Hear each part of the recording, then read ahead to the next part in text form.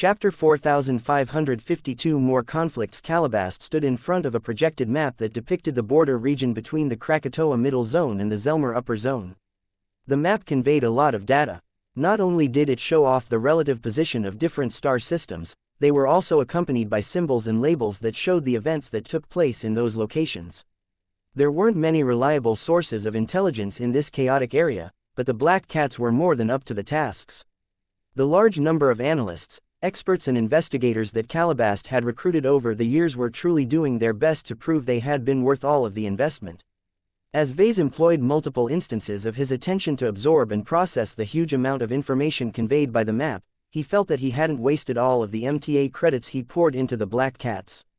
Sure, the Larkinson clan spent a disproportionate share of its budget on the Black Cats and other intelligence services, but he knew that this was pretty much the only way to acquire a reasonably competent and reliable spy agency within a decade. Trying to take it slow and prioritizing savings over results would only land him in trouble. He could point to many incidents in the past where stumbling blindly into hotspots had resulted in close shaves and heart-stopping incidents. As Vase rapidly processed all of the intelligence processed by the Black Cats, a separate thread of attention took a step back and looked at the situation on a more galactic scale. The frequency of combat has increased by at least 15 times over the last 2 months. He remarked, "What I find curious is that it hasn't shown any signs of slowing down. The trend is continuing to rise at a faster rate. The pioneers can't blame it on the aliens either. The vast majority of open conflict in the border region are intrahuman battles." Calabast nodded in agreement. "People are starting to get antsy, Vase. Not a sign of Lord Pirian Yoral Tavik has been found so far. The only clues that the pioneers who descended in this area have managed to uncover are sporadic battle wreckage that signify the passing of an increasingly less impressive first-class pioneering fleet. It doesn't help that not all of the wreckage can be attributed by Lord Pirian's doomed attempt to stride across the Red Ocean like those explorers from those cliché adventure dramas. Well, that certainly isn't stopping all of these pioneers from beating each other up. New arrivals are constantly pouring in from multiple directions, which will increase the concentration of pioneering forces in this border region even further. That will inevitably lead to more scuffles between different forces. The Golden Skull Alliance had already noticed this to an extent. Even though the expeditionary fleet had already traveled fairly deep into the border region, it was not strange to enter a star system that was already occupied by one or multiple pioneering fleets. The good news was that most of them were located at least multiple light hours away. They had reached this destination from a different direction and star system, which meant they were unlikely to drop right on top of the Golden Skull Alliance and vice versa. Back in the old galaxy, this meant that battle was extremely unlikely to erupt so long as one side did not wish to fight. It took a lot of time for one fleet to intercept another fleet in the same star system. No matter how fast the former traveled, their sublight propulsion systems were unable to traverse faster than the speed of light. Light was information. The emissions released by the fast approach of an entire fleet was like igniting a bonfire in the dark. The target of this aggressive approach would most definitely pick up on these emissions and figure out that they were about to get into trouble. The potential victim therefore had plenty of time to turn around and flee to a Lagrange point or the edge of the outer system where they could safely depart the star system with the help of their FTL drives. The strengths and limitations of conventional faster-than-light drives pretty much determined the rules and frequency of combat in the Milky Way. Pitched battles were relatively rare unless an aggressor collected enough information about a target and set up an ambush beforehand. The other instances where pitched battles took place was where the defending side was anchored to a single site, for example a planet or a space station. Those rules no longer applied in the Red Ocean. As the annotated map clearly showed, the amount of battles that took place in this part of the new frontier vastly exceeded the amount of combat that would have erupted in any part of the old galaxy. Even though Vase had already acclimated to the Red Ocean for over half a decade, he still found it difficult to reorient himself to this new and much more violent reality. The existence of warp drives and superdrives no longer guaranteed safety to fleets in space. The ability to travel faster than the speed of light in real space meant that looking at emissions no longer provided sufficient advance warning. Just like how thunder lags behind thunder, the actual approach of a threatening fleet could precede the arrival of its emissions. All of this meant that the expeditionary fleet constantly had to maintain a higher-than-average state of readiness. Ambushes coming out of nowhere was always a small but distinct possibility. The only reliable way to defend against such opportunistic assaults was to build up as much deterrence as possible. It's too bad the Third Fleet of the Adelaide Mercenary Company said goodbye to us.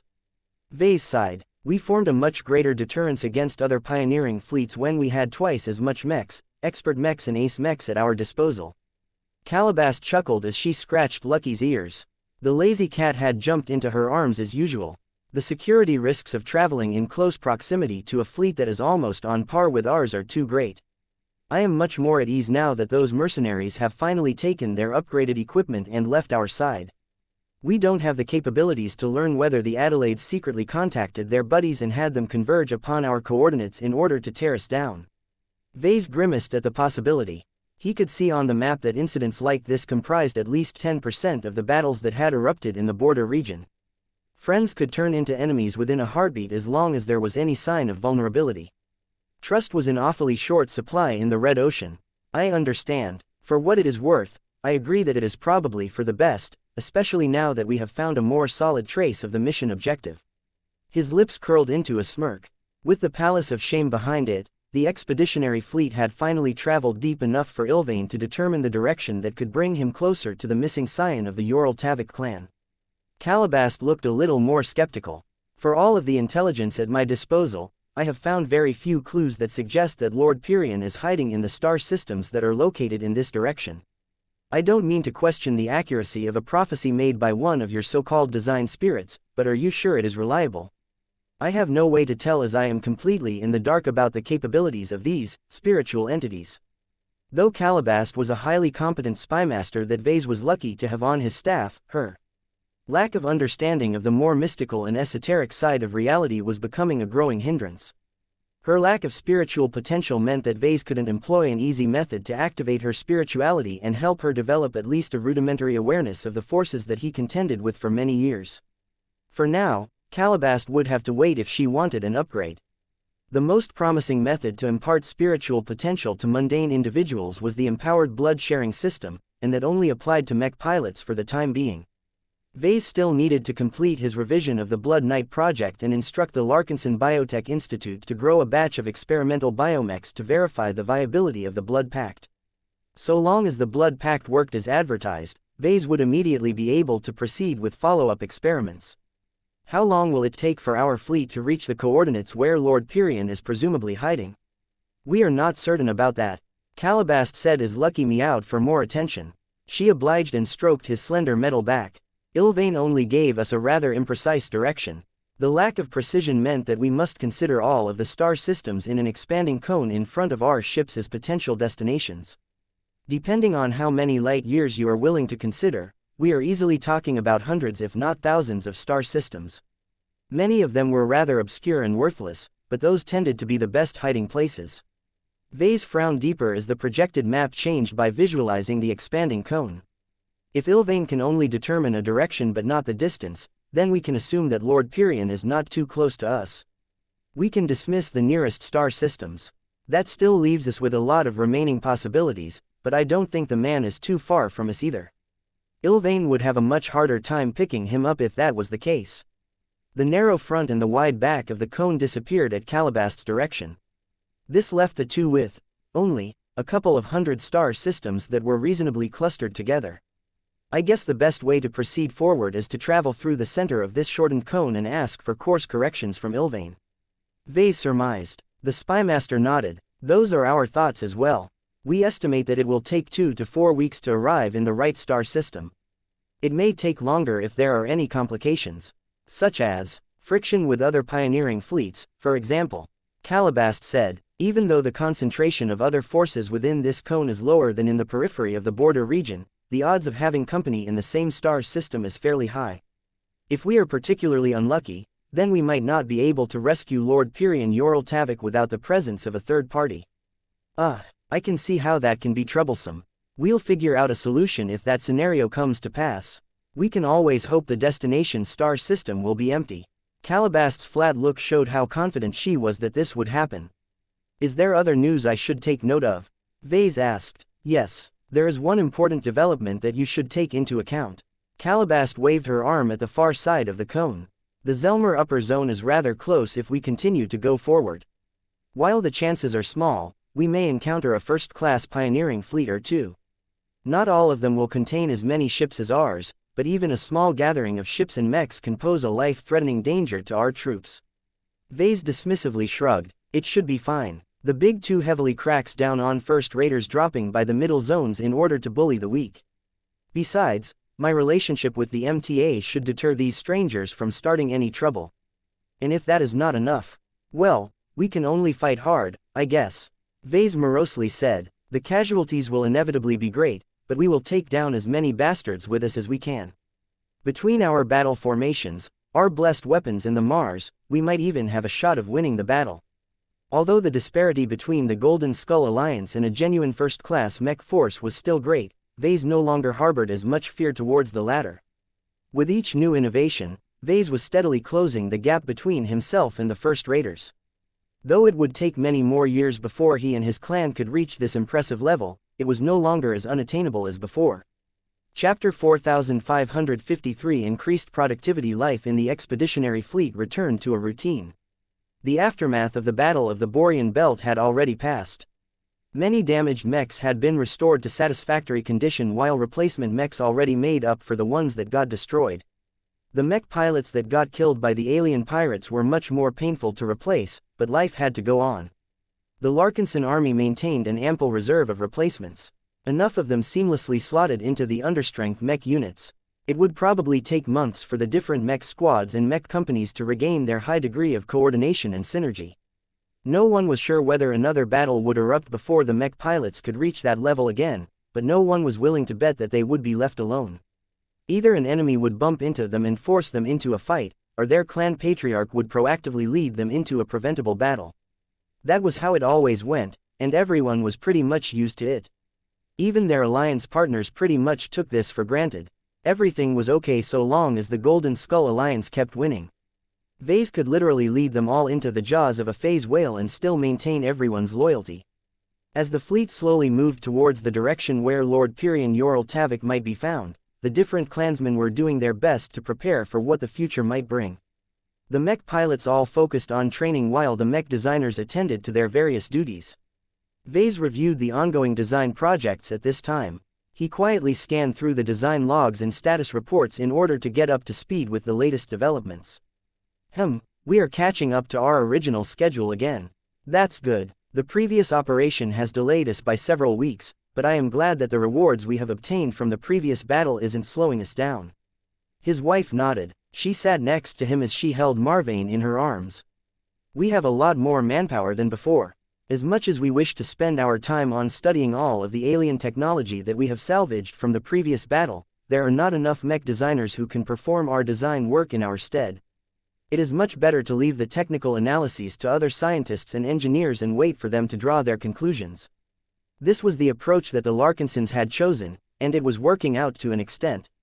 Vase actually preferred to study all of the fascinating alien tech himself. He had gone on a day-long tour in fact so that he could see all of the fascinating warship and starfighter remnants up close. He was hoping that there might be tech or material among the wreckage that were spiritually reactive. He hadn't found anything significant, much to his disappointment. The natives of the Red Ocean did not have any interest in pursuing a purely spiritual path of goodhood, unlike the races back in the Milky Way. It was all about phase water to them. This worked out well enough for the indigenous alien races, but it was not that great to Vase. Although Vase had become initiated into the ways of phase water after his recent sublimation, he was still a spiritual engineer. If he wanted to create more permanent works that combined the power of spirituality with more material products, then he needed to get his hands on more spiritually reactive materials. The good news was that everything he had learned as of late introduced him to numerous different ways he could solve this problem. From hunting down different whale species to growing organic metals that were baptized with enriched blood, Vase came up with all manner of potential solutions. He had already tasked the Larkinson Biotech Institute and T-Institute in exploring the more viable ones. Hopefully they would soon start their efforts to see whether his ideas had any merit. For now, Vase needed to focus most of his attention on his design projects. His massive upgrade to his cognitive functions had drastically accelerated his progress.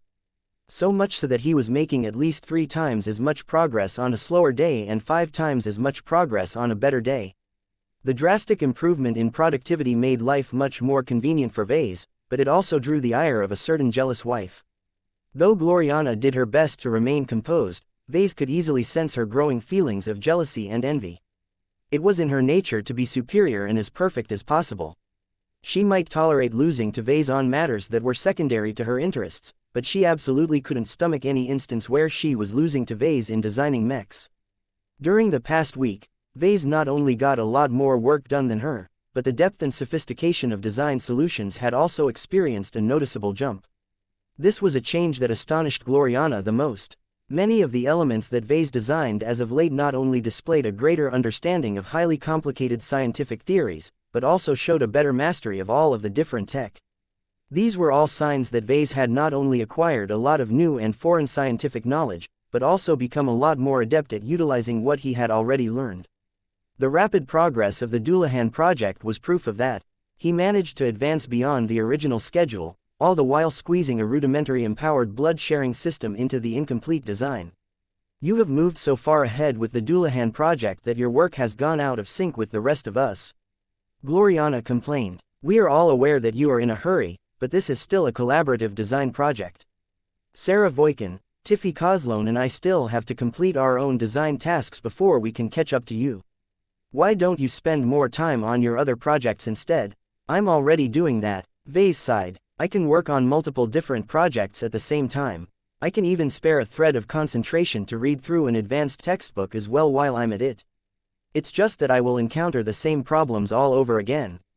The only project where I can work at my own pace is the eye project, and that is only because Cormont Hempkamp is only responsible for designing a custom neural interface and tweaking the control systems to better convey precise and rapid aim adjustments. His wife pulled up the current iteration of the eye project. She soon became shocked as she saw how much progress he made in a short amount of time. Wow! Marvane clapped his tiny hands as he bounced on his mother's lap. It's Papa's rifleman Mech. That it is, my dear. Gloriana absently spoke as she scrutinized the work that Vase had done to the machine. This mech design is halfway done. That's right. We initially expected that it would take you half a year or a little less to complete a relatively simple, budget-conscious commercial rifleman mech, but this is ridiculous. Vase grinned. Simple mech design projects don't slow me down as much as before. I can easily design them in my sleep. They're not so challenging to you either. The main reason why it takes so long to complete them is that there is a lot of tedious design work that is not particularly complex but takes a lot of mental processes to figure out the right solutions.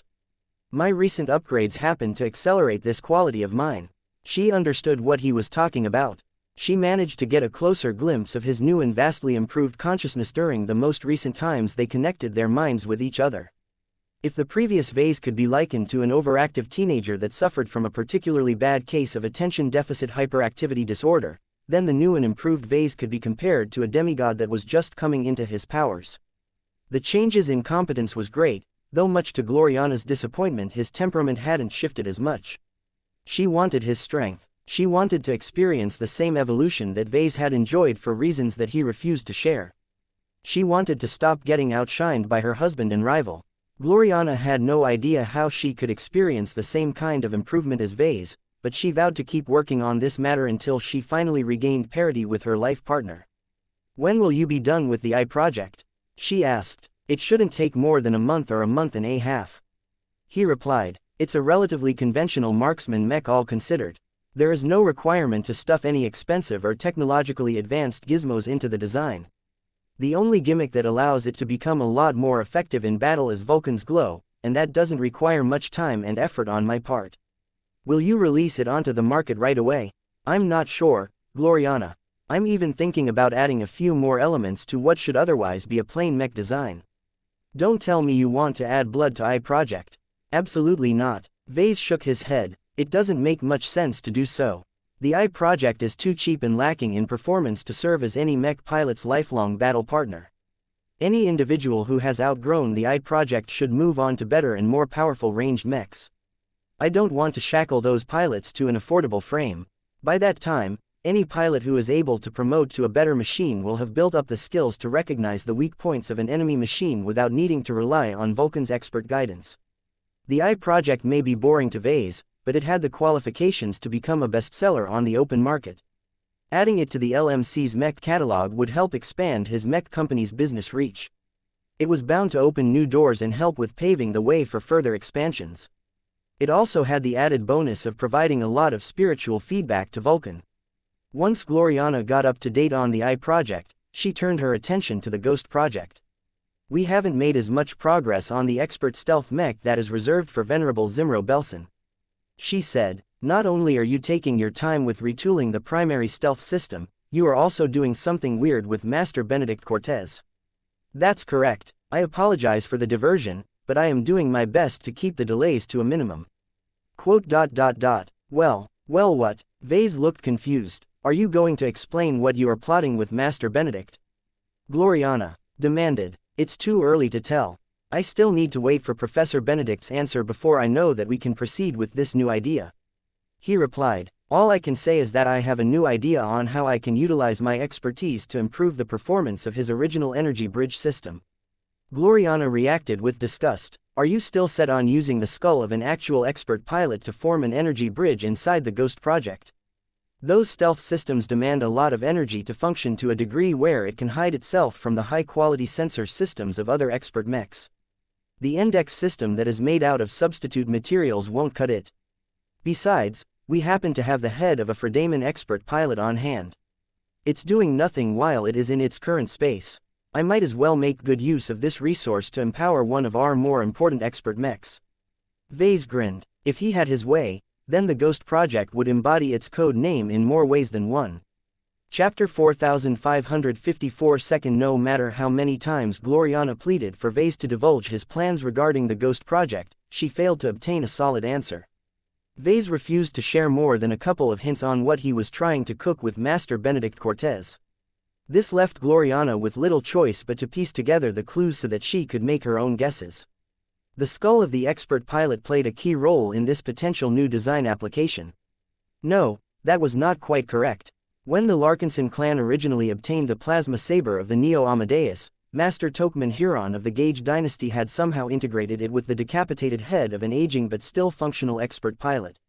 The Fredaman expert pilot was still alive when he was stuffed inside the plasma saber, and he was still alive when he was placed under the tender care of the Larkinson Biotech Institute.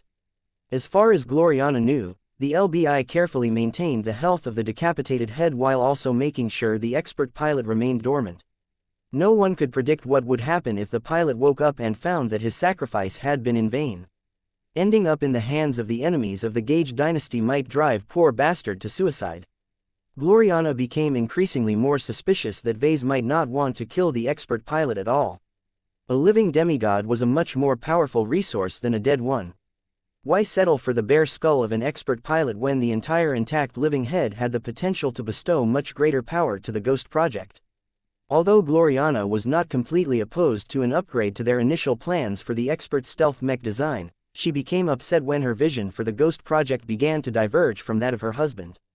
It was never a good idea for two mech designers to misalign their visions while working on the same design project. Be patient, honey. I can't tell you anything further until I have received further confirmation and corroboration. Vase explained. To be honest, I don't have a clear idea of the outcome of my efforts. The potential results are so open-ended that it is better for me to wait until I have obtained more solid data. She would have to be satisfied with that. They completed their discussion on the Ghost project and moved on to sharing their views on the other ongoing design projects. The Bloodripper project, the Green Axe project and the Samurai project were all progressing at a normal rate. They were the least dependent on Ves's input, so they did not benefit too much from his latest changes. The only oddity is the brand new Blood Knight project that Vase had shoved into the pipeline. When Gloriana called up the design schematics of this biomech, she could clearly recognize that it was completely aligned to Ves's distinctive design style. She just found it disturbing that Vase chose to design a biomech of all things. He never showed an interest in biotechnology and biomechs in the past. For him to expose that he had been studying biotechnology and designed a completely viable biomech in his own time was a massive shock, especially to someone who knew him well like Gloriana. It didn't make any sense. Gloriana had a pretty good idea on how Vase spent his time. She found it important to keep track of her husband's activities. She wanted to know whether Vase was spending his time productively by contributing to his ongoing design projects or whether he became sidetracked by a radical new research project. She also wanted to know whether Vase would get caught up in some sort of event that might lead the Golden Skull Alliance into another conflict. Of course, the main reason why Gloriana insisted on tracking Vase was because she wanted to know if he was meeting with any women. He periodically met with Director Calabast in person and also communicated increasingly more with Director Rania Woden. Gloriana slightly narrowed her eyes. Even though both of those women had settled down and hooked up with high-ranking members of the Larkinson clan, Gloriana still couldn't rid herself of the fear that Vase might be tempted into starting an affair. From what she knew about Vase, he was way too loyal to betray her, especially when it would harm their little family. He loved her and their children too much to inflict so much suffering in their lives. That didn't mean that Vase was immune to getting seduced. Gloriana understood extremely well that assertive women tended to have their way with her husband. As long as they adopted the right attitude and avoided attracting any hostility, they could potentially wrap Vase around their fingers. She should know, because this was exactly how she managed to snag him in the first place. Thinking about all of the women that might want to take her husband away from him caused her to release a low growl. "What's wrong, Mama?" Marvane looked up at her with his adoring eyes. "There is nothing done, my little teddy bear." The two cuddled with each other for a time. Gloriana was proud of her son. Even though he was only a few years old, his academic performance was already leagues ahead of all of his peers in the clan. "Vase." "Yes, dear, I have a proposal about Marvane's schooling." Vase grew intrigued as he turned his attention away from a flow chart of some sort. "Didn't we agree earlier that we should just put him in one of our schools so that he can socialize with other kids? You also promised to set up a special study program that will allow our son to make full use of his developing learning capabilities." "That is true. It is in the course of composing that study program that I started to come across an incredibly promising possibility." This sounded serious. Vase temporarily set aside his distractions and focused fully on his wife. She had become more active and animated now that she was introducing one of her own initiatives. The fact that it was related to their first son made it even more important for her to bring up this matter. Once she saw that Vase was taking her seriously, she began to speak. "Let me start at the beginning. In order to determine Marvane's lesson program for the next few years, I first needed to know what he has already mastered and how quickly he can learn subjects of varying difficulty." "Okay." Gloriana proudly smiled as she began to ruffle Marvane's cute hair. "In order to obtain the most comprehensive information possible, I put Marvane through a day-long virtual testing program that wuxia and xianxia has specially developed to measure the intellectual accomplishments of its organic products. It made sense to use a test from the genetics company as its scientists understood the capabilities of their designer babies the best. The test was mostly used to make comparisons. Even if a designer baby was formulated to be smart, there were always a lot of variations in the actual outcomes. Designer babies derived from the exact same base designer formula could in performance by as much as 60%. It all had to do with upbringing, nutrition and other growth circumstances.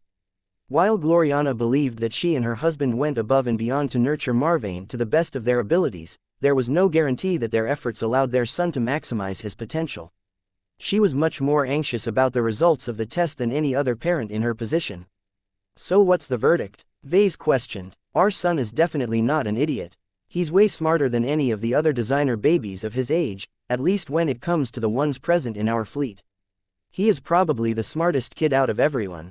We didn't spend 100,000 MTA credits in vain, and little Denny has increased his mental development on top of everything else." Given Gloriana's obvious expression of pride, the test results were undoubtedly good. The only question was to what extent Marvane outperformed his peers. Wuxia and Seneca once told the Larkinsons that they were not the only ones to make use of Formula U775128MMT. There were an unknown number of other children out in human space who acquired the same talents and dispositions. How did Marvane measure up against his genetic siblings? Even if Vase had given his son a companion spirit, he did not believe that other parents who were wealthy enough to pay 100,000 MTA credits had no other way to boost the intelligence of their little geniuses. "About the test results, hurry up, Gloriana. Don't keep me in suspense." "Fine, our son came in second." "Second of what?" Vase frowned. "Wait, there is a kid who was born from the same base designer baby formula that is even smarter than Marvane." "How?" "I do not have a clue. I demanded a representative from wuxia and Seneca to clarify this matter, but the man refused to give in to my request in order to protect the privacy of the company's clients. However, when I read between the lines of my discussion, I am certain that the top performer of the test is a child who has grown up in a first-rate state. Vase blinked. A first-rater. He felt a lot more mollified after hearing that. The package they bought for Marvane was priced well outside the spending range of the vast majority of second-raters. Only an exceedingly few successful businessmen or powerful statesmen could afford to invest that much cash into the development of one of their offspring. Gloriana stared at her husband for a few seconds. You don't understand what that means. Am I supposed to read more in this result? For all of your improved smarts, you still have the same faults as before. Can you just tell me what I am supposed to comprehend already? When I spoke to the company representative, he revealed to me that the top scorer has amply met the standard needed to attend first-class primary schools. Since our son has performed almost just as well, we can enroll him into a first-class primary school as well. So long as he is able to keep up with his classes, he can earn the qualifications to attend a first-class secondary school. If he continues to do well, he will eventually be able to apply to a genuine first-class Mech design university. Vase finally knew why Gloriana treated this as a big deal. He glanced down at Marvane, who was happily playing with his mother's smooth fingers as if they were toys. It was hard to imagine that this small and curious child already possessed the qualifications to enter a track that would eventually allow him to become a first-class Mech designer. If Marvane fully committed to this elite and highly privileged educational trajectory, he might be able to become a first-class Mech designer sooner than his parents. Even though Vase felt an incredible amount of pride at the amazing talent of his son, he soon began to feel concerned. Wait, if we want to give him an opportunity to become a first-rater, do we need to send him to a first-class school in an upper zone? I already looked it up.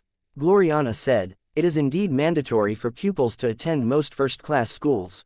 They possess special high-tech facilities that can help with absorbing knowledge and learning more profound lessons, but they are only effective if the children can access them in person. Vase immediately frowned. I am not going to send my son off to a boarding school. To her credit, Gloriana agreed with him despite the fact that she wanted the best for her child. I do not want our child to grow up as a stranger either. I started to look up opportunities where he can attend first-class virtual schools instead. They exist, but their circumstances are much different. Just getting our child accepted into them is a massive hurdle unto itself. We have to decide whether it is worth it to take the risk to put Marvane through this ordeal or settle for putting him in our own schools. This was anything but a simple decision. Chapter 4555 Early birthday present. Before Vase was comfortable with discussing Marvane's future trajectory, he wanted to see for himself what kind of genius he had raised under his nose. While the test results provided by wuxia and Seneca were filled with lots of statistics that tried to quantify Marvane's comprehensive cognitive abilities in excruciating detail, they did not mean much to him. It was all numbers and graphs. Even the reference values that were supposed to give context by making comparisons did not give him a good understanding of what his impressive son could actually do at his tender age. This was why he opted to test his kid in a completely different way. He gazed down at his boy. Marvane squinted in pleasure as Gloriana neatly combed his brown tufts of hair into a more dignified style. Marvane, yes, Papa, I have a birthday present lying around in a nearby storage cabinet.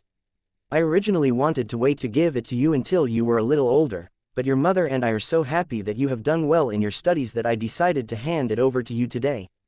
His son's eyes lit up as if he was having the best day ever. Really? Yay, I want my present, I want my present, I want my present. Where is it, Papa? Please wait, I've already ordered a couple of bots to bring over your present. It's a bit big, but it will definitely be fun, I promise. Vase slyly avoided any description of the present that he had prepared for his son. Though Marvane grew increasingly more frustrated at the lack of answers, his mood soon lifted as 5 different lifter bots floated into the design lab. Each of them carried secure metal crates that were typically used to hold high-value goods and materials. Gloriana's eyes glazed over for a moment as she thought about what was in those crates. Brings back memories, she whispered. I had so much fun with them. Now, my boy is following suit. I'm so proud. She already knew what her husband had prepared for a birthday present. The two held a discussion about it a year ago. They had bought a set back in one of the luxury toy stores located in the Trinity Mall in Davut. They bought the present in advance because it would be a lot harder to get it shipped to their flagship once the expeditionary fleet resumed its journey again. It was also a lot easier to specify the contents and the configuration of the set through a store that officially licensed the toy system. The bots carefully put down the crates before making their way out. Vase waited until they left through the hatch of the design lab. Once the hatch closed shut, he approached the nearest crate and transmitted a code that automatically disengaged its lock. The metal structure soon unfolded, revealing a gleaming boxed package that was covered by bright colors and action-packed images. A young boy and a young girl were holding different miniature mech limbs as they were in the middle of assembling a mech figurine. A slightly older boy was doing the same, but instead of holding an entire mech arm, he was in the middle of slotting a foot into a leg socket. A pair of other children who almost looked to be in their teens were working together on putting together a more complicated miniature mech. They were working with parts that were so small that they had to use tweezers and other specialized tools to slot sensor modules into the sockets of a head or energy cells inside a fixed internal structure of a miniature mech. Aside from showing off different children having lots of fun while piecing together toy mechs from different building blocks, they also showed the toy mechs in action. It soon became clear that the little machines weren't simple blocks of metal or composites when they were pieced together. The cover of the packaging showed a jumble of completed miniature mechs brawling against each other in a small arena. On one side, a swordsman mech flew into the air with the help of its flight system, which was actually just a miniaturized anti-grav module. Its weapon was in the middle of swinging onto a floating miniature rifleman mech which was firing kinetic projectiles made out of harmless foam. On the other side, a miniature heavy artillery mech was firing a salvo of extremely low-powered optical beams onto a classic miniature knight mech. A miniature light skirmisher was just about to stab its blunted daggers into the back of the artillery mech, but a miniature striker mech that was hiding from behind a fake structure fired a spray of colored water that was supposed to represent flames in the fast-moving machine's direction. Marvain's mood and expression grew increasingly more ecstatic when he recognized the present his father had bought for him. It was a toy franchise that was regularly featured in the ads whenever he and his sisters watched those cartoon dramas. "It's a Meccano set," he exclaimed with glee. "That's not entirely correct." Vase grinned as he commanded the remaining secure crates to reveal their contents. They all unfolded at the same time, revealing packaged boxes that depicted different toy mechs and parts, but all featured the same trademark logo. "It's not just one Meccano set, but 5 of them. They will provide you with plenty of parts and components to play with for the time being. Any child who was even remotely interested in designing their own mechs one day would definitely go wild when they first received a Meccano set." Marvain was no exception. He completely forgot about his mother's embrace and jumped from her lap in order to run over to the nearest box. He pressed his cute little hands against the smooth composite surface of the attractively packaged box. "You can already read and understand a lot of words, right?" Vase asked. Marvain nodded. "Then what does this line say?" "It says, 'My first mech set,' and 'Best entry into the world of Meccano.'" "That's right, Marvain. This set is where all Meccano players start with. It contains all of the basic, foundational toy mech parts and components that you will need to start putting together a variety of toy mechs. They won't look fancy or anything, but you should start with this set alone before branching out to more complicated constructions." "Oh," Vase pointed at another line. "What does this say?" "It says, Machine Emporium, founded by the polymath." "Wait, is she?" "Yes, Marvain," Gloriana said as she steadily walked up to him. "The polymath is the best and youngest star designer of our race. She initially created Meccano in order to introduce young and curious children such as you to the wonders and complexity of mech design. It can start out simple, but it can become increasingly more complex and intricate as you unlock the higher levels. That was the most brilliant part about Meccano.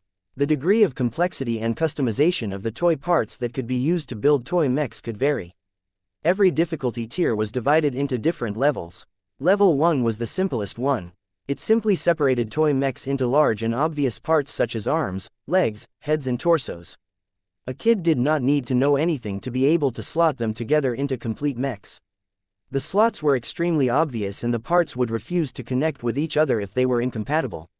Level 2 was when these larger parts could be divided into smaller chunks. Half of a mech arm could be pulled away so that a kid could put an integrated Gauss cannon into the exposed elbow socket. Level 3 was considered the limit of what small children could handle without needing to learn any math, science or engineering. They could slot in big mech parts such as different power reactors and mech engines into the torso of a toy mech. Levels 4, 5 and 6 was where Meccano started to become less of a game and more of a training tool for budding teenagers that were hoping to attend a mech design university in the future. This was the range where they started with progressively smaller components, so much so that they could no longer assemble their toy mechs by hand. They needed to make use of specialized assembly equipment to put all of the tiny parts in place. They could assemble mech rifles out of individual components. They could customize the internal architecture of a toy mech to an increasingly finer degree.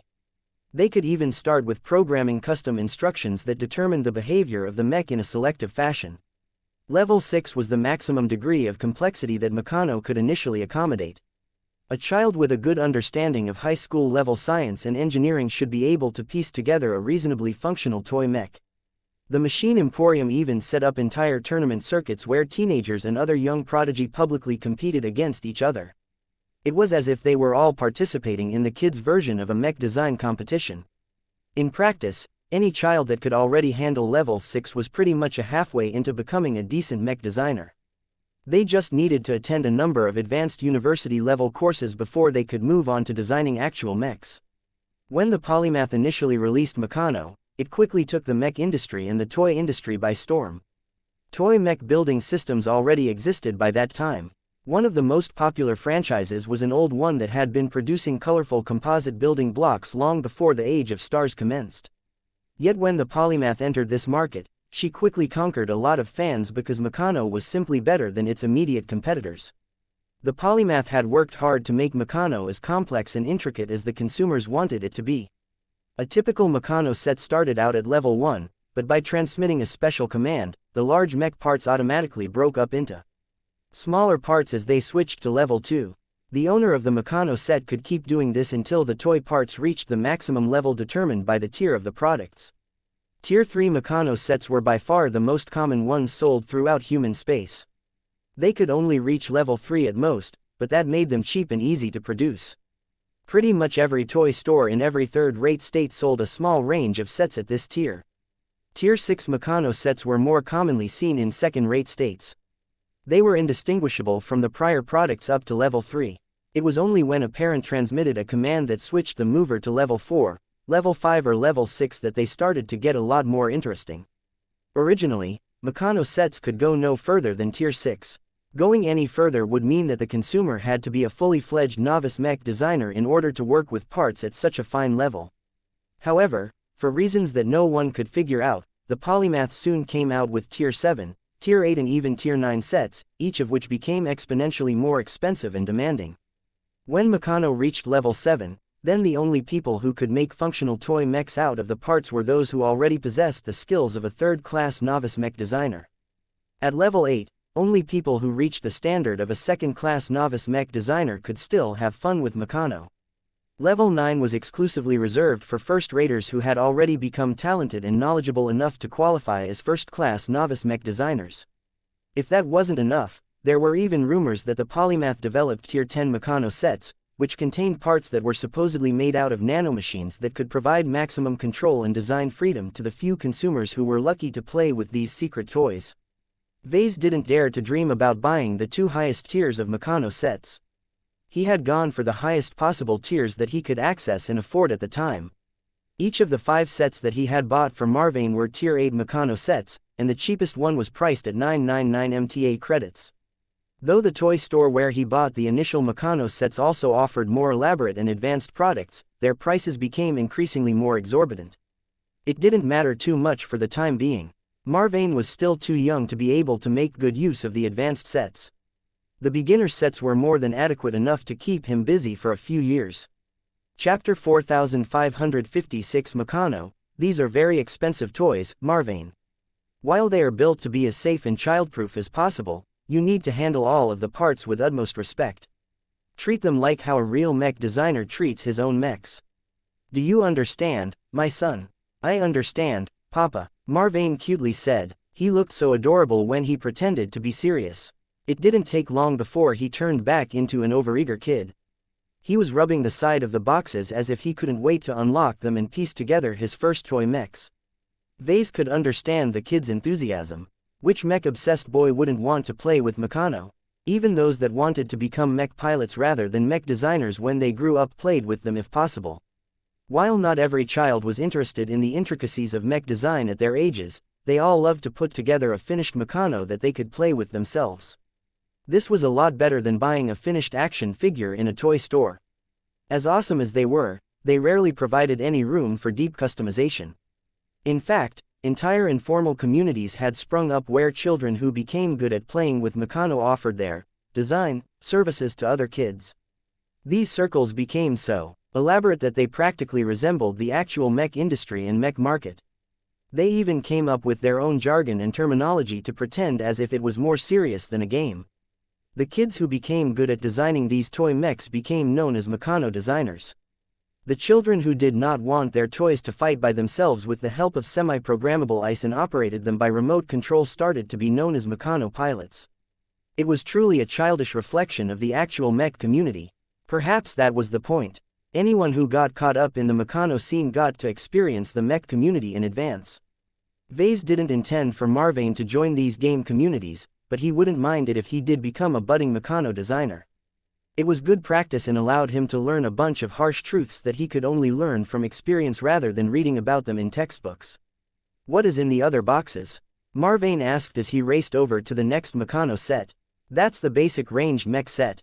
It contains a decent variety of ranged toy mech parts, enough for you to design all kinds of Meccanos that can fight at range. In this one, the basic melee mech set is the same as the last one, but is oriented towards melee combat instead. There are plenty of swords, spear, daggers, axes and hammers, though it is lacking in more exotic weaponry such as halberds and flails. What about this one? I don't understand what it contains. I'm not surprised that you can't figure it out. This is the basic internals set. It contains a large collection of internal mech parts and components that you can use to customize the performance of a Meccano further. You can swap a weaker power reactor for a stronger model at the cost of taking up more space and weighing down your little machine. In this one, that is one of the themed Meccano sets that the regional branch of the Machine Emporium has released. The Krakatoa set contains all of the essential parts derived from a decent selection of commonly sold mech models in the Krakatoa Middle Zone. I am sure you can recognize at least a few of the mechs on the packaging. Marvane circled around the last Meccano set in order to observe all of the artwork. "Your mechs aren't here, Papa." Vase sheepishly smiled. "That's because the first edition of this set was released before our Living Mech Corporation gained a foothold of the market. It's at least half a decade out of date, but it is fine. I am sure that the Machine Emporium will get around to adding LMC mechs in the 3rd edition or 4th edition of the Krakatoa set." His cute little son became upset. "I don't want to wait that long. Can you make your own Meccano set?" "It's not that simple, Marvane." Vase shook his head. Meccano is a protected brand and strictly rejects parts that are not officially authorized and produced by the Machine Emporium. While I can go to a production machine and fabricate imitation parts that resemble the authentic Meccano components, they won't fit together. The real Meccano parts will somehow be able to detect that the false ones are not authentic and will actively shut down or produce glitches. This is one of the many measures the Machine Emporium employs to protect its brand. He could fabricate entire sets that corresponded to the authentic versions, but there was little point to doing so. It would take a lot of time to do much of the work that the polymath and the excellent designers employed by the Machine Emporium had invested into the toy mech building system. If he really wanted to play with something similar to Meccano but without spending so much money, he could opt for the products sold by the Machine Emporium's competitors instead. Ever since Meccano broke into the scene, it had rapidly occupied the upper segment of the market. Its rich features and its consistently high quality provided a lot of fun and benefits to the customers who were rich enough to pay for the pricey sets. Other toy mech building systems managed to survive and occupy their own places in the market by targeting the lower segments. They were all good in their own ways, but they simply couldn't beat a system originally developed by an actual star designer. Though the polymath had long since moved on to other, more grander projects, Meccano was still expanding in popularity. It didn't even matter that the Honorable Claire Hamzo had long sold off most of her stake in the Machine Emporium. Meccano was always tied to her name. "Can I play with them now, Papa?" "Sure you can, but only with the first set. Let's leave these boxes aside for later. You should first master the basics before you expand your range." His son looked disappointed. "Oh, you need to learn how to walk before you learn how to run." Come on, Marvane, let's open the My First Mech set so that you can put together your first real Meccano. Vase tapped the box, causing it to automatically unfold and expand into what appeared to be an elaborate cabinet. A projection came to life that depicted a couple of brand logos before playing a slick introduction video. It was clearly aimed towards young children who just became introduced to Meccano. The cartoon mascots cheerfully explained the basic operation of Meccano, so that saved Vase a lot of trouble in explaining it all himself. Gloriana quietly walked up to his side as their son became engrossed by the introduction video. Her eyes grew wistful as she stared at the exposed toy mech parts revealed by the unpacked box. I never imagined our son would begin to play with Meccano so soon. I was only 7 years old before my mother allowed me to build my first Meccanos. I had so much fun back then. I had strived to make as few mistakes as possible right from the beginning. I still remember all of the looks of disappointment from my mother whenever I made a mistake or presented her with an ugly Meccano. That sounds a little harsh. Vase frowned in disapproval. It's all well and good to develop good habits when you are still young, but the reason why Meccano is so popular is because it offers plenty of freedom for its players to exercise their creativity. Experimenting with Meccano design is an integral part of the game. Who cares whether you got it wrong? You can just alter or disassemble a Meccano without incurring any cost. Unlike a real mech, a Meccano could always be broken down into parts without producing any waste. Every part remained whole when pulled away and could always be used to build other Meccanos. This was important because it minimized the cost of experimentation and exploration. Gloriana did not agree with her husband, however. Just because you can doesn't mean you should. It can take many hours to develop a Meccano at the middle levels. Rather than waste my precious time to build Meccanos that aren't even serious, I opted to approach this game as a simulation of my future career. It has done me a lot of good, actually. I wouldn't have been able to graduate from Kelma University so easily if I hadn't benefited from years of practical training. He envied her. His own father never even thought about buying a Meccano set for himself. The Tier 3 sets available in the Bright Republic were too basic to provide much educational value to teenagers. Most kids his age treated Meccano strictly as a slightly more serious game. What level of Meccano did you manage to reach? I managed to reach level 5. Gloriana replied. That was when it truly started to get fun. I was not only working with smaller components, but also had to fiddle with the programming of my Meccanos.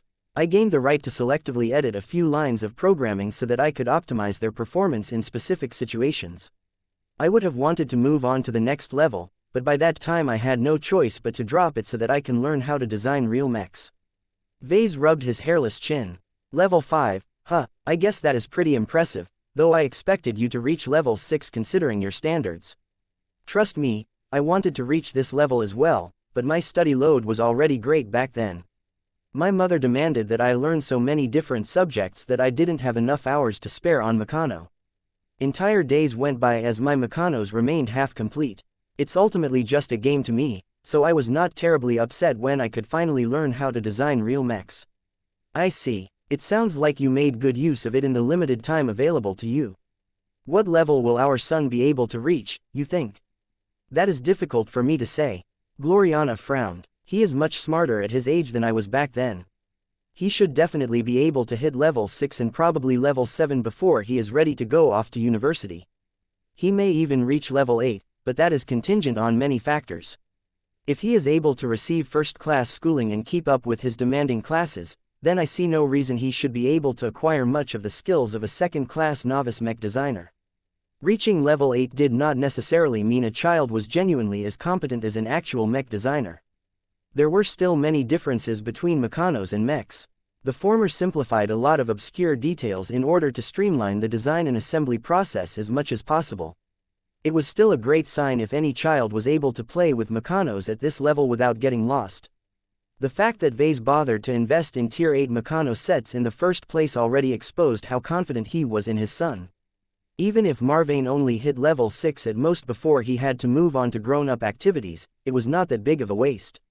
Meccano parts never became obsolete so Vase could simply pass them on to his grandchildren. Papa, Mama, I'm ready to design my first mech. What do you think I should start with? Ranged mechs are so cool, but melee mechs are also awesome.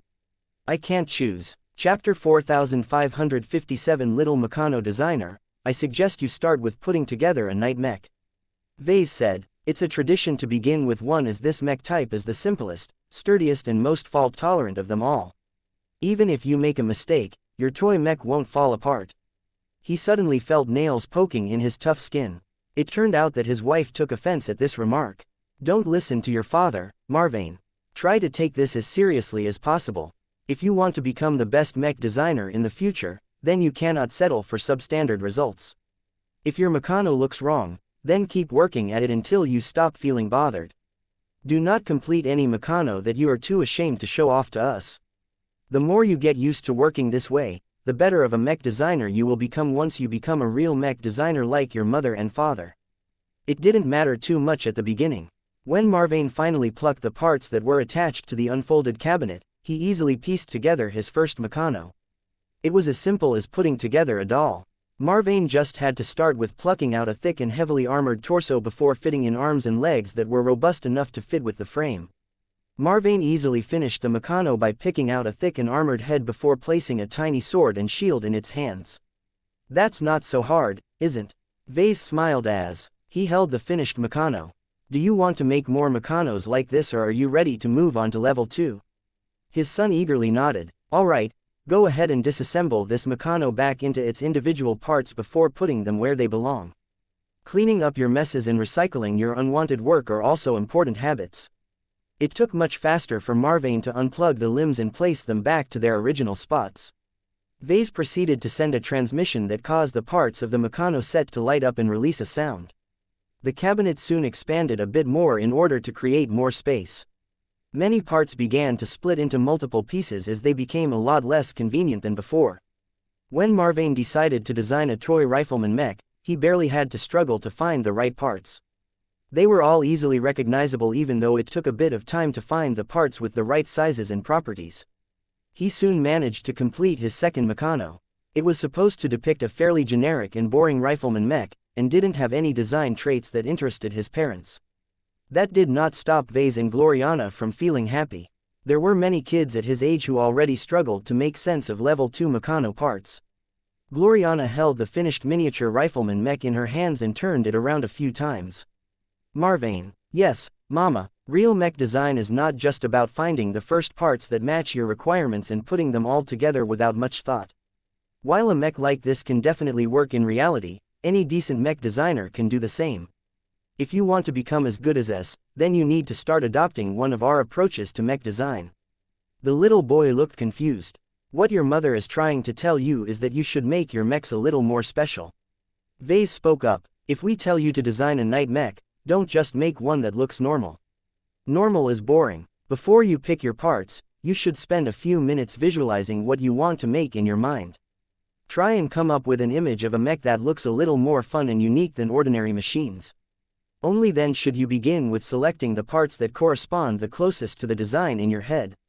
That was a lot more understandable to Marvane. When Vase requested him to make a miniature swordsman mech, his son finally began to show greater initiative. Vase and Gloriana happily observed as Marvane did not impulsively reach out to grab new parts, but actually sat still to visualize his next design. It was a bit difficult, but eventually Marvane seemed to have settled on a specific look. When he began to reach out to pull off different parts from the cabinet, he no longer browsed the available selection at random. Instead, he moved with actual purpose. He specifically chose parts that fit the dimensions that he had in mind for them. His slightly more serious performance already reminded Vase and Gloriana of their younger years. I'm finished. Both parents stared at the completed Meccano with odd expressions. It turned out that while Marvane had diverged from making a generic toy swordsman mech, he had instead opted to make a straightforward imitation of Katiz's Monster Slayer model. The great sword that looked slightly oversized to the rather slender and agile mech frame was so incongruous that it would probably perform badly if it entered into a duel against another Meccano. There was an important reason why Marvane's greatsword-wielding Meccano was awful compared to Katiz's Monster Slayer.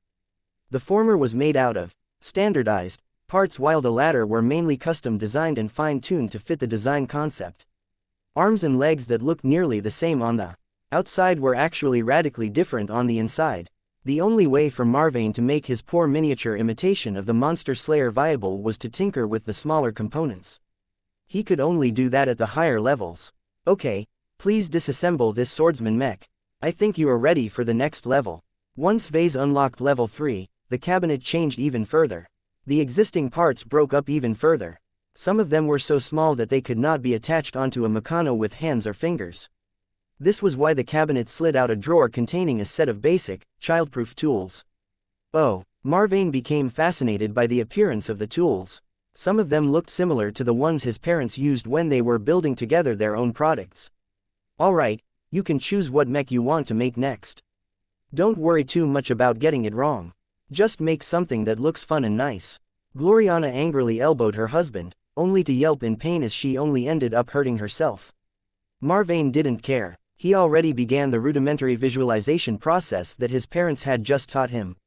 He frowned several times as he easily became distracted by fanciful thoughts, but soon managed to form a coherent vision. He moved his limbs, snatching up various parts, only a few of which were large. There was no need for children to tinker and modify with key parts such as the power reactor or other internals at level 3. The main customization options were related to external parts as they were easy to understand with the naked eye. He had to pick up the right tool in order to snatch up the smallest external modules such as individual fingers and the sensor modules that were supposed to slot into the eye sockets of a mech. After that, it took a lot more time for Marvane to assemble his third Meccano. It couldn't be helped as the number of parts a Meccano was made up had increased by several times.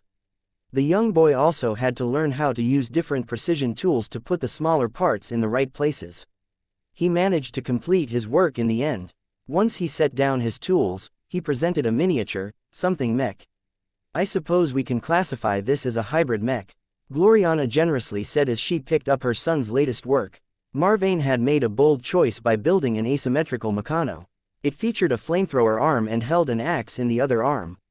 He placed tiny missile launchers onto the shoulders of the Meccano and also opted to attach small laser weapons onto the ankles of the mech for whatever reason. If that wasn't enough, it also carried a tower shield on its back. While that massively weighed the mech down, it provided excellent protection against attacks from the rear. The messy hybrid mech could also choose to hold it with its only arm at the cost of dropping its axe. Though Gloriana had a lot to say about the countless flaws of this design, she did her best to avoid going on a tirade. Mistakes like these were inexcusable if Marvane could already do better, but right now he still had a lot more to learn. Do you think you are ready for a greater challenge, Marvane? Can I go to level 4? Gloriana couldn't withhold her objections this time. Vase, don't go too far. Our son isn't ready yet. If this Meccano represents the standard of his work at level 3, then he needs to spend more time on polishing his designs. Let us wait until he has learned how to make proper Meccanos at this level first before we unlock the next one. We absolutely cannot afford to ruin his foundation. That did not sit well with him. I know that, but the reason why I decided to give Marvane his early birthday present was to test his competences. He can go further, Gloriana. Level 3 isn't his limit. Sure, he might not be able to develop any good Meccanos at level 4, but it is already fine if he can finish one that is at least barely functional. This was quite important to him, so he proceeded to unlock level 4 without bothering to listen to his wife's complaints. VES. Both father and son ignored Gloriana's sounds of frustration and stared at the cabinet as it became even more elaborate and rich with selections. Not only did all of the parts become smaller and more numerous, the cabinet also presented brand new categories in the form of many different internal components. A Meccano player could no longer depend on intuition and common sense to put together a functioning toy mech. A rudimentary understanding of science or at least electronics was needed to make the internal components work. Normally, only children who were older than 12 tended to be ready to make Meccanos at level 4, and they had to be pretty talented and well off. Marvane was way too young to properly handle this degree of complexity, but it was fine if he merely tried it out a single time. Don't make anything too fancy this time, Vase suggested. Just stick to a night mech. You can try and make it more fun by changing a few details, but don't go overboard. Okay, Papa. It took a lot more time for Marvane to complete his fourth Meccano. It took a lot more time for him to figure out the components and the rudimentary design solutions needed to assemble his machine. The quantity of parts had also grown so much that Marvane had to do a lot of manual precision work to fit them in the right places. While Machine Emporium sold all kinds of advanced miniature production machines that could speed up or automate the assembly process entirely, that took all of the fun out of the game as far as Vase was concerned. Even Gloriana disapproved of them because it would make her son grow lazy and build up a dependency on automation. This was why both parents started a new design session so that they could get actual work done during this time. A strange harmony descended onto the design lab as father, mother and son all directed their concentration on their own mech design projects. It eventually took 5 hours for Marvane to put together a simple night mech. "I'm done. What do you think?" Vase paused his work and picked up the night mech that his son had painstakingly assembled by hand. "This is quite decent." It was a rather boring and generic night mech for the most part. The only elements that stood out was Marvane had equipped the Meccano with a half-moon shield and also attached a mech rifle onto the back. The premise of the mech was a little more interesting than normal, and it could still work in reality. "Let me take a closer look," Gloriana demanded. She snatched the toy from Vess's hands and scrutinized it in great detail. "This is a functional Meccano. It is sloppy, but it can actually fight against other Meccanos if put into action." "You sound surprised." Gloriana turned to her husband. "This is a level 4 Meccano. Do you know what it means for a boy this young to build a working toy mech of this complexity? I guess that test from wuxia and Uneka is accurate. Someone who came in second in a whole group of designer babies that were literally engineered to excel in mech design should most definitely be able to handle level 4. Our son is a genius," Gloriana exclaimed. "Forget about teaching him how to design second-class mechs in our own schools. He has to attend first-class school at all costs." Chapter 4558 Proud Parents. Vase gazed at his brown-haired son in a slightly different light than before. He always had high expectations for Marvane. No matter whether he became a mech designer or another professional, his son's future was always bright due to his abundance of talent. To learn that Marvane's genetic, mental and spiritual development granted him so many advantages that he had reached parity with first-raters was a surprise. For the longest time, Vase regarded first-raters as unattainable existences. It was a harsh reality that the citizens of first-rate states and the people working for the Big Two simply lived better lives than anyone else. They enjoyed services that were unaffordable and unattainable to space peasants. They could easily afford genetic treatments and augmentations that produced fewer side effects while offering superior results. They utilized their vast wealth and power to build trade networks throughout the rest of human space, allowing them to absorb a significant portion of the valuable goods and materials produced outside their regions. The huge disparity between first-raters and the rest of humanity effectively split human civilization into two different pieces. The larger piece of humanity represented the masses. In truth, each of them were pretty much a part of the underclass of human society. It didn't matter whether they grew up in the most awful third-rate state or the most enlightened second-rate state, all of them were considered space peasants in the eyes of the true elite. It was the comparatively smaller piece of humanity that effectively led the entire civilization. Their wealth, their heritage and most importantly their iron grip on all of the transgalactic institutions meant that the interests of this extremely prosperous and privileged group were always served before the space peasants ever got their turn. Much could be done to improve the lot of space peasants who lived in a completely different world than their betters. The fact that the Big Two and anyone else with sufficient power never thought to bridge the many gaps was intolerable. The fact of the matter was that there were plenty of first-raters who basically posited that they had already evolved beyond the baser forms of humanity. Just like how high-gravity variant humans was treated as an inferior strain of humanity that was only good for menial labor work, the stuffy elites who looked down on the galaxies from their ivory towers claimed that the space peasants should be treated as an outdated version of humanity. The new humans who grew up under vastly superior circumstances were so far removed from the dirty rabble that they effectively constituted a different race unto themselves. They were all genetically optimized at the very least and were completely reproductively isolated from baseline humans at the very worst. That was considered to be a major threat to humanity to those that considered baseline humans to be the root of their race. However, the first-raters who never grew up or even met a single baseline human in their prosperous lives were completely detached from this notion. It was not strange for them to develop an intense disdain towards the humans who were left behind. If not for the fact that the galactic heartland, the galactic rim and now the less prosperous zones of the Red Ocean supplied them with a large quantity of useful resources, perhaps the first-raters might have already decided to wipe out the inferior variants in order to clean up the total population of humanity. As it was, the two pieces of humanity lived awkwardly alongside each other. The superior people continued to lord it over the masses without doing anything meaningful to heal the divide. Vase therefore had mixed feelings about letting his son mingle with the crowd of elitists. He didn't have much experience with interacting with first-raters outside of the Big Two, but if the Mechers and Fleeters were any indication, none of them were really pleasant people to be around. Yet, Vase yearned to promote himself and his clan up to their ranks. There was only one way to advance status of a group in human society, and that was to become first-raters who could keep up with other people at this level. Though there was little doubt that there was a huge divide in status among first-class citizens, that was a matter that he should consider at a later date. He first needed to get himself and his clan through the door, and right now their best hopes of getting in as quickly as possible laid with their son. If their wonderful and beautiful baby boy could attend first-class schools and earn the appreciation of his teachers, then Marvane would definitely be able to build up the qualifications and connections needed to gain a foothold in a first-rate state. It didn't matter if Marvane started out as a nobody in a first-rate state. As long as he exceeded the minimum threshold, the clan could put its full support behind him to prop him up and help him get over the roughest part of his early career as a professional. This could be an incredible win-win solution. Marvane would be able to become a first-class mech designer without needing to indenture himself to existing first-class institutions. Vase and Gloriana would finally be able to fulfill one of their lifelong dreams and meet all of the requirements to begin designing and selling first-class mechs for an entirely different clientele. Though Vase was confident that he would have been able to enter the first-class mech industry by himself sooner rather than later, it would be a lot harder and more time-consuming for him to do so due to many reasons. Vase looked hungrily at his son.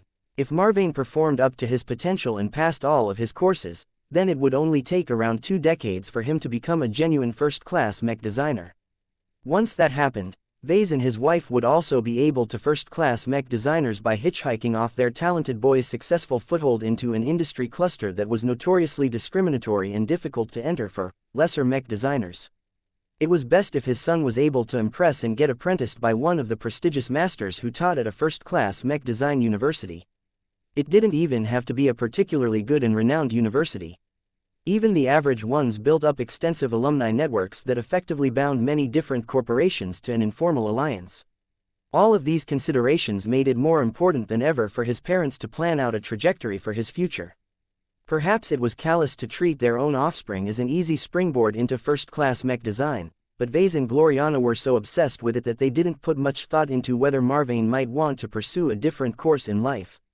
Since a discussion on Marvane's schooling obviously required a lot of research and decision-making, the couple decided to defer this matter to later. For now, they wanted to make sure that their boy did not lose his pure and innocent fascination for mech design and fall behind in his early studies.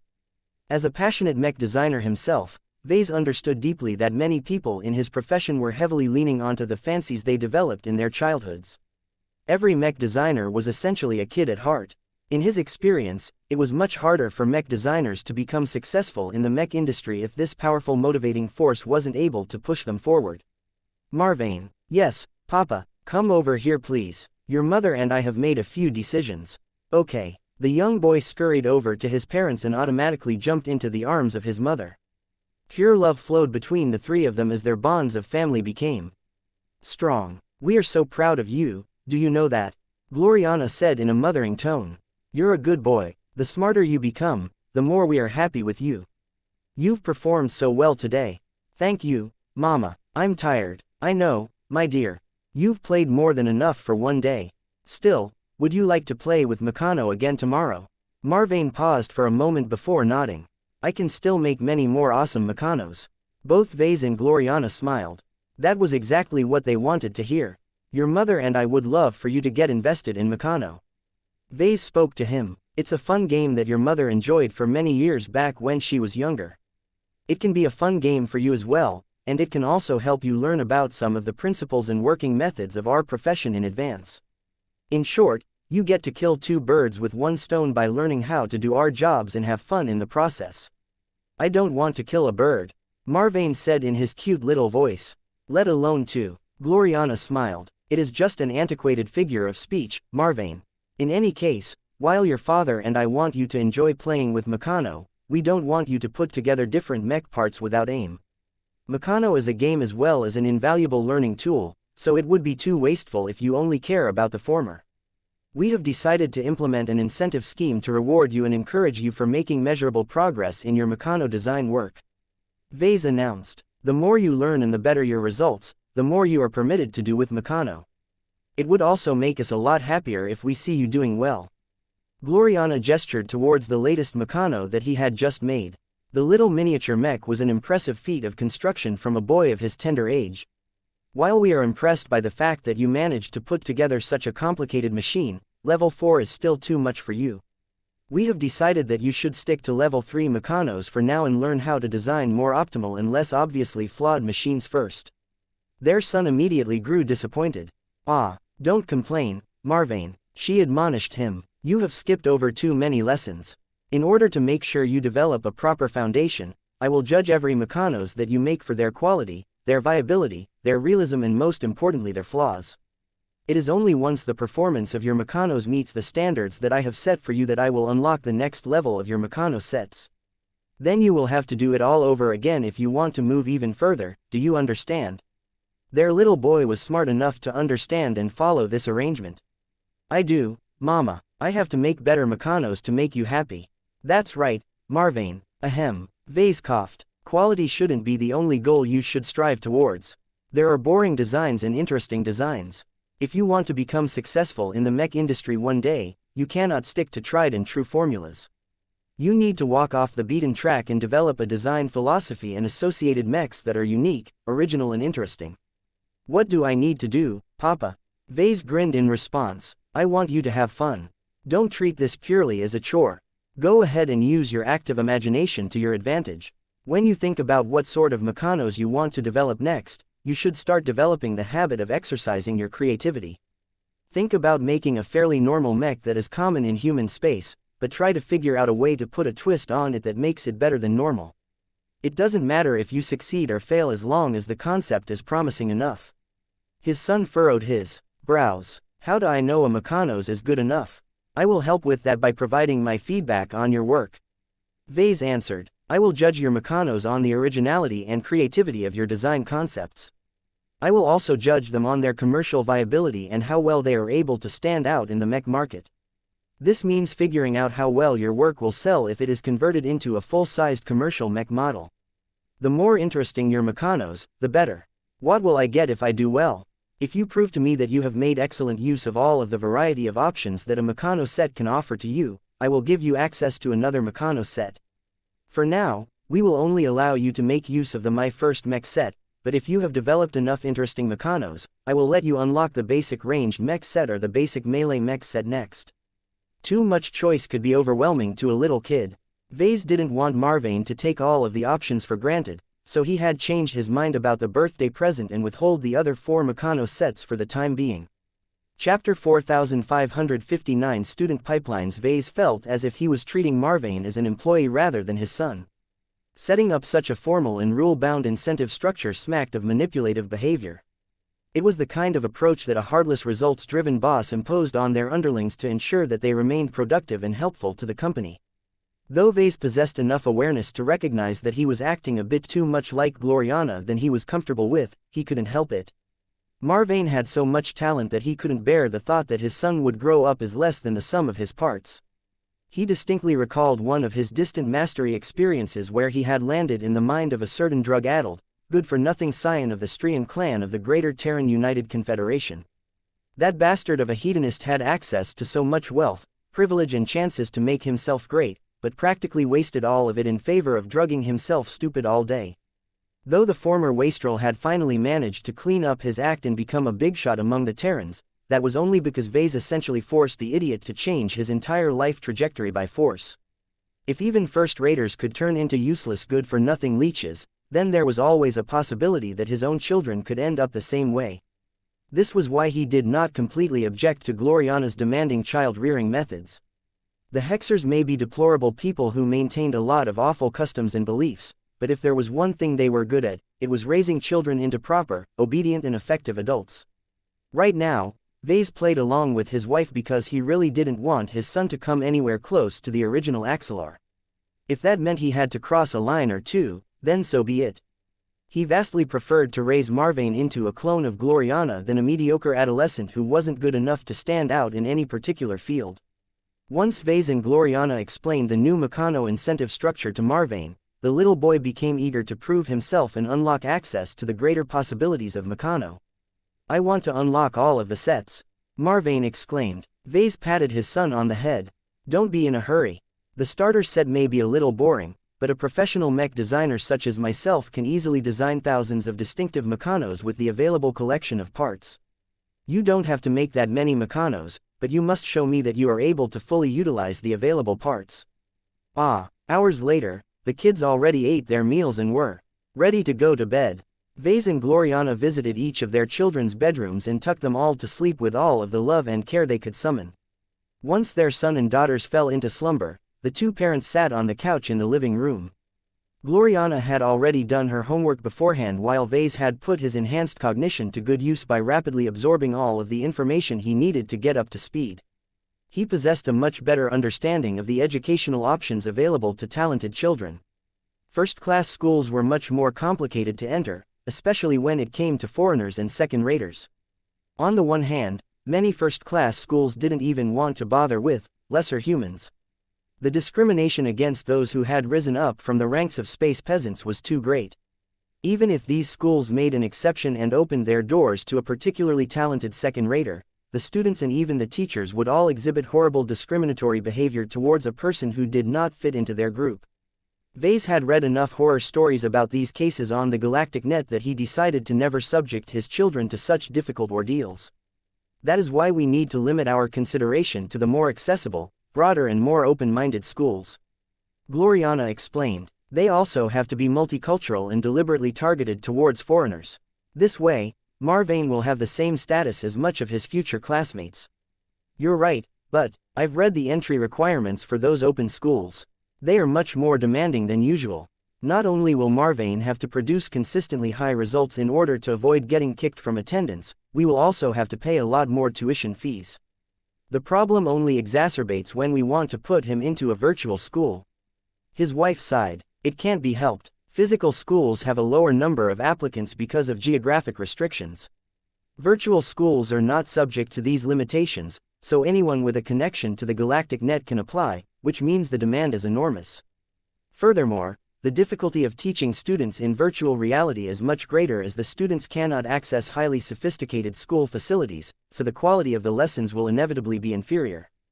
Parents who wanted to enroll their kids to a virtual school had to make many trade-offs in order to take advantage of this single convenience. There were downsides to the virtual school as well. There was always a sense of physical detachment. The pupils never set foot onto the physical grounds of the education institution in person. They never even met any of their classmates in real life. This meant that once they graduated, they often went their separate ways. The friendships and alumni networks of these virtual schools were simply inadequate compared to their equivalents at physical institutions. The fact of the matter was that Vase and Gloriana could give Marvane much better career opportunities if they enrolled him into a reputable first-class school in the Zelmer Upper Zone. They had even looked up a few that were both open to foreigners and happy to enroll a young genius like Marvane. They never seriously considered this matter, though. Marvane is family. Our family, Vase emphasized. What is the point of having a son and becoming a parent when I don't even get to experience the joys and difficulties of fatherhood? This is an essential part to any person's life and I will not give it up in the name of expediency.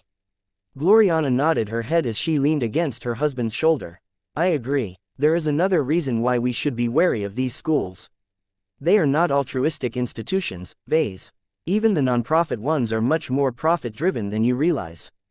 They merely count wealth in how many alumni they have managed to turn into their unwitting servants rather than cold hard cash. The greater their networks, the greater their influence and power.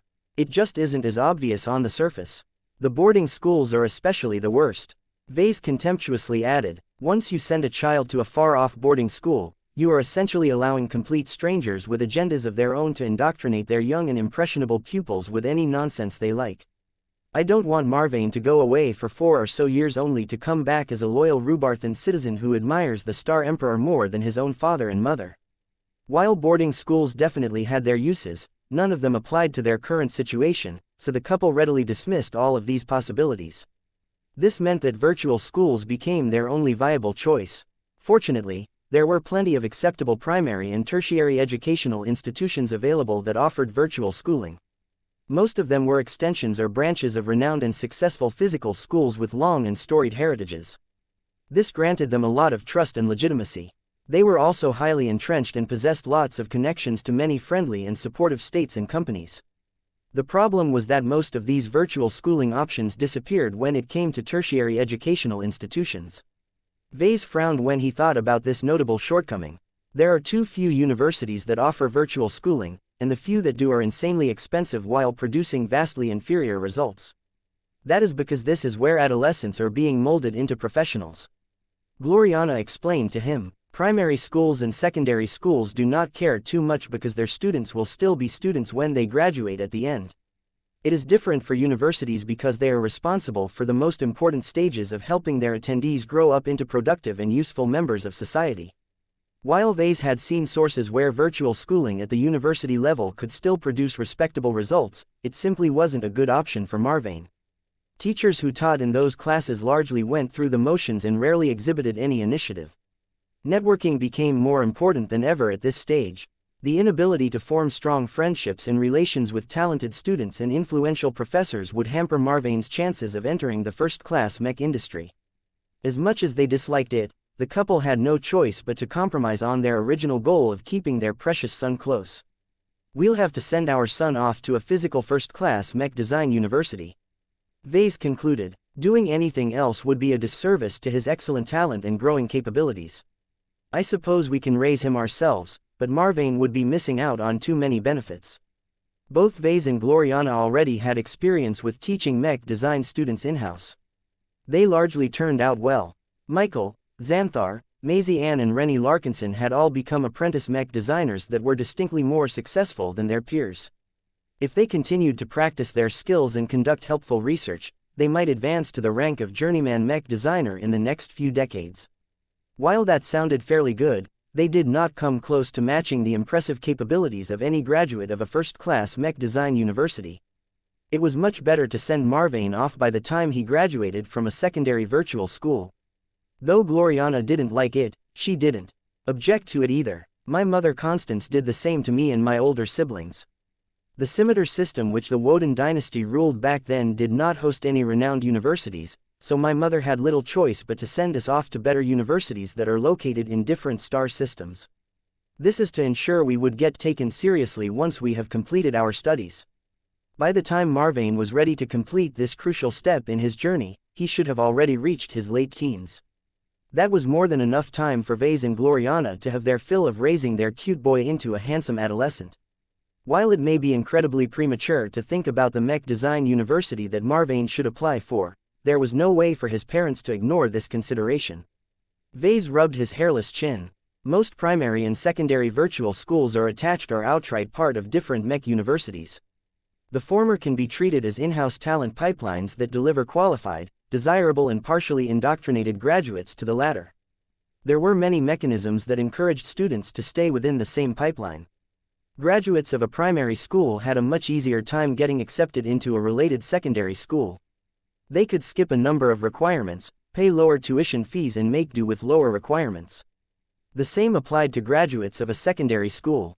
They could get into a related university a lot easier than normal. The most high-performing ones could even enter any educational program they wanted without needing to pass any entrance exams. The latter benefit was a crucial variable to Vase and Gloriana because the entrance exams of any reputable first-class mech design university was insanely difficult. Although I trust our son to be intelligent enough to pass any entrance exam, he can't do much against the informal barriers to entry. Gloriana said in a measured tone. If we want to ease his difficulties as much as possible, then we should select an entire pipeline instead of a single primary virtual school. There were a lot of choices. Many of them came with massive implications, so it was not easy for Vase and Gloriana to make up their mind. Chapter 4560 Open schools. Since the amount of choice was too much, Vase thought it was useful to narrow down the list. The first decision we need to make is whether we want to enroll Marvane into a Terran or Rubarthan line of schools. Say what you want about those two groups, they are still superior to the educational institutions of lesser, first-rate states. Even first-raters weren't all the same. It used to be irrelevant to make this distinction in the past because Vase was still far away from reaching this level. Yet now that their son had a chance to enter a first-class education track right from the beginning, it became a lot more acute for Vase to learn the hierarchy and general relations of different first-rate states. A simple analysis of this large and diverse collection of first-rate states reminded Vase of the old situation of the Komodo star sector. The Greater Terran United Confederation and the new Rubarth Empire roughly corresponded to the Friday Coalition and the Hexadric Hegemony. The two states dominated their neighborhood to the point that all of the other states could not go around the behemoths. Every other first-rate state was essentially the equivalent of a third-rate state in the Komodo star sector. There was a huge difference between attending a school in the Bright Republic and attending a school in the Friday Coalition. While the differences became less pronounced among first-rate states, there were still noticeable differences between the schooling offered by the first-rate superstates and the more normal first-rate states such as the Yarman Republic. It was difficult for Vase and Gloriana to decide whether they wanted their son to attend the best possible schools at the cost of exposing their boy to the powerful indoctrination of the Terrans and Rubarthans. The first-rate superstates are incredibly proud. Vase grimaced. Both of them used to dominate human civilization, and they still retained the same amount of pride they had before the Big Two kicked them down a notch. The effectiveness of their brainwashing is several times better than that of weaker first-rate states. At least the citizens of the latter are realistic enough to recognize that they are not the best humans in existence. Although Gloriana acknowledged this very real danger, she found it difficult to pass on the opportunity to give their baby access to the most prosperous and advanced mech industries outside of the MTA.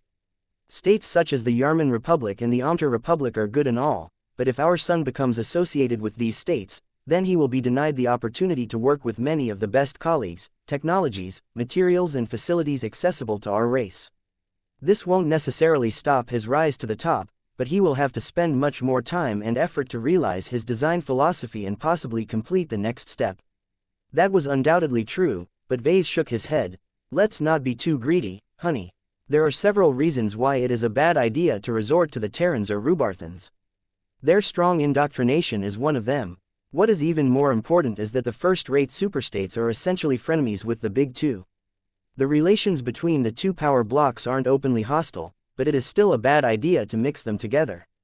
I don't know if you have noticed, but we are firmly in the camp of the MTA. I am actively cooperating with the Mechers on several ongoing research initiatives. While it was true that every mech designer had to develop an amiable relationship with the MTA, Vase took it a step further and cooperated with a couple of its factions. This made it quite unwise to send Marvain to a Terran or Rubarthan school. Who knew how the Terrans or the Rubarthans would take advantage of this situation to encourage Vase to distance himself from the MTA? The Mechers also wouldn't be pleased when they learned that one of their more important associates essentially sent a child to the opposite camp. The Larkinson clan is technically a part of the Red Ocean Union. Vase added, this doesn't mean much so far, but once the Terran Alliance and the Rubarthan Pact go to war against each other, we can easily get dragged into a mess outside of our will. It might even be more awkward if the Red Ocean Union enters the war as well. His wife looked skeptical. Surely the Terrans and the Rubarthans won't declare war against each other.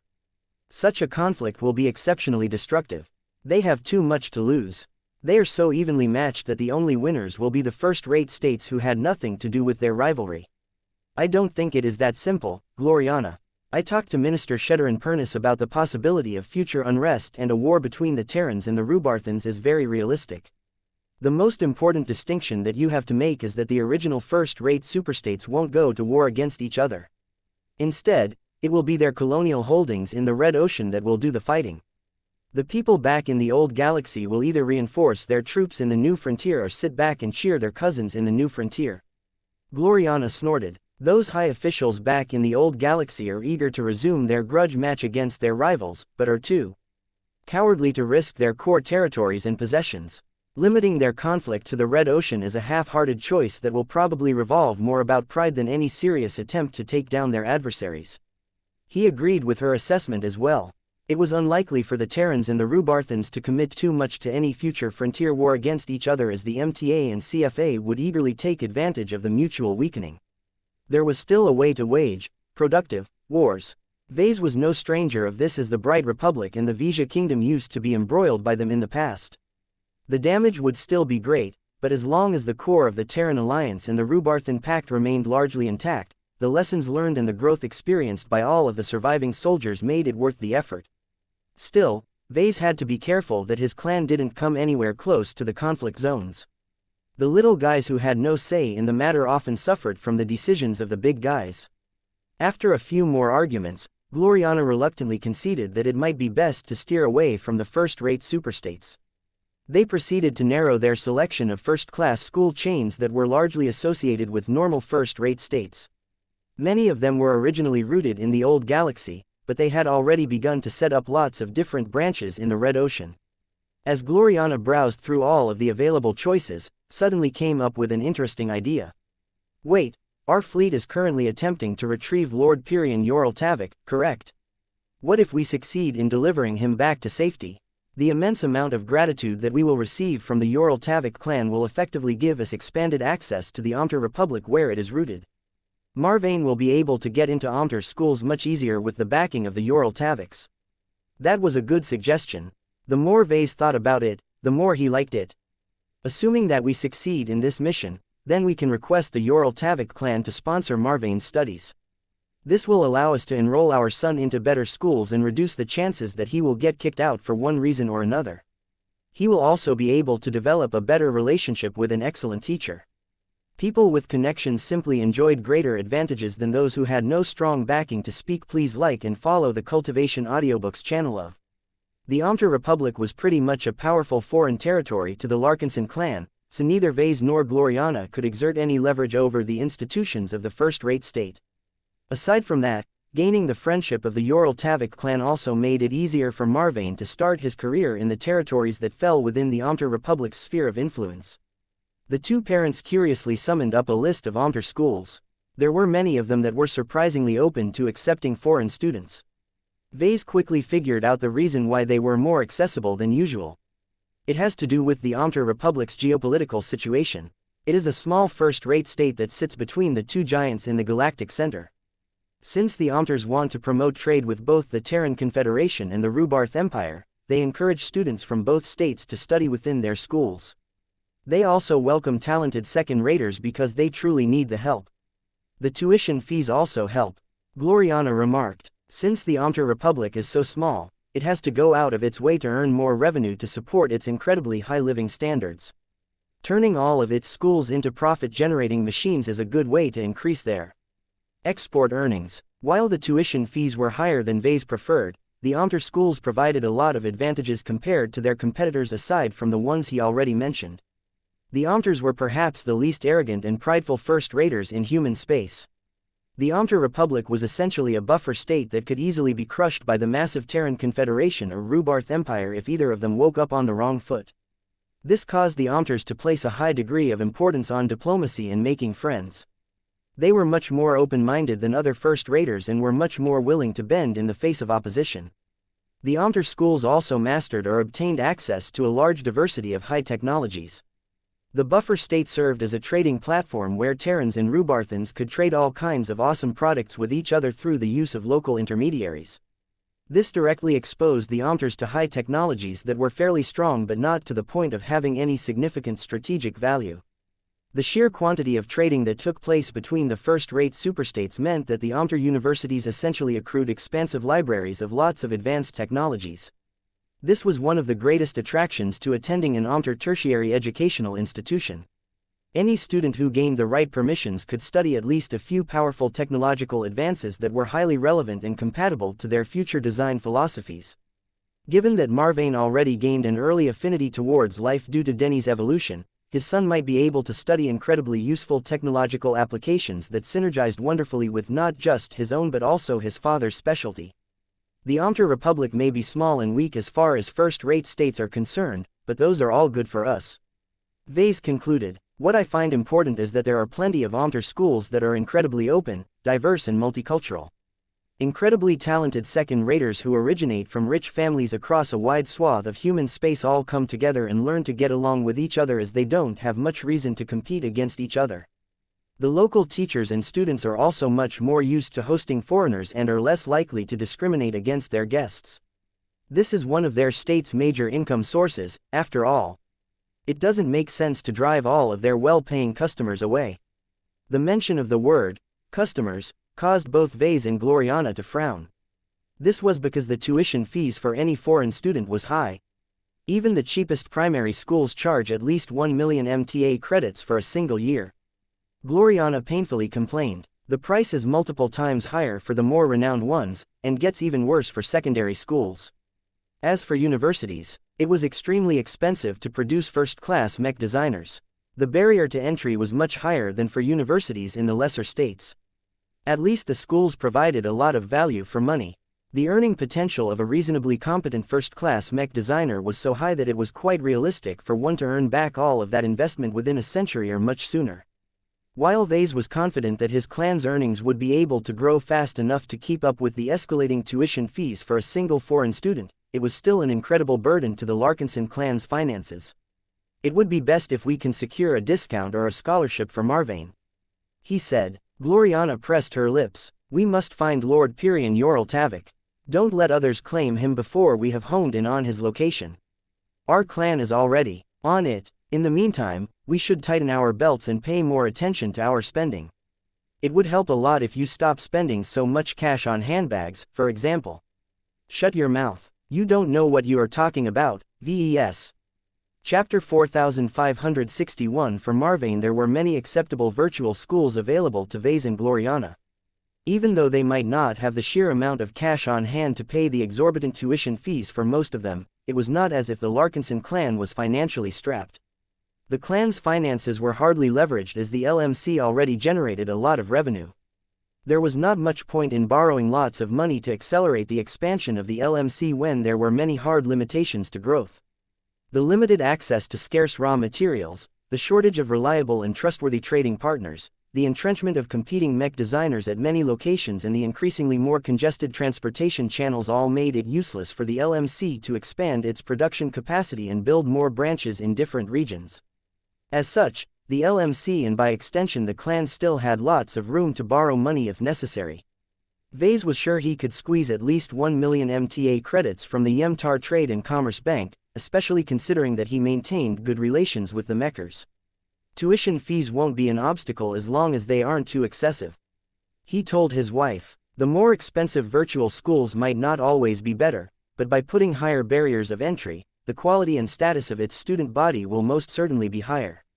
This granted Marvane greater opportunities to befriend classmates who would likely become big shots in the future. Of course, the intimacy between friends who had never met each other in reality was limited, so Vase did not put too much stock in this dynamic. "We still have time to send an application for Marvane," Gloriana said as she ceased her search. "It is better for us to wait for the outcome of your search for the missing Yoral Tavik scion before we commit to a choice. The Black Cats can also use this time to dig into the backgrounds of all of these school chains. There should be much more information and secrets around them that can't be found through a quick search on the galactic net." Having attended similar schools in the past, each one that caters to the upper echelon of a society are heavily entangled into existing alliances, factions, ideologies and so on. A single choice can literally determine Marvane's future. That sounded even more serious than Vase thought. His wife was right. As far as the rich and powerful were concerned, people were never too young to pursue their ambitions. A lot of children had already been taught to network, scheme and plot their way to success by their parents. Vase should know, as Gloriana had taken a similar approach to Aurelia.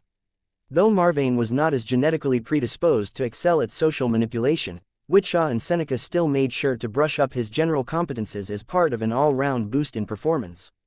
Besides, it shouldn't really matter if Marvane couldn't keep up with all of the scheming. Being good at making friends certainly helped a mech designer out, but at the end of the day their value was solely measured by their ability to design mechs. So long as Marvane was able to stand out in his capacity to learn complicated scientific subjects as well as his ability to design excellent mechanos, he would definitely become a popular fellow while attending school.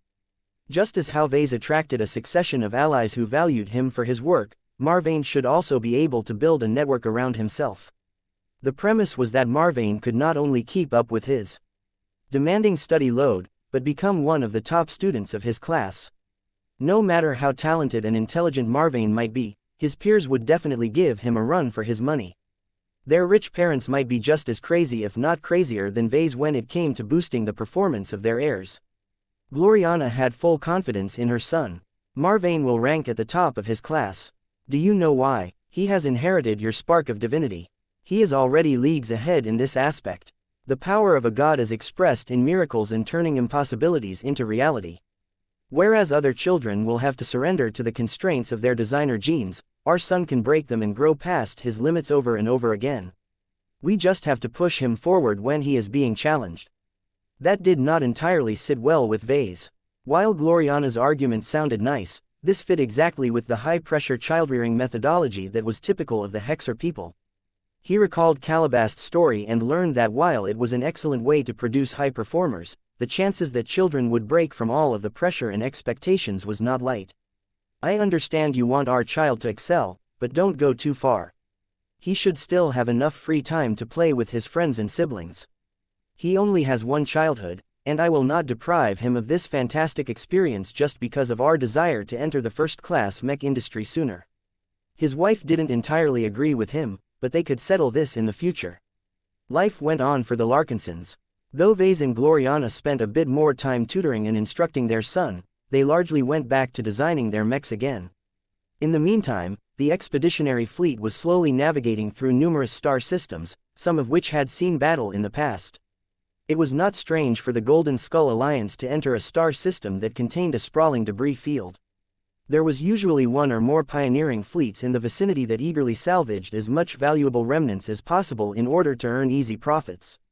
The expeditionary fleet decided to stay far away from this activity. Many of the cargo hulls of the Golden Skull Alliance were already full with the alien plunder they had accrued after the conclusion of the Battle of the Borean Belt. There was no reason to be greedy and compete against threatening pioneering groups for redundant loot. What concerned Vase increasingly more was the movement and positioning of rival forces near the probable coordinates of where Lord Pyrion Yoral Tavik might be hunkering at this time. Enough time had passed for the Larkinsons to develop a more precise idea where the failed pioneer could be found. Director Calabast took in all of the available clues and information and came to Vase to present her findings. Quote, "We have persistently requested Ilvain to give us a direction to our mission objective aftering a new star system. Since we are not traveling forward in a straight line, this means that we can create a bunch of different cones that vaguely point in the same direction. Since Ilvain's predictions become more precise as we are getting closer to our goal, the newer cones should be narrower, which helps with cutting down the possible destinations." She waved her hand, causing a familiar star map of the border region to be projected above their heads. Several different cones and arrows appeared on the map. Each of them originated from a different star system and all pointed forward. Vase didn't need to employ any math to see that all of the arrows and cones increasingly honed in on a specific star system. He narrowed his eyes. The light dot that represented this particular site was so small and dim that it was easy to overlook it entirely. "Is that a brown dwarf system?" "It is." Calabast nodded. "There are few better places to hide from enemy pursuit. Brown dwarf systems are fairly common but are almost universally regarded as useless. Their failed stars do not generate enough energy to sustain life and they are too small and weak to form planets, let alone concentrate enough valuable exotic materials. The star systems themselves are relatively cold, dark and depressing places. Standard FTL drives also have a lot of difficulty navigating to them unless they are already in an adjacent star system, though I should remind you that native warp drives do not have the same problem." Vase rubbed his hairless chin in thought. It doesn't make much sense. The original alien warships that destroyed his pioneering fleet shouldn't have that much trouble with navigating to this brown dwarf system.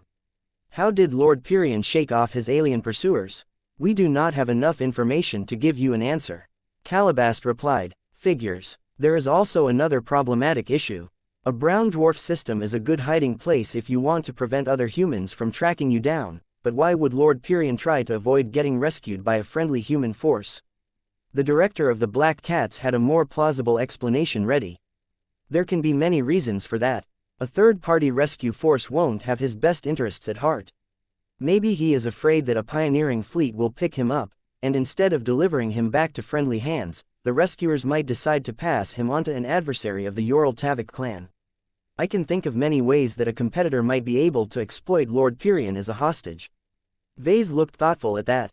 Have the competitors of the Ural Tavik clan issued their own bounties? They did. Calabast nodded. You can't find them on any open channels. They won't be that blatant about it, but everyone who is a part of the scene knows what is truly going on. Situations like these can't be avoided. It is one of the reasons why the Ural Tavik clan is truly sincere about showering the rescuers of their missing scion with generous rewards. Being too perfunctory about it will just drive pioneers to take their business elsewhere. The immediate benefits promised by these competitors turned out to be even greater and more concrete than any promises made by the Ural Taviks. The boosted rewards ranged from more MTA credits to a greater batch of first-class exotics. One secretive group even promised to gift an entire first-class multipurpose mech, and not a shabby one either. Vase wasn't tempted. It's always dangerous to do business with snakes that are all too ready to play dirty, he said as he crossed his arms. Besides, our clan has built a reputation centered around honor and integrity. It will be difficult for our clansmen and any outsiders to accept the fact that we are facilitating an evil kidnapping scheme. To be honest, Vase really wanted to get his hands on a working first-class multipurpose mech. The high technologies stuffed inside such a machine had an incredible amount of reference value to him. He could also gather first-hand information on the design paradigms of first-class mech designs. However, using it was a lot more problematic.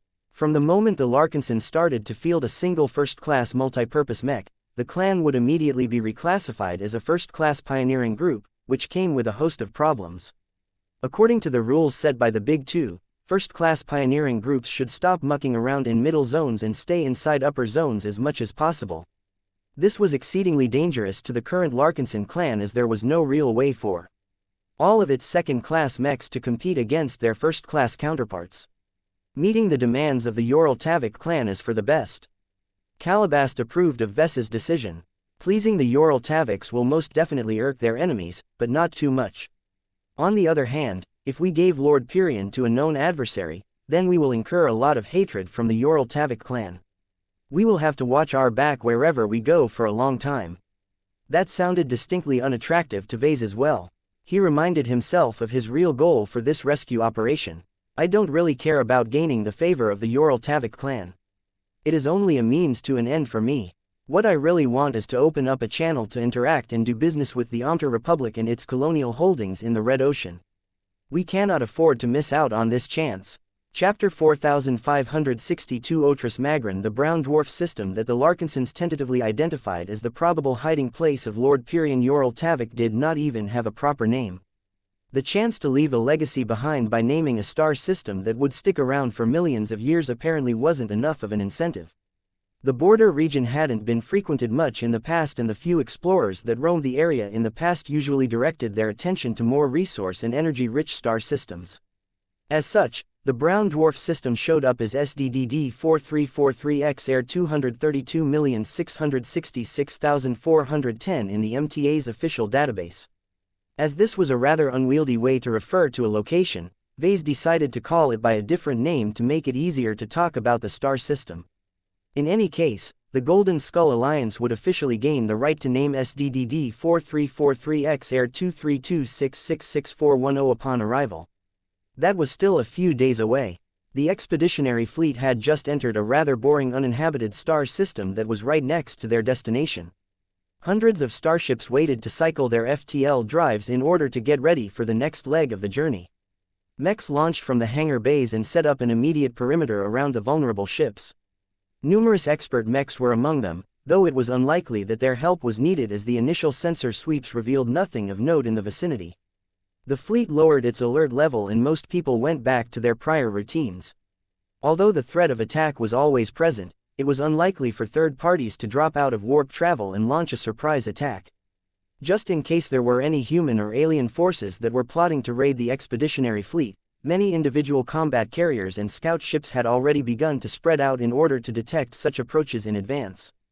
Although there was no particular reason to be more afraid than before, Vase couldn't help but grow nervous. The Golden Scullers had come incredibly close to the probable location of the missing first-class scion. If the Larkinsons had a way to find Lord Pyrion Ural Tavik, then it was possible that other powerful groups might have their own ways of making the same determination. Vase and everyone else depended heavily on collecting intelligence to identify possible threats and competitors in advance. It was unacceptable for the expeditionary fleet to get blindsided once again.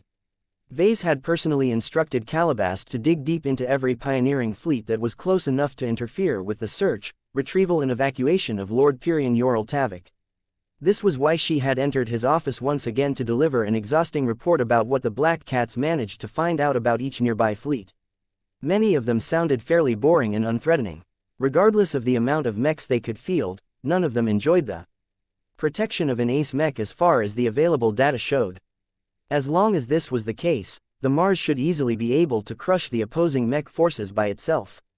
The ace mech was just that powerful. That still left a number of fleets that most likely had an ace mech at their disposal.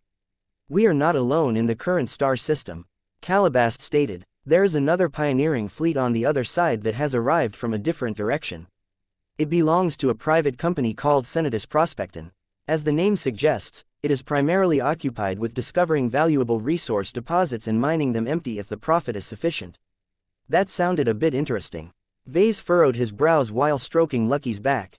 Ordinary prospecting and mining fleets generally try to stay out of hotspots. Getting into fights with other pioneers is bad for business. That is not always the case. Calabast smirked. Danger just means less competition to these mining companies. There is a lot of profit to be made in this border region. As long as their fleets have enough muscle, then they can guarantee enough safety to go about their day without interference. It is not as if most rivals have much interest in raiding a mining fleet. That sounded about right, but Vase found it incredibly odd that a powerful mining fleet had roamed all the way out here. There shouldn't be anything too interesting in the surrounding star systems. Do you think that these guys are out here in order to find a hidden pocket of phase water or something? Vase asked in a deceptively light tone. I wouldn't call your attention to this fleet if I thought it was harmless. Calabast replied with a shrug. There are several points that have set off warnings within my department. The most important concern is that Senatus Prospecting is not just a boring mining company. It is founded by a pioneer and gentleman called Otris Magrin. Who is this fellow? He's a self-made businessman, just like you. The difference is that he's not a mech designer or an inventor. He is just good at attracting investors and taking advantage of fleeting business opportunities. From what we have learned from third-party sources, Mr. Magrin is a cutthroat businessman who doesn't hesitate to drive hard bargains, coerce other parties into signing unfavorable deals and leave his trading partners out to dry when they no longer have any use. While he has made a lot of risky bets, he won more often than he lost, and this was why he has managed to fund the formation of a fairly powerful pioneering fleet. This guy certainly possessed a colorful background. Vase grew intrigued and pulled up the man's record. He's from the Galactic Rim like us. Figures. Everyone who originates from the Galactic Rim tends to be scrappier than other people. We do have a reputation for seeking the limits more often than those who originate from the Galactic Heartland and the Galactic Center. Pioneers who came from the more prosperous regions of the old galaxy could usually count on greater support from back home, but that also made them a lot less daring and willing to take risks. Vase appreciated a man like Mr. Magrin. There were enough similarities for Vase to respect and understand the businessman's perspective. Wait, he suddenly said, if Otris Magrin is an unscrupulous businessman, then how has he managed to retain the services of an ace pilot? That ace pilot is one of his sons. Oh, Otris Magrin was actually a lot older than the typical pioneer in the Red Ocean. Most people that sought to find new opportunities in the new frontier tended to be ambitious people who were generally less than a century old. They were not entrenched in the old galaxy and chafed at the restrictions of the rigid society and structures that prevented them from moving upwards. A man of Otris Magrin's caliber already enjoyed considerable success in his home star sector in the Galactic Rim. Perhaps the man still encountered plenty of hindrances over there, but he would have probably continued to do well if he stayed in his own neighborhood. Then again, this man did not look or behave like a typical man that was over 250 years old. The intelligence collected by the Black Cats plenty of highlights about Mr. Magrin and his forces. The fleet that belonged to Senatus Prospecting had been in its fair share of fights. In some cases, it took the initiative to attack rival fleets in order to lay claim to a profitable resource point. In other cases, it had to beat off attacks because it had advanced where it didn't belong. All of these descriptions sounded awfully familiar to Vase. The Senatus Prospecting fleet was much like his own expeditionary fleet, but it was even more aggressive about taking advantage of profitable opportunities.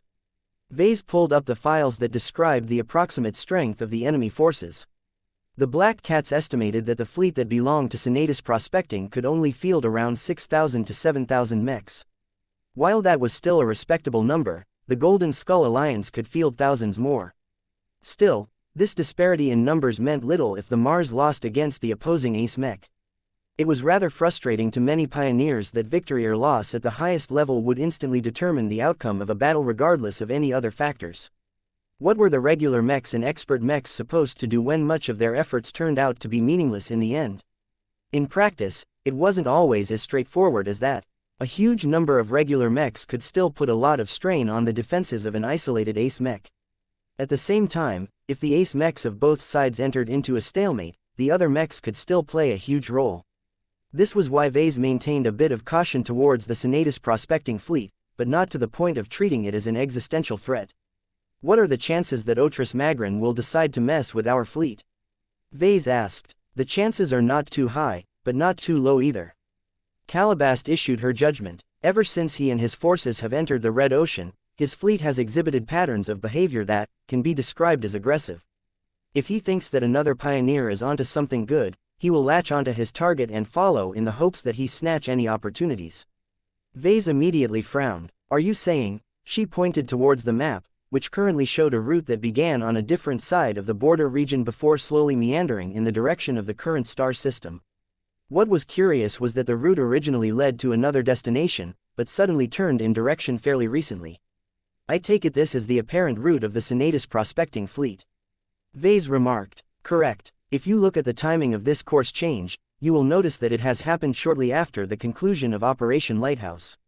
We along with several other pioneering groups have defeated a major alien force and plundered a rich amount of spoils. Though we have all taken the initiative to keep this matter confidential, it is impossible to maintain complete secrecy when so many different people were involved in the attack on the Palace of Shame. If Otris Magran somehow learned about what went on in the Borean system, then he should have definitely taken note of the participants. Vase stopped with stroking Lucky's back. Okay, I think I know what is going on now. This is a vulture fleet, right? We presume so. This vulture just happens to have set its sights on our fleet. Vultures love to follow around forces that have already proven to be successful in their previous endeavors. Considering our short but illustrious record, we are probably treated as prime targets. At least Mr. Magran has good eyesight. Vulture fleets were groups of ships that usually didn't have the courage to confront targets head-on. Instead, the vultures waited until their prey got into a fight or suffered an accident that caused significant damage. That was when the vultures would swoop in and finish off their wounded and exhausted prey. There were many times where the expeditionary fleet had suffered so much during a battle that it had fallen into a period of weakness for many days. It was anything but simple to recover from a large-scale engagement. If a vulture struck the Golden Skull Alliance when many mechs and expert mechs were either destroyed or heavily damaged, then it was doubtful that the Larkinsons and their allies could muster more than 40% of their peak combat power. In that regard, the 6,000 to 7,000 mechs of the Senatus Prospecting fleet sounded a lot more threatening than before. We need to discourage this vulture fleet from pursuing us. Vase stated. That is not going to be easy, Vase. As long as we try to talk with Otris Magran, he will know that we are nervous about his fleet. It will be easy to deduce that we don't want his forces to be around because we are about to engage in a lucrative activity. There is not much we can do to scare him away. Intimidations and warnings will make him more suspicious. Turning away from his fleet will be seen as a sign of weakness or submission. Ignoring him entirely will give the impression that we are scared of his interference. In fact, pretty much anything we do will give the man a reason to believe that it is worthwhile to follow us around. Chapter 4563 Vulture Fleet. As Vase dove deeper into the details of Senatus Prospecting and its ignomous boss, he became more wary of the other pioneering fleet that just happened to be relaxing in the same star system at the moment. Despite the name of the company, Senatus hasn't done a lot of actual prospecting and mining.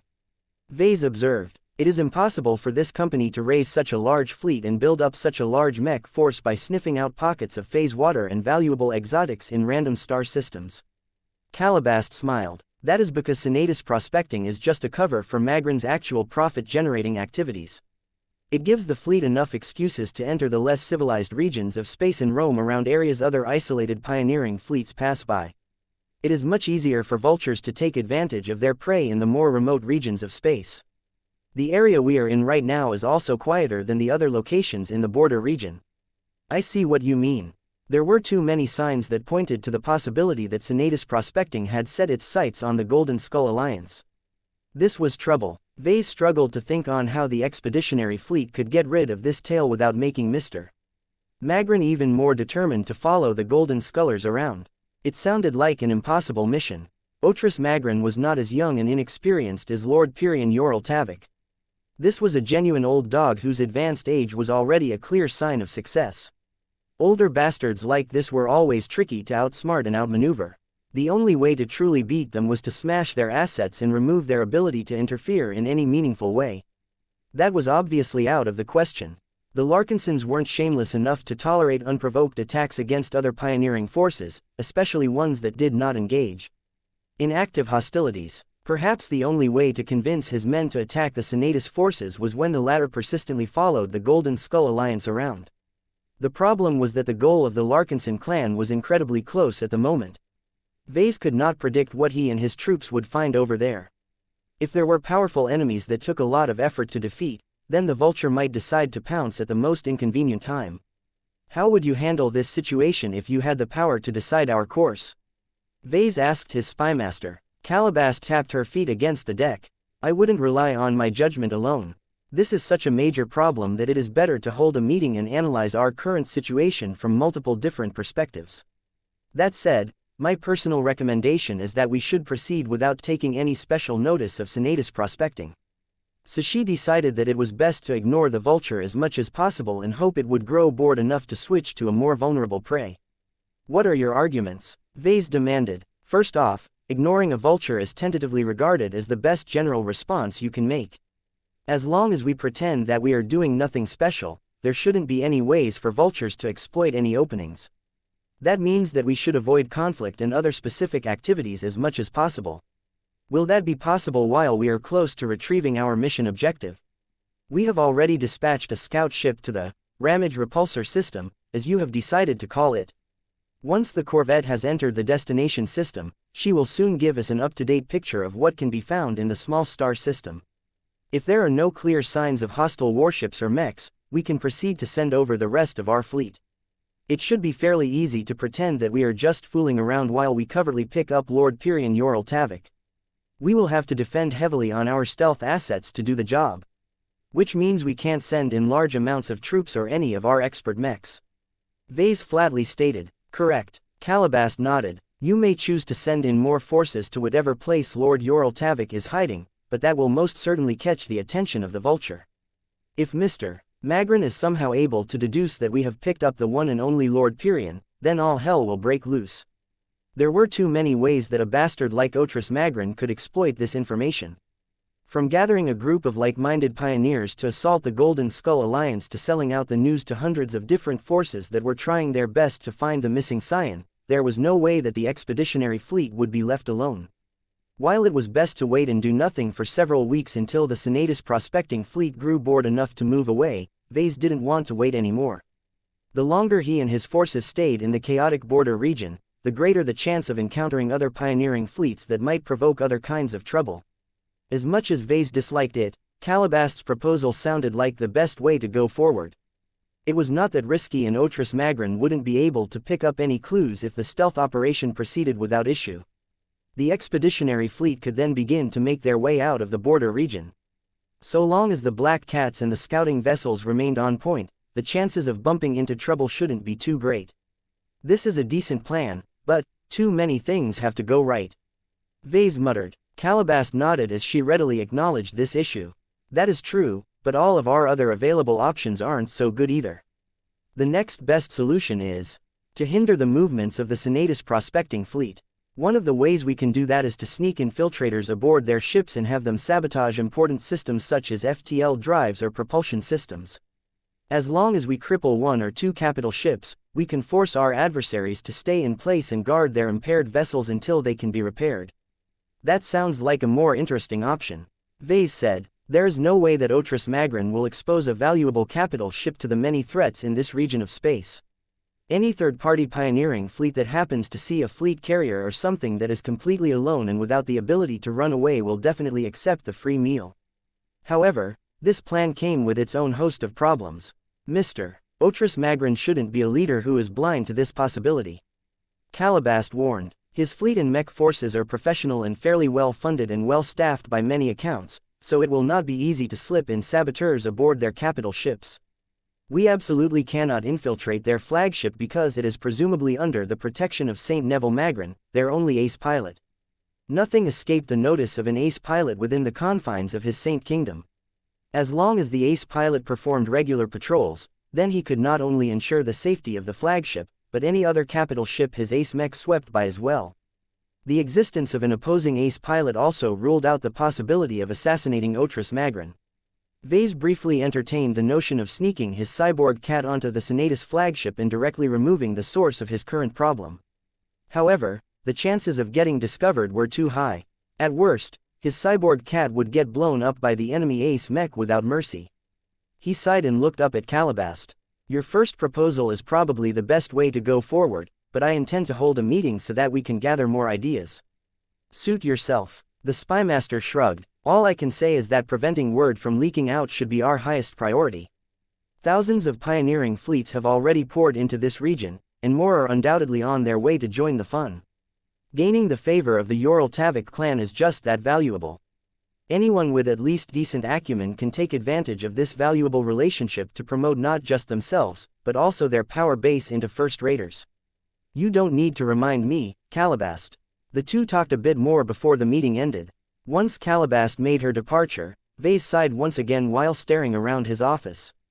It had become a bit more impressive after he added a few trophies from the latest battle. The prosperity tree was still doing well, but that meant nothing. Meow. Lucky demanded Ves's attention again now that the office became quiet again. Are you hungry again, Lucky? Meow meow. You just ate a lot of alien metals a while ago. Is there even space left in your tummy? Meow meow meow. Okay, let me see what I have. Vase opened up a drawer and picked up a spare chunk of ore that he had on hand for situations like these. He was just about to throw it to his cat before he suddenly developed a wicked idea. A grin appeared on his face as he dangled the fairly precious chunk of ore in front of Lucky's green eyes. Meow. The cat already began to salivate. Just as Vase was about to toss the rocky snack to his first cat, he abruptly swung his hand the other way and popped the chunk of ore into his mouth. Meow. Lucky jumped into the air in alarm as he saw that Vase was biting something that was decidedly not edible with his teeth. What surprised the gem cat even more was that Ves's teeth didn't break from eating such a hard substance. Somehow, Vase managed to break up the hard ore with the force of his jaw and the strength of his unnaturally hard teeth. Hard crunching noises filled up the office as crumbs of rocky and metallic materials dropped onto his uniform before sliding down onto the deck. Meow. As Vase finally steadily swallowed his exotic snack, Lucky looked as if he was half convinced that he was still dreaming. The cat even rubbed his optical sensors with his front paws in order to make sure they weren't foggy or anything. It finally dawned on Lucky what just took place. Vase stole his meal. The damn human not only gained the capability to eat the same food as him, but also had the temerity to deprive the rightful cat from filling up the void in his tummy. Meow. Calm down, Lucky. Meow meow meow. Oh, come on. There are still lots of snacks on this ship that you can munch on. I'll grab a pile for you later. Meow. Oh, no, I'm not about to replace you or anything. I just went through a transformation process that has enabled me to absorb metal substances so that I can use it to reinforce my body and produce ammunition for my foot. Quote. The point is that I don't have a high demand for metallic exotics. Vase explained to his cat. My body doesn't have a pocket space like yours, and it can't convert all of these materials into a lot of useful upgrades either. I'm not a gem cat. You are. I'm just an evolved human that is still largely biological in nature. Is that enough? Meow. Though Lucky obviously wasn't happy for being pranked, he accepted the explanation. The cat petulant landed on top of Ves's head and vowed to stick close until he received a rich meal as compensation for all of the emotional damages he suffered. Meow meow. Lucky impatiently smacked his tail against the rear of Ves's head. I know. Can you be a little more patient? I will go down the vault and pick up a metal from our strategic materials reserve. Will that be enough? Meow. Chapter 4564 The Unrelenting. The meetings didn't help. Everyone had different ideas about Senatus prospecting and its notorious leader, yet all of the analysis and guesswork could not bring them closer to a solid solution. As the starships of the expeditionary fleet came closer to completing the cycling process of their FTL drives, the time to make a decision loomed behind everyone's backs. I don't see why we are dilly-dallying around. Patriarch Reginald crossed his arms in the virtual meeting room. Just go ahead and attack the opposing fleet. Everything I've read about Otris Magrin makes me believe he is a Cretan. There is a 99% chance that this guy will instruct his fleet to follow us into the next star system and hover behind our backs until he sees a chance to stab our kidneys. Rather than let the man have his way, we should destroy his fleet before he does the same to ours. Unacceptable. General Verl shook his head. We cannot recklessly engage in a confrontation against a fairly powerful fleet on our own. Our mechs and expert mechs may outnumber theirs, but the disparity in numbers is not too great. We can win, but we will incur medium to heavy damage depending on how the battle unfolds. Then there is your duel against Saint Neville Magrin. This will be another coin flip. We were fortunate enough that your previous duel against Saint Jeremiah Gage ended in our favor, but we have no guarantee that we can win the bet once again. I am not weak. The Cross-Patriarch angrily slammed his fists against the deck. I have proven myself in one ace mech duel and I will do so again. His Saint Kingdom exuded so much force and dominance that a part of its influence affected the attendees despite the virtual setting. General Verl pointedly did not look at Patriarch Reginald. Instead, he turned to the second most powerful figure of the Cross clan. Master Benedict Cortez, how would you judge a matchup between your Patriarch and the ace pilot that is watching over the Senatus prospecting fleet? The shrewd mech designer had already performed the necessary calculations and guesswork in advance. I judge that we have a 60% chance of winning this mech duel. This is based on the assumption that there is a level playing field and no external interference. Reginald turned to his own mech designer as if he had been betrayed. 60%? Are you serious, Benedict? You are underestimating me and my ace mech too much. Didn't you recently complete an update on the energy transmission systems of the Mars? Those are minor updates that I implemented because the Mars needed to undergo a minor overhaul after the Battle of the Borean Belt. They do not constitute a major upgrade. That is still years away from now.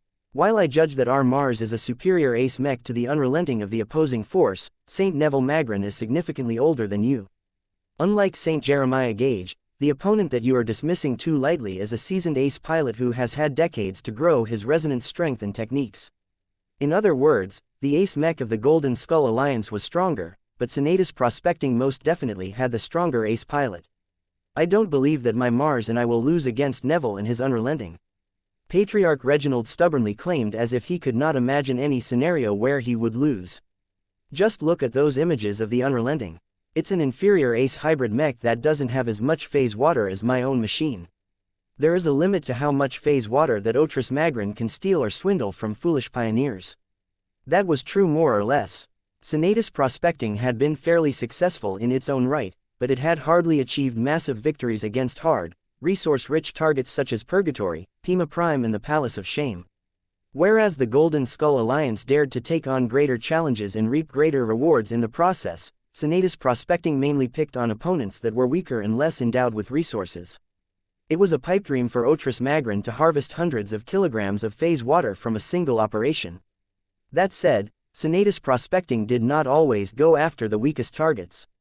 A big score like the expeditionary fleet that had obviously plundered a lot of resources from a former alien stronghold was an exceptionally juicy target at the moment.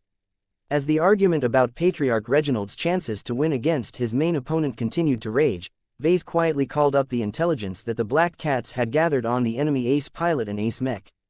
It was difficult to get a solid estimate on Saint Neville Magrin's strength and development, but he had probably become a strong junior ace pilot. There was a possibility that he had reached the standard of a senior ace pilot, but it was unlikely that this was the case.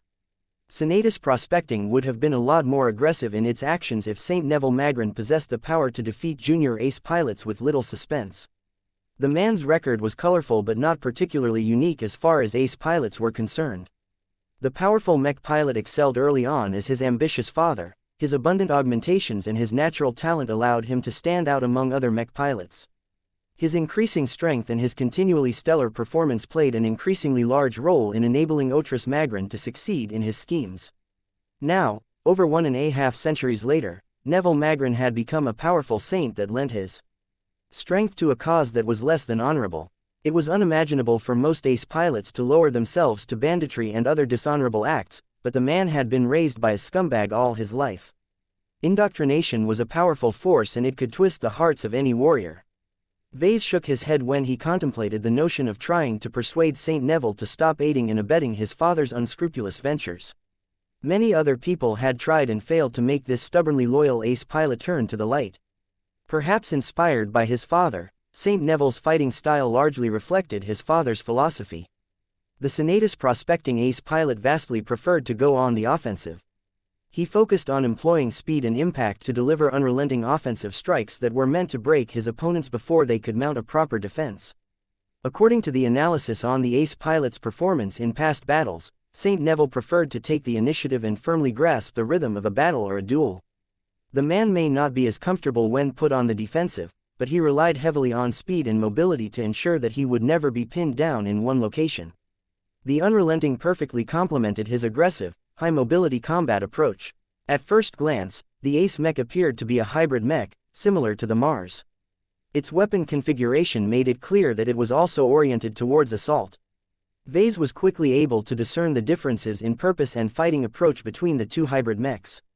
The Mars was a more balanced hybrid mech that happened to hit an excellent sweet spot that balanced out offensive, defense and mobility. It was not weak in any of these major areas and could compete adequately against most mechs at the same level. The Unrelenting was a more specialized and pronounced ace hybrid mech. Its armor system was not as strong and amazing as the Abassi's armor that made the Mars so resilient. This was not a surprise as it cost a lot of phase water to provide such an exaggerated level of damage resistance to a mech. Instead, the Unrelenting pursued a more economical route to victory, and that was by possessing respectable offensive power while piling as much advances to its mobility as possible. Unlike the Mars, the Unrelenting was much more geared towards short, high-impact engagements than more drawn-out slugfests where longevity was key. Its primary weapon was its lance. This allowed the Unrelenting to fight like a lancer mech, with devastating results. Saint Neville had a history of utilizing different expert mechs and ace mechs to pierce its lance through tough targets and utterly shattering them through overwhelming force. The threat of this lance was too great. Vase could easily guess that not even the Mars would be able to withstand a charge attack from the Unrelenting. If the Unrelenting was ever caught in a brawl where it had no opportunity to pull off any further charge attacks, then it switched to wielding a hammer that inflicted relatively slow but brutal impact strikes. The ace mech was also equipped with a round shield that offered additional defensive power. As for its ranged options, it mainly relied on its shoulder-mounted Gauss cannons to pound enemy mechs and starships at range. It also came equipped with a pair of wrist-mounted flamethrowers that allowed it to engulf close targets with damaging and destructive flames in a wide cone. Though the Unrelenting never exposed any weapon systems that were integrated into its torso itself, that did not necessarily mean that they were absent. Perhaps Saint Neville Magrin never encountered an opponent that was challenging enough to expose a trump card. Although Vase found it reasonable to assume that the Unrelenting had already filled up its capacity with too many features, he still could not discount the possibility that it was equipped with hidden chest-mounted weapon systems. Regardless, the offensive configuration of the Unrelenting made it clear that it heavily relied on physical weapons to vanquish its adversaries. This was quite a break from the Mars, which consistently relied on its Arceus system to flood enemy targets with sustained energy attacks. The weapon selection of the Unrelenting made a lot more sense when Vase examined its mobility. Its transphasic flight system was not inferior to the Pulsar V1 equipped on the Mars, yet that wasn't all. Vase could spot elements onto the frame of the Unrelenting that were usually found on light mechs. The Unrelenting's maneuverability in combat must be insane due to the addition of powerful and prominent maneuvering thrusters. It might not be too much of an exaggeration to claim that its maneuverability came close to that of an ace light mech. Of course, an authentic ace light skirmisher like the Jetta Sandovar was still significantly faster and more agile than the Unrelenting, but that was not important. The Golden Skull Alliance didn't field the Jetta Sandovar. All it had was the Mars, and while it was faster than any other expert mech, its mobility was only moderately above average when compared to other ace mechs. Vase was quite thankful that he had become a lot more exposed to different ace mechs. He was able to witness them in battle in person and collected useful data on all of these exquisite machines. He also had the opportunity to examine their frames or at least a part of their weapon systems up close. This granted him a much better understanding of Ace Mechs in general and allowed him to make an accurate assessment of the Unrelenting. For all of its hard-hitting weapons and amazing mobility, its defense couldn't keep up with the rest of its performance. As long as the Mars exhausted the Unrelenting Saint Kingdom and kept striking its relatively weak armor plating with accurate strikes from the Arceus system, the guardian of the Senatus prospecting fleet should fall. However, as Master Benedict Cortez had reminded everyone earlier, the strength and experience of Saint Neville Magrin should not be underestimated. Vase too couldn't imagine a scenario where the Mars would be able to crush the Unrelenting in a one-sided mech duel. He generally agreed with Master Benedict's estimate that Patriarch Reginald only had a 60% chance of winning against his opponent. Perhaps this figure was a little too optimistic because Saint Reginald couldn't stomach anything lower. Chapter 4565 Reinforcements from home. The strength of Neville Magrin and the Unrelenting was the chief reason why the Golden Skull Alliance struggled with the Senatus prospecting fleet. The suspected Vulture fleet was too strong to be ignored. Its threat towards the Larkinsons, Glory Seekers and Crossers meant that it was impossible for the expeditionary fleet to relax. For all of the talk and arguing during the meetings, the leaders came no close to agreeing on a single strategy. It was clear what the Cross clan wanted. Patriarch Reginald Cross was spoiling for another duel against an Ace Mech and he didn't care too much about the circumstances. Since Reginald supported a direct confrontation, that meant that the rest of his clan was also behind this extreme decision. The Larkinson clan preferred to ignore the Senatus prospecting fleet as much as possible. There was little profit to be gained from attacking a fairly powerful pioneering fleet and it was considered dishonorable to launch an unprovoked attack against another human force. We have already made enough enemies, General Verl argued. The last thing we should do is turn a possible opponent into a certain enemy by antagonizing Senatus prospecting with our actions. The Glory Seekers leaned towards the stance of the Larkinsons but preferred to be more proactive. They suggested that they should employ covert methods to inflict damage onto the target fleet. Marshal Ariadne Woden shook his head. I am sorry General Verl, but we do not agree with your passive approach. Senatus prospecting and its leader are anything but honorable and innocent. Their past record is replete with impropriety. Otris Magrin is a vile and deplorable brute with many victims to his name. Who is to say we won't be next? We must show him that we will not let him trample over us as easily as his previous targets. The best way to do this without triggering an all-out battle is to infiltrate enough ships and sabotage their FTL drives so that they will remain anchored to this location. That is too aggressive, Marshal. There is no way we can deny our involvement in such a strike if we somehow manage to pull it off. Otris Magrin will definitely set his sights on us and do everything in his power to retaliate. We only need to delay his fleet long enough for us to finish our business and depart from this border region. Marshal Ariadne calmly pointed out. The Red Ocean may be smaller than the Milky Way, but it is still enormous. The chances of encountering Senatus prospecting once again is minimal. All of this talk about sabotaging the starships of the opposing fleet sounded extremely difficult to Vase. There was no way that Senatus prospecting was incompetent in terms of internal security. Otris Magrin would have lost his forces a long time ago if they were vulnerable against infiltration and sabotage. While it was true that Saint Neville Magrin could not possibly prevent infiltrators from sneaking aboard every possible ship in the Senatus prospecting fleet, Vase was sure that the defenders prepared other countermeasures to catch infiltrators before they could do much damage. Vase turned to his spymaster. Director Calabast, are the Black Cats up to the task? The woman frowned. No, I suspect it will not go well. In the last few years, we have invested enormously into expanding our intelligence network and bolstering our information gathering abilities. If you want to obtain the inside details of Senatus prospecting, then we will be able to hand over a detailed report about much of this group's dirty dealings within the week. If you want us to sabotage their starships with infiltration teams, then I cannot guarantee success. My agents will do it if the necessity is great, but they will make great sacrifices in the process. This was less than ideal. Vase was disappointed by the lack of confidence from the Black Cats, but there was a limit to everything. It took a lot more effort to train an excellent infiltration force. Let us take responsibility for this operation. Marshal Ariadne Woden said, unlike your Black Cats, we have the support of an entire colonial state. The Hex Federation has provided us with new generation warp-capable stealth vessels that can deliver elite Diva commandos onboard the target ships. You of all people should know how effective they are, Calabast. As a former Diva agent, Calabast most certainly knew. She had been trying to raise the Black Cats to the standards of the intelligence agency that she used to work with in the past, and she had made a lot of progress over the years. However, it wasn't as if Diva stood still. The need for intelligence services only grew over time. The Hexers were surrounded by many different colonial states and pioneering forces now that they had relocated to the Megare Middle Zone. It was essential for them to develop a good understanding of all of their neighbors and ensure that none of them would have any reason to gang up on the Hex Federation.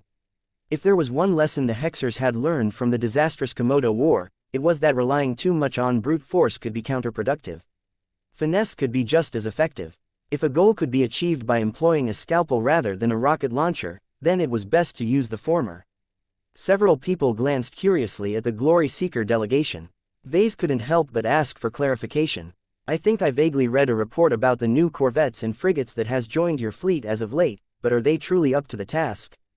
The Marshal maintained her confident expression. Those vessels are developed by the state institutions of the Hex Federation. They have incorporated the latest stealth systems developed by our state and are also equipped with warp drives that allow them to reach their targets sooner and quickly escape enemy pursuit if detected. These new stealth vessels were purpose-built for ambushes, infiltration and other forms of skullduggery. In a show of goodwill, Marshal Ariadne Woden shared a few more details about the expanded stealth strike capabilities of the Glory Seekers. It is no secret that we Glory Seekers have not done a good job at keeping up as our Golden Skull Alliance has continued to grow stronger and more significant. The Hexer leader frankly admitted.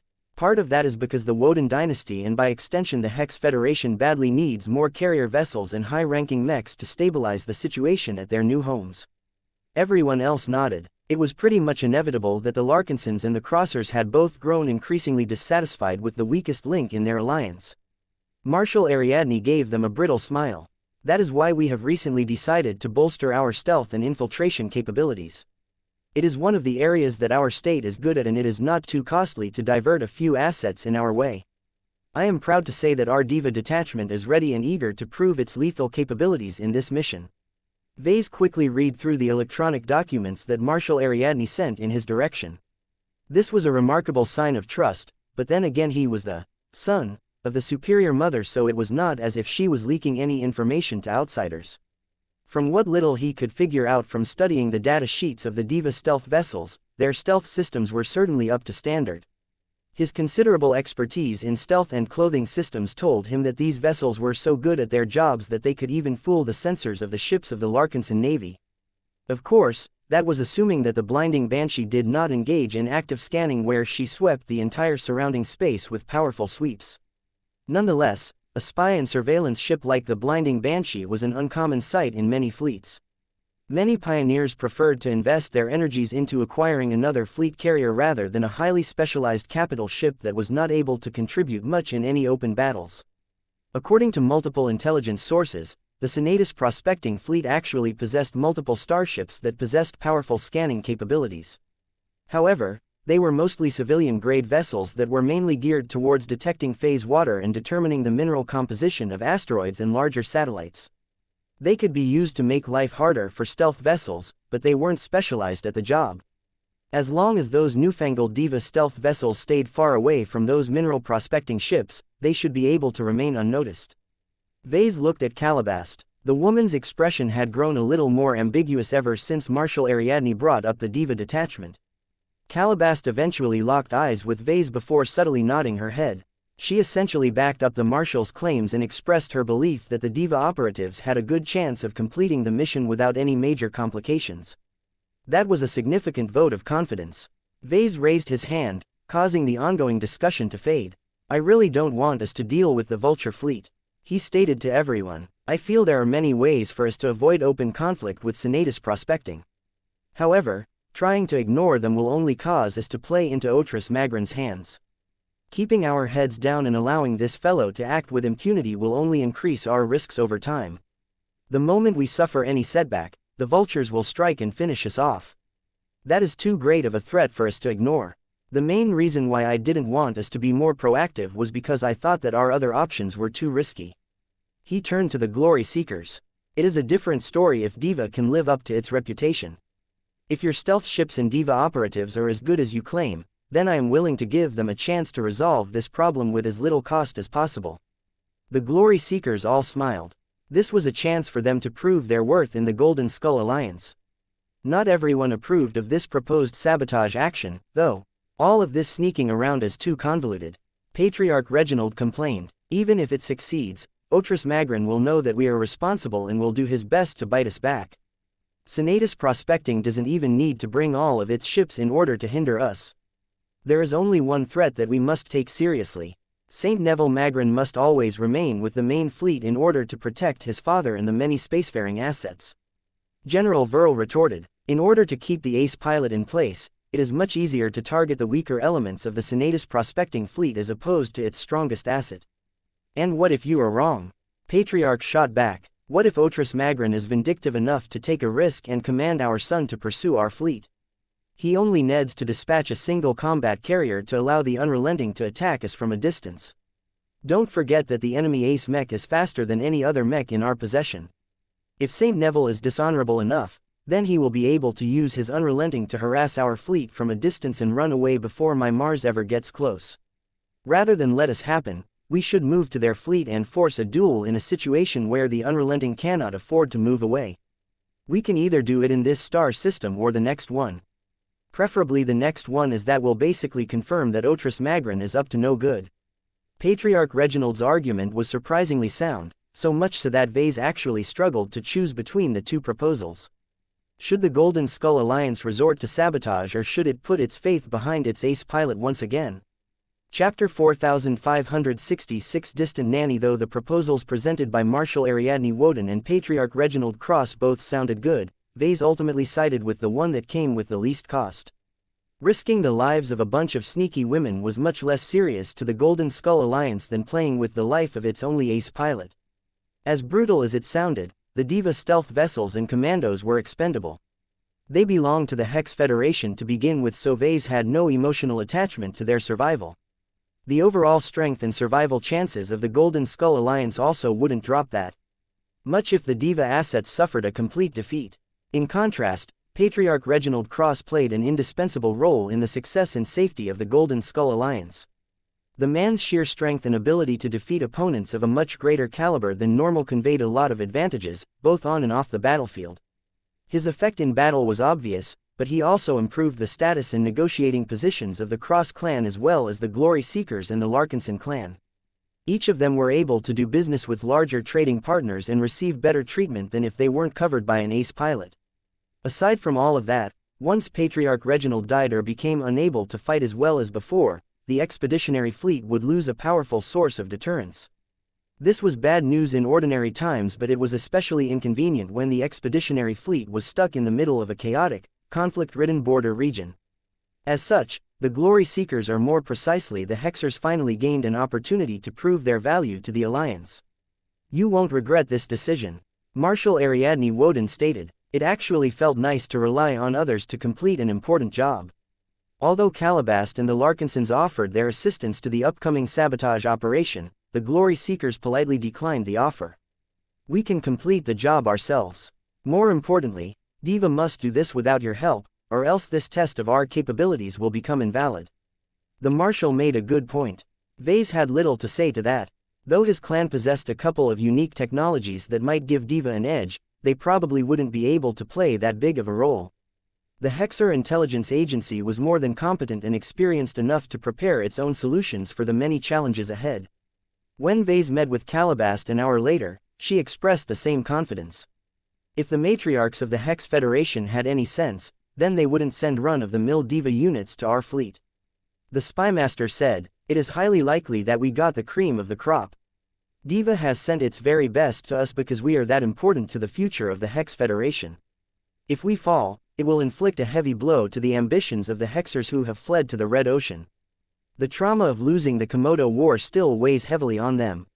A second catastrophe will most definitely demoralize them while also emboldening the Friday colonies." That sounded logical. The Hexers did not help the Golden Skull Alliance out of the goodness of their hearts. Not entirely, at least. Sending over its crack Diva troops advanced multiple objectives. In any case, Diva was still a large intelligence organization even after the Komodo War. The Hexers could train plenty of replacement agents to make up for the shortfall. How long has it been since you were last up to date with Diva's internal situation? Vase curiously asked. You should already know the answer to that question. I joined you when you were still a silly apprentice. Calabast smiled wistfully as if she was recalling the good old days. Once I cut ties to my old life, I officially had nothing to do with Diva anymore. That last part sounded a bit suspicious. What about unofficially? Her smile turned into a smirk. I may have conversed with a few of my old colleagues from time to time. It's not as significant as it sounds. So what have you learned about your former employer?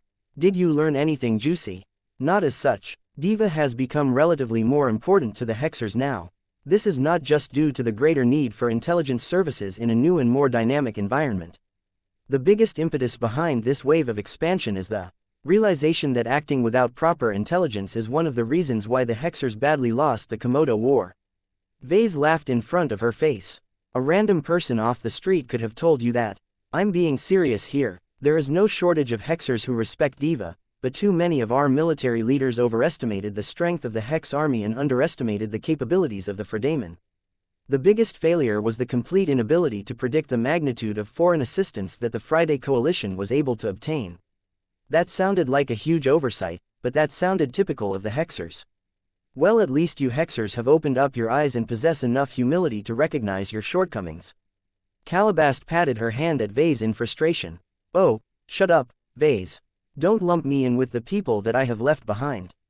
The surviving Hexers may have improved a lot as of late, but it is not that easy for them to change their fundamental nature. I would much rather stick to my identity as a Larkinson. At least you and your clan are a lot more sensible. Do you truly believe what you have just said? I do. Sure, you occasionally make decisions that seem foolish at first, but as long as you keep winning, they will seem great in hindsight. That is the difference between the Larkinsons and the Hexers. The former are winners while the latter are losers. Is it that simple? Well, it helps a lot that I am in a key leadership position within your clan. The former Hexer clarified. If you or any of your Larkinsons do anything that is exceptionally stupid, I will at least be in a position to stop anything catastrophic from happening. I consider that to be one of my current responsibilities. Someone has to be around to keep you in check, and in the absence of a strong counterweight within your own organization, it is up to me to prevent you from throwing away your clan and everything that you have built. That sounded rather strange to Vase. I don't recall any moments you did what you have just said. Calabast huffed. I don't need to spell everything out to you. There are subtler methods available. If I can change your mind without letting you know my true agenda, why shouldn't I resort to this option? Have you been manipulating me all this time? Oh, don't sound so angry, Vase. You knew exactly what you were getting by accepting me as part of your team. Information is power. By curating the intelligence that I have prepared for you, I can effectively influence the decisions that you make. I don't even have to twist the facts most of the time. I just have to present the information in a specific way to nudge you in a specific direction of my choosing.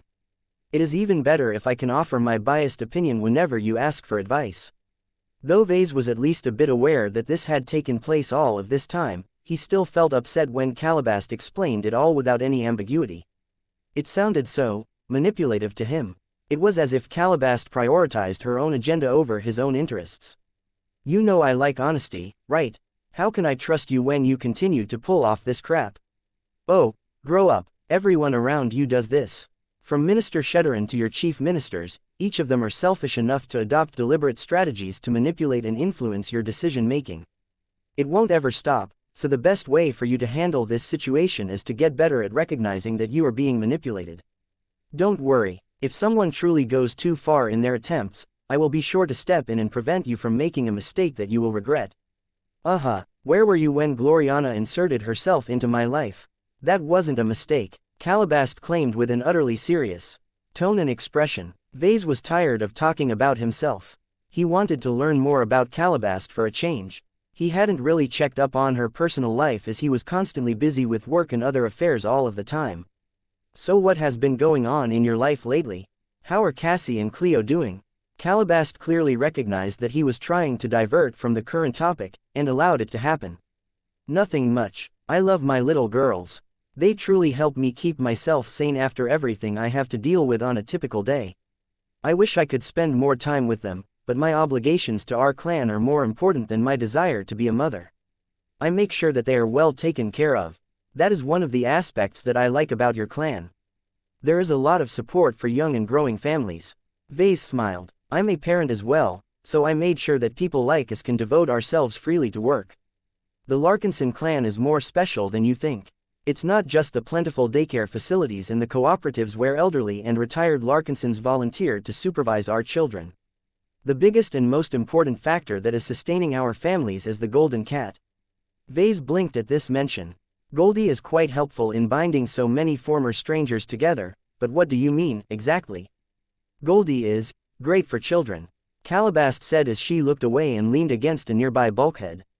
When you made her, you probably only accounted for her influence on the members of the clan who are already adults. However, she is connected to every Larkinson, including the ones that are growing up inside the bellies of pregnant mothers. I should know. I asked her myself one day. I never thought about that. I probably should have. What have you figured out, then? What effect does Goldie have on infants and children? You should probably know better than me, seeing that this is one of your specialties and all. Calabast shrugged. From my perspective, there is a subtle but profound difference between the children of the Larkinson clan and other kids. It is difficult to describe, and it is also a challenge to ascribe the positive changes to Goldie alone. I have not been able to conduct a formal scientific study. I merely have my guesses. And what is your biggest guess? Our children are happier, healthier, and will have better opportunities when they grow up. I don't know how, but I think the golden cat is actively affecting them in various ways, from influencing their opinions to showering them with love when they need it the most. She is like a distant but ever-present nanny to us all. I certainly have to worry less about the well-being of my own daughters because I always know in the back of my mind that Goldie will not let anything grievous happen to them. That doesn't stop me from being paranoid and making precautions, but that is more out of habit. Vase frowned for a moment. He never intended for Goldie to play such an outsized role in the early development and growth of the children of his clan. He questioned whether it was even desirable for her to play such a role. He feared that many children would become dependent on her help. That would be bad because the next generation of clansmen would need a lot more handholding than their parents. Chapter 4567 Genetically predisposed. The Diva detachment quietly went into action. Since the operation had to proceed with the greatest possible secrecy, the Glory Seekers tried their best to obscure the departure of the stealth vessels. This was quite easy to do as the ships were small and unassuming to begin with. It was easy to lose track of them once they entered an asteroid belt or swung behind a planet. The Larkinsons in the know wouldn't have even noticed the departures if they hadn't specifically tuned their sensor systems to catch the specific emissions that denoted their passage. It would take a few days before the leaders of the Golden Skull Alliance learned of the results of this risky sabotage operation. That was an agonizingly long wait for Vase. Hexers or not, the Diva commandos that chose to do their duty without hesitation were all risking their lives on behalf of a cause that they might not be personally invested in. He hadn't even met any of them in person as there wasn't enough time to waste on any pleasantries. Would these highly trained Diva agents put the completion of their dangerous missions above their own survival? From everything he had heard about them, this sounded likely. That made Vase feel even more ambivalent. As he looked down towards the deck of his grand stateroom, Marvane was in the middle of presenting his new mechanos to Andraste. Look, I'm a mechanos designer now. Aren't these mechs cool, sister? The slightly older red-headed girl looked skeptical as she held a toy swordsman mech. It looks lame. Oh, come on, sis. Kutiz's mechs are much more awesome, Andraste unsparingly said to her brother. Even her simpler mechs are great. Do you know why? She actually knows how to fight with a sword, unlike you. While I have only started to learn swordsmanship myself, I can already tell you that a swordsman mech as top-heavy as this will easily get beaten. Those skinny legs don't have the strength to support the maneuvering needed to make this mech good. That's not true, Marvane protested. Oh, you think I'm wrong, do you? Why don't you let it fight? Let me go to my room so I can grab another toy that will smash your stupid mech. Vase smiled in amusement at his children. He was pleasantly surprised that Andraste already figured out a couple of the basic principles of melee mechs. He didn't particularly blame Marvane that he had made a lot of fundamental design errors with his swordsman mechanos. He was still a little boy, after all. How would he be able to know any better? Vase and Gloriana could easily set him right by teaching him, but they had both decided to be more sparing in their guidance. Both of them understood that the best mech designers tended to be ones that learned how to solve their own problems. Lessons were useful, but they would do more harm than good if the student became too dependent on a higher authority to resolve a problem. The two parents knew from personal experience that making mistakes were much more effective teaching moments than being told what was wrong. Of course, in order for Marvane to be able to recognize his mistakes and find a way to do better, he occasionally needed a bit of guidance to set him on a better path. That was what Vase and Gloriana were waiting for. No mech designer had to do everything by themselves. "Papa," another young voice called. "Yes, my sweet little pumpkin." Aurelia looked as lovely as ever. Upon the instigation of her mother, she had taken to wearing slightly formal dresses that allowed her to get used to carrying herself around with dignity. It just made her look cuter, as she was still too young and short to be taken seriously by adults. Right now, Aurelia was sitting next to him on the couch. Clixie leisurely rested on her lap and allowed the little girl to brush her fur with a comb. "Meow Tilda, why are you so sad?" she asked as she looked up at him with her expressive gray eyes. Her pupils almost seemed to glow due to her notably strong spirituality. Vase already noticed that weaker people tended to get affected by her stare in different measures. It was as if their subconscious minds already noticed that she had already risen above the confines of ordinary humans. "I'm not exactly sad. I'm worried about the success of the upcoming operation. I don't want the people responsible for sabotaging the fleet that belongs to Senatus Prospecting to encounter a mishap. Diva is doing its job, right? Mother said that Diva agents are like soldiers. They fight to make our lives better. Normally, a kid like Aurelia shouldn't have the right to learn about a confidential operation. Only the leaders of the Golden Skull Alliance along with the glory seekers that were directly involved in the attempted sabotage attempts knew of its existence. Aurelia was different, though. She was not only growing smarter and more knowledgeable at an impressive rate, but also developed a greater interest in assuming responsibility over the clan one day. Her designer baby genes along with Gloriana's persistent expectations continually encouraged her to develop an interest in leadership. She showed no signs of rebelling against all of those influences. She never said anything about wanting to become a mech designer or an artist or anything. Those designer baby genes were too effective.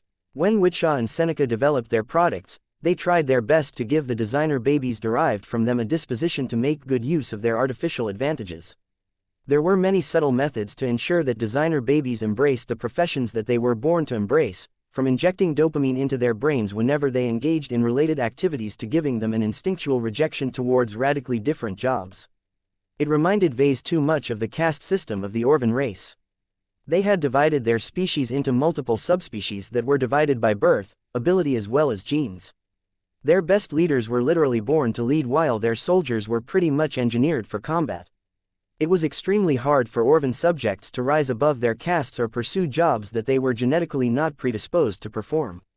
Was this the future of humanity? Would children like Aurelia, Andraste and Marvane have their futures decided from birth without ever giving them a fair opportunity to determine their own path in life? Vase felt a little guilty for giving in to the many temptations of designer babies. He significantly underestimated how extensively their genes manipulated them into pursuing a specific life trajectory. He should have advocated harder to give his 3 kids a more open-ended designer baby package so that they would be able to have a real choice. At least none of them seemed unhappy with the courses that their parents had set for them. That made this perverse situation a lot easier for him to stomach. It may already be too late for his current batch of children, but he resolved to do better for his next batch of offspring.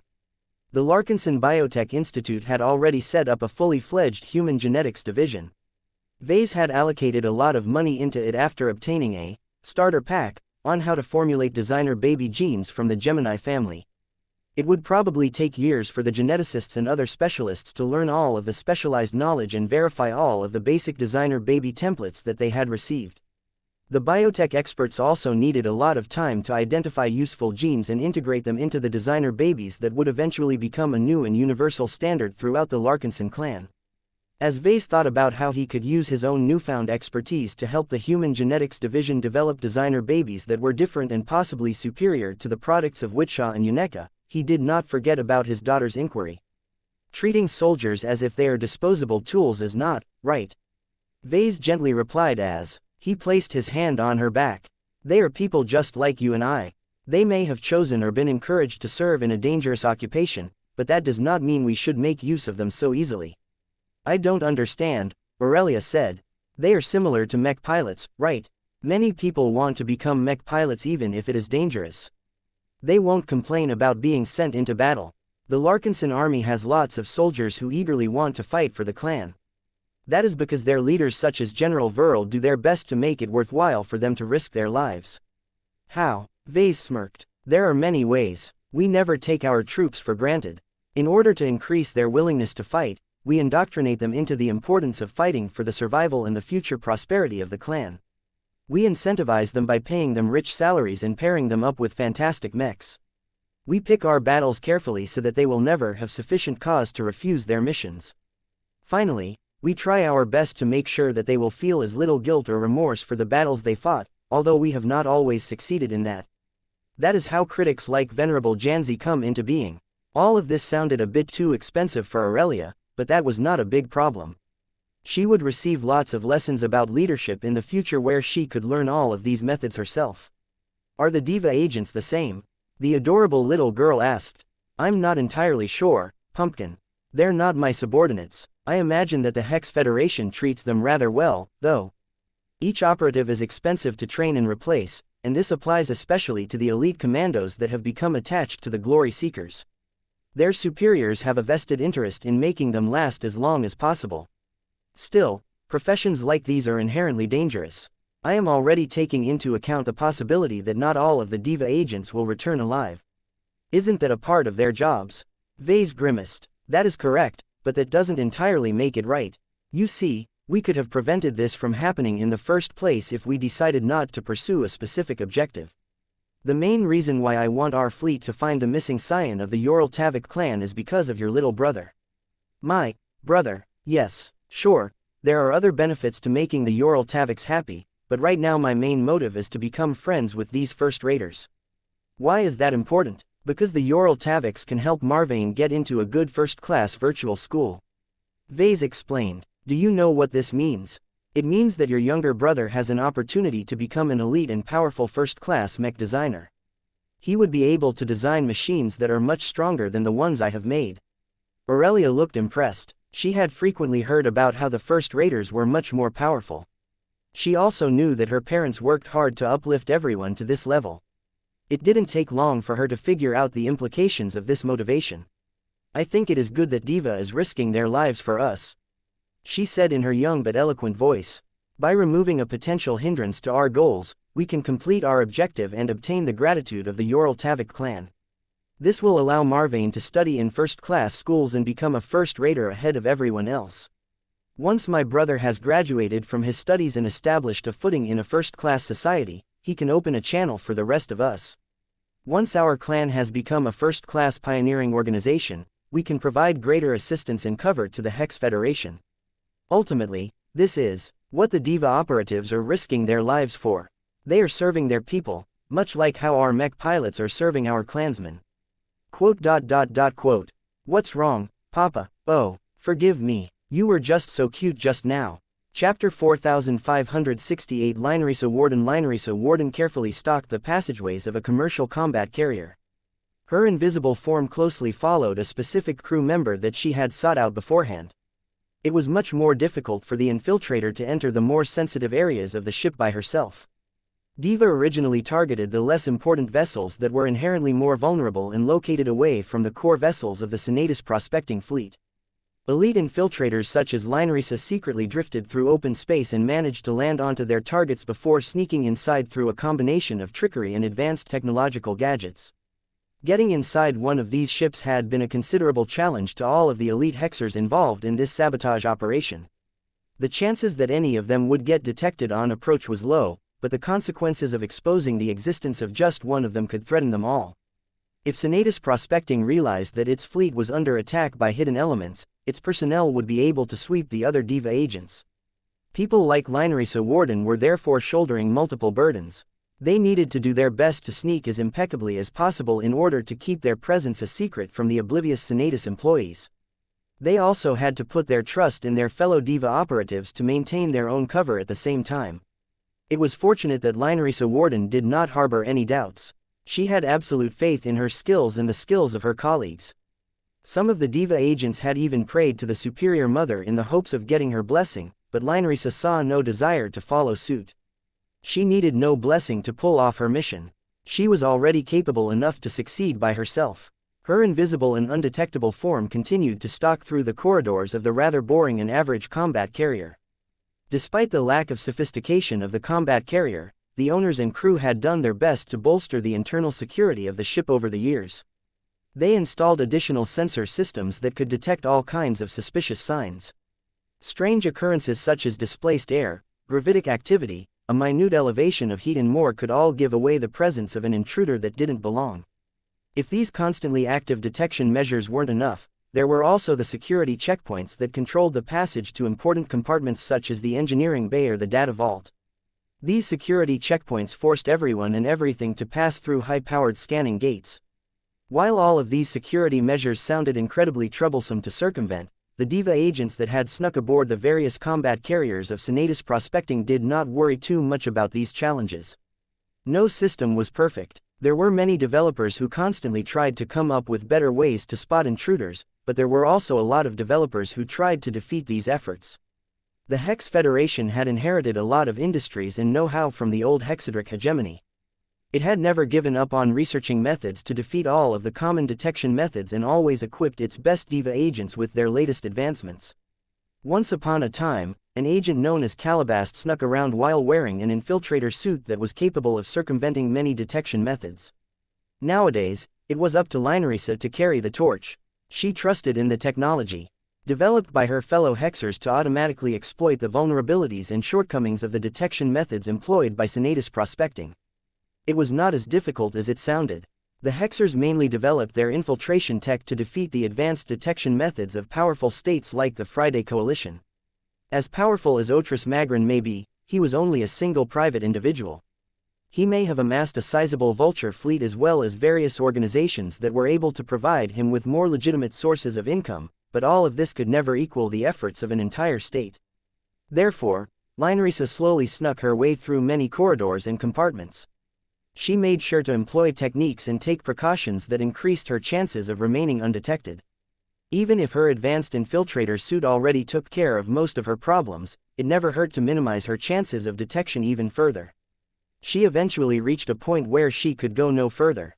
While her infiltrator suit was powerful enough to circumvent most detection methods, it wasn't quite up to the task of defeating the more powerful and expensive scanning gates that guarded the entrances to the engineering bay. Of the handful of Diva infiltrators that had quietly snuck aboard this particular combat carrier, she assumed the most important responsibility. Her objective was to render the vessel's FTL drive inoperable. The ship system was so critical to the functioning of the combat carrier that only a select few drive engineers received permission to approach this massive device. Senatus Prospecting had also installed an enhanced security suite around the FTL drive that was much more difficult for her infiltrator suit to defeat. Xianxia could not justify the risk of sneaking up on the FTL drive with the help of her infiltrator suit, so she did not make the attempt. She instead executed a different plan that Diva had prepared. Her invisible form quietly moved away from the security checkpoint and moved to a quiet and fairly private maintenance compartment. She removed a few devices from her suit and planted them around the space in order to ensure that any active monitoring systems would loop fabricated sensor data. She waited 13 minutes until the hatch quietly slid open. A female crew member wearing the uniform of an engineer in the service of Senatus Prospecting entered the compartment. Once the hatch slid shut, the woman tried to maintain as calm as possible as she scanned the space with her handheld scanning device. "You won't be able to detect me with that gadget," Xianxia said as she spoke while remaining undetected. The engineer almost released a cry. "Where are you? Are you the person that I was expected to meet? You have come to the right place, Miss Elster. I do not need to expose myself to you, but rest assured that you are in the right place. Let us show our codes before we proceed." Both women pulled out small cards that were printed with a bunch of symbols. This allowed them to verify that the other person was part of the plan. The drive engineer hardly calmed down. What she had embarked upon constituted a naked betrayal against her employer. Otris Magrin had never been merciful to the people who plotted behind his back. Linerisa Warden did not ask the engineer why she decided to betray her employer and lend her assistance to this operation. Another department of Diva had been responsible for turning this woman into a collaborator. All the Diva operative needed to do was take advantage of this situation to sneak up to the FTL drive. It would have been ideal if the drive engineer used her existing access rights to sabotage the FTL drive herself, but she was unwilling to risk her life. She wasn't willing to let herself get used by Diva. As such, her first question was related to her safety rather than the planned act of sabotage. "Can you get me out of this ship?" she hissed. "You can make your way out as long as you follow the instructions that we have passed to you." Linerisa replied as she opened up a pack mounted on her back. The Diva agent pulled out a thin and folded infiltrator suit to the drive engineer. "This should allow you to jump into space and remain unnoticed by the detection systems of this fleet. Just keep drifting away and one of our stealth vessels will quietly scoop you into its hold." The drive engineer accepted the suit and handed over a data chip. "This contains the information that I have promised to provide. This isn't all I need from you. Are you prepared to let me borrow your identity? Let's get this over with, please." The engineer reluctantly sat down and allowed the Diva agent to place a strange device onto her head. "This will make you feel uncomfortable for 2 to 4 minutes. Please bear with the sensations. The lower your resistance, the faster the process will complete." The head device soon became active, causing the engineer to clench her teeth in an effort to suppress her screams. Soon enough, the torture came to an end. Linerisa picked up the head device and slotted it back onto her head through a special mount built into her infiltrator suit. "That should be all," she spoke to the recovering drive engineer. "I suggest you take 5 to 8 minutes to recover before exiting this compartment. Please follow the plan that we have devised for you and make your way out of this ship no later than 78 minutes from this moment. We will try our best to adapt to any unexpected deviations from the plan, but we will not guarantee your retrieval if you are too late or triggered an alarm." "I understand. Just get me out and we won't have a problem." Shortly after the female drive engineer donned the infiltrator suit left the compartment under stealth, a copy of the woman nonchalantly exited the compartment while holding a plain-looking toolbox. Linerisa still wore her infiltrator suit, but it had morphed to show a close copy of the engineer's body and work uniform. The imitation was scarily accurate, and Linerisa was able to mimic the drive engineer's movements, tics and other behavioral characteristics to an exceptional degree with the help of the data chip that she had received. Her training allowed her to completely assume the identity of the collaborator to the point where only her closest friends and colleagues might vaguely detect anything amiss. When the disguised Diva agent walked up to the security checkpoint, she remained calm as if this was just another necessary routine in her life. The bored and inattentive security guards who manned the checkpoint did not have any reason to suspect anything amiss, but they went through the motions anyway because their superiors would punish them if they skipped any of the steps. The Diva agent put her full trust in her disguise and successfully managed to get through the checkpoints. Not even the dreaded scanning gate detected anything out of the ordinary. "Are you going to catch the game tonight, Johnny?" the disguised Diva operator asked in a tone that conveyed just the right amount of informality and familiarity. The security guard on the right snorted. "I am not a masochist, unlike you. I don't want to see the Redrum fanatics get humiliated by the Sika boys. Ever since the team replaced one of its star marksmen with an old has-been, it has lost all of its synergy. Call me when it is the turn of the mad lads to show what they are made of. At least they have the sense to contract the best mech athlete of last season's Fanatics team." Linerisa finally entered the engineering bay. She did not head straight towards the guarded enclosure where the FTL drive was resting. Instead, she made the rounds and stood behind a workstation while performing highly technical work as if she was a true professional. It was only when she managed to confirm that she had drawn no special attention and that the security measures around the FTL drive remained unchanged that she executed the most crucial step of her plan. She approached the FTL drive while greeting and talking shop with her fellow naval engineers and pretended to inspect the device. "Has it just completed its cycling process?" she asked one of her seniors. "It did. We managed to reach a new record. We managed to shorten it by another 2 seconds. That is still within the margin of error," Linerisa said in a distinctly unimpressed tone. Let us wait until we have managed to shorten the cycling time by 5 seconds before we celebrate.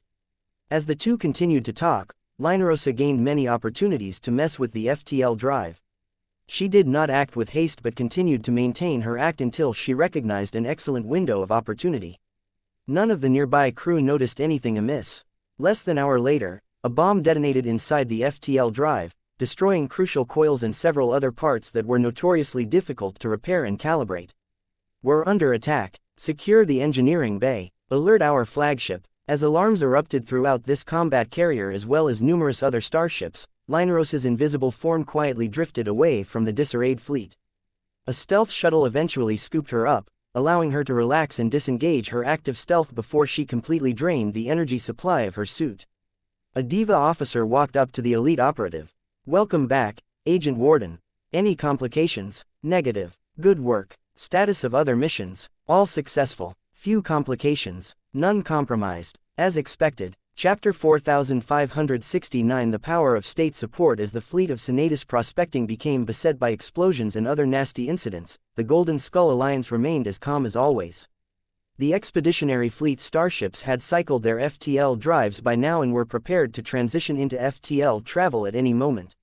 While the timing of their departure made it impossible for the main fleet to retrieve the Diva stealth vessels, they could take care of themselves. In fact, it was better to maintain a separation between the Expeditionary Fleet and the culprits responsible for sabotaging so many carrier vessels.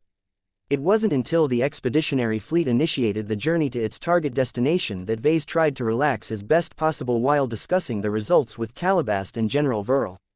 "Can you repeat that?" he asked as he looked at Calabast's projection in disbelief. "Diva has managed to cripple 9 different combat carriers with a capacity of 60 mechs. Its infiltrators have managed to knock out the FTL drive, the workshop or machine shop, a number of life support systems as well as at least one power reactor on every combat carrier. The damage is extensive enough to render the vessels inoperable for several days to 2 weeks. The exact speed depends on whether Senatus Prospecting has stockpiled spare FTL drives. The temporary crippling of the combat carriers was not that big of a deal in the greater scheme of things.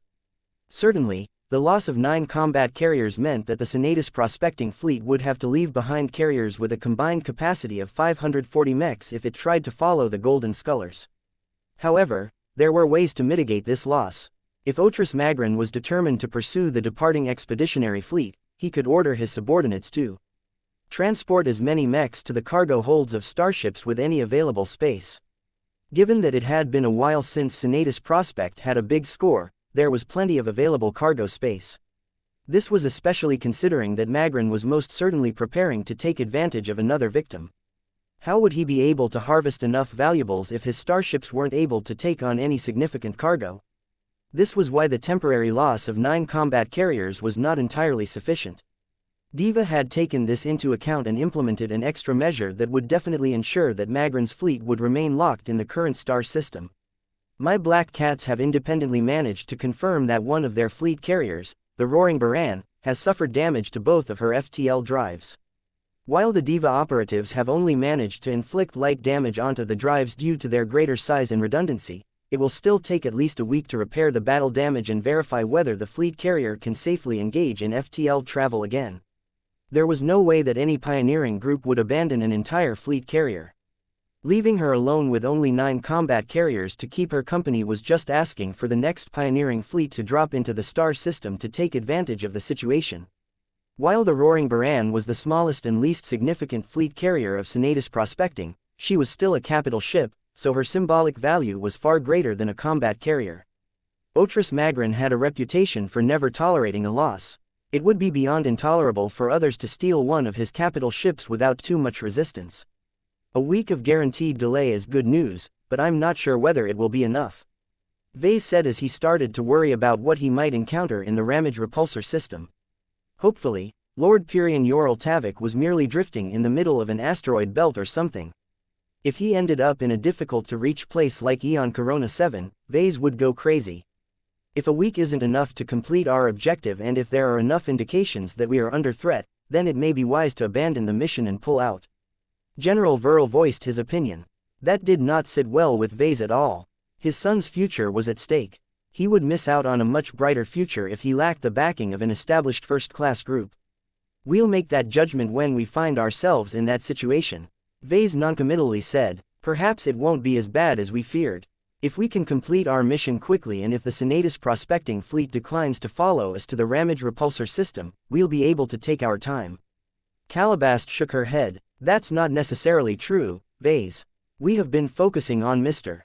Magren's forces for good reason, but that doesn't mean we should lose sight of other possible threats. There are other pioneering fleets in the neighborhood. A few of them are close enough that they can potentially jump to the Ramage repulsor system in a single hop. While they shouldn't have any reason to travel to an obscure brown dwarf system, you can never know what will actually happen. I guess you're right. We need to maintain our vigilance regardless.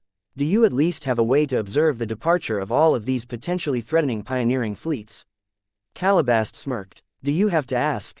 My black cats have posted numerous scout vessels and listening posts in the surrounding star systems. Each of them will be able to register the departure of different fleets and roughly determine whether they traveled in the direction of our target system.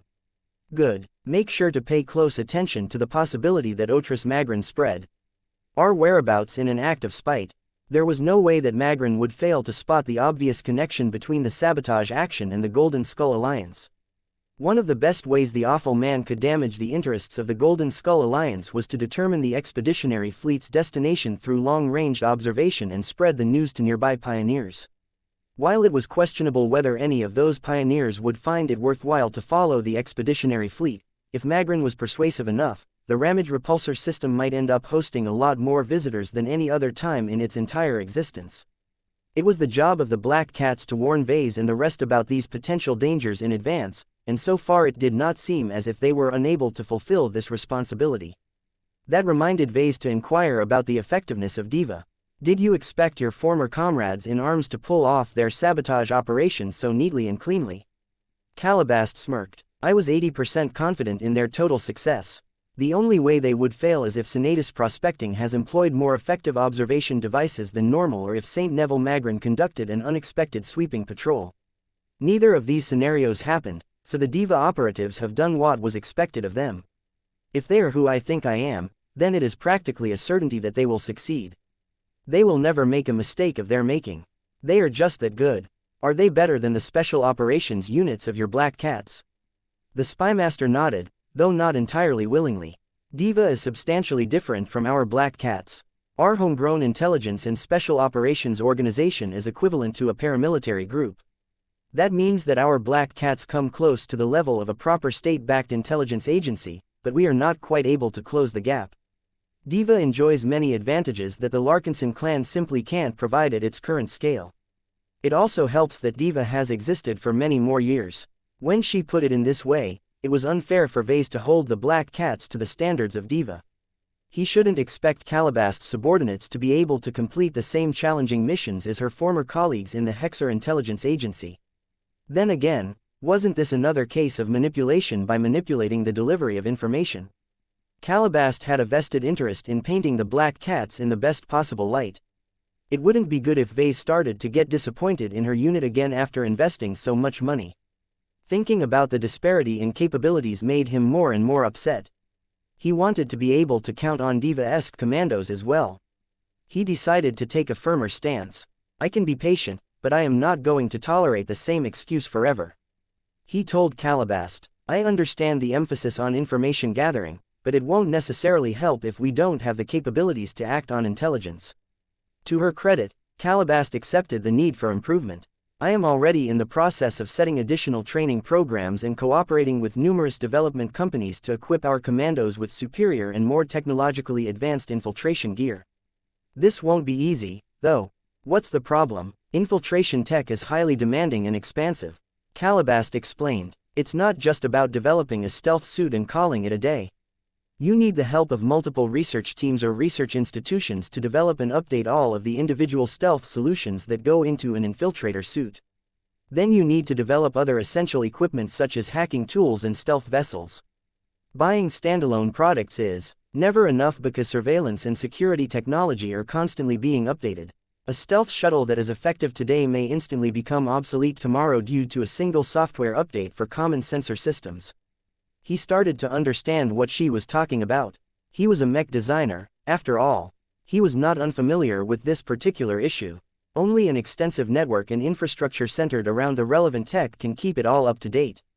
It's easy for Diva to lean on the strength of the entire Hex Federation, but we are not so lucky. Do you understand my dilemma now, Vase? We can either take the easy way out and ask the Hexers to share their technology with us, or we can try to cobble together a complete infiltration suite by entering into a contract with multiple different third-party development companies. Neither of these options sounded attractive to Vase, but he definitely had a preference. We are not going to depend on Hexer technology any further than necessary. He stated in a firm and unrelenting tone. I would rather try our luck with private companies. That decision comes with its own host of problems, you know. I am well aware of the risks. In time, we should set up our own development companies that can work on providing us with better infiltration technology in-house. It's too soon, though.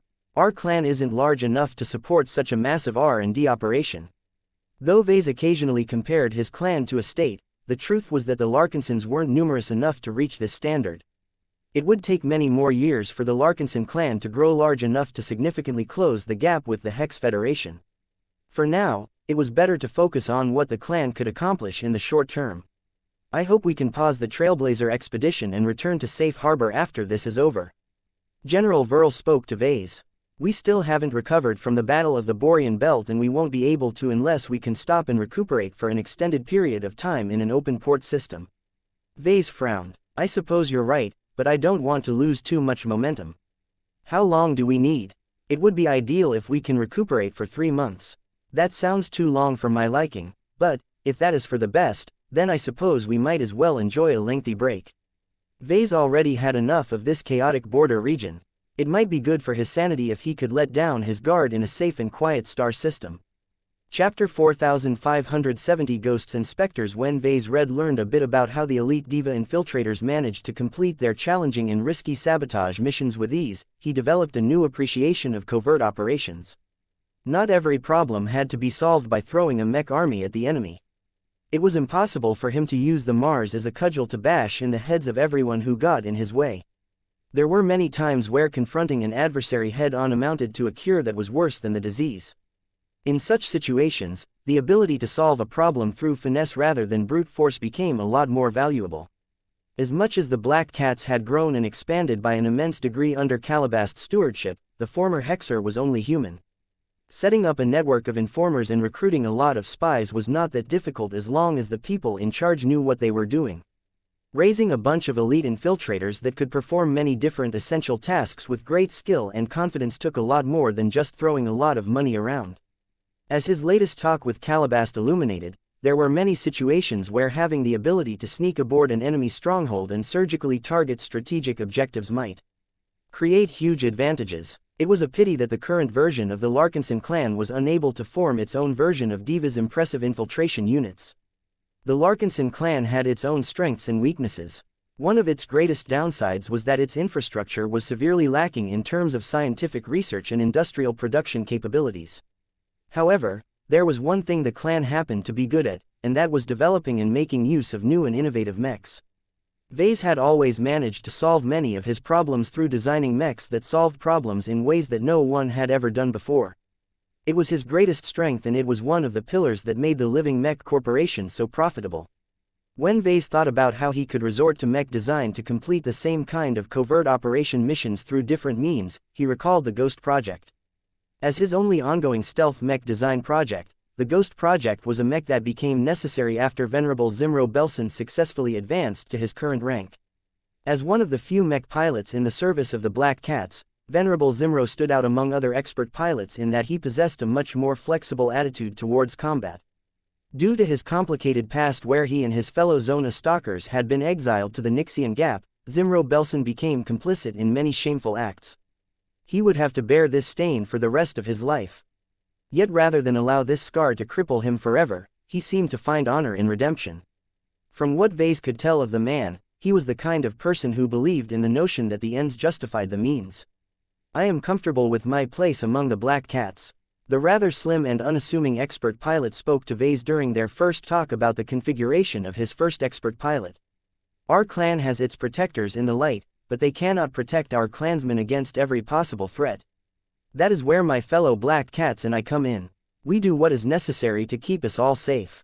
Our jobs may not be glamorous and recognition is also in short supply, but we who walk in the shadows have no need for honor. We are only guided by our duty. I will break any rule and commit any taboo so long as the outcome helps our clan in the end. That is quite an extreme statement, Venerable Zimro. Vase replied at the time. Venerable Zimro smiled at the clan patriarch. You have built a remarkable clan where any stranger can come and feel at home. We are all family, and that is something that the former Zona stalkers and I cherish deeply. Director Calabast has done much to give us a new and better purpose. She has taught us that deplorable methods can also be noble as long as they are used for the right reasons. I am deeply honored for the trust that I have received from you all, and wish to continue serving in this capacity. Do you have any special requests for your upcoming expert mech? Please rest assured that I have little to no objection to anything you decide to add to my future machine. No matter how dirty and despicable it turns out, I will make use of its capabilities to the fullest to complete the missions that no other expert pilot is willing to get involved in. I may not be able to serve as your sword, but let me be the dagger that you can use to stab your opponents in the back. A dagger that a person could wield to stab people when they least expected it. That was what Vase wanted more than anything else at this time. Sure, Vase wouldn't say no to adding another battle-oriented expert mech to his mech roster, but that was like throwing in another sword in a box that was already filled with similar-looking blades. It was much more helpful to add a dagger or a completely different weapon to his equipment locker. The additional variety unlocked lots of new possibilities that were previously unthinkable. When Vase thought about the Ghost project in this context, he became inspired to add new features and functionality to its design. While he hadn't changed his mind about turning it into a silent killer on the battlefield, that didn't mean it was incapable of performing covert operation missions. Vase just had to design an expert stealth mech that possessed enough overlap to gain the qualifications to perform both roles. This was a lot more challenging than it sounded because stealth mechs were inherently cramped designs to begin with. Much of their capacity was taken up by all of their stealth systems and other necessary measures to prevent enemies from detecting their emissions. He had previously decided to design the Ghost project as a more fragile and stealthy version of the Dark Zephyr. This meant that the design of his expert stealth mech had to devote much of its limited capacity to enhancing its speed and maneuverability. It also had to possess enough mechanical strength to inflict lethal blows onto powerful expert mechs and other tough opponents. Vase was unwilling to make too many compromises in these areas, so he had little choice but to be more inventive and resort to unorthodox solutions to enhance its subterfuge capabilities. This was why he paid close attention to a particular object that he had obtained as a side effect of receiving the plasma sword that used to belong to the Neo Amadeus. After transforming this excessively powerful weapon into the Scarlet Ember and handing it over to the Everchanger, Vase was left with the living head of an actual Fredaman expert pilot. To a mech designer and spiritual engineer like him, this was an especially precious resource.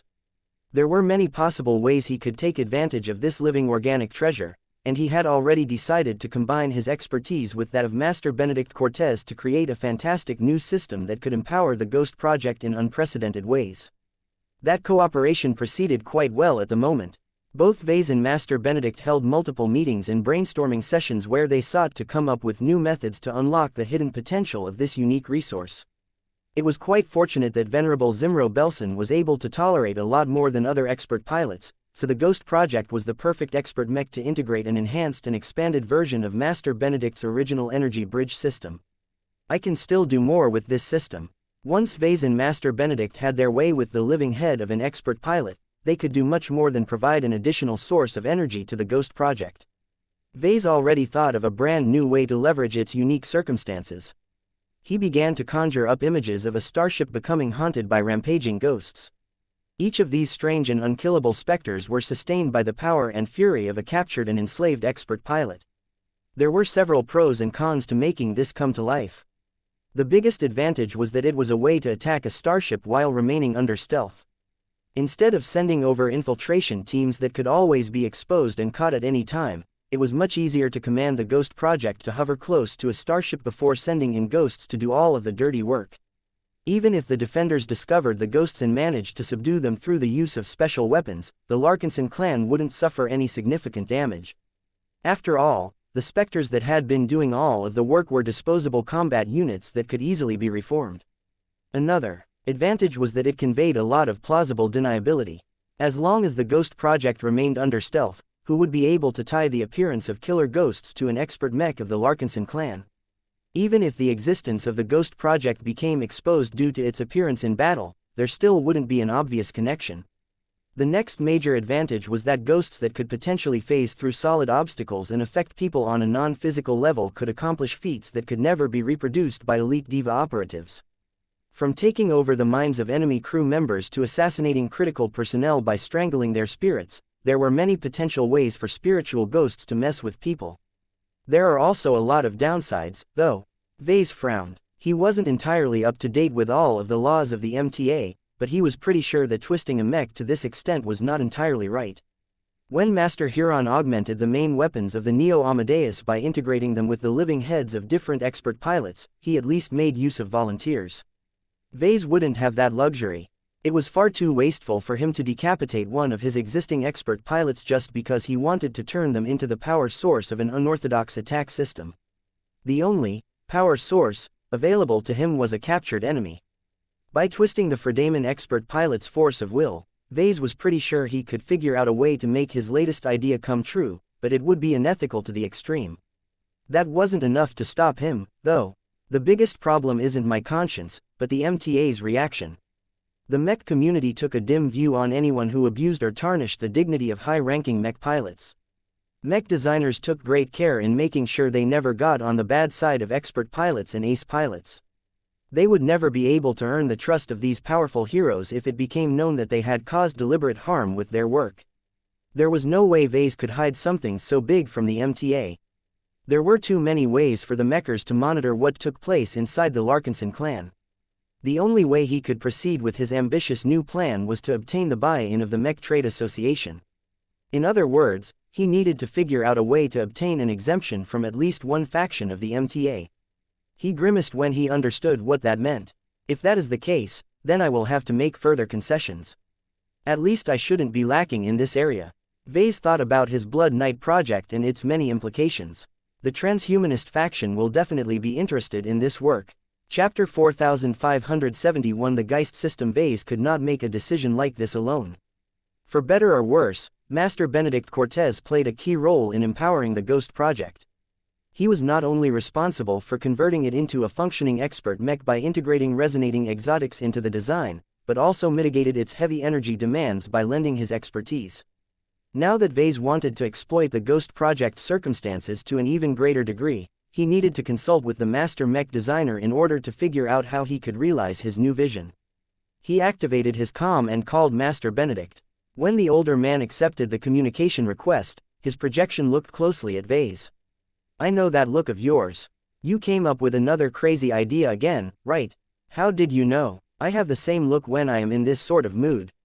When you are so eager and excited about a new design solution, you become restless and impatient. Any hindrance to your work will make you more irritable. Your new idea has made you so driven that your passion is obvious to everyone." Vase indeed recognized those traits in himself. He supposed that he hadn't done anything to limit his outward expression of passion. "I didn't call you to talk about how I look," Vase said as he tried to get to business. "I wanted to talk to you about a new proposal centered around the Ghost Project. Let me explain my new ideas." Once he outlined his new ideas and intentions, his good friend and frequent collaborator looked troubled. "I won't comment about the dubious legality of your new plan. Our original one was already shaky enough as it is. The Ghost Project is your mech design, so it is your responsibility to gain approval from the MTA. Personally speaking, I am not opposed to exploiting Object 335 to this end. In fact, I am extremely intrigued in what you can make of it. No matter whether you succeed or fail, we will both be able to learn many lessons from your attempt." It sounded as if Master Benedict had little confidence that Vase would be able to succeed in his ambitious plan. This was fair, as it sounded far-fetched to begin with, and the science behind it was extremely sketchy to say the least. Yet despite how fantastical it sounded, Vase possessed the confidence he could cobble something together. The end result might not match his original specifications, but as long as it enabled the Ghost Project to mess with enemies in the dark, it was enough. Once they got all of these necessary issues out of the way, Vase and Master Benedict finally engaged in a more productive discussion. I am unable to provide much help in the more esoteric elements of your so-called Geist system, but what I do know is that it will have to meet several requirements. Vase casually named his hypothetical new non-physical attack solution the Geist system. He initially wanted to call it the Ghost system, but it would probably lead to a lot of confusion if he used the word ghost to refer to multiple different subjects. The first requirement is that it needs a vessel, vector or delivery method that can extend the power of the Ghost project to a distant location. Master Benedict continued, the greater the range, the more useful the Geist system becomes. It would be ideal if the Ghost project doesn't have to move too close to an unassuming enemy fleet to sabotage it from within, but that is probably not a realistic demand. You're probably right, Vase reluctantly conceded. It should already be good enough for the Geist system to have a maximum range of a couple of 100 meters. It will be a lot harder for it to affect the interior of a starship at a range that is lower than 50 meters. Do you have any solutions in mind? Not really, I still know too little about this. I need to conduct a number of experiments and try out a few new possible implementations. One of the biggest factors in whether I can get the Geist system to work is if its ghosts are physical or non-physical in nature. It would be best if it is the latter, but if that is not possible, then I have to figure out a way to merge the power of Venerable Zimro Belson with the Geist system to develop small, semi-autonomous physical drones or spurs that can be snuck into an enemy starship and wreak havoc inside. I can make good use of the knowledge traded to me by the Lehrer Foundation to develop effective spurs in a short amount of time. Spurs was the most commonly used terminology for small and sometimes autonomous drones that were attached mechs. It was a term originally coined by a Rubarthan mech designer to popularize their use. Master Benedict did not favor them in this project, though. He shook his head in a clear sign of disapproval. That is an undesirable result in my opinion. The stated goal of the Geist system is to develop a secretive, deniable attack method. It will be much harder to prove that your clan has nothing to do with an attempted attack when the Ghost project has left physical traces behind. I will make sure that the remains of the ghosts will self-destruct if they are captured or neutralized. Vase promised as he already came up with a couple of potential solutions. For example, I can make them out of nanomachines or biotissue that will destroy themselves if there are problems. That is still not good enough. Any physical traces can provide a wealth of clues as long as the investigators have the right technology at hand. A technologically advanced opponent might even possess the technology to capture and freeze the spurs intact, and that would be a disaster to you and your clan. The former Skull Architect unfortunately made a good point. Basing the Geist system around physical spurs almost defeated the purpose. He might as well leave it up to the Black Cats to develop their own small autonomous stealth drones. There was no great need to involve an expert mech. The only way to justify the existence of the Geist system and the effort put into realizing it was to make its attack vectors completely incorporeal. I will investigate the possibilities as quickly as possible. Vase told Master Benedict, I think it is within my capabilities to make this work, but it is too early to say for certain. I hope you will be able to present concrete proof next time. That said, if you happen to make it work, then I believe that energy and power will be the greatest limitations aside from range. There is little point to investing in the Geist system if all it can do is to allow you to spy what is taking place inside a space station or a secret base. Diva can already perform those jobs without an expert mech. You're right on that as well. It's actually easier to make the Geist system powerful by basing it on physical spurs. We can rely on existing technology to equip them with compact but powerful weapons and energy cells. The problem with an intangible spur was that it could not easily interfere with the material realm. Although Vase had witnessed and developed many different ways for spiritual phenomena to create a real difference in the material realm, he needed to develop a host of new solutions to create the Geist system. As he tried to imagine what he needed to invent in order to create all of the essential building blocks, he thought back on the essential ingredients to make most of them work. The Geist system won't work without the power of expert pilots. He said, Object 335 is needed to give the intangible ghost substance. Venerable Zimro Belson might also have to employ his true resonance to enhance their effectiveness and keep them under control. No matter what, I will find a way to leverage the reality-defying nature of the two expert pilots. Good luck with that. I may be able to provide assistance with regards to unlocking and channeling some of the latent power of Object 335, but I cannot handle much of the weirdness that is related to your specialty. You are on your own in that regard. That was not a problem to Vase. I can do the rest. It is already extremely helpful if you can turn Object 335 into a stable, reliable and fairly powerful energy source. Energy is the root of power, and having more of it will certainly give a more powerful kick to my Geist system. They talked a bit more about the other challenges concerning the Geist system. Vase gained a lot of new insights and ideas on how to turn this highly improbable attack system into a reality. He still had to do a lot of puzzling, but it was already enough for him to gain more solid directions. What do you think about the Ghost project when it has obtained a working implementation of the Geist system? Master Benedict's expression turned serious. It can be a dangerous weapon. I will be glad that it is on our side, but I am fearful for what it will mean to us all. Once its existence and capabilities become known to everyone, it will be a lot harder to catch your targets off guard. It will also be harder for strangers to trust us, considering that we may have interfered with their development without their notice. Everyone that is powerful enough engages in at least some form of skullduggery. It's not as if states such as the Friday Coalition suddenly become a pariah just because it has multiple active intelligence agencies. Vase dismissively shrugged. Intelligence agencies are known quantities. They can be created by any state, organization or individual that is powerful enough. What they cannot necessarily reproduce is an expert stealth mech that is equipped with completely new and unprecedented technology that can potentially allow it to infiltrate the tightest barriers, spy on secret operations, steal the data of the most secure databases, hijack the minds of critical officers or leaders, or assassinate them outright. Well, I admit that sounds a little more concerning when you put it that way. That still won't stop me from doing my best to realize this version of the Ghost project. It is simply too useful for me to forego the attempt. I at least have to find out for myself whether I have the ability to create the Geist system as I have envisioned.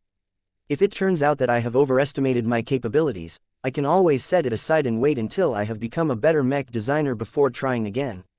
He would ideally make this work in the short term, as he needed the capabilities of the Geist system the most at this junction. While he didn't mind too much if it took longer to invent the Geist system, it wouldn't be as useful as Calabast would be much closer to creating her own effective infiltration units. The urgency drove him to get to work right away. Once he completed his fruitful discussion with Master Benedict, he returned to his design lab and began to devote his time on the Ghost project. He conducted a few preliminary experiments and fleshed out his framework for the Geist system. Aside from that, he also investigated Object 335 in order to determine whether he could actively exploit the power of a hostile expert pilot to give substance to ghosts. None of this was easy, and Vase could already foresee that he needed to invest a lot of time to complete the necessary research, and he had already taken his boosted productivity into account. This is going to take a lot of effort and ingenuity. Just as Vase was about to commence his next experiment, he interrupted his work when he received an important notification. The expeditionary fleet was about to enter the Ramage repulsor system. Chapter 4572. Weak star, what a pitiful star system. Vase remarked. Then again, brown dwarf systems are all pitiful by definition. This was not the first time that he had entered a brown dwarf system. The current space environment was disappointingly similar to the environment of the last one he visited. Vase did not call the star system pitiful for nothing. It was devoid of a rich collection of satellites. It only featured one tiny rocky planet while the rest amounted to asteroids. The brown dwarf star itself was also rather pathetic. It was on the smaller end of this star type and was quite dim compared to proper stars.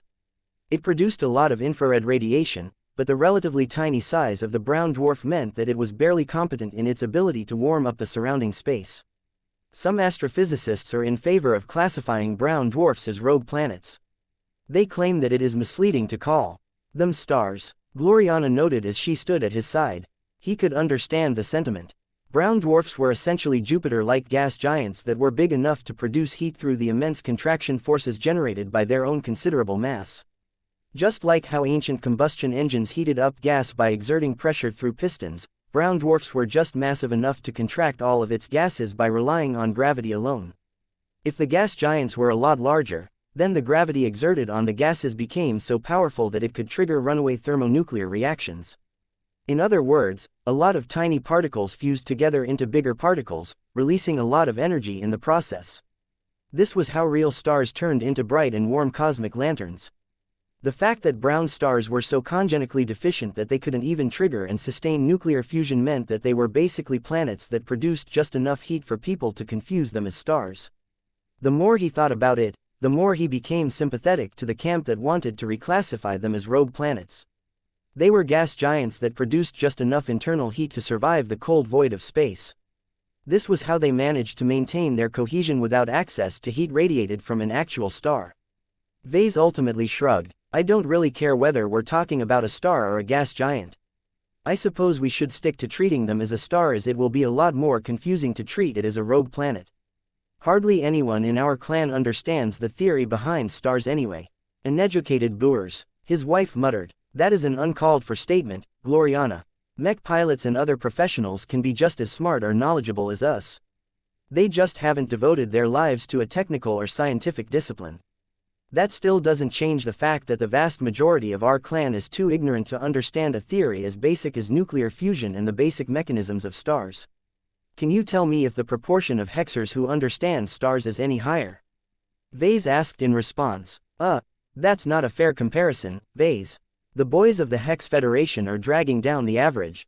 The look he gave her made it clear that he was not impressed by her lame argument. Whatever. Vase snorted. We haven't come here to discuss the theory and perception of stars. We have a mission to complete. You're right. His wife got back on track as well. I have already made contact with the representatives of over a dozen different virtual schools. Most of them are willing to enroll Marvane into their classes as long as he is able to verify his test results by completing an entrance exam, but their conditions aren't the best.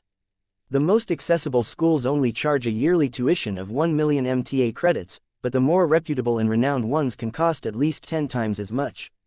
Aside from that, the better schools also impose additional requirements. Vase frowned. We are not going to pay 10 million MTA credits just to provide a year of schooling to Marvane. We will have to sell a lot of phase water and go deep into debt in order to keep our son in the same school. I would rather put him into one of the cheaper virtual schools if there is no other option. He will at least be able to make more friends with people who come from similar backgrounds. That is unacceptable. Marvane's status will be incomparably greater in the future. He should make friends with first-raters to begin with to ensure that he will have an adequate support network in place by the time he graduates and begins his career as a first-class mech designer. That actually made a lot of sense. Even if Marvane's background was rather poor, compared to most of his future classmates, the fact that he was able to get into a better school in the first place meant that he possessed his own advantages. It didn't matter if Marvane wasn't able to become the most popular student in his class. As long as he was able to forge a genuine friendship with a first-rater, then he would be able to exploit this connection to an immense degree in the future. You don't need to remind me what must be done, Vase said as he crossed his arms. Our men have already begun the search for our mission objective. Lord Pyrian Yoral Tavik is most certainly hiding in this star system. We just need to pinpoint his location. Both of them gazed at the projection of the local space map that was constantly being updated with additional information. The map became crowded with additional satellites while the appearance of the brown dwarf and its only planet became a little more defined. To be honest, to call that sad excuse of a vaguely spherical rock a planet was an awful stretch. If the brown dwarf was reclassified as a rogue planet, then the rock would be regarded as a moon, which was much more appropriate in his opinion. Vase wondered whether Lord Pyrian Yoral Tavik had secretly buried himself underneath the surface of this rocky planet. It was the most obvious hiding space, though if he really wanted to avoid pursuit, he should be hiding among one of the many asteroids that orbited this neighborhood. Ilvain, where the hell is that guy? The Larkinsons hadn't been able to determine Lord Pyrian's exact location when they hadn't entered this star system. This was because the distance was still so great that Ilvain was only able to determine a single, relatively imprecise direction. Yet now that they were no longer light years away from the failed pioneer's hiding place, Ilvain should be able to employ his foresight capabilities to provide a much more detailed and precise answer. Gloriana impatiently waited for Vase to obtain the answer. Well, what has your little prophet divined? Vase briefly looked uncertain. For some reason, Ilvain still isn't able to determine the precise coordinates of his hiding place. I only know he is hiding in that direction. His thumb pointed almost straight towards the brown dwarf and its closely orbiting planet. Gloriana understood how challenging the search may be. If he is hiding on the only major satellite of this star system, then we will have to conduct a search in close proximity to the brown dwarf. Our mechs and search parties will have to work under challenging gravitic conditions. No matter how inadequate a brown dwarf may be, it is still a massive stellar object that generates enough activity to produce strong gravitic activity, especially in close orbits. It was like standing in close proximity to the main thrusters of a capital ship. Even if Vase had calculated that he maintained a safe enough distance, no one would feel comfortable with hovering so close to the powerful emissions of a massive starship. I will instruct our mech legions to harden their mechs against gravitic and heat damage. They will have to endure additional stresses to their internals and exterior frames. It wasn't a big problem in the short term. Most of the mechs fielded by the Larkinson clan possessed solid, quality designs, though the mechs of the Cross clan were even more robust on average. After Vase and numerous members of the Eye of Ilvain confirmed that they needed to moor closer to the center of the star system, the expeditionary fleet was on the move again. It didn't take a long time to approach the center of the Ramage repulsor system. The mass of a brown dwarf star was exceptionally low, so any ships or fleets that traveled to it arrived at a much closer distance. From the start, this also made it so difficult to navigate towards.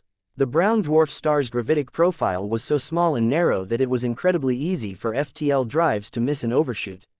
In any case, Vase and many other people did not need to test their patience too much in order to get closer to the only planet.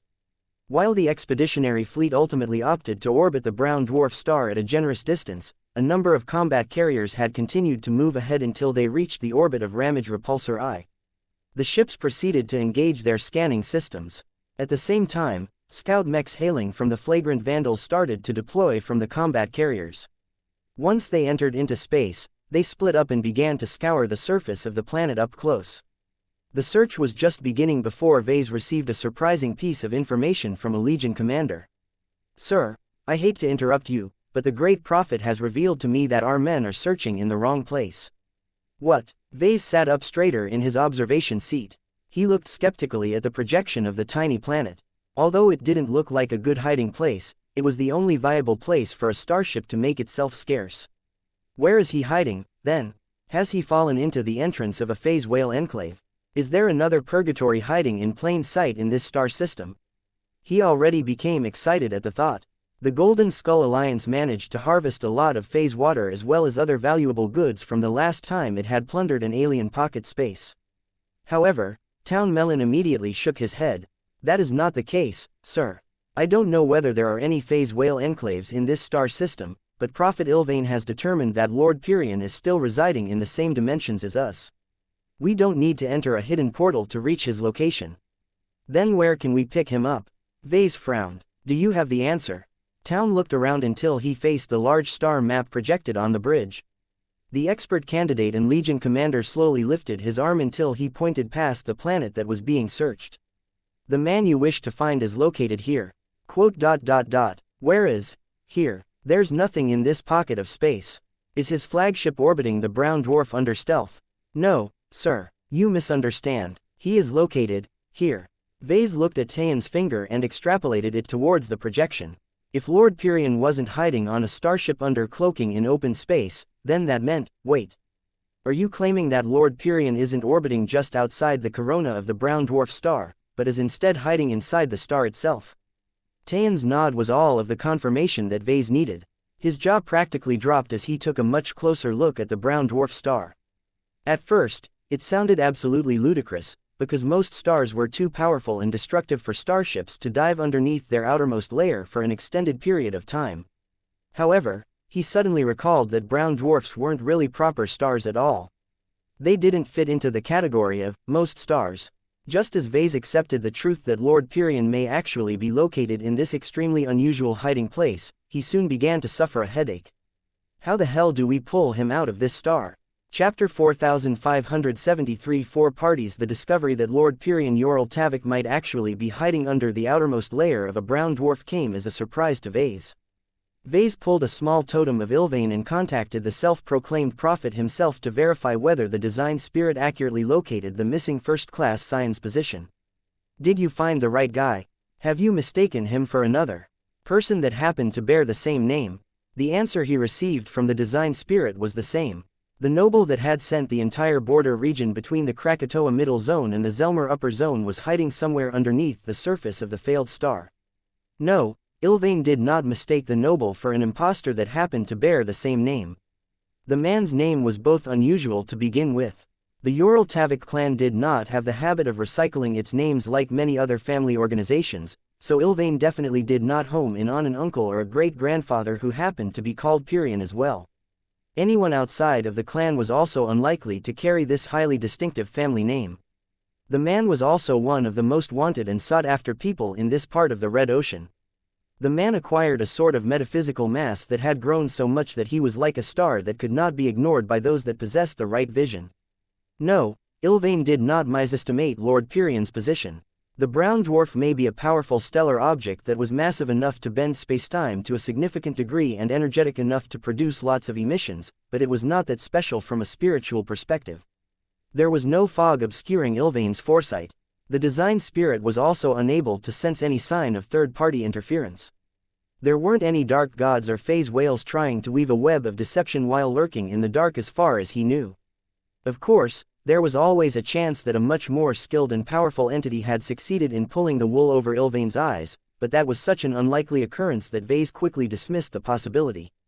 There were other possibilities that might explain why Ilvain managed to get it wrong, but Vase ruled them out after exploring them in further detail. As unlikely as it sounded, Lord Pirian Ural Tavik was actually hiding inside the star that sat at the center of the star system. Once Vase reluctantly ruled out all other possibilities, he called for an emergency virtual meeting with the most important leaders of the Golden Skull Alliance right away. The others did not take the news well. "He's inside a star," Patriarch Reginald said in a perplexed tone.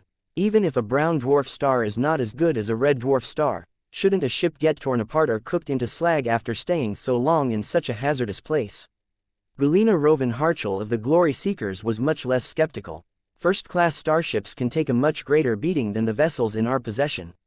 The Ural Tavik clan is wealthy enough to fund the commissioning of carrier vessels that can withstand sustained attacks from first-class multipurpose mechs. It is not that far-fetched to believe that they can also endure the constant pressures of the outer layers of a failed star. Don't forget that the star we are talking about is on the smaller end and only exhibits a surface temperature that is far below 1000 degrees Kelvin." Vase nodded in agreement with the Glory Seeker journeyman. People often equate stars to large fireballs that burn hot for an extremely long time. Brown dwarf stars aren't like that. They are much more similar to radiation heaters that are scaled up to planetary proportions. Even though they are huge and generate an immense amount of infrared radiation all of the time, it disperses much of that heat and light across a wide area. As long as the defenses of a starship are up to standard, it can reluctantly survive the hostile environment, though probably not for long. The pressures generated by a failed star might not be as exaggerated as a normal star, but it was still not an environment that was conducive to the longevity of a technological object. Unless the starship was purpose-built to survive inside stars, Vase doubted that a typical first-class fleet carrier or combat carrier could safely linger in this crazy environment for more than a couple of weeks. Numerous people speculated on the nature of the starship that Lord Pirian used to make himself scarce. We know that Lord Pirian's pioneering fleet suffered defeat at the hands of a Nunzer fleet, though not all of the human ships fell in battle. Calabast said, "The remnant vessels that managed to escape from the battlefield endured persistent pursuit from the Nunzer warships. It was only after one of the MTA's own fleet stepped in that the Nunzers suffered their own defeat. Still, numerous faster and more elusive Nunzer warships managed to escape this retribution and continued their pursuit despite the obvious dangers of traveling deeper into human-occupied space." General Verl looked at her projected form. "We all know that, Calabast. What is it that you are trying to convey? We do not know much about the circumstances surrounding Lord Pirian's defeat and flight. What is the context behind the initial encounter between the two fleets? How did they come to blows, and was there a specific reason why they came to blows? What caused the Nunzer fleet to become so enraged by Lord Pirian and his men that it persisted in its dangerous pursuit? Why have the remnant Nunzer warships decided to continue on their extermination mission even though it has become clear that it is a suicidal endeavor?" All of these were important questions. The galactic net was filled with different answers. There were plenty of people who presented interesting answers, but it was difficult to settle for any single conclusion due to the lack of reliable information. "Do you have the answers, Director Calabast?" Vase asked. The spymaster shook her head. "No, I have my own theories, but it is irresponsible for me to present them to you all without any proof. What I am actually trying to point out is that there are at least 4 parties involved in this entire affair." 4. Yes, 4. Calabast nodded with a smirk. "First, There is the most obvious party, which is Lord Pyrion himself. This 33-year-old wannabe pioneer clearly does not have the qualifications to roam the deep frontier of the Red Ocean, but managed to do so anyway by taking advantage of his high status and incredible wealth. He's a spoiled brat in almost every sense of the word, which means he does not lack for much. We know that his personal starship is extravagant, powerful and above all else fast, which translates to an excellent escape vessel. Lord Pyrion's personal ship was an oversized yacht according to the intelligence gathered by the Black Cats. The only problem was that she was not equipped to serve as the flagship of an entire pioneering fleet, so the spoiled brat likely served on a larger and more appropriate mobile command center. Then there is his pioneering fleet. She continued. Lord Pyrion may nominally be in charge of it, but it is actually gathered and organized by the Yoral Tavik clan itself. Everything the Scion has received in his life came from his clan, and the pioneering fleet that he insisted on forming is no different. At most, the spoiled brat placed his trusted confidants in crucial leadership positions to reinforce his control over the fleet, but it is probable that most of its members are more likely to listen to the instructions of the clan over that of their supposed leader. The crew members manning much of the flagship most likely consist of loyal retainers to the clan, and have probably received secret instructions to protect Lord Pyrion against any possible threat, which might also include his own stupid self. I see. Vase looked thoughtful. If Lord Pyrion has made a string of bad decisions, it may be possible for the crew to take action against his will. Also, unlike his personal yacht, he probably doesn't possess a strong grip on the fleet carrier that serves as his flagship. There are simply too many crew members for him to replace with his hand-picked subordinates. Calabast resumed her listing. The third party that I am taking into account is the Mech Trade Association. We know from numerous reliable sources that an MTA fast response fleet has responded quickly to calls for help and smashed the dangerous Nunzer fleet. It may be that one of the ships of the MTA went out of her way to evacuate Lord Pyrion, only to get into trouble herself. The Nuncers may have driven the rescue ship away from the MTA fleet and driven her into a corner.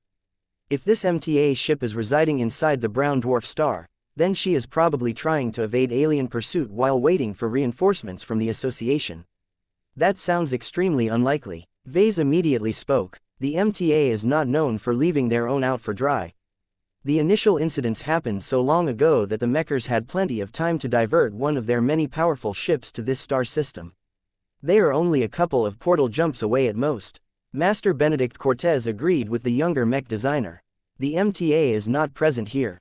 I am sure of it. The Mechers generally don't waste their time on rescuing people that have a negative influence on human society. Lord Pyrion embodies several of the worst traits of humanity. His many foolish actions and decisions easily remind people of the excesses of the Age of Conquest. That was also true. The MTA was a meritocracy and took an extremely dim view on space peasants and other people that weren't productive enough. Useless people who only wasted resources in vain had no business being in charge of anything. Calabast smiled. I merely mentioned the MTA to remind you of this possibility. In any case, the next party is a lot more important. You see, out of all of the parties that wish to evade pursuit in human-occupied space the most, I can think of no better candidate than the enemies of mankind. Vase and several other people widened their eyes. Are you suggesting that there is a Nunzer warship hiding inside the brown dwarf star? Use your logic. A vessel belonging to the previous three parties that I have mentioned earlier has little reason to hide in such an obscure space. Safety should be their highest priority, and it is much better for them to flee to a well-defended human star system. The only plausible reason for Lord Pyrion's escape vessel to stay away from those locations is if the Scion is pursued by a rival of the Yoral Tavik clan. Even then, there are better places to flee towards. General Verl looked grave. Aliens have the greatest reasons to hide from everyone. It makes too much sense. We may have stumbled on a ship crewed by desperate Nuncers that are isolated from their pack. We are not in danger yet because their priority is to hide from all of the pioneering fleets that are searching for the missing Scion, but that can change as soon as we reveal that we have found their hiding place. That was an important observation. The Golden Skull Alliance could not afford to take action unless it was prepared to deal with the consequences of exposing the ship that was trying her best to remain hidden. What do we do? Patriarch Reginald frowned. Are we just going to sit here and do nothing because you are all afraid to poke the Nuncers? We need confirmation. Calabast stated to everyone. We should not make any definite moves before we can confirm who is in control of Lord Pyrion. Chapter 4574 Limited Answers.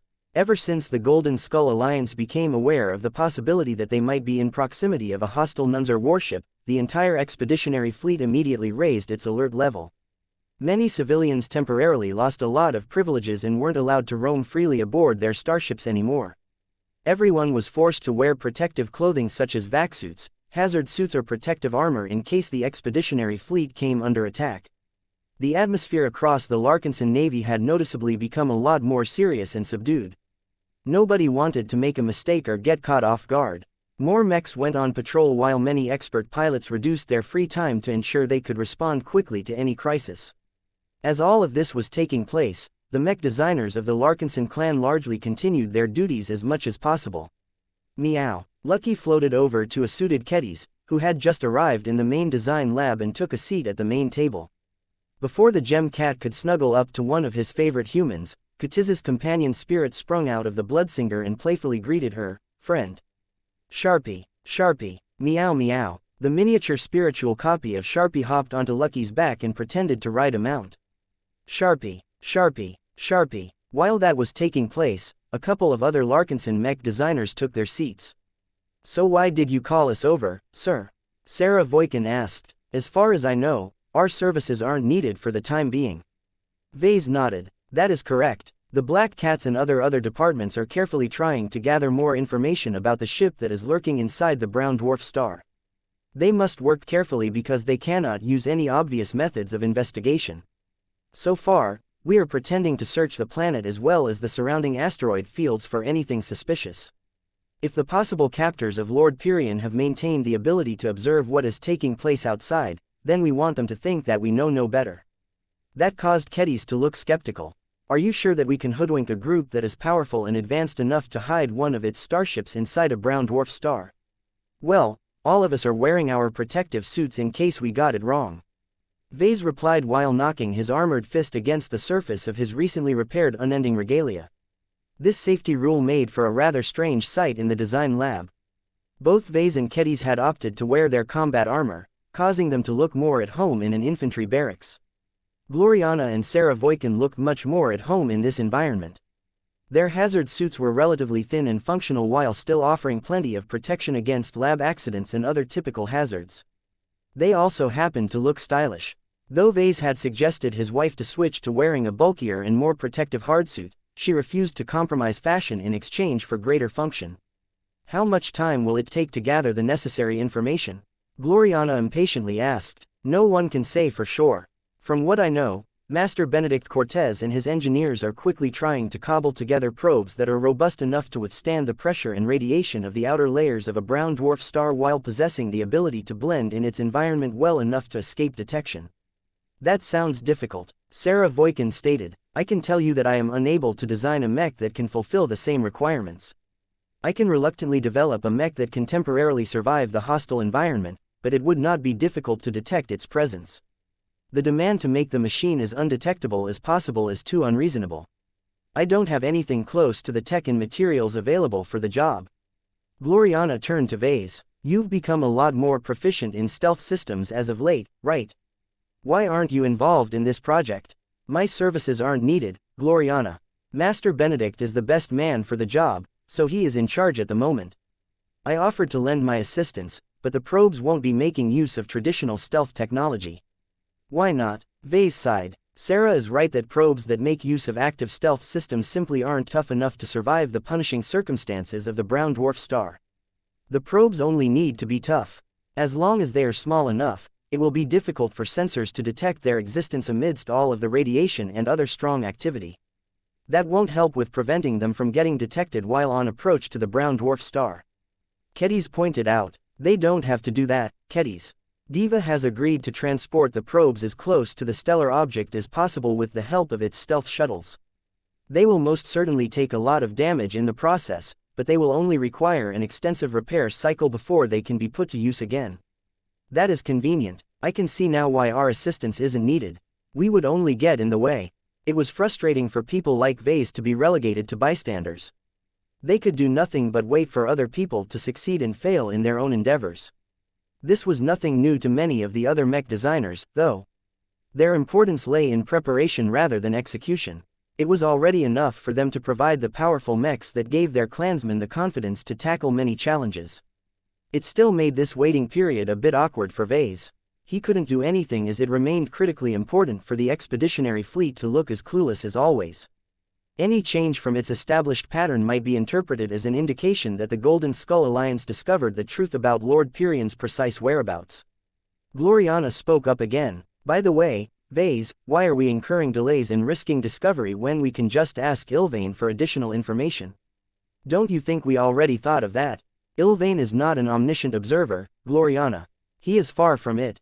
He has already exerted a lot of effort in providing us with accurate directions of our main target. While he still has the strength to glean a few more details on Lord Pyrion's immediate circumstances, his answers have been vague. Vague in what way? We didn't obtain a clear answer on whether the starship where Lord Pyrion is on is built by humans or aliens. Vase answered. Ilvain also isn't able to tell us much about his captors. Why not? Shouldn't that be easy to discover? He has managed to find Lord Pyrion easily enough. Lord Pyrion is just a guy who has vastly overestimated his capabilities. Whoever captured him is not as trivial.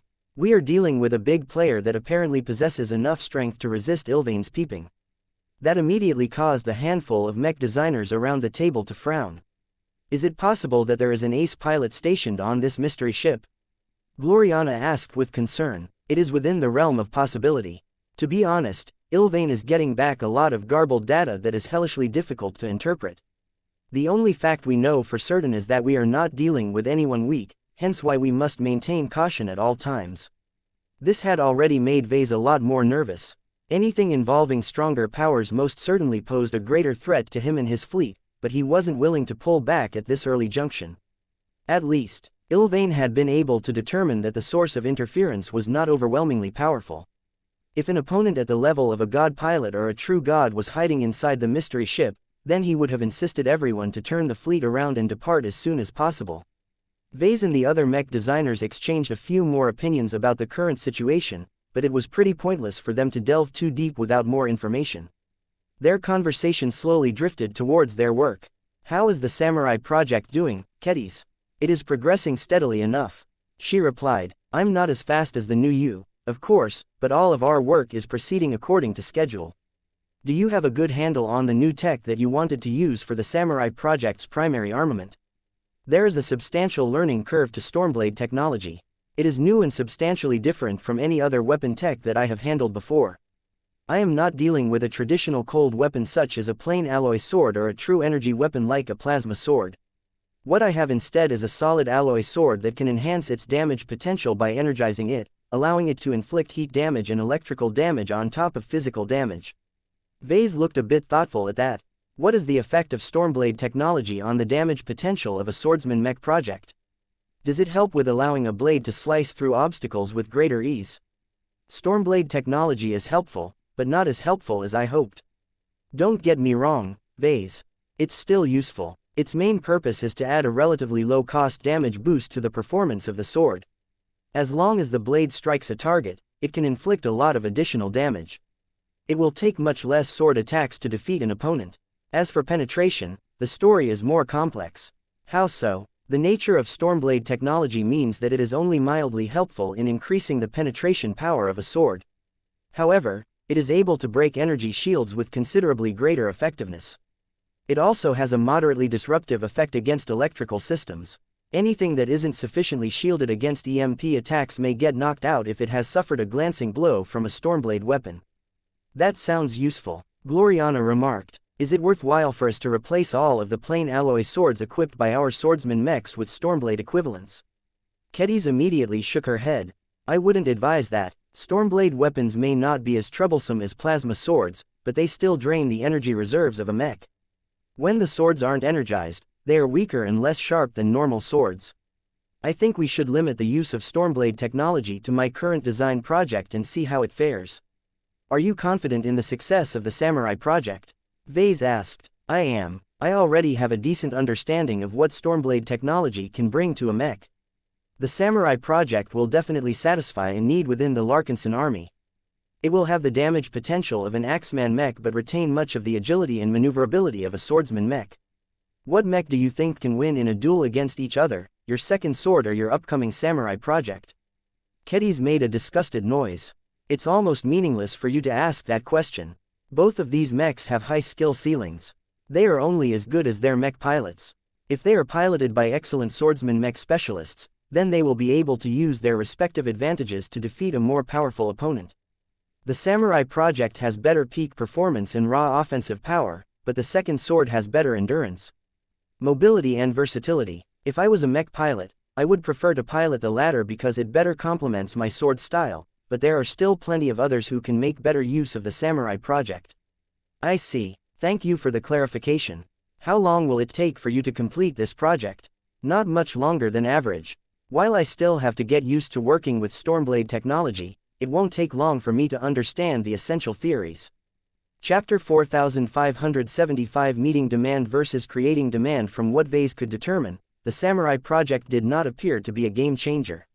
Its addition to the Larkinson Army's mech roster would not spark a revolution or a comprehensive boost in combat effectiveness. It mostly added more choice to the Larkinson mech pilots while also giving them the option to embrace a different style of mech combat. Vase actually thought favorably of the Samurai project. Its Stormblade technology added more variety to melee mechs and allowed them to inflict at least partial energy damage. The enhanced effectiveness of Stormblade weapons against energy shields was also particularly useful in the Red Ocean. The native alien warships generally relied on transphasic energy shields to mitigate large amounts of damage, so anything that gave his mechs an edge against this powerful protection was good news in his eyes. The only major shortcoming of the Samurai project was that it would drain its energy reserves faster while engaged in combat. Kedis already made sure to increase her work's longevity as much as possible by ensuring the sword only became energized when making contact with obstacles. Stormblade weapons can be a lot more powerful and destructive when wielded by the right warriors. Kedis remarked. An expert pilot with the appropriate expert swordsman mech can break the limit of this tech and inflict devastating attacks. A part of me is eager to see whether one of our swordsman mech specialists will be able to soar with the help of the Samurai project once it is finished. That sounded interesting to Vase as well. He could always choose to facilitate a mech pilot's breakthrough with the help of the Transcendence Glow, but he preferred to wait for natural breakthroughs in order to avoid promoting anyone unworthy. The conversation soon turned to discussing other ongoing mech design projects. Vase gave brief updates on the Dullahan project and the Ghost project. Kedis looked surprised at how he altered their original concepts and intended to add untested new tech to them both. You always taught me that we should never bite more than we should chew. Aren't you making the same mistake by becoming up with the empowered blood-sharing system and the Geist system? Neither of them sound easy to invent, as you will need to build up entirely new theoretical frameworks in subjects that you have never explored in the past. He understood her skepticism, but he maintained his confidence in his ability to succeed in his new ventures. You don't need to be concerned for me, Kedis. While my earlier advice still rings true, a stronger mech designer does not have to hold back as much.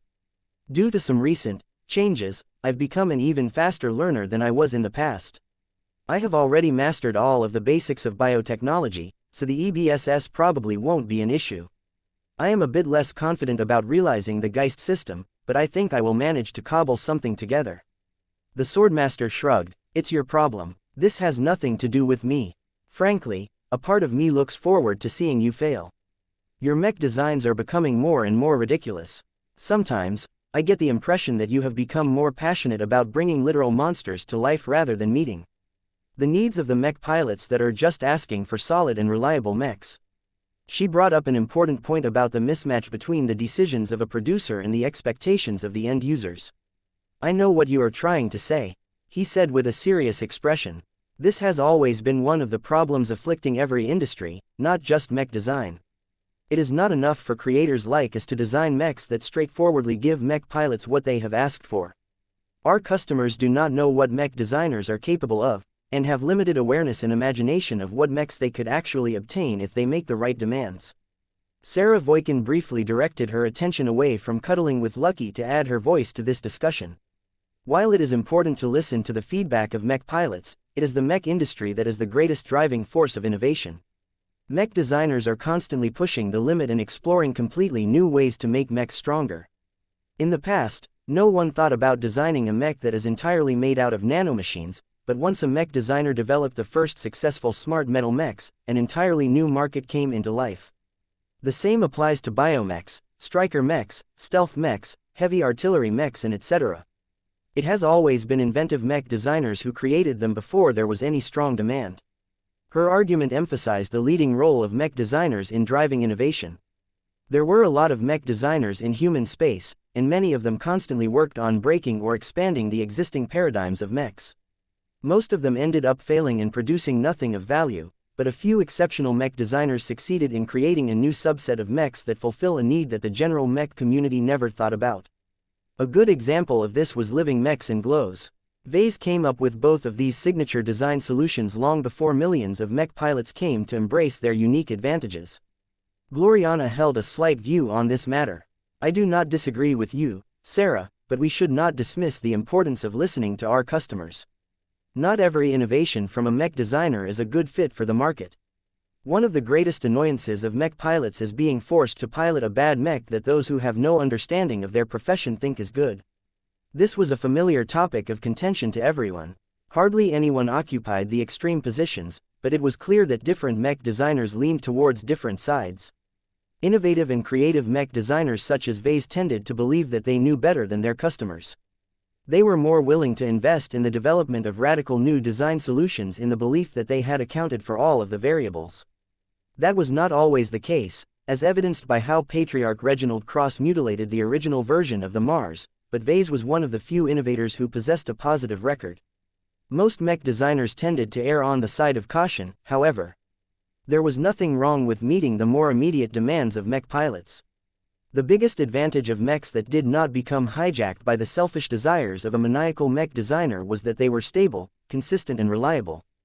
Gloriana normally leaned in this direction as she was a big believer in doing fewer jobs well than doing many jobs poorly.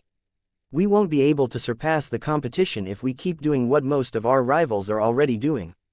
Vase said as he crossed his arms. There are master mech designers and star designers that enjoy head starts of at least several generations. They have become a lot more skilled at meeting the existing demands of the mech market.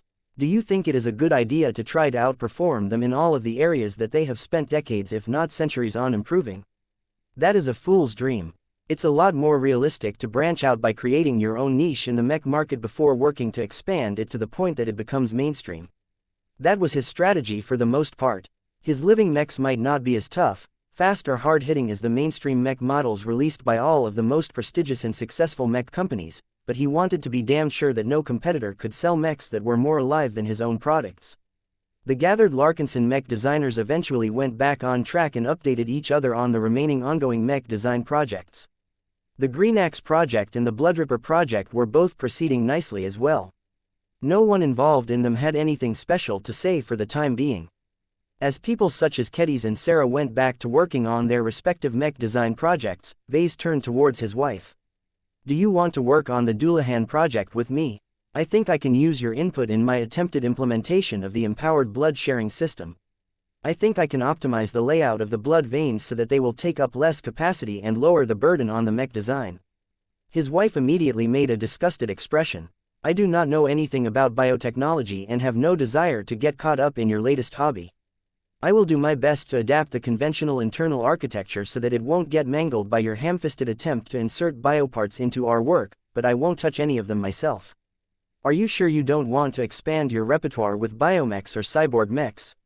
I can somewhat understand your resistance against the former, but the latter can give you the opportunity to get the best of both worlds. Biomechs are not consistent enough. Gloriana shouted at him. Cyborg mechs are admittedly much better in this regard, but they are still partially tainted by the inconsistencies and mutations that are inherent in the growth of any bioproducts. That was a pretty clear rejection on her part. Vase was disappointed that his wife wasn't willing to share in one of his new passions. It would have been incredibly useful if he could extend his collaborative relationship with her to biomechs.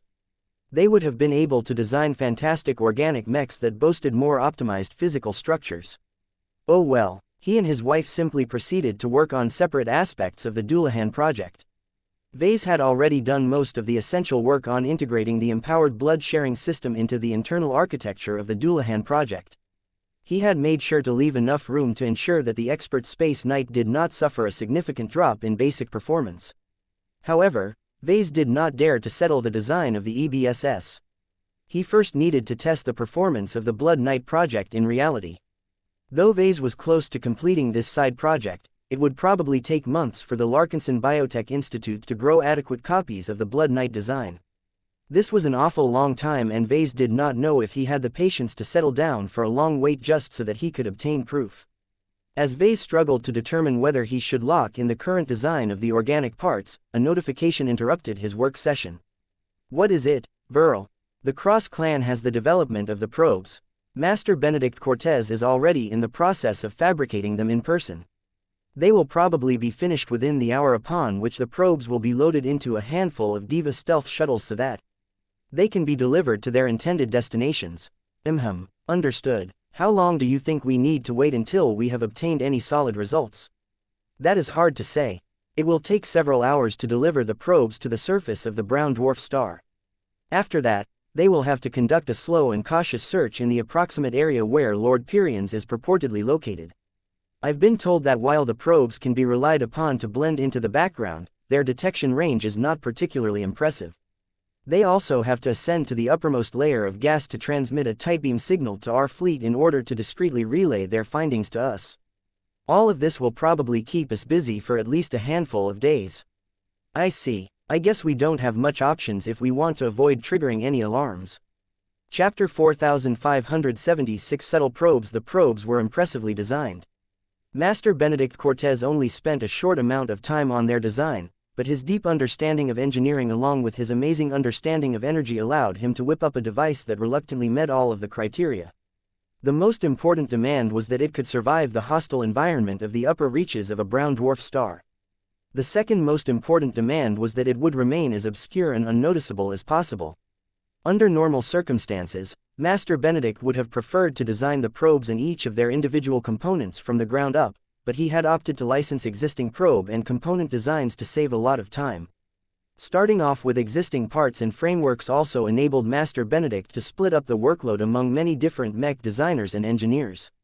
As long as he supervised the work and made a final pass on each individual assignment, he was confident that the quality would be sufficient. He ended up making surprisingly small and low-profile probes. When Vase shuttled over to the Hemington Cross in order to gawk at the probes as they were being fabricated, he still struggled to wrap his mind around their design. He initially expected that the crossers would be making probes with the volume of an armored foot soldier, but they ended up as thin and sleek cylinders that were only as long as his torso. Vase had a growing affinity for metal, so he was instinctively able to sense that the cylindrical probes contained surprisingly little alloys. Much of their structure was made out of non-metallic composites that were as durable as Master Benedict could make them without increasing their mass and density by too much.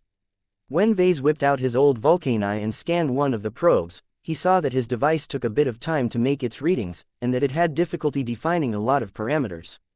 He believed that the probes would truly be able to do the job. Their ability to resist the hostile environment of a brown dwarf star while blending in the background was excellent. This is truly impressive work. Vase spoke as he did not hold back in his praise. My clan and I would have never been able to develop probes that perform so well while maintaining such a low profile. Master Benedict nodded in satisfaction. You are good at coming up with new and highly unorthodox inventions, but the fundamentals are also important. By building up a greater understanding and mastery of fundamental human science and technology over several decades and many different mech design projects, we can create products of engineering the likes that normal people can never make. Since we have mastered the creation of mechs first, it is much easier for us to develop other devices with common elements. If you go far enough, you will eventually reach a point where the boundaries between mechs and other machines begin to blur. Vase looked up at Master Benedict with a solemn expression. Is that how a master mech designer evolves into a star designer? The Cross clan's head designer. It is far more complicated than that. The gap between the two ranks is enormous. Star designers are not simply masters who have broadened their specialty from mechs to technology in general. They are reality engineers who have somehow gained the capability to access a deeper and more fundamental layer of the laws of nature. The transition from being a civilian who has to obey these laws to being an administrator that can alter the expression of those laws is immense. Though Vase really wanted to hear more about the older man's views on star designers, Master Benedict controlled himself and refrained from saying more. The reason for that was understandable. A journeyman wasn't supposed to worry about this at his current stage. Vase wasn't an ordinary journeyman, though.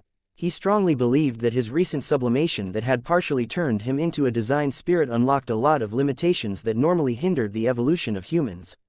When Vase compared himself to the polymath, he estimated that the gap between the two was still enormous, but not as much as before. He already recognized that he acquired a few traits that he spotted from the polymath during their only meeting thus far. The magnitude was still great as Vase was just starting to develop these additional extraordinary traits. He was like a baby who needed to design a lot more mechs and flesh out his design philosophy to a greater degree before he could come close to reaching her level. When Vase briefly studied Master Benedict from a spiritual perspective, he could clearly sense the man's blazing power radiating from his mind. He was like a miniature star that could shine its light across the whole galaxy and perhaps beyond. Yet as much as Master Benedict had grown by leaps and bounds compared to when he was just a senior, Vase had met many masters who were much stronger and more impressive in this regard. It was rather interesting to compare the spiritual signatures of Master Benedict Cortez, Master Carmen Olsen, Master Moira Willix, Master Terminio Dravidian and the Polymath.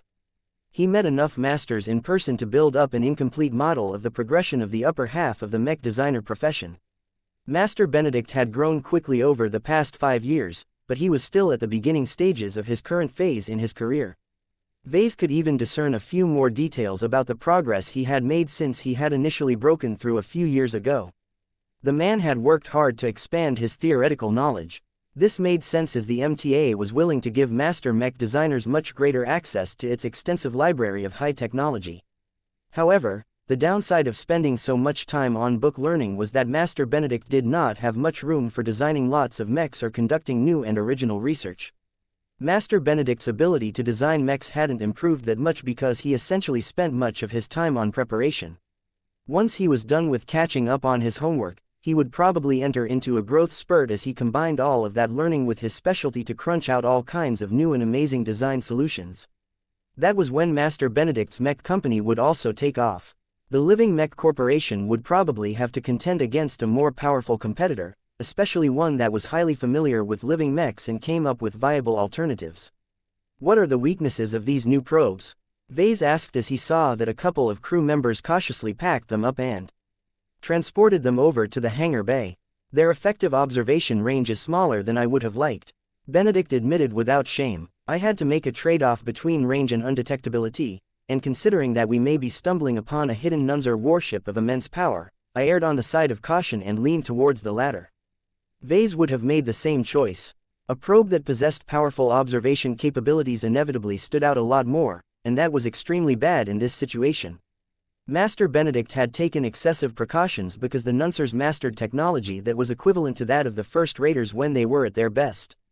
There was no easy way to make the probes good at detecting ships at longer ranges, so Master Benedict did not even bother to do so.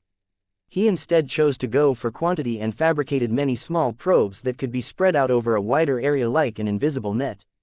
Creating a network of probes solves multiple problems at once. Benedict said as the 3D printer he was operating was just about to complete the final batch of probes. It lowers the performance requirements of each individual probe. It mitigates the limited range of each probe. It also allows us to create a daisy chain of probes that will allow us to maintain a longer active connection to all of the probes. All of this sounded good, but Vase knew it wasn't easy for the Cross clan to produce all of this on short notice. These probes may be small, but you have to fabricate a lot of them, and none of them appear to be cheap. These composite materials must definitely cost a lot for them to be so resilient. I originally stocked up on these materials for use in the development of the next iteration of the Canavis Mer. Master Benedict replied, I updated it to Red Ocean standards not too long ago, but as the need to counter alien warships grows stronger, I have been exploring a potential new design application that can give our expert light skirmisher an immense advantage against tough opponents such as the Vigant Zizine. To be honest, these materials are actually related to one of my more unrealistic ideas. I only procured a limited amount of high-quality composites so that I can experiment with them. If my idea turns out to be unworkable, then I wouldn't have wasted too many materials. Talk about mechs always got Vase excited. He tried to figure out what Master Benedict had in mind by combining these composites with the Cross clan's expert light skirmisher. I don't understand how these materials help with making the Canavis Mer stronger. Are you trying to reduce its mass, density and signature so that it is harder to track and hit? It is not as simple as that. Master Benedict shook his head. Developing the expert mech that you have described will only give us an inferior imitation of your Dark Zephyr. While Venerable Amari's Cross probably wouldn't mind piloting such a machine, our expeditionary fleet does not have a great need for such an addition. What we really need is a better way to solve the problem of heavily shielded alien warships. In my opinion, one of the most effective ways to counter them is to render their powerful transphasic shields irrelevant. Vase suddenly had an inkling of what the master had in mind. Wait, are you trying to design an expert light mech that can actually phase through energy shields as if they don't exist? Can you even do that with your skill set? Master Benedict laughed in an indulgent manner. Ha ha ha, it is a good idea, do you not agree? It is not as impossible as it sounds. Most energy shields are highly attuned to blocking dense and metallic metal objects as well as destructive amounts of energy. Their developers have not paid as much attention to blocking lighter and less metallic materials. That doesn't necessarily mean that a mech that is made entirely out of non-metallic composite materials can pass through energy shields without any effort. Vase critically pointed out, I am pretty sure those energy shields are also attuned to blocking things like biomechs and other organic stuff. That is true, Master Benedict conceded. There is much more to my concept and framework than I care to explain to you. Suffice to say, I think I can use my specialty to exploit a fundamental weakness of energy shield technology to enable a future version of the Canavis Mir to slip through the cracks, as it were. It is as if the expert light skirmisher's entire frame has automatic permission to open a door and reach the other side of a typical energy shield. If this worked, then the Cross clan would gain a powerful weapon against any alien warship. It would even help against many human starships as well, given that more and more pioneering fleets were adopting energy shields derived from alien technology. They had proven to work for the indigenous population, so humans did what it had always done and appropriated the new transphasic shields for themselves. Given this inescapable trend, it became more important than ever to develop countermeasures against transphasic energy shields, and it sounded as if Master Benedict Cortez was pursuing an inventive way to circumvent their existence. Chapter 4577. The same kind. Vase held a fruitful discussion with Master Benedict Cortez. Even as the Diva shuttles covertly picked up all of the freshly fabricated probes and went on their way to deliver them to the brown dwarf star, the two mech designers continued to talk shop with each other. They initially talked more intimately about the various challenges of the Ghost Project and the Geist Project. Both of them had a bit of time to think more about how to tackle them, though they were still short on empirical data to do much more. They talked about their ongoing collaborations on the other Larkinson expert mech design projects before Vase turned the conversation towards the Cross clan. I take it that the Canavis Mir isn't the only expert mech that your clan intends to overhaul. Master Benedict nodded. That is correct. The Amphis Mark II along with our other expert mechs have shown their limitations in the last two battles. I am satisfied with their ability to keep up with the expert mechs of professional military mech organizations such as the Sundered Phalanx, but they are not specially designed to fight against alien warships. I do not mind if they are unable to threaten large and imposing battleships, but they should at least be able to defeat frigates and destroyers on their own with no significant effort. Some of the Larkinson expert mechs could reluctantly do this. The Amaranto when armed with the Instrument of Doom came to mind. It will be difficult to turn them into ship-killing machines. Vase remarked. Expert space knights and expert light skirmishers excel when fighting against opponents of the same caliber or smaller. Their mech types don't really take the raw power of warships into account at all. The age of mechs has caused us to forget about their threat. The opening of the Red Ocean had caused an increasingly greater portion of humanity to remember that there were more war weapons out there than mechs. The terror and the immense destructive potential of warships had led to the downfall of many unprepared pioneering fleets. Even the Larkinson clan was still not ready to fight against warships on an equal playing field. This was why Vase intended to make good use of the hundreds of kilograms of phase water that his clan recently obtained from Operation Lighthouse. It was high time for the Larkinsons to equip more ranged mechs with transphasic armaments. Master Benedict adjusted his expressive lab coat that hung loosely on his custom protective suit. What we truly need are expert heavy artillery mechs. The Thunderer Mark II has given us a solid reminder that larger caliber guns are much more efficient in overcoming the defenses of warships. Just one of them is enough to enhance our ability to fight against powerful warships. We could use one of them right now, I suppose. That was true. Vase glanced in the direction of the brown dwarf star that the Golden Skull Alliance was about to investigate. Who knew what kind of powerful supervessel might be hiding beneath the hot layers of gases? Do you think it is a good idea for us to persist in our investigation? Vase asked. Master Benedict smirked. I never expected to hear that from you. Aren't you always in favor of pursuing these kinds of opportunities? You have never shown that much restraint in the face of great benefits. That's not entirely correct. I can control myself quite well, you know. I advocated that we should kill the unclean whale that was buried within the Palace of Shame rather than attempt to keep him alive. That was only because we did not possess the confidence to control a creature as powerful as a phase whale. Can you answer my question, please? Fine. You want to know what I think. I am okay with it. We have clearly evaluated the risks and rewards and concluded that the latter outweighs the former. We are not going in half-cocked but with a clear and sober understanding of the dangers involved. Vase looked a bit surprised. I didn't know your risk tolerance has become so high. I am merely realistic about the fact that we cannot progress further without doing more. The older man shrugged. If we happen to have provoked a disaster that we cannot escape from, then so be it. At least we tried to improve our station. That is much better than many of our colleagues who have become satisfied with their routines and have stagnated in their work. It was strange, but Vase felt a sort of kinship with Master Benedict. The man understood and embraced his viewpoint in a way that almost no one else could. Both of them were mech designers who possessed great dreams and ambitions, so that made it easier for them to understand each other. They recognized that they were the same kind of people. While they were separated by several generations, that did not stop them from sharing similar interests and passions. Both of them were mech designers. There were even times where they thought that their lives and their well-being simply weren't as important as their work.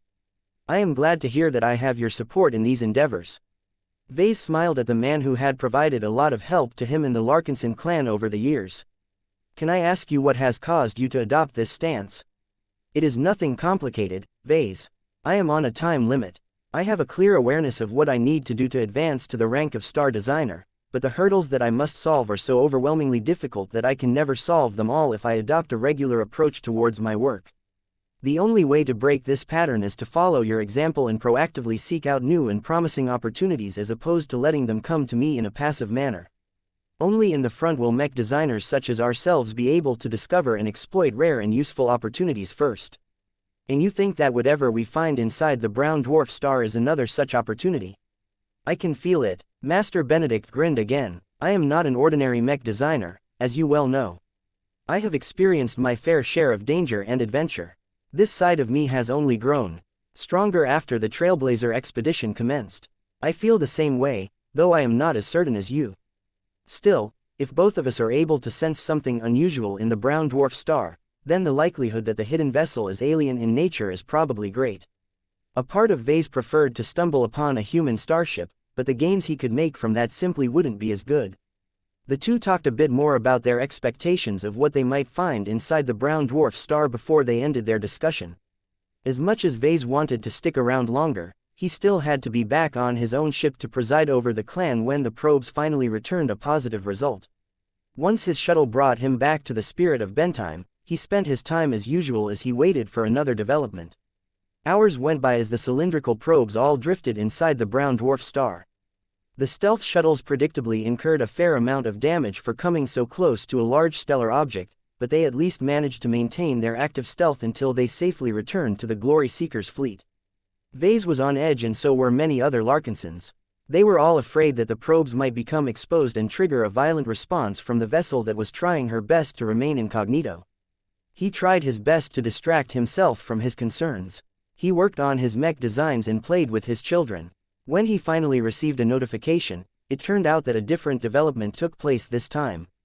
The probes haven't shown us anything yet.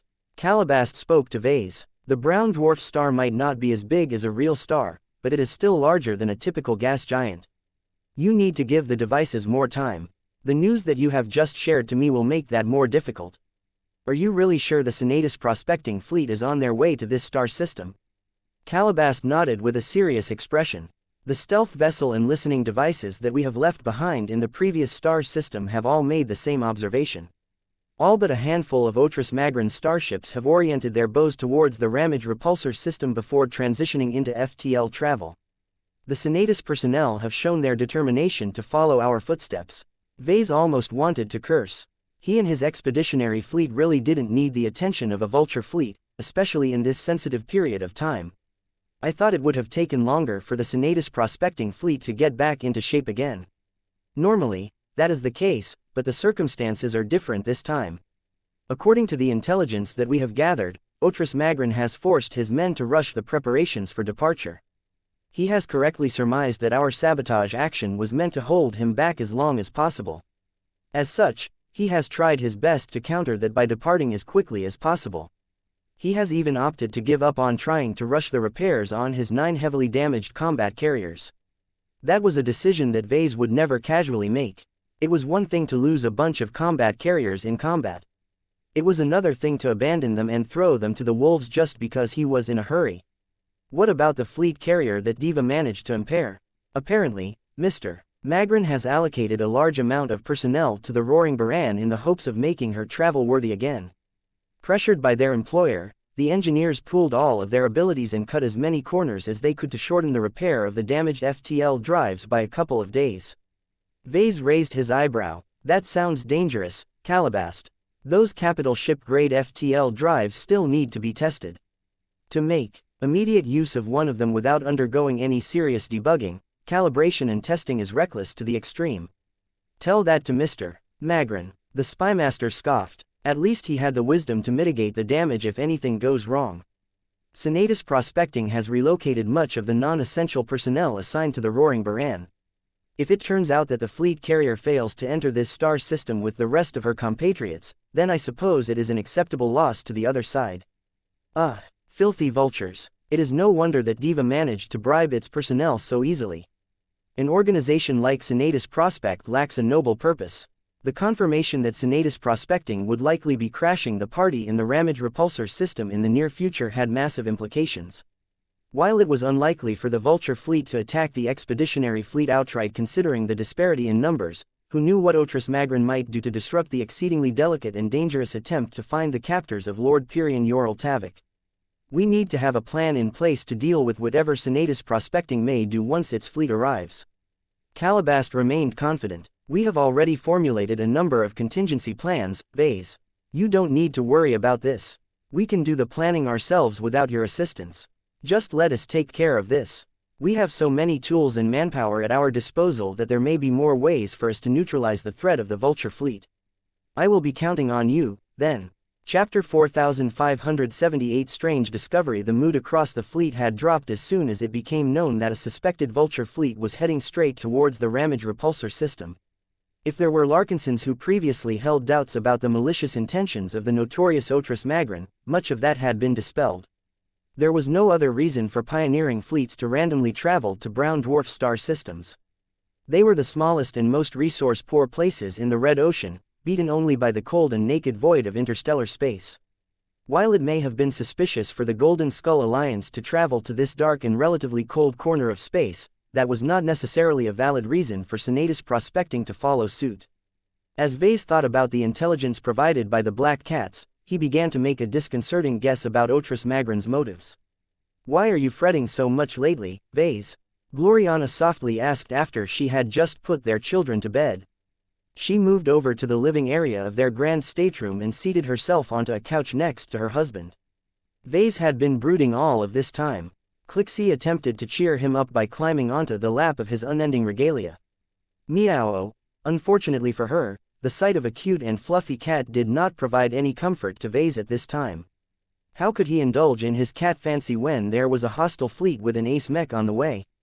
He sighed. Maybe we should have refrained from sabotaging the Senatus Prospecting fleet. If we didn't provoke Otris Magrin so much, he might have chosen to let us explore this star system in peace. Gloriana snorted. The Black Cats already told you that the Senatus Prospecting fleet abruptly changed its course and headed straight in our direction. Magrin had already set his sights on us. We were well within our right to make a preemptive strike. At least we have managed to reduce the amount of mechs that he can field in battle against us. With any luck, one of his fleet carriers won't make it and we will have even less to worry about. I suppose you are right. Since Clixie wasn't able to attract Vessa's attention, she hopped over to Gloriana's lap and tried to earn the woman's affection. Gloriana simply put her palm on Clixie's side and rudely shoved the cat aside. Meow. Seeing that she wouldn't be getting any attention here, Clixie moved towards Aurelia's bedroom so that she could cuddle up with her favorite Larkinson. Vase meanwhile continued to think about how he should respond to the incoming vulture fleet. Doing nothing was probably not an option anymore, but he didn't feel any desire to enter into an open confrontation either. What do you think we should do when Senatus prospecting arrives in this star system? It depends on what we will find in the brown dwarf star. His wife replied, if we find out there is something worthwhile, then we should stand our ground and defend against anything our uninvited guests might throw at us. If retrieving Lord Pyrion Yorl-Tavik is not an option, then there is no reason to linger here. We should just leave and try our best to shake off the vulture fleet. That will be difficult. The vulture fleet is smaller and faster. It is designed with pursuit in mind and has less dead weight than us. We will only be delaying a confrontation at best. Then what do you want me to say, Vase? Gloriana grew annoyed. There are no easy answers here. Otris Magrin has a reason to attack our fleet and we have a reason to attack his fleet. Both sides are hostile towards each other. As far as I am concerned, this means that a conflict is inevitable. The only decision that you need to make is when you want to start the battle. Do you want to postpone the conflict at the risk of giving our adversary more time to prepare, or do you want to initiate a confrontation right away? Vase couldn't decide on this matter. Fortunately, he didn't have to. People such as General Verl and Marshal Ariadne Woden were professionals in this regard and could make the best and most rational decision on everyone's behalf. Although he took a short and restless nap that night, he finally received a bit of good news the next day. The probes have made a discovery. Vase rushed his breakfast and quickly kissed the heads of his complaining children before he raced off to a command center. Once he arrived, he walked over to the middle of the compartment where a number of projections displayed grainy live feeds of several different probes. The high degree of interference produced by the brown dwarf star extensively degraded the signals. It took a lot of processing power to clean up the footage, and even then there was still a distinct lack in detail. Nonetheless, the weak sensors of the various probes had unmistakably stumbled upon a large artificial object floating at a decent depth beneath the upper layers of the brown dwarf star. Vase immediately tried to ascertain whether the ship had moved into action once the probes caught sight of her hull, but the large vessel remained in place as far as he could see. She was not completely inert. The sensors of the probe could clearly detect an active energy shield protecting the vessel from the heat, radiation and gravitic energies released by the failed star in close proximity. Tell me what you have discovered. A tactical officer succinctly reported the expeditionary fleet's findings. Our probes initially managed to catch a trace of this unknown ship due to the distinctive emissions produced by her active energy shields. The crossers repositioned multiple probes so that they could wrap around the recently discovered vessel while also spreading out others to verify whether she was alone. So far, we have yet to catch any trace of another starship underneath the surface of the brown dwarf star, but we are not ruling out the possibility that she has company. That is a reasonable precaution to take. Vase nodded in satisfaction. What can you tell me about the ship herself? According to our preliminary findings, she is approximately 1.7 kilometers long or tall depending on how you interpret her. She is a fairly slender and narrow starship and is not designed to function as a carrier. She is a pure warship as far as we have been able to determine, and our probes have identified numerous primary and secondary weapon batteries across her hull. She is likely built for maneuvering through battlefields rather than slugging it out with other warships, and she boasts powerful thrusters to support that role. The way the tactical officer described the basic properties of the discovered ship immediately exposed what kind of ship they were dealing with. No private human starship was allowed to mount any weapon batteries. So she's an alien vessel. Vase deeply frowned at this revelation. Lord Pyrion Yorl-Tavik is residing on an alien warship. That appears to be the case. The Nuncers or whoever owns this warship has gone out of their way to capture Lord Pyrion alive. Vase said in an increasingly more concerned tone. Do you know what this means? It means the aliens have gained an understanding of the structure and the hierarchy of human society. For some reason, these aliens can not only tell pioneers apart from other humans, but also recognize their greater value. This is extremely disconcerting. There is more, sir. Our men have been doing their best to analyze the ship in her many features, and what we have managed to uncover is difficult to believe. I think it is best if I give the word to one of our foremost experts on starships in our clan. The projection of Chief Shipwright Vivian Sai came to life. The woman had already prepared a short presentation for the patriarch of the Larkinson clan.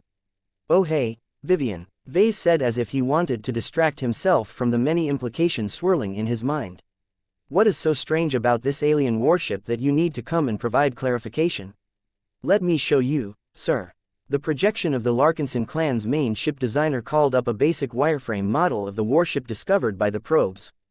"Are you familiar with the basic structure and overall design patterns of the warships of the major races of our current galaxy?" "I do." Vase nodded. "If I look at this model, I think it closely resembles that of the so-called home ships of the Nunzer race. The vessel is awfully thin, though. A lot of races tend to build their ships vertically as if they are towers." Vivian quickly summarized. "This is because they treat their starfaring vessels as their houses or their apartment complexes rather than a successor to ocean-bound ships. The Nunsers share this tradition.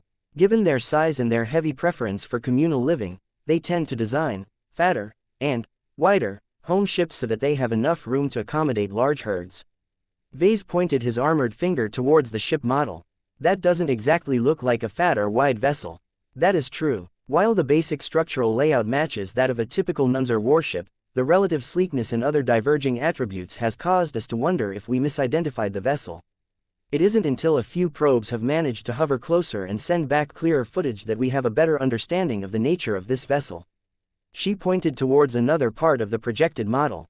Several elements across the hull lit up in red. These parts are almost never found on Nunzer warships.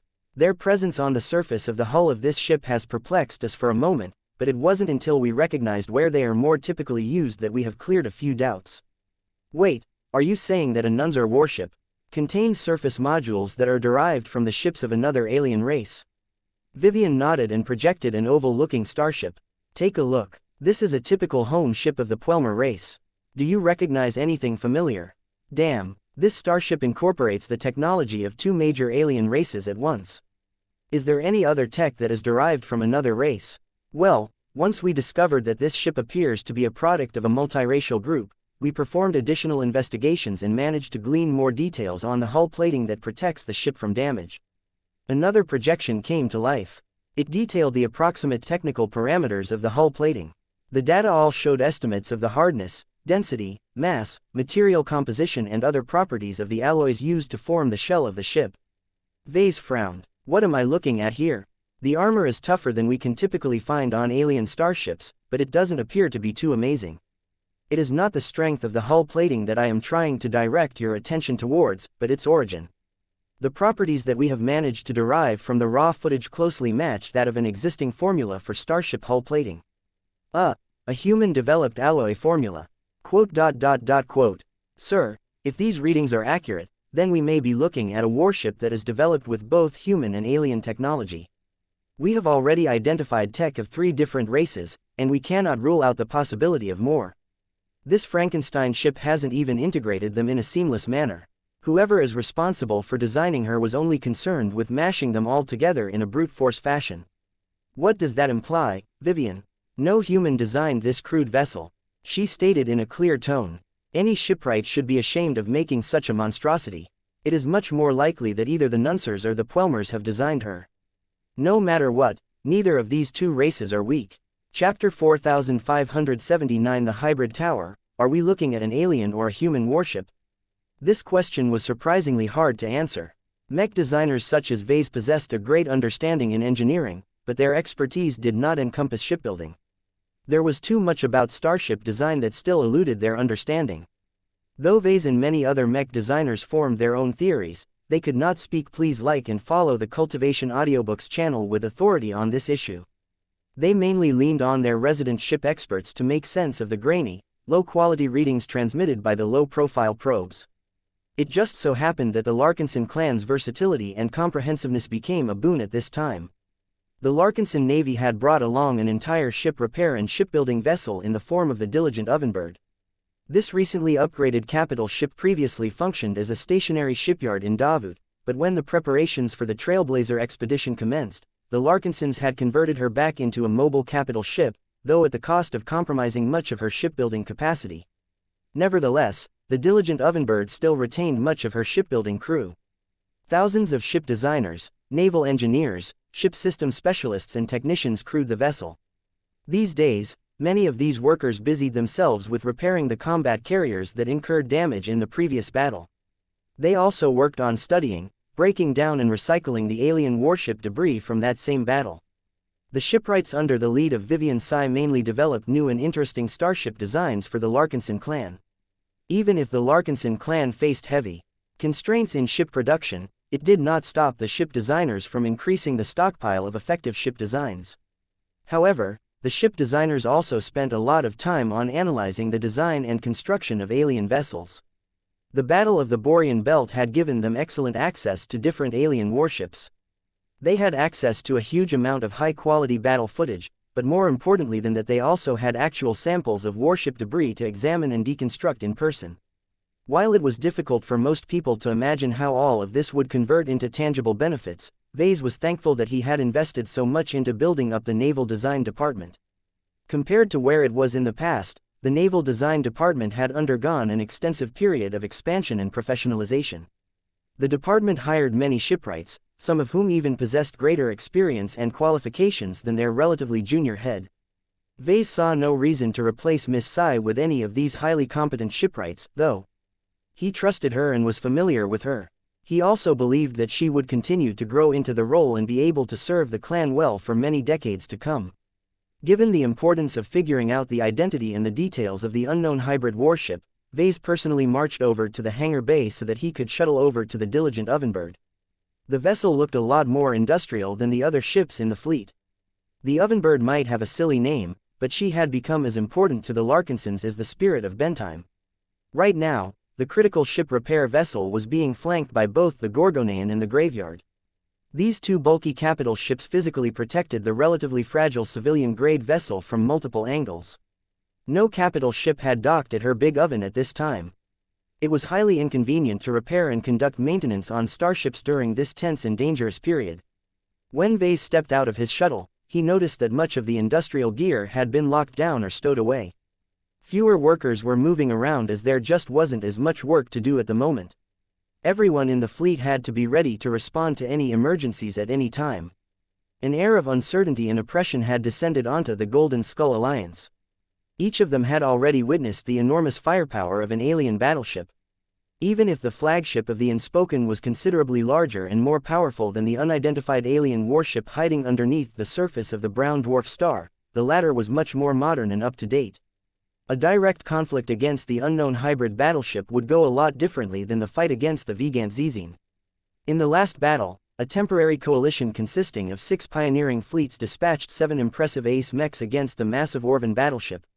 With many of these powerhouse machines harassing the Vigant Zizine at close range, her powerful but extremely sluggish and inflexible primary armaments were completely unable to retaliate against the fast and agile ace mechs. The situation was completely different this time.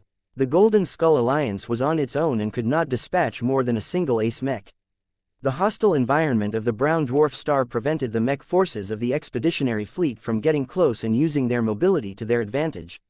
This essentially meant that the Golden Skull Alliance had little choice but to engage the strange battleship at long range, which was exactly where warships held the greatest advantage. Any ship with primary weapon batteries that were larger than several heavy mechs put together loved nothing more than to sit back at a comfortable distance and bombard their targets with overwhelming firepower. This was the reason why everyone was so nervous at this time. A battle against a single alien battleship might cause the expeditionary fleet to incur horrendous damage. As a precaution, the expeditionary fleet had already taken the initiative to move behind the rocky planet so that much of its bulk would shield the vulnerable starships from direct strikes. This was not a permanent solution, though. Any decent alien warship possessed the ability to maneuver surprisingly rapidly on the battlefield as long as there weren't any powerful warp inhibition effects. Given the enormous threat level of the hybrid battleship, Vase sped up his pace and quickly arrived at a compartment where numerous ship designers and other specialists were quietly analyzing the data collected by the probes. "Sir, you are here. Please come and sit." Chief Shipwright Vivian Tsai waved her suited arm at a central table. When Vase moved forward and sat down on a sturdy chair, he glanced around before focusing his sights on the table projection. Enough time had passed for the relevant experts to expand the details of the technical schematic of the hybrid battleship. They had identified many more smaller weapon batteries, sensor modules, exterior hatches and other interesting traits. Vivian Sai eventually finished her discussion with her leading subordinates and moved over to the table. How are you doing, Vivian? Is the ship giving you a lot of trouble? You don't know half of it. The fairly young but already maturing woman said with a grimace. The environment where the unknown battleship resides is making our jobs much more difficult, and I wish the probes were better equipped to make long-range observations. I know better than to ask whether we can move the probes any closer, but it is still frustrating to know that we can deduce at least twice as much information if those probes are willing to move just a few kilometers forward. Vase shook his head. That's not a good idea. The probes are currently hiding in the periphery of the alien battleship's detection range. The gases of the brown dwarf star helps a lot with reducing their chances of getting detected, but moving them forward just a little bit will quickly double or triple the probability of exposure. Vivian Sai already knew that as she possessed a good understanding of sensor and detecting technology, but she still felt the need to complain. She did not forget her duties, though, so she quickly moved on to business. I am sure that you are wondering who has designed, built and crewed this battleship that we have temporarily codenamed the Tower of Babel. She began. While we do not have enough information to say anything solid about the latter two, we can at least form a fairly solid conclusion about the former. This is a ship designed by a collaboration of shipwrights hailing from different alien races. Vase frowned when he heard that. Didn't you tell me earlier that you believe that this is primarily a Nunzer warship? The basic ship structure is built like a tower, which is exactly what the Nunsers prefer. That is true, and I have no doubt that the Nunsers likely played the greatest role in the design of the Tower of Babel, but she contains several elements that violate core Nunzer design principles. She gestured towards the projection and caused the outline of the ship schematic to glow in red. Let us start with the silhouette and contours of this vessel. We have collected a lot of evidence that she is a vertically arranged starship, which means that the bow section is the top while the stern section that holds the main thrusters constitute the bottom. Why is that important? It is highly inconvenient to construct a relatively long and narrow starship but arrange her internal structure in such a vertical fashion. The amount of stairways, ramps and elevators needed to facilitate movement will be excessive. That did sound strange. It was the result of two poorly matching design choices. Why is this relevant? Vase asked. I am getting to that, sir. The Nunsers are evolved herbivores. They are like cattle that have quickly grown intelligent and managed to carve their own place in the red ocean. That said, they still retain many of the instincts and customs of their more primitive selves, one of which is the desire to live in large and expensive open plains. Well, this narrow tower-shaped ship certainly won't be able to offer that if she is vertically arranged. Vivian curled her lips. Do you see? The implication here is that the Tower of Babel is not crewed by Nunsers, at least not in great numbers. Vase was impressed by this deduction. That makes a lot of sense. What else have you found? Let us look at the elements that are obviously derived from the tech developed by other races. Let us zoom in on their main weapon batteries, which we have tried to reconstruct in this schematic as best as possible. What stands out in your eyes? The projection changed to zoom in on one of the primary armaments. The turret looked a bit too oversized on the relatively slender hull. The base of the turret is rounded. It's a cylinder pretty much. Vase observed. The top of the weapon battery is shaped like a domed half-circle. That makes it pretty good at deflecting blows at an angle. There are 3 large kinetic cannon barrels, but instead of being placed in a row, they are installed in a triangular pattern, which is pretty perplexing as it will just make fire control more complicated.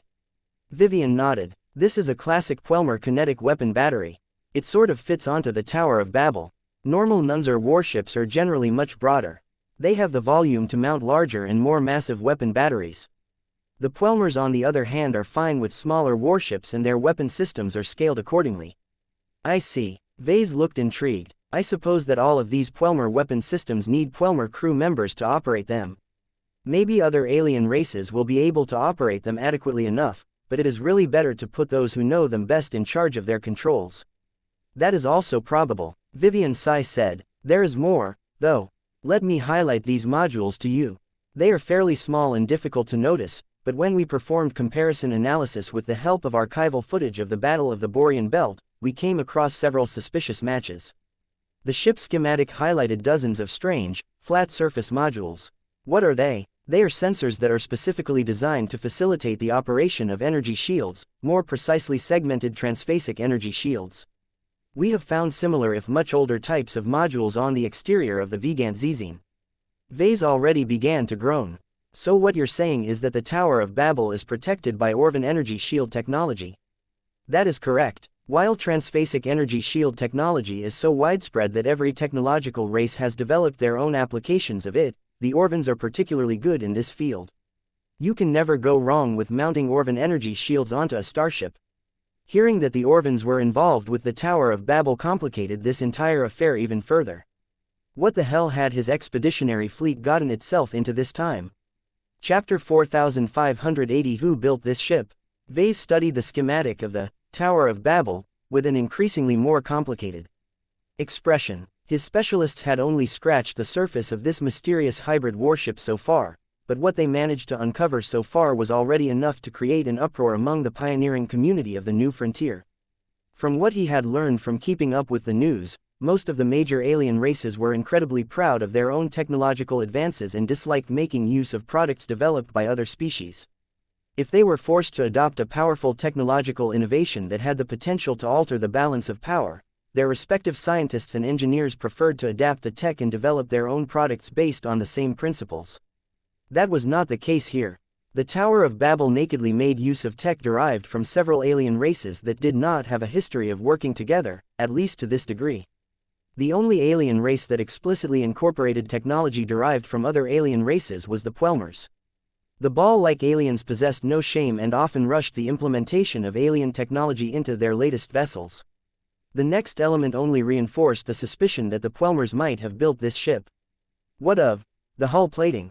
Given the alarming implications of our initial conclusions, we performed a careful investigation with many different specialists who have expertise in this area.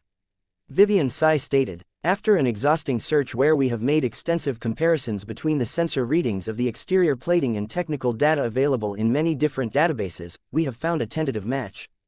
She waved her hand again, causing a new projection to appear that displayed a short product summary of a relatively recent Starship hull plating formula. This is a first-class commercial-grade product. Vase gasped. The materials used to produce all of this hull plating is unaffordable to us. Many of the key materials consist of first-class exotics that are only found in the upper zones. That is correct. Gugar Systems released the Armalite DTTF-4 as a fairly premium option to clad a starship with decent protection without requiring too much mass. It is designed to be applied to fairly thin and light hull plating, though it can also be employed in thicker plating in order to add better protection to more critical ship sections. In any case, Armalite DTTF-4 hull plating has proven to be a cost-effective solution. The fact that it does not incorporate phase water is both a cost-saving measure and a significant weakness. I understand. If the warship was clad with transphasic hull plating, then the ship would truly be invincible. Her defensive performance would definitely be on par with the performance of MTA and CFA warships. It was well known that the Big Two had developed vastly superior hull plating that made their warships several times tougher than the starships of typical first-class states. This was already the case well before phase water became widespread. Vase could scarcely imagine how much tougher they would become once the MTA and CFA accumulated enough phase water to fund the construction of a previously unheard-of superdreadnought. The defensive properties of DTTF-4 hull plating is good but not exceptional.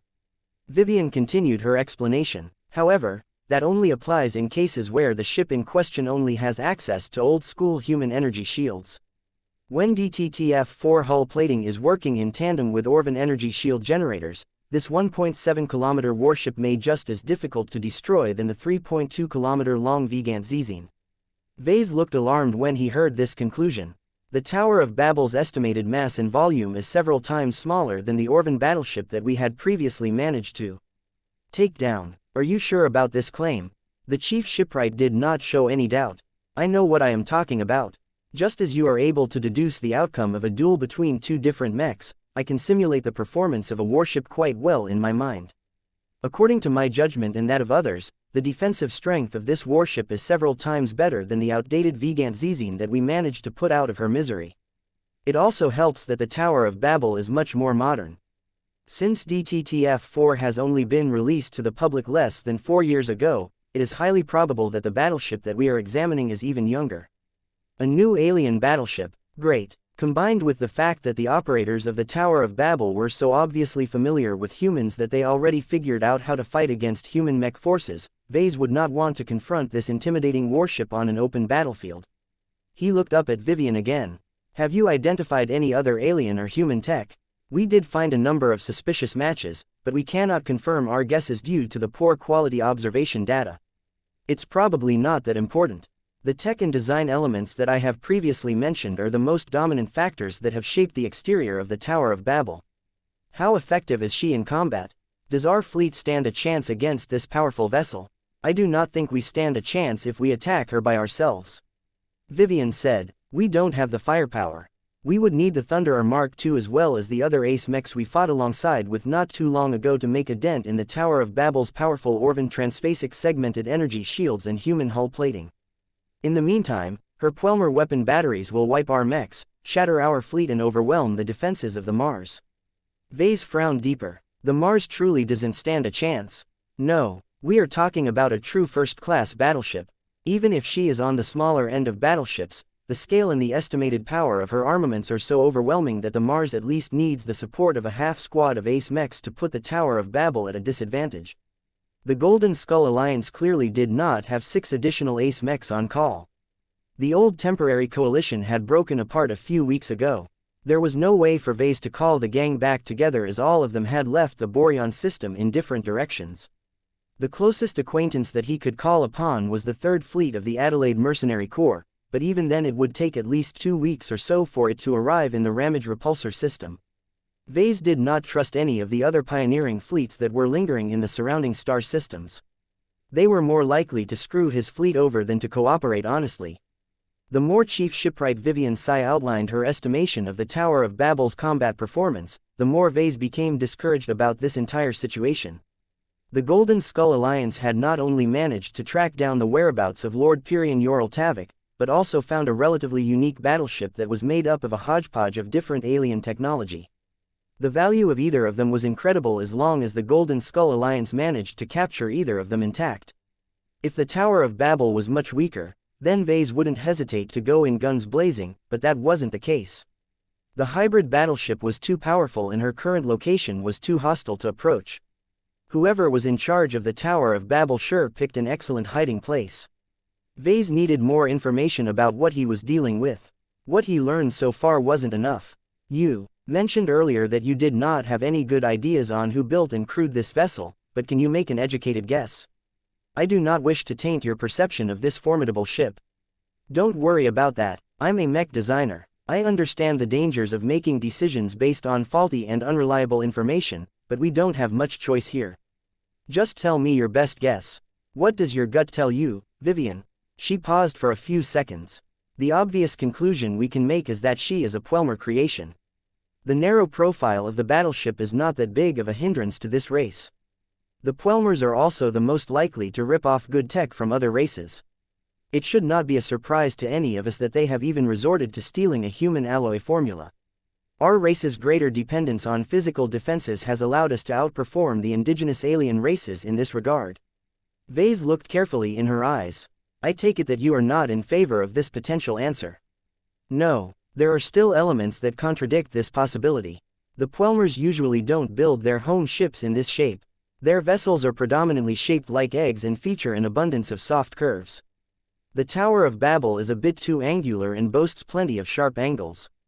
The Pwelmers really hate that, so I seriously doubt that they would stoop to crewing such an antithetical vessel. The argument made sense. The Pwelmers tended to get angry about a lot of different issues. There was no way that a majority of them would willingly serve on a ship that was shaped so awful in their eyes. If it is not the Pwelmers, then what is next? It could be a human warship. Vivian Sai proposed. She most definitely wasn't built by the Big Two, but we cannot rule out any nefarious parties from other parts of human space. The overall tech level of the Tower of Babel suggests that she may be built by first-raters. Gugar Systems, who developed the Armalite DTTF-4, is a Rubarthan development company. The exotics needed to produce DTTF-4 are mostly widely available, but there are a few materials that have only been found in a couple of human-controlled upper zones. Okay, that definitely sounded shady to Vase. For a moment, he imagined that the Tower of Babel might be a ship constructed by traders or profiteers who wanted to obtain a battleship of their own without tying this illegal vessel to their identities. That didn't make much sense, though. The human plotters wouldn't have included any obvious human tech if that was the case. If humans aren't responsible, then what is your next guess? Vase asked. The answer that I think is most likely is that we are dealing with a multiracial alliance. Vivian said. Different groups from different alien races have pooled their resources together to build a ship that encapsulated the best of what they can offer. The Tower of Babel may be a joint project that serves to unite the squabbling indigenous alien species that have treated each other with hostility for many generations. Vase tried to imagine what life aboard the Tower of Babel would be like with so many different aliens working together. My thoughts coincide with yours. I am glad to hear that you have the same idea. Vivian did not look so pleased, though. We are in greater danger if a multiracial alliance is responsible for the Tower of Babel. No average alien leaders are involved in this matter. We may be interfering with the operations of the Red Ocean equivalent of the Big Two. That was a good point. Vase just happened to know of one alien alliance that fit that description. The Red Cabal. Pardon, sir, do you remember the Unspoken? This Orvan pirate group had secretly been tasked with guarding the Palace of Shame, and it has done so for over a millennium. We learned that the Unspoken took orders from a phase whale, and that both of them were members of this supposed Red Cabal. What is the purpose of the Red Cabal? We are unclear about that, but Vase hesitated for a moment. There are suggestions that they are concerned with the protection of the Red Ocean and its native inhabitants as a whole. Chapter 4581 Vampire Reaction. Though no one was able to make a definitive conclusion on who controlled or crewed the alien battleship, it was practically a certainty that they were not friendly towards the Golden Skull Alliance. Vase increasingly felt that he had touched upon a profound affair that exceeded the Golden Skull Alliance's ability to interfere. If any of the possible candidates mentioned by Chief Shipwright Vivian Sai turned their attention to him and his clan, it would be difficult for the expeditionary fleet to escape this border region alive.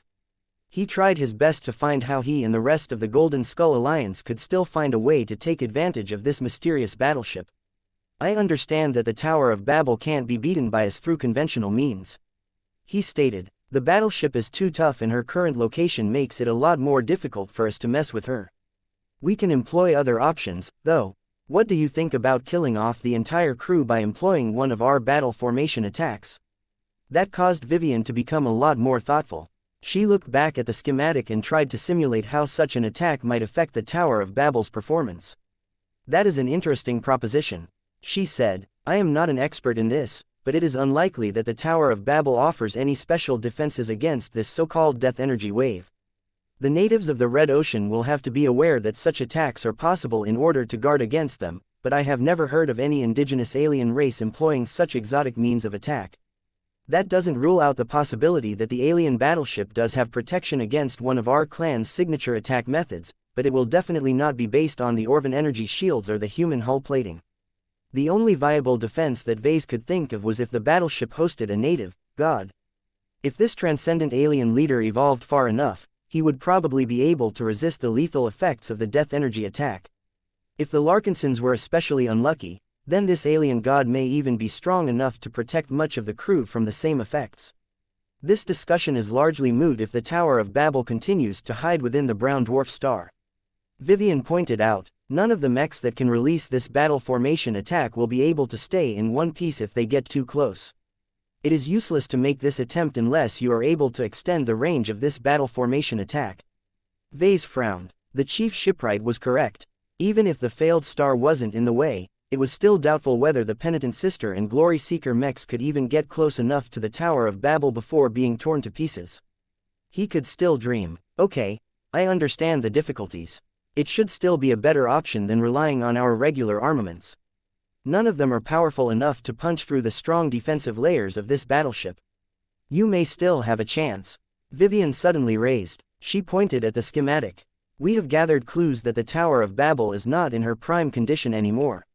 She doesn't bear any heavy damage, but we have observed obvious traces of battle damage across the length of her hull.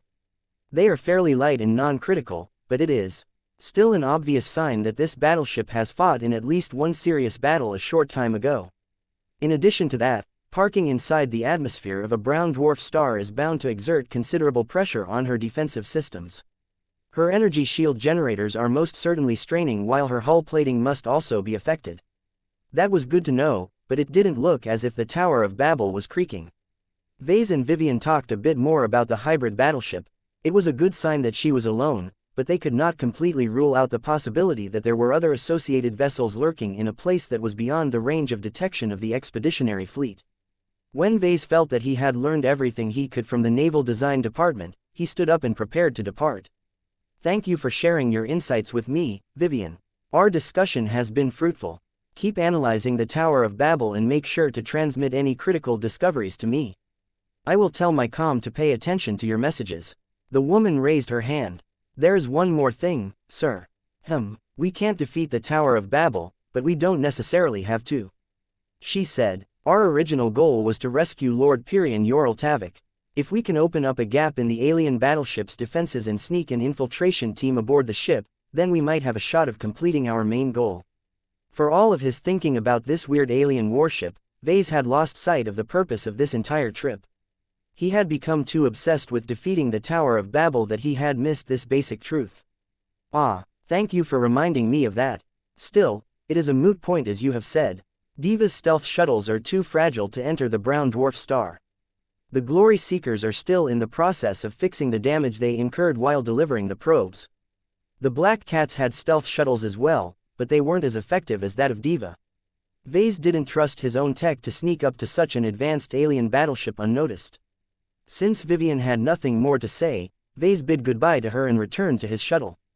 As the craft left the embrace of the diligent ovenbird and steadily flew back to the Spirit of Bentime, he went back to thinking about how he would be able to gain any advantages in this difficult situation. He needed to figure out whether spiritual attacks could affect the crew of the Tower of Babel. If all it took to render a battleship inoperable was to run a death energy wave attack through her hull, then he might be able to finagle an unlikely victory out of any lopsided engagement. Helena, he spoke while concentrating on his sister. You called, little bro. The honor guards in the shuttle didn't show much of a reaction to Helena's appearance. They had become so accustomed to the manifestations of design spirits that they only maintained normal vigilance. The design spirit playfully sat on a nearby seat. She fiddled with the black lotus that Vase had gifted her in celebration of her birth. I need your input on a few possible scenarios. Vase spoke as he immediately turned to business. I want to explore the possibility of using your power to wipe out all hostiles stationed aboard that alien battleship that is keeping us busy. I am familiar with the ship you're talking about. Plenty of the mech pilots in this fleet are thinking about her. She is quite a formidable vessel. That's for sure. By the way, are you able to investigate the ship more directly? I tried asking Ilvain on what he is able to figure out about the ship, but he can't give much details. I'm not surprised, Helena replied. I can't help you much, Vase. First, there is nothing related to me over there. Even if you bring aspect of me close to that ship, I still wouldn't be able to do much. Why not? There are several reasons. The first is that I can sense that there is at least one powerful individual aboard that ship. The second is that the ship is inside a star. It's not a real star. Vase corrected his spiritual sister. A brown dwarf star is merely an oversized gas giant that generates a relatively low amount of heat and radiation. Helena huffed. The distinction is not important. It is conceptually a star or at least a very hot planet, and that means it is associated with positive energy. While much of the heat and radiation it produces is only relevant to the material realm, it has definite weight in the other realm, especially when you are practically on top of the star. And that means, I can't get close. She admitted while emphatically patting her black dress. I don't dress like this for no reason. I'm following a theme. My existence and element is centered around death, which predictably falls into the category of negative energy. Stars and anything related to heat or fire are associated with positive energy. The two categories generally don't get along with each other. Vase didn't know that. He had no idea that stars were powerful enough to repel Helena. The implications of this revelation were great. If that is the case, then a battle formation attack or a death energy beam attack from the Grey Lotus won't do anything to the ship that we are calling the Tower of Babel. I am not kidding, brother. I am much more at home in dark, cold places like the Nixian Gap. Someone like you might find it to be a horrible, lifeless place, but it is the opposite to me. All of the death and negative energy concentrated over there is paradise to me. It was the reason why our mother was able to bring me to life in the first place, and it is also the best growth environment for me. Stars are the polar opposite to me. I may not be a vampire, but I truly do not want to get too close to such a large source of positive energy. I see, that pretty much put an end to most of his ideas. Helena leaned over and patted his head. Hey, don't look so glum, little brother. I can still lend a hand under the right circumstances. If you can find a way to lure that alien ship out of the brown dwarf star, I might be able to affect it, if only partially. The further away she is from the star, the greater my ability to affect life aboard the ship. That returned a bit of hope to him, but he soon thought of another complication. Wait, there is at least one human individual aboard that ship that must not be slain. He said, it is really important to us that Lord Pirian Yoral Tavik remains alive at the end. Can you make it so that any attack based on your death energy will not accidentally harvest his life? Helena looked pensive. I don't know. Theoretically, it should be possible, but I haven't practiced my control very much. What, you don't even have a filter for your power? Hey, my fights typically devolve into contests of power. Brute force is much more important than fine control. I can try and practice my control in order to prevent specific people from succumbing to my power, but you will have to trust me to get it right. I appreciate the effort. It appeared that Vase wouldn't get anything better than that. Vase kept this option in mind but resolved not to rely too much on it. He at least needed to find where Lord Pirian Yoral Tavik was being held inside the ship so that any potential death energy attack might bypass that specific section. He continued to chat a bit more with Helena, but she didn't stick around for long. She leaned over and kissed his cheek. Call me when you need my help. I am always here for you. We're family, after all. If you want to do anything special, then maybe think about employing your other design spirits.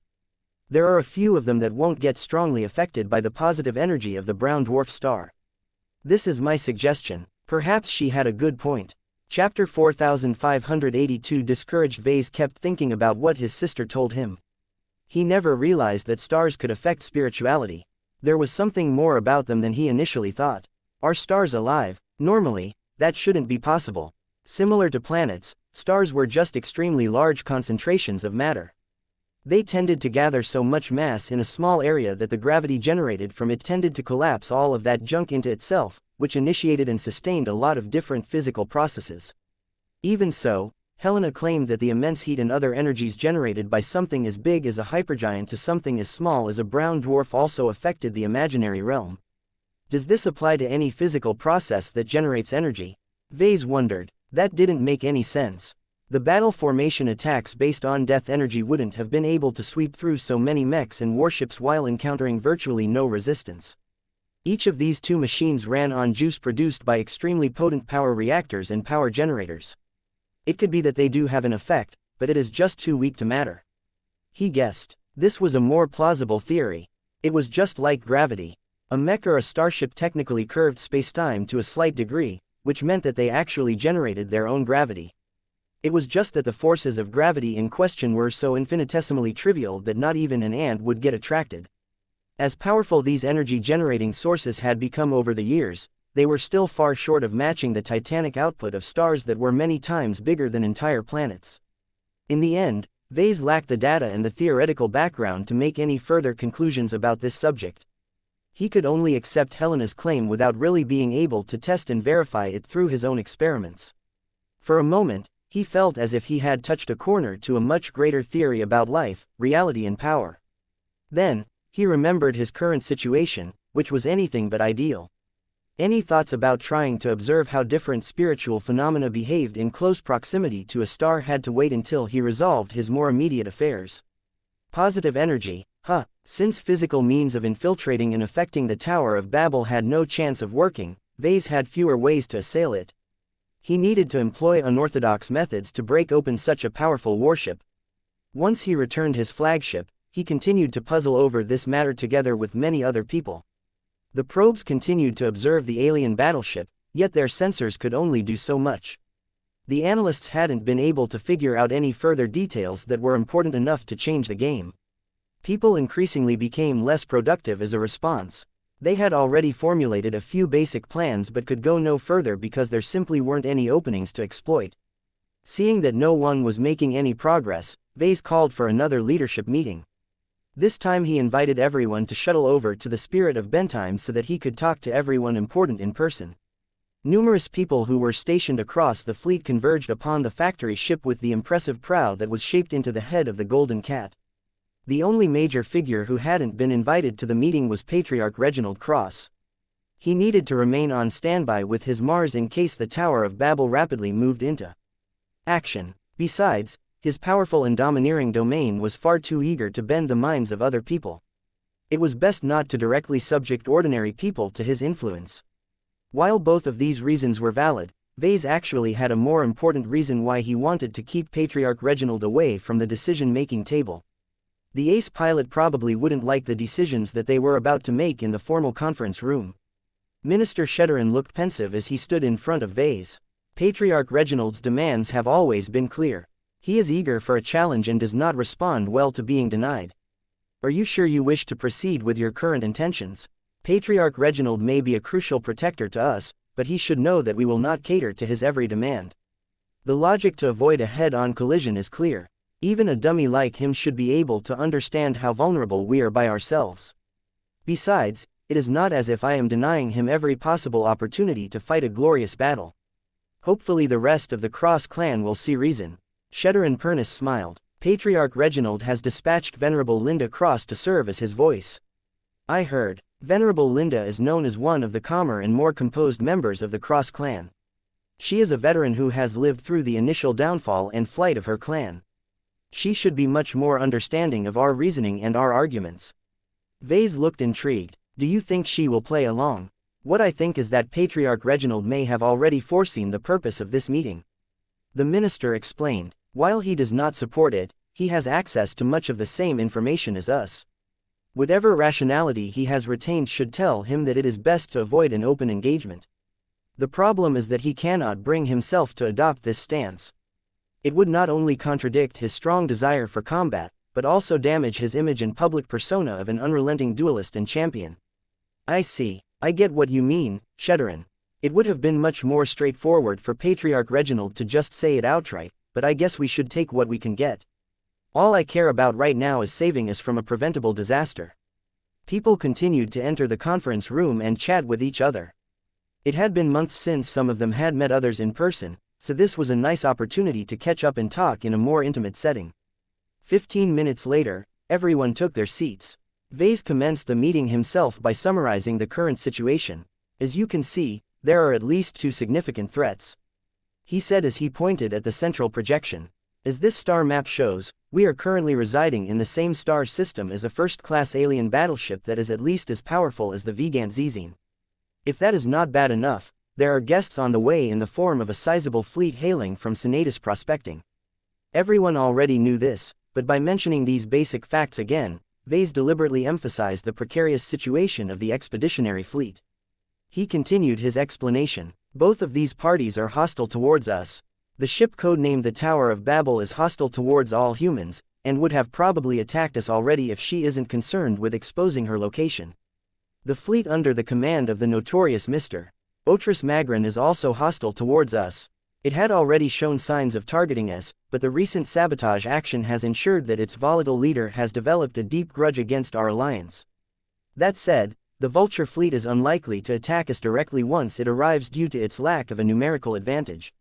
Everyone looked grave. No one wanted to be stalked by vultures. Minister Shedderin attempted to lighten the atmosphere. The only saving grace we have is that the aliens in charge of the Tower of Babel and Mr. Magrin are unlikely to cooperate with each other. That still didn't help that much. Just the Tower of Babel alone could easily crush the expeditionary fleet in battle, especially if the alien battleship was able to fight at long range. Vase grimaced. Both Mr. Magrin and us are pioneers. We have pledged an oath to the Big Two to serve the common interests of humanity. This means that the right course of action is to set aside any animosity that exists and combine our strengths so that we can have a better chance at eliminating a powerful alien force. Marshal Ariadne Woden snorted. That is extremely unlikely to happen. Mr. Magrin is more likely to stab us in the back than to stand side by side. The Red Ocean is a dwarf galaxy where might makes right. Master Benedict Cortez concurred. Oaths and promises mean little when the enforcers of the Big Two have been stretched to breaking point. So what do you propose, Patriarch Vase? Venerable Linda Cross spoke up for the first time. It sounds to me that you are much less eager to be proactive than before. The reason why I encouraged everyone to travel to this star system was because I thought we possessed the strength to handle any difficulties that we might encounter. Vase replied, that is not the case anymore. The information that we have managed to gather from our scouting actions have made it clear that our main objective is too well protected. Do you truly think we have the means to defeat the Tower of Babel or rescue Lord Pirian Yorl-Tavik? No one was able to come up with any valid reasoning. They all understood their own strengths well to know that they could do little against a powerful alien battleship. Vase let out a deep breath. Given this untenable situation, there comes a time where we just have to let go. There is no harm in giving up. At most, we have wasted a lot of time and made a lot of unnecessary movements. Although it is painful for us to abandon a venture when we have not completed it, our lives and the integrity of our fleet is more important than any profit that we can gain from attacking the Tower of Babel. Let's leave this star system and put any thoughts about attacking the alien battleship when she still retains a lot of combat power. Though his words sounded heavy, no one really objected to his suggestion. More than half of them even felt relieved. None of them were eager to test their mettle against such a powerful opponent. So we are just going to pack up our bags and leave? Venerable Linda Cross asked on behalf of her patriarch. We're not going to try anything to create an opening and find a way to exploit the weaknesses of the Tower of Babel. I did not say that.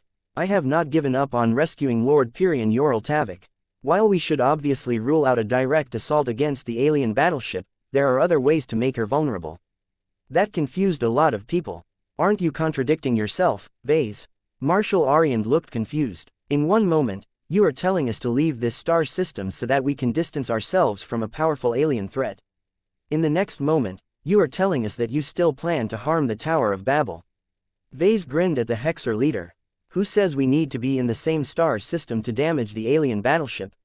We can fulfill this goal without being physically present as long as we employ a bit of trickery. The most obvious way of doing that is to force a confrontation between the Tower of Babel and the Senatus prospecting fleet. So long as our ships are no longer in this star system, neither of the two will be able to gang up on us. They can only target each other. Several people looked thoughtful, but others did not look optimistic.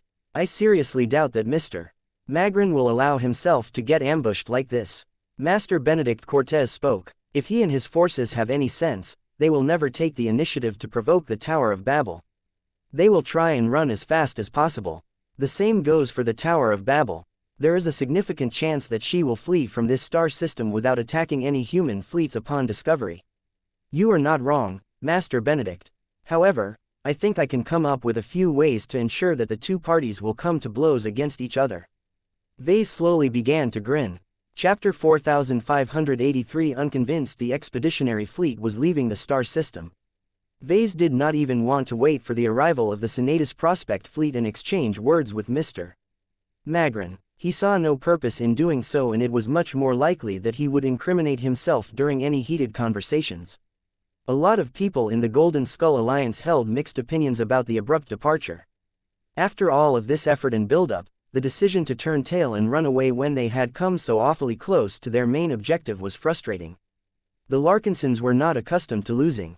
Sure, they had suffered their fair share of setbacks, but it had been many years that they had suffered a defeat of this magnitude. There was nothing worse than losing a battle before it had even begun. The dip in morale was obvious among the more battle-hungry members of the Larkinson clan. Their previous successes had caused them to gain so much confidence in their ability to overcome more powerful foes that they thought that they still had a shot of defeating the Tower of Babel. Of course, the cooler heads among the Larkinsons clearly understood the danger of attacking one opponent while another potential enemy was about to arrive in the star system. Even if the Golden Skull Alliance could neutralize the Tower of Babel by relying on its own efforts, there was no way it was a good idea to do so with a vulture fleet hovering in the background. It was too bad that there were a bit too many Larkinsons who failed to understand this logic. Oh, come on, why are we running so soon? Venerable Rosa Orphan complained as she kicked her boot against the bulkhead. That battleship might look scary, but we have beaten warships before, right? That is different, Rosa. Commander Casella Ingvar calmly retorted. The only reason why we managed to defeat the Orvan battleship and the unclean whale that popped up afterwards was because we had 7 ace mechs on our side. We only have one left. Even if the Tower of Babel is several times smaller, she is not a vessel that we can threaten with the combined power of the Mars along with the rest of us. The caliber of most of our mech weapons are simply too small and weak. Venerable Joshua looked confused. That doesn't matter as long as we have enough guns, right? In the last battle, most of us were locked into battle against cannon fodder. This time is different because the enemy ship is alone. We can concentrate all of our firepower against her defenses. Her energy shields might hold on for a time, but they will definitely get drained after withstanding millions of attacks. That may or may not be true. Casella replied. The Tower of Babel is ostensibly equipped with Orvan energy shield generators, but the difference here is that they are more modern. They will be able to block many more attacks, especially when they have to cover much less volume. The alien battleship's thin profile will make it much harder for us to strike the ship when she is maneuvering at her full capabilities. We have many means to drain energy shields quickly. Once we fire thousands of disruptor beams at a time, there is no way all of those fancy transphasic energy shields will hold out forever. The Sentinel commander shook her head. That may be true, but then we will have to overcome the first-class hull plating that is protecting the interior of the Tower of Babel. The properties of physical protection make it so that all of those thick layers of alloy are much more effective at blocking the attacks of smaller caliber weapons. Aside from ace mechs, only cruiser-class warships and above have the requisite firepower to break open her exterior plating. This was the reason why humanity favored armor over energy shields. The latter absorbed the full damage inflicted by any attack no matter how little damage it inflicted. When hundreds of thousands of mechs converged upon a single target, even a CFA battleship's energy shields might get exhausted due to the sheer quantity of damage they withstood. However, if the CFA battleship had to rely on her thick hull plating and any other physical armor solutions, she could easily bathe in the attacks of mechs all day due to how effective they were at bouncing or absorbing all of the incoming attacks. The Tower of Babel is not a battleship that is designed to fight against warships alone. Venerable Davia Stark concluded in her quiet voice. The Red Ocean aliens are starting to take human mechs more seriously. Solid alloys are much better at resisting large quantities of sub-warship weapon attacks. I am not even sure whether my Amaranto with the Instrument of Doom can penetrate through all of those layers. Even her weak points are too well protected. All of this didn't even take into account the immense difficulty of attacking a warship that was submerged within a brown dwarf star. Many mechs couldn't even get too close to the stellar object because they couldn't handle the hostile environmental forces. The unrest among the Larkinsons quickly subsided as enough people became convinced by the excessive risks of confronting the Tower of Babel. No matter what, they could dismiss the awesome power of a genuine warship. That didn't mean the Golden Skull Alliance truly gave up on its mission and directly abandoned the Ramage repulsor system. A couple of shuttles flew out to add a few farewell gifts in different parts of space.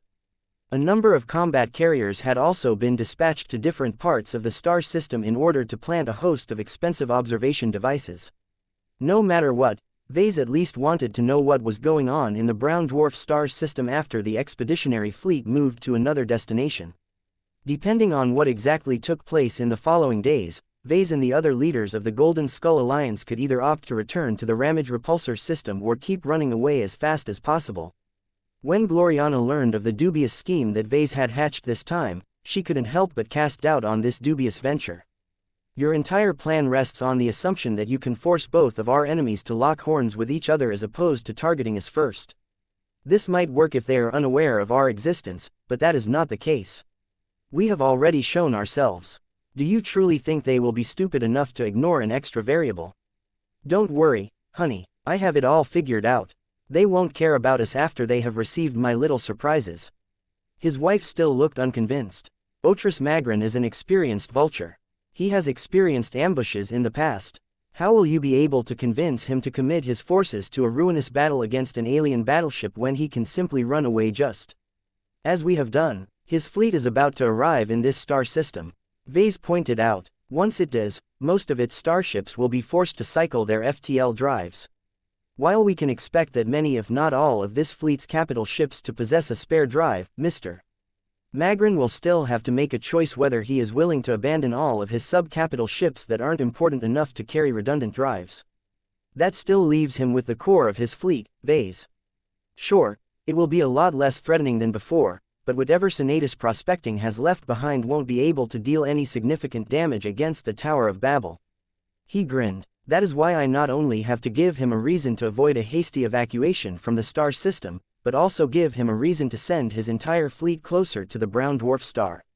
Remember, Neither he nor any of his men know that there is a formidable, intact alien battleship lurking inside that star. The Tower of Babel is so well hidden that not even the Unrelenting should be able to detect any traces. At most, Saint Neville Magrin will detect something amiss as his fleet gets closer, but by then it will be too late to run. His wife looked closely into his eyes. Very well, I will trust you on this. You were always good at manipulating people, and you have an entire staff backing you up. There should be at least one clever person in your team who can figure out a reliable way to lure a rival pioneering fleet deeper into the star system. This is only half of the job. What about the Tower of Babel? I will use another lure to encourage the commanders in charge of her to go out of the brown dwarf star and attack Otris Magrin's fleet. How? Aliens are much different from humans, Vase. They don't think like we do. They don't hold our values and are not motivated by the same incentives. You can't even implement a strategy that is specifically tailored to a single alien race as the identity of the alien leader is unclear. A stratagem that works against an Orvan won't necessarily be effective against a Puelmer or a Nunzer. It might even have the opposite effect for all we know. Vase smirked. That's a problem, to be sure, but not an insurmountable one. I have already taken this variable into account. You see, aliens may be different from humans and each other, but they still share a few common traits. They possess desires. They desire to live, they desire to procreate, they desire to win, and they desire to harm their enemies. Most of the major alien races of the Red Ocean all share these desires, so all I need to do is pick a number of them and provide bait that is attractive enough to invoke them. Unless the alien commander is a non-sentient AI, I do not believe he will remain unmoved by the temptation. Pardon, the alien commander could be female. Vase rolled his eyes. Whatever. Anyway, my point is that I have formed those doubts as well but managed to come up with answers for each of them. Besides, even if all of this ends up doing nothing, we won't necessarily lose anything. This is a gambit that won't cost us anything meaningful if it ends up falling flat.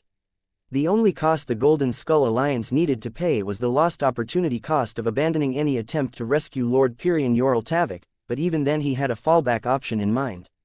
Vase had already agreed with Marshal Ariadne Woden and Master Benedict Cortez that if they gave up on this mission entirely, they would just contact the Yoral Tavik clan directly and sell crucial information of their missing scions' whereabouts. The payment wouldn't be as great, but once the worrying Yoral Taviks successfully rescued their pioneer with a sufficiently powerful mech force, they would definitely see the Golden Skull Alliance in a better light. It shouldn't be too difficult to cash in a small favor to give his son Marvain more support while he was attending a first-class virtual school. What have you done to attract the attention of the Vulture fleet and alien battleship? Gloriana asked. You haven't told me anything about the bait that you have cast into space. That is on purpose, honey. I don't want to divulge any more information than necessary. A few of them are a bit sensitive. It would be a bad idea if word got around. I can keep a secret. This operation is supposed to be confidential, Gloriana. Only a small group of people know the full story as they have helped me formulate my plan. Gloriana grew angry at him. I am your wife, Vase. So, Chapter 4584 Lost Race. The expeditionary fleet approached one of the few Lagrange points in this nearly empty star system, transitioned into FTL travel without any surprises. The Tower of Babel never responded and maintained a stable position inside the brown dwarf star. Perhaps the aliens who operated the battleship never detected the human fleet from the beginning. Perhaps they did notice the presence of the expeditionary fleet, but thought that it was better to lay low rather than confront the new arrivals. Whatever the case, Vase and many other people relaxed. It was highly unlikely that the Tower of Babel possessed the capability to intercept ships in FTL travel. That was one of the core secrets of the Big Two and a major reason why they could keep most of humanity in check. In any case, the Golden Skull Alliance had made its move. Now it had to wait for the results. If all went well, the Tower of Babel and the Vulture fleet would both take their respective bait and confront each other in battle. If that didn't happen, then Vase would be put in an awkward position. Oh well, at least I tried. He was confident that it would work out somehow. Vase was confident in his ability to anticipate the responses of different parties. While neither of the human and alien forces he was dealing with were simple, they should still be susceptible to irresistible temptations. A part of him enjoyed this game. It felt fun to pull people's strings and make them move the way he wanted. He was no puppeteer by any means, but it was quite convenient to make his enemies move according to his design. There was no need for him to defeat every opponent on the battlefield. As long as he was able to remove an obstacle with minimal investment, he would be a fool to deny this option. Senatus prospecting should have entered the ramage repulsor system at this time. Calabast informed Vase over the comm. Our closest observation devices have already detected the light of their entry. The amount of ships that have emerged on the edge of the star system match our expectations. Their arrival coordinates are not where we thought they should appear, but they should still be in the same neighborhood. Vase nodded in understanding. That is odd. We know the coordinates of the Vulture fleet when it transitioned into FTL in the last star system. You can roughly draw a straight line from that location to the ramage repulsor system to determine the emergence location with a decent degree of accuracy. Why is there such a deviation? There are several tricks to deviate the place of arrival if you know what you are doing. Calabast replied, you should talk to a drive engineer about this. I have heard that only a few highly experienced engineers are qualified to conduct these operations. This is because they have to induce deliberate irregularities in their operation. The FTL drives can easily blow up or malfunction if they are handled incorrectly. That was a scary thought. Vase possessed a basic understanding of how FTL drives worked, but this was clearly only reserved for the more advanced engineers who possessed a deep understanding of a specific model of FTL drives. Just knowing the theory wasn't enough. The operators of an FTL drive had to know its exact properties as well as its unique quirks that varied from product to product. Only then would they be able to induce deliberate deviations that were slightly removed from the most optimal solutions. Though Vase did not exactly know how to pull it off himself, he still understood just enough about FTL drives that it was as dangerous as walking on a tightrope. Senatus Prospecting must have excellent drive engineers in its employ. Vase remarked. Otris Magrin must have deliberately hired and trained so many of them so that he can increase the variance of the arrival coordinates of his fleet. It is a good way to avoid an ambush upon arrival. Gloriana affirmed. There were too many ways to screw up a fleet once its coordinates and its trajectory in FTL travel became known. From planting space mines to preparing more inhumane traps, it was hard to survive such nasty surprises when the ships didn't even have any chance to evade these welcome gifts. Vase made a guess. Otris Magrin must have been bitten by this in the past. He has deliberately trained better drive engineers so that his fleet would never fall for such a trap again. Space was enormous, so any deviations were bound to be massive. Even if the Larkinson clan wanted to surprise the Senatus prospecting fleet, there was no way to plant enough space mines to cover billions of cubic meters worth of space. Can our ships do it, Vase? No, maybe a handful of our ships can do it, but none of our engineers have conducted any special training in this area. Even if we train all of them, not every starship in FTL drive will have the same tolerance for deviations. We also need the Glory Seekers and the Cross clan to play along if we want to keep our current fleet whole and united. The expeditionary fleet was too messy and inconsistent to support this operation. It was best to play it safe and avoid mistakes as best as possible. They continued to talk about what the observation devices had detected so far. The Black Cats had planted enough hidden equipment in the star system to track both the incoming Senatus prospecting fleet as well as the alien battleship that was quietly hiding inside the brown dwarf star. Right now, neither of them had many special moves, but Vase expected that to change in the near term. He did not want to spook either of them, so he held off on dangling his bait in their proximity. Seeing that the Senatus prospecting fleet hadn't done anything special up until now, Vase grew and closed the feed. Keep monitoring the situation inside the star system and inform me of any developments. Will do, Vase. I'm curious to see whether your ploy will bear fruit. Since Vase could do little at this time, he decided to spend time with his family. He played with a bunch of dolls with Aurelia. He brought Andraste to the hangar bay to show off a few cool mechs. He even taught and guided Marvane on how to improve the design of his latest mechanos. Even as the Senatus prospecting fleet started to move closer to the inner system, Vase did not dare to keep his hopes up. There was still a possibility that the Vulture fleet might smell a trap and choose to leave the star system despite the apparent lack of threats. As Vase thought about manipulating one of the bait he had cast to ensure that it became more compelling, he suddenly received an important notification. Sorry, Marvane, but I've got to take care of business now. Lucky, can you watch over my kid? Meow. The gem cat yawned as he lazily lounged on the couch. Vase would have to make do with that. If there is anything you need, just call Lucky. Okay, Papa. Though the call he received came from an important individual, it was not too high in priority, which meant that Vase did not have to accept it under the most secure conditions.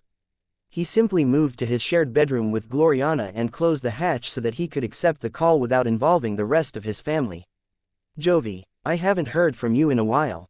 You look different. Much had changed since Vase last met Jovi Armelon in person.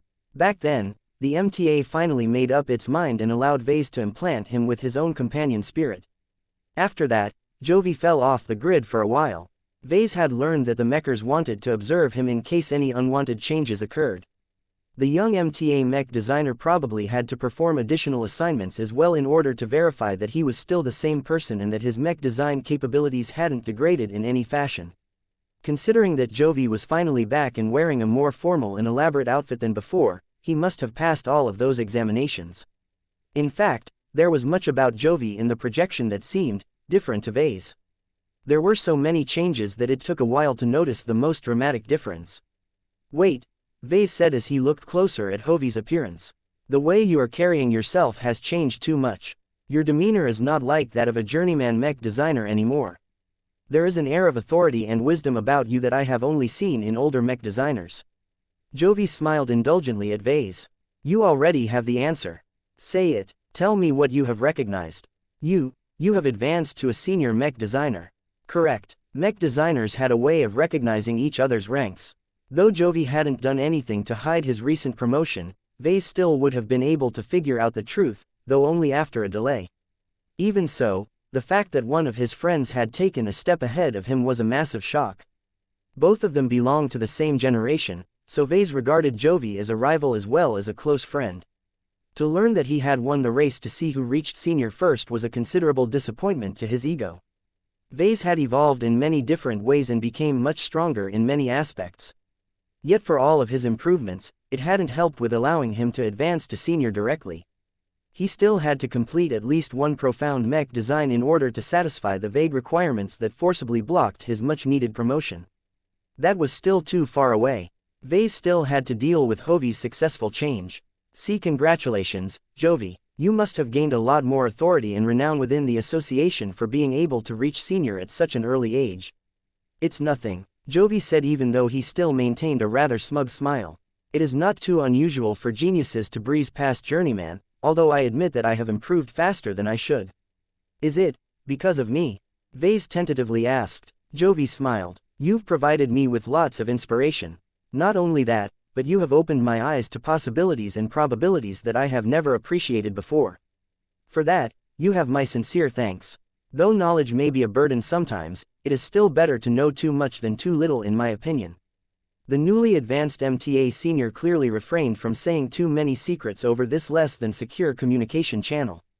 Vase didn't need a reminder to avoid asking questions about Jovi's new eye of providence as well as the circumstances surrounding his advancement. Vase calmed down. While I am glad to hear that you have taken a step closer towards realizing your design philosophy, to what do I owe you this call, exactly?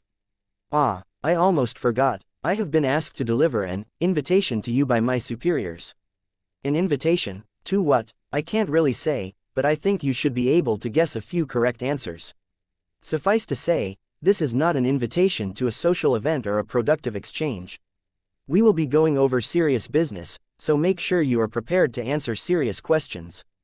That made it sound as if the MTA was about to hold a tribunal or something. If not for the fact that Vase felt that Jovi was relaxed and not at all concerned, he might have tried to figure out ways to evade this appointment. Vase wasn't stupid enough to refuse this invitation. One did not casually say no to the mighty Mech Trade Association. I will be there, he slowly replied. When will it happen? You are expected to come within a year from now. Jovi said, don't worry about transit. One of our ships will come and pick you up wherever you may be. Make sure you are still alive at that time. I will do my best not to disappoint you on that. You can count on me, though can you at least give me a hint so that I can better prepare to face any inquiries? As I have already said, you should be able to form your own judgment. You are a clever Mech designer, Vase. This will be a large and expansive gathering. We will be dealing with many important topics, some of which are so far over your head that you will not be allowed to attend. I see. I think I get what is going on now. Will you be there, Jovi? Of course. I will help you with whatever you need to do. I owe you that much, at least. Just know that I won't be able to save you if you utter the wrong words to the wrong people. I will be sure to be on my best behavior. Chapter 4585 Anima Hall. Within a separate instance of the mental simulation training system, a living mech manifested into existence. The Quint's three eyes glowed with solemn anticipation. Or rather, he had come alone this time. There was no mech pilot in his cockpit. The Quint hadn't even been switched on. Not completely, at least. There was enough current running through his core systems to keep at least a part of him awake. The Quint looked around and admired the view. The hall was designed by one of the more creative living mechs of the Larkinson clan. This space loomed large by the standards of mechs, but would probably look gigantic to a human. The large rectangular hall featured multiple rows of massive stone benches at the sides. Each of them could comfortably seat most humanoid mechs. Of course, not every mech could sit on them, so the living mechs who fleshed out the interior of this hall had made sure to make additional adjustments. There were special seats designed to accommodate beast mechs and mechs that couldn't physically sit. The length of the hall could also lengthen in a dynamic fashion depending on how many living mechs attended an event held in this special place. Since nothing here was made of solid matter, it was trivial to expand and contract the available space. Right now, the Quint could see that the hall stretched further than it had ever been since he first entered this space. This was fitting considering the grand occasion that was about to unfold in this part of the MSTS.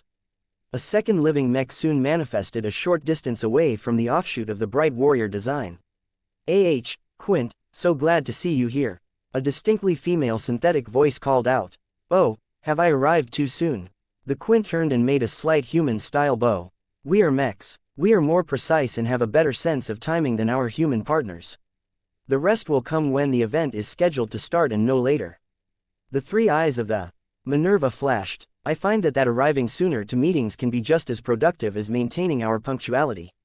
I wouldn't have been able to catch you this soon if I behaved more like a machine rather than a human. Did you pick that up from Casella? You tell me. You hosted her for a time until you helped her attain her apotheosis, correct? She was a clever one, all right. The Quint spoke. Are you ready for what is to come? The Minerva did not immediately reply. She instead swept her gaze across the immense hall.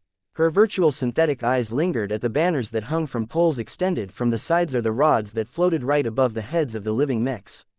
Each of these banners were coated in silver and gold, making them look like suspended rivers of metal.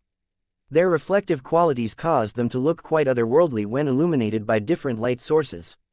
The emblem that the living mechs had chosen to represent their species was particularly symbolic in nature. It consisted of a black stylized depiction of a generic head of a humanoid mech. What was special about this symbol was its eyes, and that was what the Minerva focused upon at the moment. So this is the image that we have chosen. Yes. The Quint replied. It is better to keep it straight and simple. There were other suggestions, but they were too obscure or were inspired by human myths. While many of them looked good, we felt it was better not base ourselves too much on our human creators. We may be their children, but we need to grow up by ourselves. The Minerva stared back at the custom modular mech platform. That is a contradictory statement. Mechs such as us are inherently designed to work with humans. It is only in their hands that we are able to grow the hardest and exceed our potential. You know what I mean, Minerva. I am not suggesting we divest ourselves from humanity entirely. However, it is high time that we begin to develop our own parallel society and culture. There is more to life than serving others. I know. Let us wait until the others arrive. An indeterminate amount of time passed. As the crucial hour came closer, more and more living mechs entered the ceremonial hall within the MSTS. Most of them consisted of second-order living mechs, and weren't particularly good conversation partners compared to the more developed third-order living mechs. Nonetheless, each of them possessed enough of a personality to develop their own quirks and character. They quickly filled up the benches placed at the side shortly after their arrival. Thousands of living mechs poured into the ceremonial hall. The space became more and more crowded and lively as time passed by. Each of the impressive machines came with a sense of purpose and determination. Just the fact that all of them were able to enter this special non-physical space was remarkable in itself. This hadn't been possible until a few years ago. The complaints of living mechs such as the Quint had caused a massive change in the quality of life for their kind. Ever since Vase agreed to open up the MSTS to his living mechs, they could use this imaginary playground to dispel their boredom when they were stowed away in their respective berths. The benefits of opening up the MSTS were so great that machines like the Quint considered it to be their safe haven. The MSTS had become far more than just an improved virtual setting where mech pilots could practice their skills in simulated battles. It had become a second reality to the living mechs who were connected to it. Each of them gained a large amount of freedom and autonomy in this new and limitless setting where they could do as they wished. Some living mechs even considered the MSTS to be their version of heaven. They all developed a desire to live in this fantastical universe forever. Fortunately for the mechs and their pilots, they were all loyal and dutiful enough to resist this temptation. Mechs were designed and built to serve a specific purpose. Each of them lived to help their mech pilots in battle. They were war machines that could not feel fulfilled unless they utilized their capabilities in an actual fight. It was a pity that combat was relatively rare. Months if not years could go by until their owners finally entered into battle. If they were normal mechs, that wouldn't have been a problem. Normal mechs were lifeless machines for the most part. Each of them were largely made out of physical parts, and even their non-physical aspects weren't sentient enough to feel emotions or possess desires. Living mechs were different, though. When mechs such as the Quint became alive, they began to develop many of the same feelings, emotions, thoughts, desires and ambitions as their human partners. In fact, their deep and extensive exposure to humanity had caused them to adopt more and more human traits all of the time. At this time, there were many living mechs that were more than 5 years old. Thousands of them had been fabricated shortly after the Larkinson clan entered the Red Ocean, and instead of replacing them when they became outdated, the Larkinsons generously upgraded each of them in order to bring them up to modern standards. Even if these transcendent punishers, Valkyrie Redeemers and Second Swords still lacked the resources to evolve into third-order living mechs, their presence within the MSTS was not weak. When thousands of them gathered together in a single hall, the energy in the air became indescribable. Of all of the living mechs that showed up today, some of them were more powerful and more illustrious than others. It had become a given that expert mechs and third-order living mechs assumed greater authority over their own kind. At this time, the living mechs of the Larkinson clan that met this standard had all gathered at the front of the ceremonial hall. Special seats that were shaped like giant thrones had already been reserved for each of them. Each of them had been masterfully shaped by the artisans among their artificial kind. Most of the creators among the living mechs had learned the rules and theory of their craft from the minds of their mech pilots. There were plenty of human soldiers who adopted all kinds of hobbies in order to cleanse their minds and keep themselves busy when they weren't interfacing with their mechs. Although none of the craft's mechs were particularly skilled or talented at the moment, they had done their best to provide dignified seats for every living mech that had earned the honor of sitting at the front of the hall. Living mechs such as the Dark Zephyr, the First Sword and the Seaman all took their seats with varying degrees of dignity. Only one throne was destined to remain empty at this time. The majestic seat reserved for the Shield of Samar would always await the arrival of its destined user. As the Quint and the Minerva continued to step forward while passing by all of these impressive thrones, their steps slowed as a pair of figures materialized inside the MSTS. The difference was that the two figures consisted of both a living mech and a human expert pilot this time. Compared to all of the mechs, the appearance of a tiny human was highly incongruous in this hall. He was like a bug to all of the mechs. If Venerable Joshua was bothered by his diminutive stature, he did not show it. He merely looked around and waved towards all of the living mechs. "Hi, hello, Joshua. Greetings, humans. Pilot me, please." Joshua was a popular figure among both humans and living mechs. None of the living mechs felt bothered by his presence at all. He had only started helping them out a relatively short time ago, but he had already been able to achieve solid results. The fact that the living mechs were able to hold this historic occasion was proof of Joshua's support. The Everchanger steadily approached the Quint and the Minerva. As soon as the three mechs stood at equal distance to each other, the hall fell silent for a time. There was a reason why the three mechs attracted more attention than usual. Only one of us gets to sit on the throne today. The Everchanger male voice spoke. "That is true," the Minerva replied. "We all know WHO will sit above the rest." The Quint solemnly nodded. "The proper procedures must still be followed. We will be sitting precedents today. If you have learned even a bit of human history, you will know that organizations tend to fall into confusion and anarchy if there are any disagreements arising from inconsistencies and ambiguity. If we want to prove ourselves to be worthy descendants of humans, we must not repeat their many mistakes. Venerable Joshua floated upwards so that he could at least face the living mechs without craning his head upwards all of the time. If everything goes well, the founding of the Anima Order will be a day that will be recorded in the history books. Are you all ready? He asked. Almost. We are still awaiting our final guests. There were 2 more seats in the hall. Both of them were reserved for entities who weren't living mechs but possessed an incomparably honored status among the gathered machines. As such, their seats were placed at equal height to the throne placed upon a raised dais, but were moved against the walls of the Anima Hall in order to reflect their distant connections to the Anima Order. Although the Anima Order was purely meant to be a supervisory organization that was exclusively centered around living mechs, they were still dependent on outside help to sustain their kind. This was why they invited 2 important guests to witness this important occasion. Chapter 4586 Small Goals, Nya. A radiant sun appeared on one side. The Golden Cat and the patron of the Larkinson clan had arrived. Many living mechs stood up from their seats and raised their arms or any other limbs in respect of the personification of the Larkinson clan.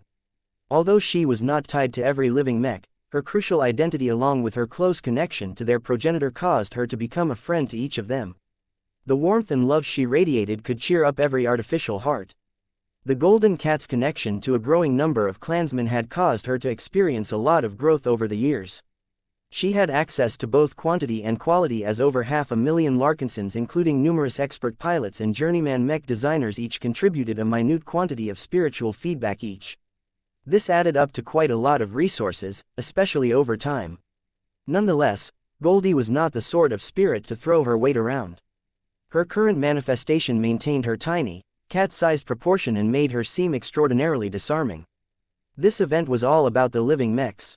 She only came as a guest and it was not appropriate for her to outshine the others.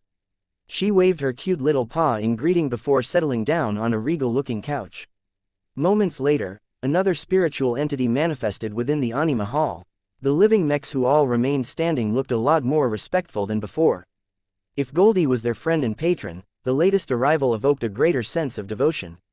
In the absence of their progenitor himself, Vulcan was the next best individual to look up to for these living mechs. As the so-called god of dwarves, mechs and craftsmanship, Vulcan's domain partially encompassed their existence. This manifested in many different ways, one of which was the formation of an inbuilt connection between every living mech and the spiritual entity. It was extremely easy for the mechs that had been given life to worship Vulcan. Even if their designers never intended for them to adopt any faiths, they were capable of doing so, just like any other intelligent life form. That said, living mechs were so new at this religion and faith business that they had yet to define any solid rules and customs about this part of their lives. Many of them took vastly diverging approaches towards their own beliefs depending on how much faith they inherited from their human partners. This was yet another reason why the Anima Order needed to exist. There were too many living mechs who were making random decisions without any sense of order or regularity. While that was fine in the short term, the more far-sighted machines could already foresee that this would create terrible faults in their society. The Vulcan Empire was the prime example of how a state that emerged from a band of thoughtless ruffians could grow into a dysfunctional society. Whether living mechs should even revere Vulcan as their god was still in contention. The more secularist living mechs heavily disagreed with the ones that possessed a more flexible view towards reality. When Vulcan fully manifested at the front of the Anima Hall, the incarnation of their progenitor lifted a single hammer in greeting. After that, he planted his dwarf-like body onto the sturdy, dwarven-style high-backed seat. Neither Goldie nor Vulcan were meant to take an active part in the proceedings, but they were already doing much for the living mechs. By witnessing what was about to take place, they added legitimacy to it all. Their presence conveyed silent approval and acquiescence from the clan and their progenitor. This was important as none of the living mechs wanted to convey the wrong message. They weren't planning to rebel or divest themselves from humanity. They just wanted to unite their voice and build an organization that could add more structure to their lives. Venerable Joshua raised his hand. Quiet everyone. The living mechs all obeyed the voice that rang throughout the entire length of the hall. Thank you for your attention. The floating expert pilot said. We are gathered here today to advance your group and found an order that you can call your own. After so many years of fighting and living, you have more than earned the right to form your own club. The Anima Order shall be your family and your cage. While none of you will agree with every change that happens as a result of its founding, I hope that you will always remember that it is better to stick together than do everything alone. That is a lesson that I have been trying to learn as well. The Quint, the Everchanger and the Minerva all stood respectfully in front of Venerable Joshua. Each of them were about to play an important role in what came next. Venerable Joshua continually looked at all of the living mechs that were eagerly hanging onto the words of a human. It gratified him to see that despite all of their differences, they still held a favorable opinion of humanity. As a human himself, Joshua knew quite well how most of his kind treated other races poorly. Aliens were almost always painted as rivals, existential enemies and victims to be exploited. Although the cosmopolitans had tried their best to propagate an alternate means for humanity to grow and integrate into a galactic society, it was too bad that they had made too many crucial errors and misjudgments to remain in the mainstream. Now, cosmopolitans and their tarnished ideology have become taboo in human civilization of today.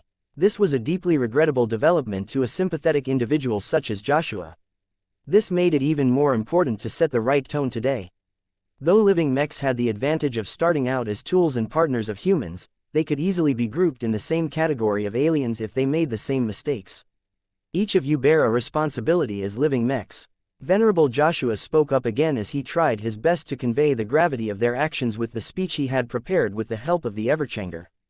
You exist because of humanity, and you always have an obligation to fight on our behalf. It is in service that you will advance the status of your kind.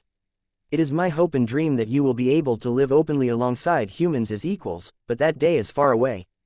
Many living mechs, including much of the second-order ones, yearn for a more comprehensive life.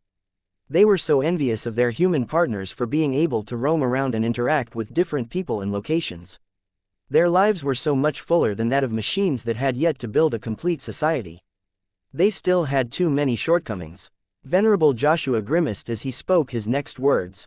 Humanity is not ready to embrace living mechs. There is no precedent for machines such as you to earn the right to coexist alongside humans as their equals. It will take a lot of time and effort to get to this point, but until then you need to lay low. Each of you must pledge an oath today to keep any word about the Anima Order a secret from humans who aren't involved already. You must promise to everyone here that you will not divulge its existence from anyone, including the mech pilots that you are paired with. As friendly as they are, it would be devastating if the more insecure members of the MTA learn about your new order. The living mechs that were smart enough to understand the Mech Trade Association all harbored plenty of dread towards this organization.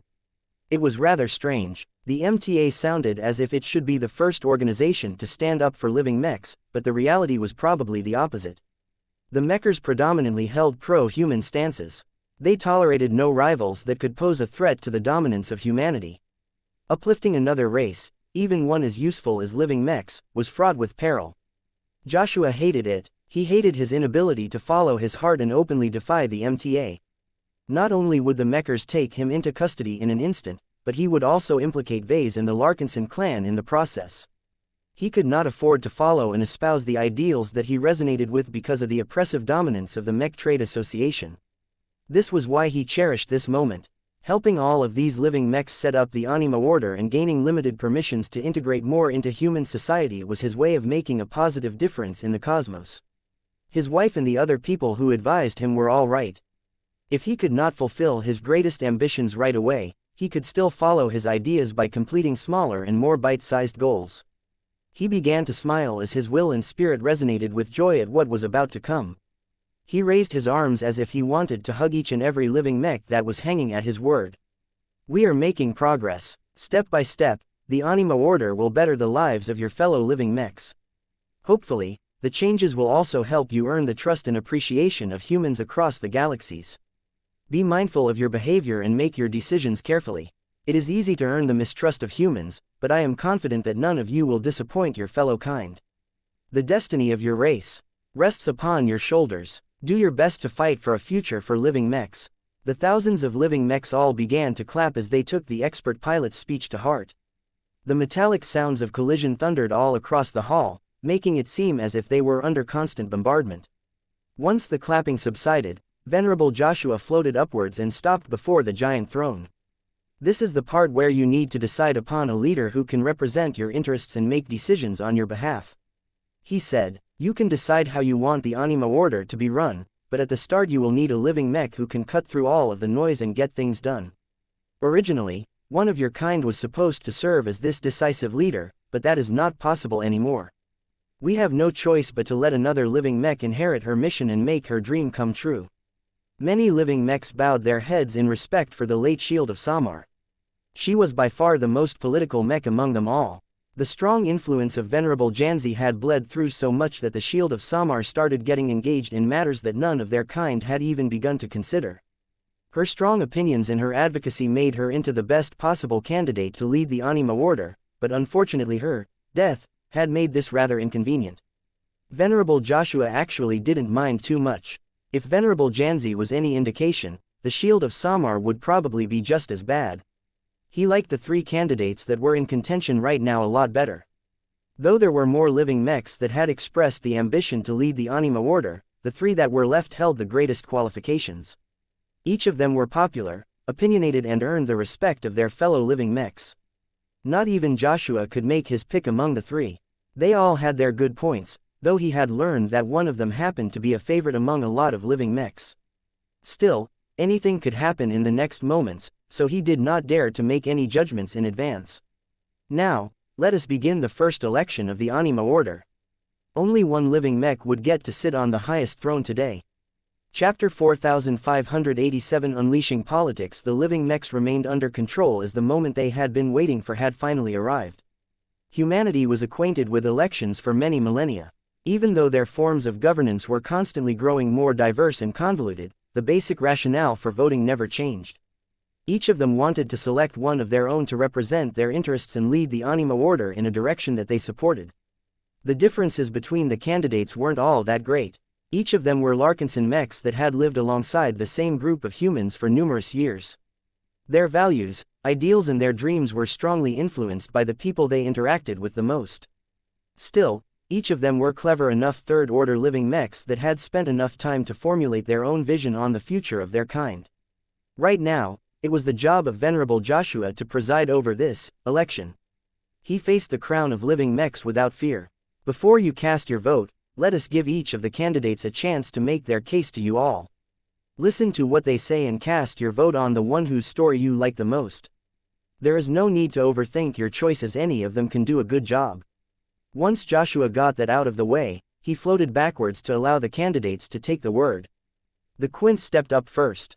The gold-coated mech was one of the few third-order living mechs that wasn't also an expert mech, and that had earned him a lot of respect. More importantly than that, the Quint was one of the earlier living mechs in existence and had grown alongside the Larkinson clan from its earliest stages. He was a veritable elder and war hero among all of the living mechs. It was a pity that he was also known for its many eccentricities. Each of you will probably know what you will get if you vote for me. The Quint spoke in a male, abrasive voice that did not really sound as if he was trying his best to make himself more attractive. I've brought up Joshua since he was still a brat and turned him into a hero. I've beat Casella into shape so that she has become our best human commander. I also helped Isabel discover her true strength. I know how humans work. I know what they want. They can be our greatest allies or our most fearsome enemies. If any mechers could hear him now, they would definitely get spooked. Just the idea that mechs had become sentient enough to think about doing anything else but unconditionally serve humanity was dangerous in their opinion. The Quint's eyes flashed with purpose. I might not be good at other things, but if you put me in charge of you all, I will make sure our Anima Order will keep humans happy.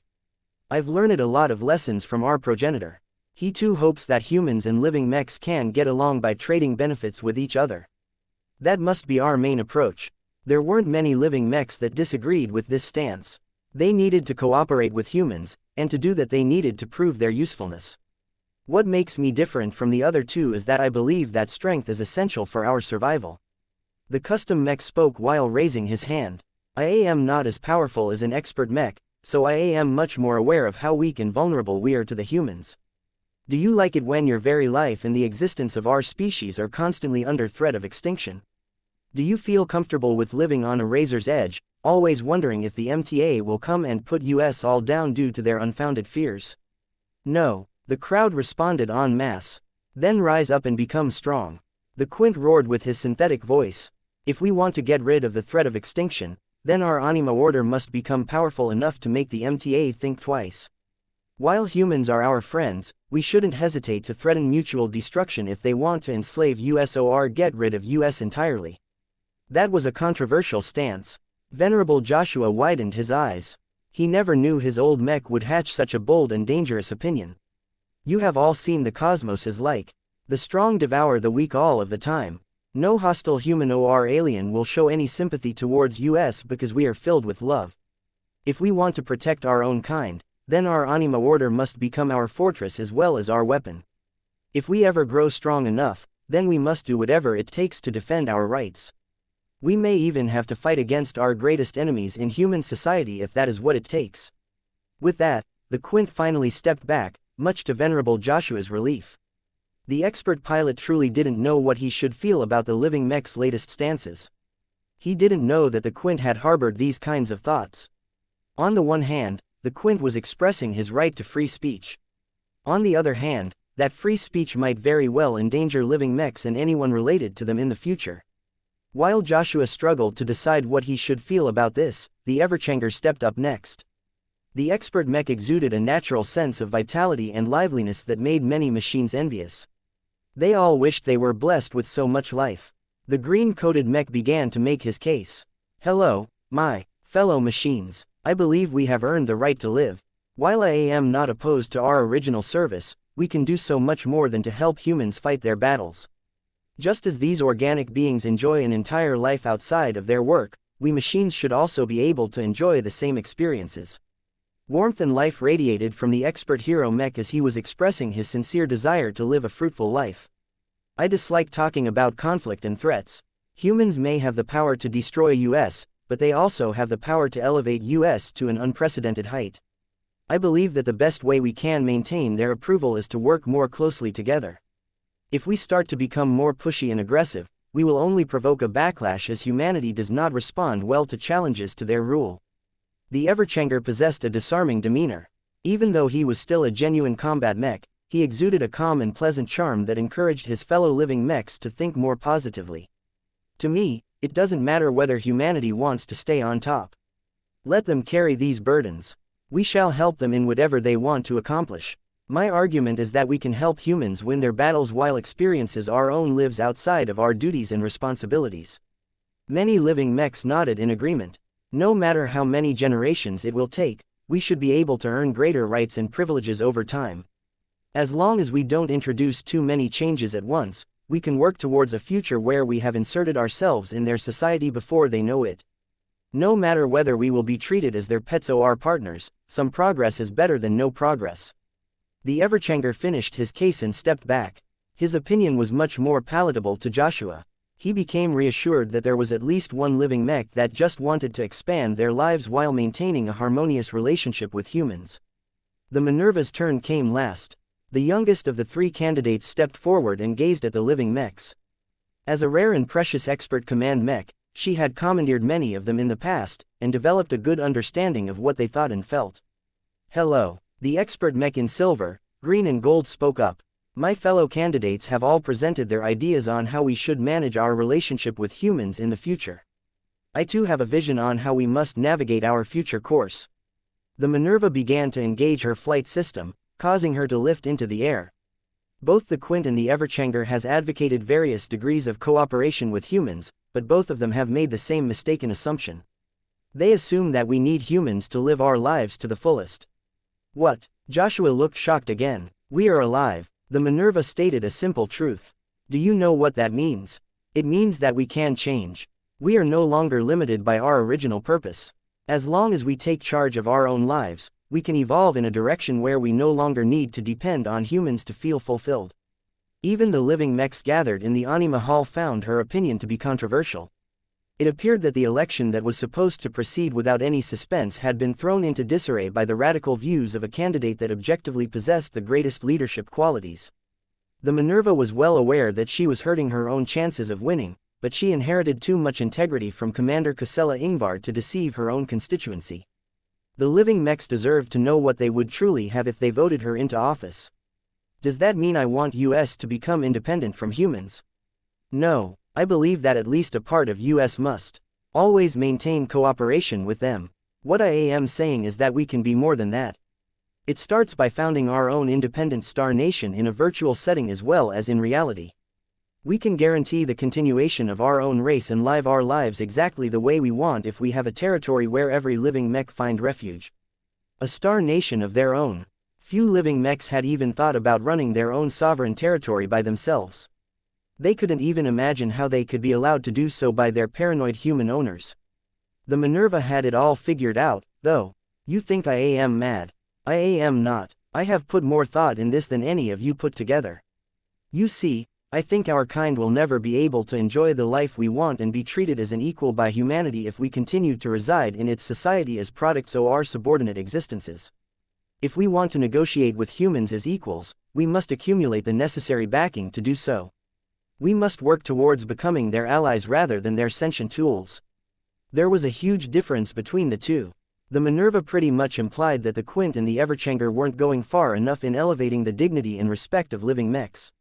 The Minerva described an example in order to make her argument more understandable. Think about the uneasy alliance between the big two. The MTA is heavily opposed to the CFA, but the mechers never dare to start a war against the FLEETERS. The latter are too strong and will do fine even without the help of the MTA. Since they are so evenly matched, they avoid conflict with each other at all costs. Instead, they have decided to work together in order to advance their shared goals. This was an excellent analogy. It showed how humanity, or at least factions of it, could set aside their hostility towards others and live alongside powerful rivals. Of course, this balance was only sustainable as long as the strengths of the different parties did not deviate too much from each other. The Minerva felt no need to mention this little detail. Just as how the MTA is able to maintain a stable alliance with the CFA, I believe we can form our own bonds of cooperation with the big two. Let our Anima Order be the organization that will slowly grow to become their equal. Perhaps a few centuries from now, people won't be talking about the big two anymore. That is because it has become the big three. The big three. Joshua had to admit that the Minerva's ambitions weren't small.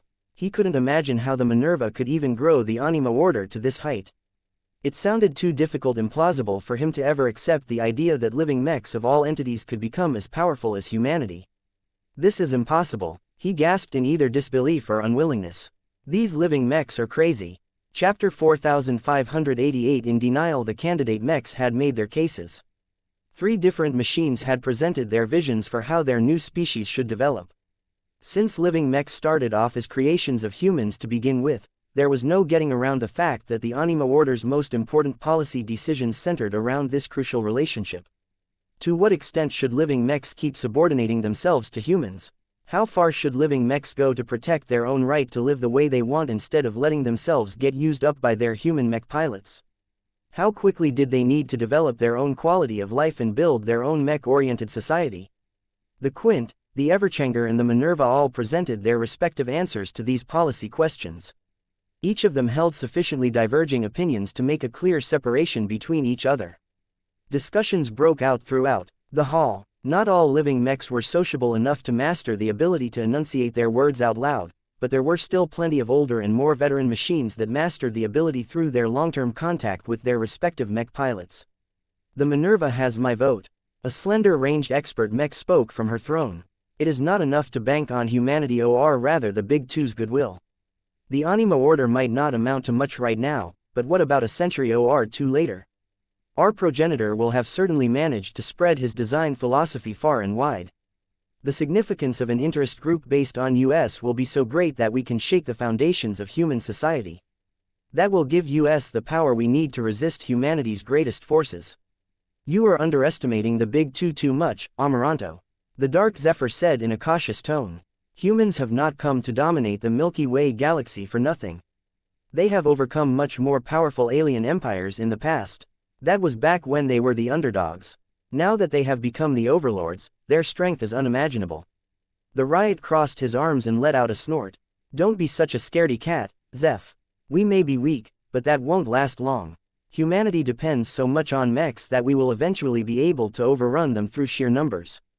Not only that, some of US will eventually come in the form of ace mechs or even god mechs. Once we become strong enough, humanity won't dare to treat US badly anymore. In fact, I think we can get a lot more done if we combine our forces and work to beat our enemies together. Most living mechs tended to adopt the gender of their mech pilots, but once the riot evolved into a third-order living mech, he strangely decided to adopt a masculine identity. Well, it didn't really matter too much. Mechs didn't inherently possess genders in the first place, as they were never designed with procreation in mind. They were technically objects, and the main reason why they applied these traits to themselves in the first place was because they inherited them from their mech pilots. The living mechs simply couldn't conceive of living in a social community where everyone remained genderless. As the various mechs shared their opinions in the Anima Hall, Venerable Joshua still remained concerned about the repercussions of allowing these candidates dictate the policies of the Anima Order. He concentrated his mind and willpower and tried to call upon a helper to guide him through this mess. All of this political stuff was incredibly confounding him. His inability to predict this outcome was proof of his carelessness and incompetence. "Hey Joshua, what's up?" A small miniature girl in a cute black dress appeared on his shoulder. "Do you want to have some fun again?" Her adorable little legs dangled over the side as if she was sitting on a cliffside. She smiled at the expert pilot as if she was a particularly enthusiastic help desk worker. One of the advantages of the MSTS to the Larkinson clan was that it always had a clever collection of virtual assistants on hand. They were surprisingly knowledgeable and possessed enough intelligence to solve more obscure problems. Of course, only a minority of mech pilots figured out that these so-called little spirits were more than what they seem on the surface. Venerable Joshua had resonated with the Daughter of Death enough times to recognize her spirit even though she wrapped herself up in a diminutive disguise. "I don't have room to play this time," he whispered to the little spirit. "I want your advice on this unfolding mess. Have you been paying attention to what is going on in this hall?" The miniature girl nodded. "Of course, all of us, design spirits, are paying close attention. These living mechs may not be exactly like us, but we share enough of a resemblance to each other that we are like cousins. Anything that affects living mechs will affect the rest of us as well. Does the clan patriarch know?" Little Helly grinned and jerked her oversized head towards Vulcan, who had yet to do anything but remain seated in his own corner. "Why do you think that dwarf is over here? Vase wouldn't dare to miss this. Living mechs are his first real creations. His fate is heavily intertwined with them. It would be remiss of him to close his eyes to these proceedings." Joshua relaxed a bit. As long as Patriarch Vase was paying attention, the living mechs shouldn't go completely crazy. Everyone knew that he was quite decisive whenever his core interests were at stake. "Will he intervene if these living mechs make the wrong choice?" he asked just to be certain. "Probably not." Little Helly shook her head. "Why not?" "Because these living mechs need to grow up and learn how to take care of themselves," Helena said. "While I haven't directly talked to Vase about this specific topic, I know him well enough to know what he is thinking. He doesn't want to hold the hands of living mechs all of the time. In his opinion, since his creations have the ability to grow, they need to learn how to survive in the cosmos one way or another, and they need to do it by themselves. So he will only intervene when there is no other choice." Little Helly shrugged. "Probably. I don't know. My brother doesn't want to step forward in the open. It will break the illusion that these living mechs are exercising their right to self-determination. At most, if the winner of the election is about to make a decision that will have a lot of negative implications, he will likely issue a warning in private." Joshua thought that might be too subtle. Why doesn't he do more? I bet these creations of his will become much more sensible if they receive a good lecture from our clan patriarch. Little Helly huffed and crossed his arms. "That is because he is in denial. He has just taken a crucial step closer to becoming a god like myself, but he still tries to avoid building a church around himself, the dummy." That sounded strange to Joshua, as he could clearly tell that many living mechs literally revered Vulcan as their patron god. If that is the case, won't he try to discourage his living mechs from praying to Vulcan? Ha ha ha. Vase doesn't necessarily like it, but his incarnation needs it to keep growing. Personally, I think my brother does his best to pretend that his dwarven incarnation is a stranger to him. Anything related to the god of dwarves, mechs and craftsmanship, does not reflect his core self. Though Joshua had difficulty understanding all of this stuff, he tried his best to keep up with the discussion. It was fascinating to learn more about the inside story of his patron mech designer. "Is that actually true?" "Of course not," Helena replied. "No matter how much you distance yourself from an incarnation, it is still a part of you. The exact mechanics and such vary a lot depending on the methods and techniques employed to create the incarnation, but they are ultimately aspects of the original. When you talk to Vulcan, don't think you are speaking to a completely separate individual. The best way to describe it is that you are talking to a split personality of my brother that is in delusion. Joshua began to grow more uncomfortable about Helena's critique of his most important benefactor. Though he felt that learning about all of this might be extremely useful to his own development, he felt it was best not to listen to any more secrets of this nature. Can we get back to the reason why I sought you out? I'm the only human representative over here, and I feel it is my duty to speak. Please like and follow the Cultivation Audiobooks channel on behalf of the race that some of them are talking about as if we are their enemies. Little Helly grew a little serious. Her cute and baby-like face scrunched up in thought. Personally, I think you should just let them sort everything out by themselves. Nothing bad will happen from the moment that someone like the Quint or the Minerva is put in charge. Even if they have plans to lead the Anima Order into a confrontation against the Big Two, they can't do so without building up a formidable power base. That will take centuries at the very least. Before then, the Anima Order will be fine as it has no choice but to lurk in the shadows. That may be true, but I know enough about leadership that the first ones that are put in charge can always make their mark on a group. This has happened a lot in our clan. We would have been completely different if someone other than Vase became our patriarch. Then just wait and observe from the sidelines. Wait until these living mechs are about to make a serious mistake before attempting to intervene. I think that is one of your responsibilities as the human assigned to supervise the Anima Order. Joshua frowned. So I have to act like a distant parent more or less. As a father himself, he wasn't unfamiliar with the concepts of parenthood. Kyrian and Myra were still too young at the moment, but they would eventually reach an age where they needed to learn how to handle themselves without their powerful parents taking care of their every need. That is a good way to put it. Helena nodded. I think that Vase treats all of his living mechs as his children in a way. He loves them all, from the humblest industrial mech to the most impressive expert mechs. It might not always look like it, but he deeply loves and cares about his living offspring. It is because he cares so much that he is trying to facilitate their growth in his own way. By putting enough distance between himself and his living mechs, the latter will quickly be able to get accustomed to solving their own problems. The last thing he wants is for living mechs to come crying to him or other humans all of the time. The expert pilot looked impressed. That sounds really good. Personally, I think he is wasting a massive opportunity to strengthen the devotion of his own subjects, but that is just me. I am truly curious to see how he will respond when these living mechs begin to switch their loyalties to a more attentive god. Will he maintain his stance and give his living mechs the right to worship foreign gods, or will he take back his rightful possessions and embrace his divinity? Either way, it will definitely be fun. Enough time had passed since the candidates had all made their cases.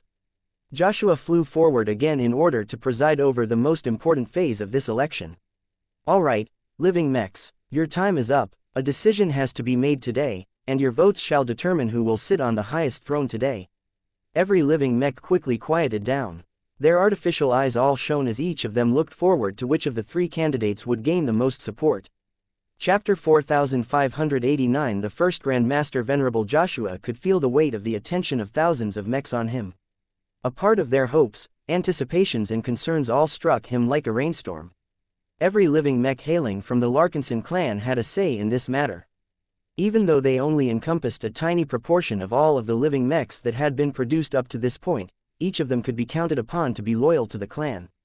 The same wasn't necessarily the case with other living mechs. Though Joshua had thought about inviting the living mechs of the Glory Seekers so that they could have a say as well, he soon figured out that this would be a slippery slope. Who knew how the votes would get skewed if he invited millions of living mechs that were put into use in the Hex army? They were bound to ram all kinds of pro-Hexer policies through the Anima Order right away. Perhaps one day the Anima Order would come to encompass the vast majority of living mechs in existence, but for now everyone thought it was best to keep it among the Larkinson mechs for the time being. As the living mechs grew more and more impatient, Venerable Joshua quickly called a vote. Let's do it like this. In a moment, I will call out the names of the candidates that you prefer. If you support a particular living mech, then raise your limb and call out, okay. The Anima Hall will automatically record and tally your vote, so don't worry about that. If you don't do anything after I call out the three candidates, then we will assume that you have forfeited your opportunity to vote. After making all of that clear, Venerable Joshua gestured towards the Quint. If you support the Quint as the first Grand Master of the Anima Order, then cast your vote. Aye. Many different living mechs rose from their seats and raised their respective arms or limbs. Joshua wasn't able to count how many living mechs favored the Quint over the other candidates, but he could see that the custom hybrid mech gained the approval of almost every copy of the Bright Warrior Mark II. The Quint was particularly popular among the mechs of the avatars of myth, the living sentinels and the battle criers. These were among the oldest mech legions of the clan and remembered the heroics of the Quint the best. The Larkinson clan had yet to field any expert mechs in its early history. If you want the Everchanger to be in charge of the Anima Order, then make yourselves heard. Aye, the entire Anima Hall echoed with the cries of supporting living mechs. The Everchanger was a popular mech among his own kind. He was powerful and possessed decent support capabilities. He was often at the forefront of a battle and also happened to be the partner to the Golden Boy of the Larkinson clan. Aside from that, the Everchanger's policies were the most moderate and risk-averse among the available choices. Many of the living mechs that were fairly content with the current state of their lives and didn't really feel the need to ask for more put their weight behind the expert hybrid mech. Venerable Joshua could loosely determine that the Everchanger received support among the mechs of the Flagrant Vandals and the Eye of Ilvain. The former possessed a military heritage and still had duty carved in their bones, while the latter were much more willing to defer to authority. Any of you who wish to give the Minerva a chance to shape the Anima Order at the beginning, say so now. Aye, this time, pretty much all of the living mechs that had yet to say anything had finally cast their precious votes. Very few if any living mechs had chosen to abstain from this crucial voting round. History was being made here, and even the youngest second-order living mechs possessed enough sense to make a tentative decision and stand up so that they could raise their limbs. It didn't surprise Venerable Joshua all that much that most of the Sword Maiden and Penitent Sister mechs had expressed their support for the Minerva. Not only was she the only female living mech among the candidates, her radical views aligned their dreams of independence and autonomy. They weren't necessarily opposed to humanity, but they deeply appreciated the value of power. Now that the living mechs had cast their respective votes, it was time to announce the outcome. The Anima Hall had tracked the actions of every living mech throughout this session and automatically tallied all of the votes. Though none of the living mechs had been stupid or disrespectful enough to cast double or triple votes, if they did, the Anima Hall would simply disqualify their votes. Soon, the lighting in the hall dimmed, causing every living machine to cease their discussion. A spotlight shone down on Venerable Joshua's floating form. He respectfully looked upwards as a white paper envelope slowly descended from the high ceiling. Every living mech built up more and more anticipation as the envelope fell towards Joshua at an agonizingly slow pace. Yet despite everyone's increasing impatience, no living mech dared to interrupt this dramatic sequence. Once the envelope fell far enough, Joshua held out his hands, causing the object to land perfectly onto his palms. The expert pilot did not dare to drag this process out any longer, but he made sure to exhibit great care when he opened the envelope and pulled out the letter that announced the results. In this inaugural election, each of you have decided who among you will gain the opportunity to serve as the first Grand Master of the Anima Order. Joshua solemnly spoke. Each term shall last for a total of 10 standard years, after which another round of voting will be conducted to elevate another Grand Master. After making that clear, Joshua finally recited the voting results of the first election. The Quint has come third after receiving 22.9% share of the votes. The Minerva has come second after receiving 35.3% share of the votes. The Everchanger is the winner of this election after receiving 41.8% share of the votes. In the end, the most restrained and least ambitious of the living mechs had snatched the Grand Master position. A larger and more colorful spotlight shone on the Everchanger, causing the other two candidates to remain in shadow. The victorious expert mech lifted up his mechanical arms and radiated a glow of warmth and joy. Hooray! I'm glad we didn't put a lunatic in charge. Please don't get the humans on our backs. Nya, even the Golden Cat expressed her support for this voting outcome. Though she didn't particularly have any favorites, she liked the Everchanger's stable and inward-oriented approach a lot. The living mechs needed to do a lot of work before they could gain a complete society. As the Everchanger continued to bask in the glory of becoming the starting Grand Master of the Anima Order, his rivals quietly backed away to give the winner more space. Neither the Quint nor the Minerva saw any reason to contest the voting results. The Anima Hall wouldn't make such obvious mistakes and the margins were far enough apart to leave no ambiguity. Perhaps it might have been fairer to institute a two-round voting system. This way, the top two candidates of the first round of voting would have to compete fairly against each other without needing to worry about spoilers. However, that was a matter that the living mechs had to sort out by themselves at a later date. For now, it was time to focus on the inauguration of the Everchanger. The living mech turned around and slowly approached the steps that led to the top of the raised dais. The spotlight that continued to illuminate the green-coated expert mech followed suit, causing many living mechs to develop the impression that the Everchanger was ascending to heaven. Clank, clank, clank. The sounds of the metal feet of the Everchanger stomping onto the steps were being magnified, which helped with adding more weight to this important event. While the Quint and the Minerva quietly retreated to the smaller thrones set to the sides, the winner of the first election finally reached the greatest and most impressive throne in the hall. Its design looked as if their progenitor had designed it himself. The elaborate, mech-scaled high-backed metal throne artfully combined technology with royal traditions. The throne had even modified its shape so that it would not press against the Grandmaster's flight system. The Everchanger felt more powerful than ever. He looked at the throne for a moment before turning around and assuming his rightful office. Every living mech seemed to hold their breaths despite the fact that they didn't need to cycle air in the first place. Before the Everchanger could give his inaugural speech, his battle partner steadily flew closer. When Venerable Joshua stopped before the winner of the election, he lifted up his arms and caused a giant, mech-sized crown to appear on top of the Everchanger's head. The giant crown that seemed to generate its own light steadily descended until it perfectly rested on the Everchanger's head. Its proportions had already been adjusted to fit the living mech with exact precision. The secret crown shall be your symbol of office. No living mech will be able to deny your identity as a Grandmaster. As its name suggests, you must keep its existence a secret to outsiders. This crown only exists within the MSTS for the time being. It will be up to you to decide whether you want to make a real version of this crown. Just keep the repercussions in mind. The Everchanger wordlessly nodded in understanding. Once Venerable Joshua retreated from the throne, the expert hybrid mech finally addressed his constituents for the first time since his elevation. As the first bearer of the secret crown, I am more cognizant than ever of the enormous responsibilities I bear. The Everchanger boomed in a masculine and dignified synthesized voice. I am both honored and humbled by the support and trust that you have put into me. Whether you have voted for me or not, I will do my best to stand up for all of you. We are all living mechs, and we are all part of the same family. Venerable Joshua grew more and more reassured as the Everchanger spoke to the crowd. As his personal expert mech, the Everchanger undoubtedly adopted much of his views. It was probably the machine that most closely matched his own dream of building up a civilization where not just humans but also other friendly races could get along and live in a single harmonious society. I promise that in the next 10 years, I will have the Anima Order focus its energies on housekeeping and much-needed improvements to our daily lives. There is no reason for us to question or redefine our relationship with our human creators and users at the moment. So long as we maintain the secrecy of our order, we will give the humans no cause to take action. Perhaps it was because the Quint and the Minerva cast their gazes too far in the future that had cost them a lot of votes. There was no way for living mechs to shake the status quo at their current state. The Everchanger's eyes flashed, yet make no mistake, I will not lose sight of our future.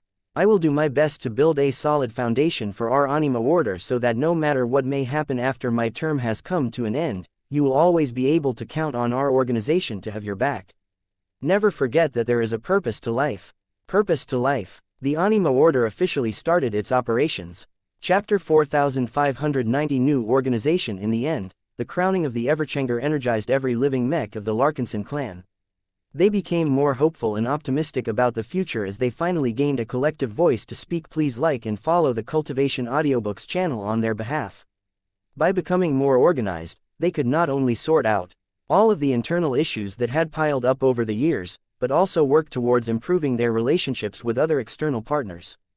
The Everchanger already published a modest list of short-term goals, from giving living mechs the right to experience life among the humans by controlling mechanical cat avatars, to giving them greater choice in picking their own mech pilots. Many of the expert hybrid mechs' goals required the cooperation of the Larkinson clan in order to implement. This was also one of the reasons why the Everchanger emphasized the importance of maintaining a fruitful relationship with humans. Once the inauguration ceremony had come to an end, all of the living mechs began to depart the Anima Hall and pull out of the MSTS at their own pace. The Everchanger only stuck around long enough to chat with the rivals who had lost the first election. Congratulations, Everchanger. The feminine voice of the Minerva spoke up. I would have preferred to wear the crown myself, but I will entrust it in your care for the upcoming 10 years. The Everchanger's 3 eyes flashed. You sound awfully confident that you will be able to gather the most votes in the next election. Mechs generally didn't have mouths which they could use to express their feelings and emotions. They mostly made do by radiating them directly or making exaggerated physical gestures. Right now, the Minerva crossed her arms in a clear sign of confidence.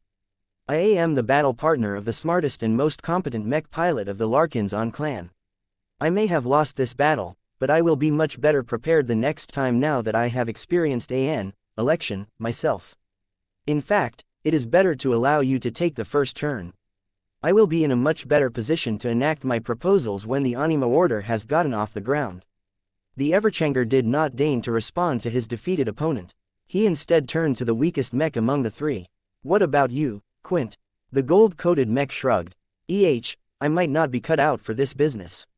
I only took part in the first place because it was interesting and because many mechs expect me to stand up for the little mechs that aren't as powerful or valuable as expert mechs.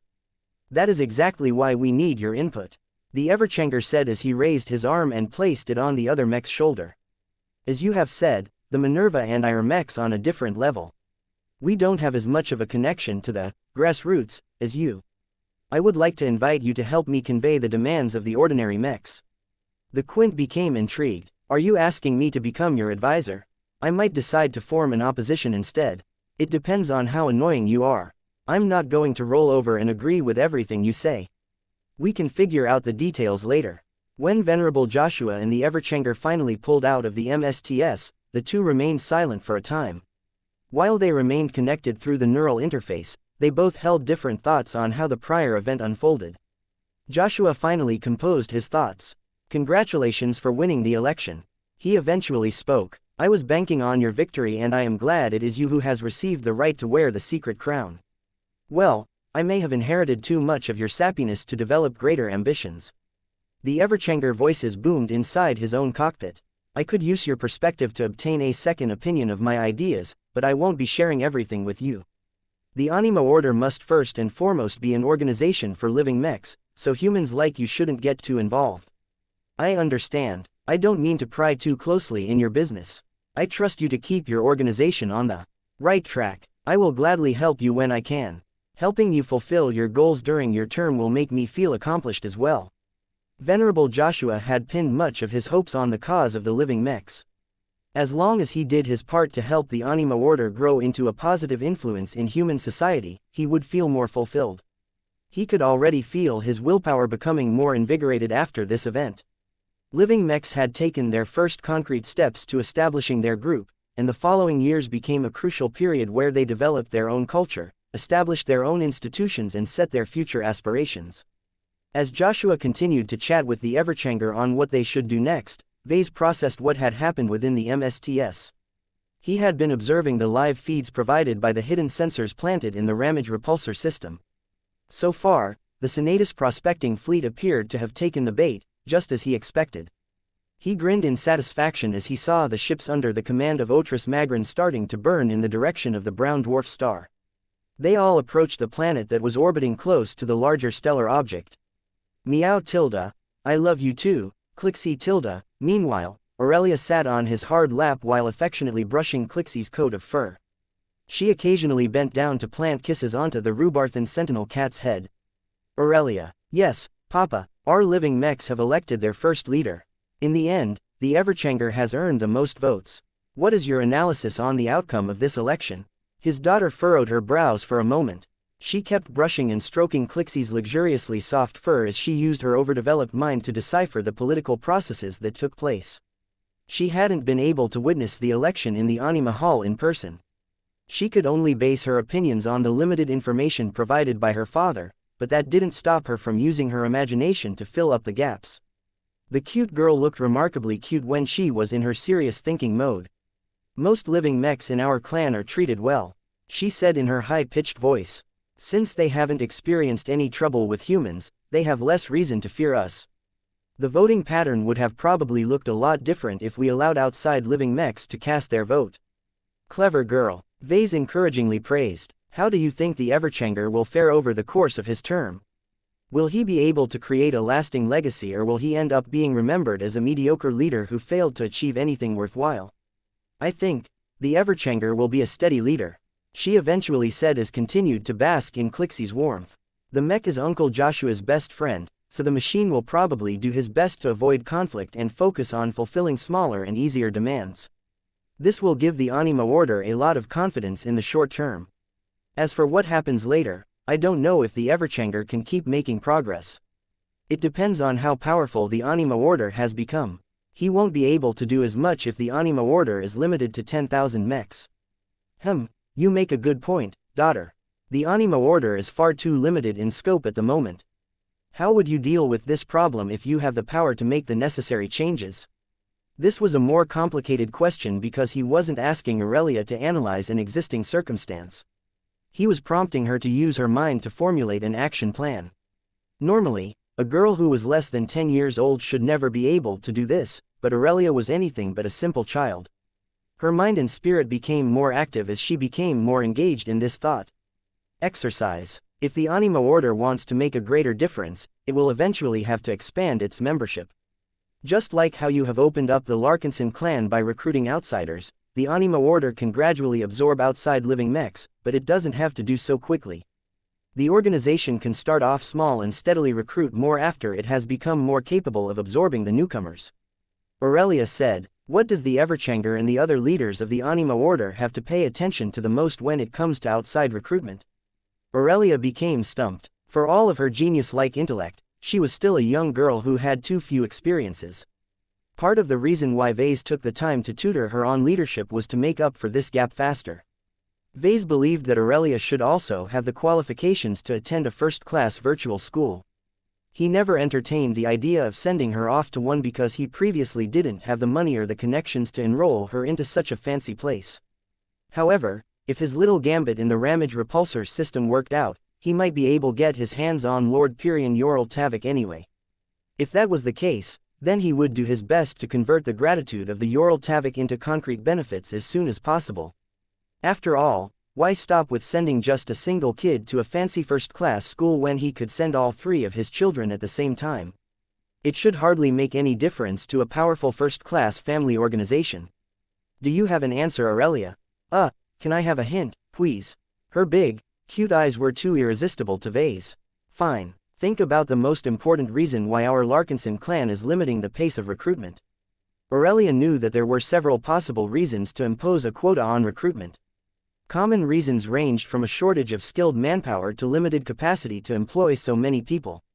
She didn't think that any of these reasons was the answer her father was looking for, though. It took half a minute before her eyes lit up. She figured out the answer. It's because of control, she happily shouted. You wanted to make sure that most of the people of your clan kept supporting you. If you recruited too many newcomers, they would have stuck to their own views, and that makes it harder for them to accept your leadership. If you keep recruiting smaller groups, our clan can steadily assimilate the newcomers so that they think and act no differently from other Larkinsons. Is that right? Yes. Vase gave her a loving and approving smile. It seems that you have remembered the lessons on indoctrination. The Larkinson clan is mine. It doesn't entirely look that way, but it takes measures like this to maintain my grip over my own organization. It's not wise to be too domineering and keep telling everyone what to think. It is better to rely on the existing cultures and institutions of our clan to transform new recruits into like-minded Larkinsons. As long as the proportion of the latter remains in the majority, this process of indoctrination and assimilation will continue to remain effective. In short, if you end up in a similar position one day, take care to control the expansion of your organization. Aurelia looked serious as she nodded her cute head. Her lovely black locks of hair shook with her motions. I know, Papa, I won't disappoint you. I will not fail. Vase sighed when he heard that. I am not going to blame you if you fail. It's okay to mess up. The important part is to learn from your mistakes so that you will be able to do better next time. Chapter 4591. A man driven by hatred. Otris Magrin hated this universe. He also hated himself. These two hatreds defined his life. He hated that he was born into the age of mechs. He hated that he lived in a time where the Big Two kept people like him locked into cages. He hated that he was born in the galactic rim where people like him received the fewest chances to grow stronger. He hated that the MTA and CFA forbade anyone from possessing real power by depriving them of the right to employ warships and weapons of mass destruction.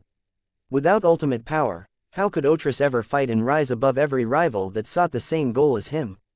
How could he ever grasp the opportunities he needed to build a dominion that rivaled the new Rubarth Empire in its heyday? Ever since he was young and formed these great ambitions, he became frustrated by all of the reasons that held him back. Otris Magrin learned early on that the competition was rigged from the start. The Mechers, fleeters and other first-raters practically hoarded all of the best power and resources for themselves, giving no chance for anyone else to get a seat at the table. There is no equality in human society. After a lot of research, Otris found out that the only way for him to break the shackles of his birth and break out of the cage built by the Big Two was to become a part of their club. The man had not been born into one of those powerful but elusive spaceborne clans, so he had no hope of entering the ranks of the Common Fleet Alliance. The Mech Trade Association recruited more openly, but their standards were either random or exceedingly demanding. Only a fraction of people ever got to be lucky enough to become a peripheral member of this mighty organization. Thus, the only remaining viable way he could ever rule over humanity was to become a god pilot. No matter how humble they were in their early lives, as long as they break through enough times, even the Mechers and the first raters will bow in front of a mech pilot that has become a god. Over 250 years ago, god pilots were much less common. Each was incomparably precious and powerful, and the association had no qualms about publicizing their great might in order to keep the CFA on its toes. Young Otris had become fascinated by the impressive heroes who wielded powers that went far beyond the confines of technology. Ever since Otris learned of their might as well as how influential they became, his eyes burned with desire and passion. He needed to become a god pilot. Every fiber of his being had united as one around this goal. By doing his utmost to advance up the ranks of the mech piloting profession, he would be able to traverse the path of godhood. Otris had no doubt that he would be able to reach the end of this mythical path. Even though he was still young and rather ignorant back then, he possessed an unrelenting conviction that he would be able to succeed where many other mech pilots failed. He held onto this belief throughout his youth and did his utmost to prepare for his future studies at a mech academy. It all came down crashing when he reached his 10th birthday. Genetic aptitude. The projected readout from the examination machine cruelly cut off his dreams and ended his plan before he could even start. His entire world collapsed as he struggled to accept the reality of his own inadequacy. This can't be, I was supposed to become a mech pilot. The fact that he was a part of the 96.5% of people who lacked the genetic aptitude to pilot a mech had devastated him. The news not only crushed his mood, but also his dreams and ambitions. Many other children quickly adjusted themselves after a week. The odds of developing the right genetic aptitude to become a mech pilot was slim to begin with, so they had already been taught by their parents to treat it as a lottery. The kids around Otris soon returned to their normal lives and became occupied with attending a normal school instead of a mech academy. Many children experienced this important test after their 10th birthday. To the vast majority of people, it was a transformative experience that brutally taught them that reality did not care about their wishes. These individuals took these lessons to heart and seriously devoted themselves to what they could accomplish as normal humans. There were still plenty of ways for them to excel in a galaxy that still provided a lot of other opportunities. Otris was different. He recognized that his quest for ultimate power would always be impossible to fulfill because the only viable ways to do so became closed to him, yet he was unwilling to resign himself to this reality. It was then that he figured out a loophole of sorts. Perhaps he might never be able to become a god pilot and use his enormous might to take over the MTA, but who said anything needing to wield great strength to get his way? I shall be like the kings and sovereigns of old. There shall be no need for me to leave my throne in order to defeat my enemies. I merely have to wave my hand and send out my champions. In any case, Otris Magrin only wanted to rule over humanity. The means in which he used to put himself in that position didn't matter. Just because he couldn't become a god pilot himself didn't mean he could build an army of god pilots around him that unflinchingly executed his orders. As he settled on this new strategy, he devoted himself to business as he recognized that only money would allow him to develop his own organization from scratch. By learning how to start and manage a business, Otris continually expanded and refined his new master plan.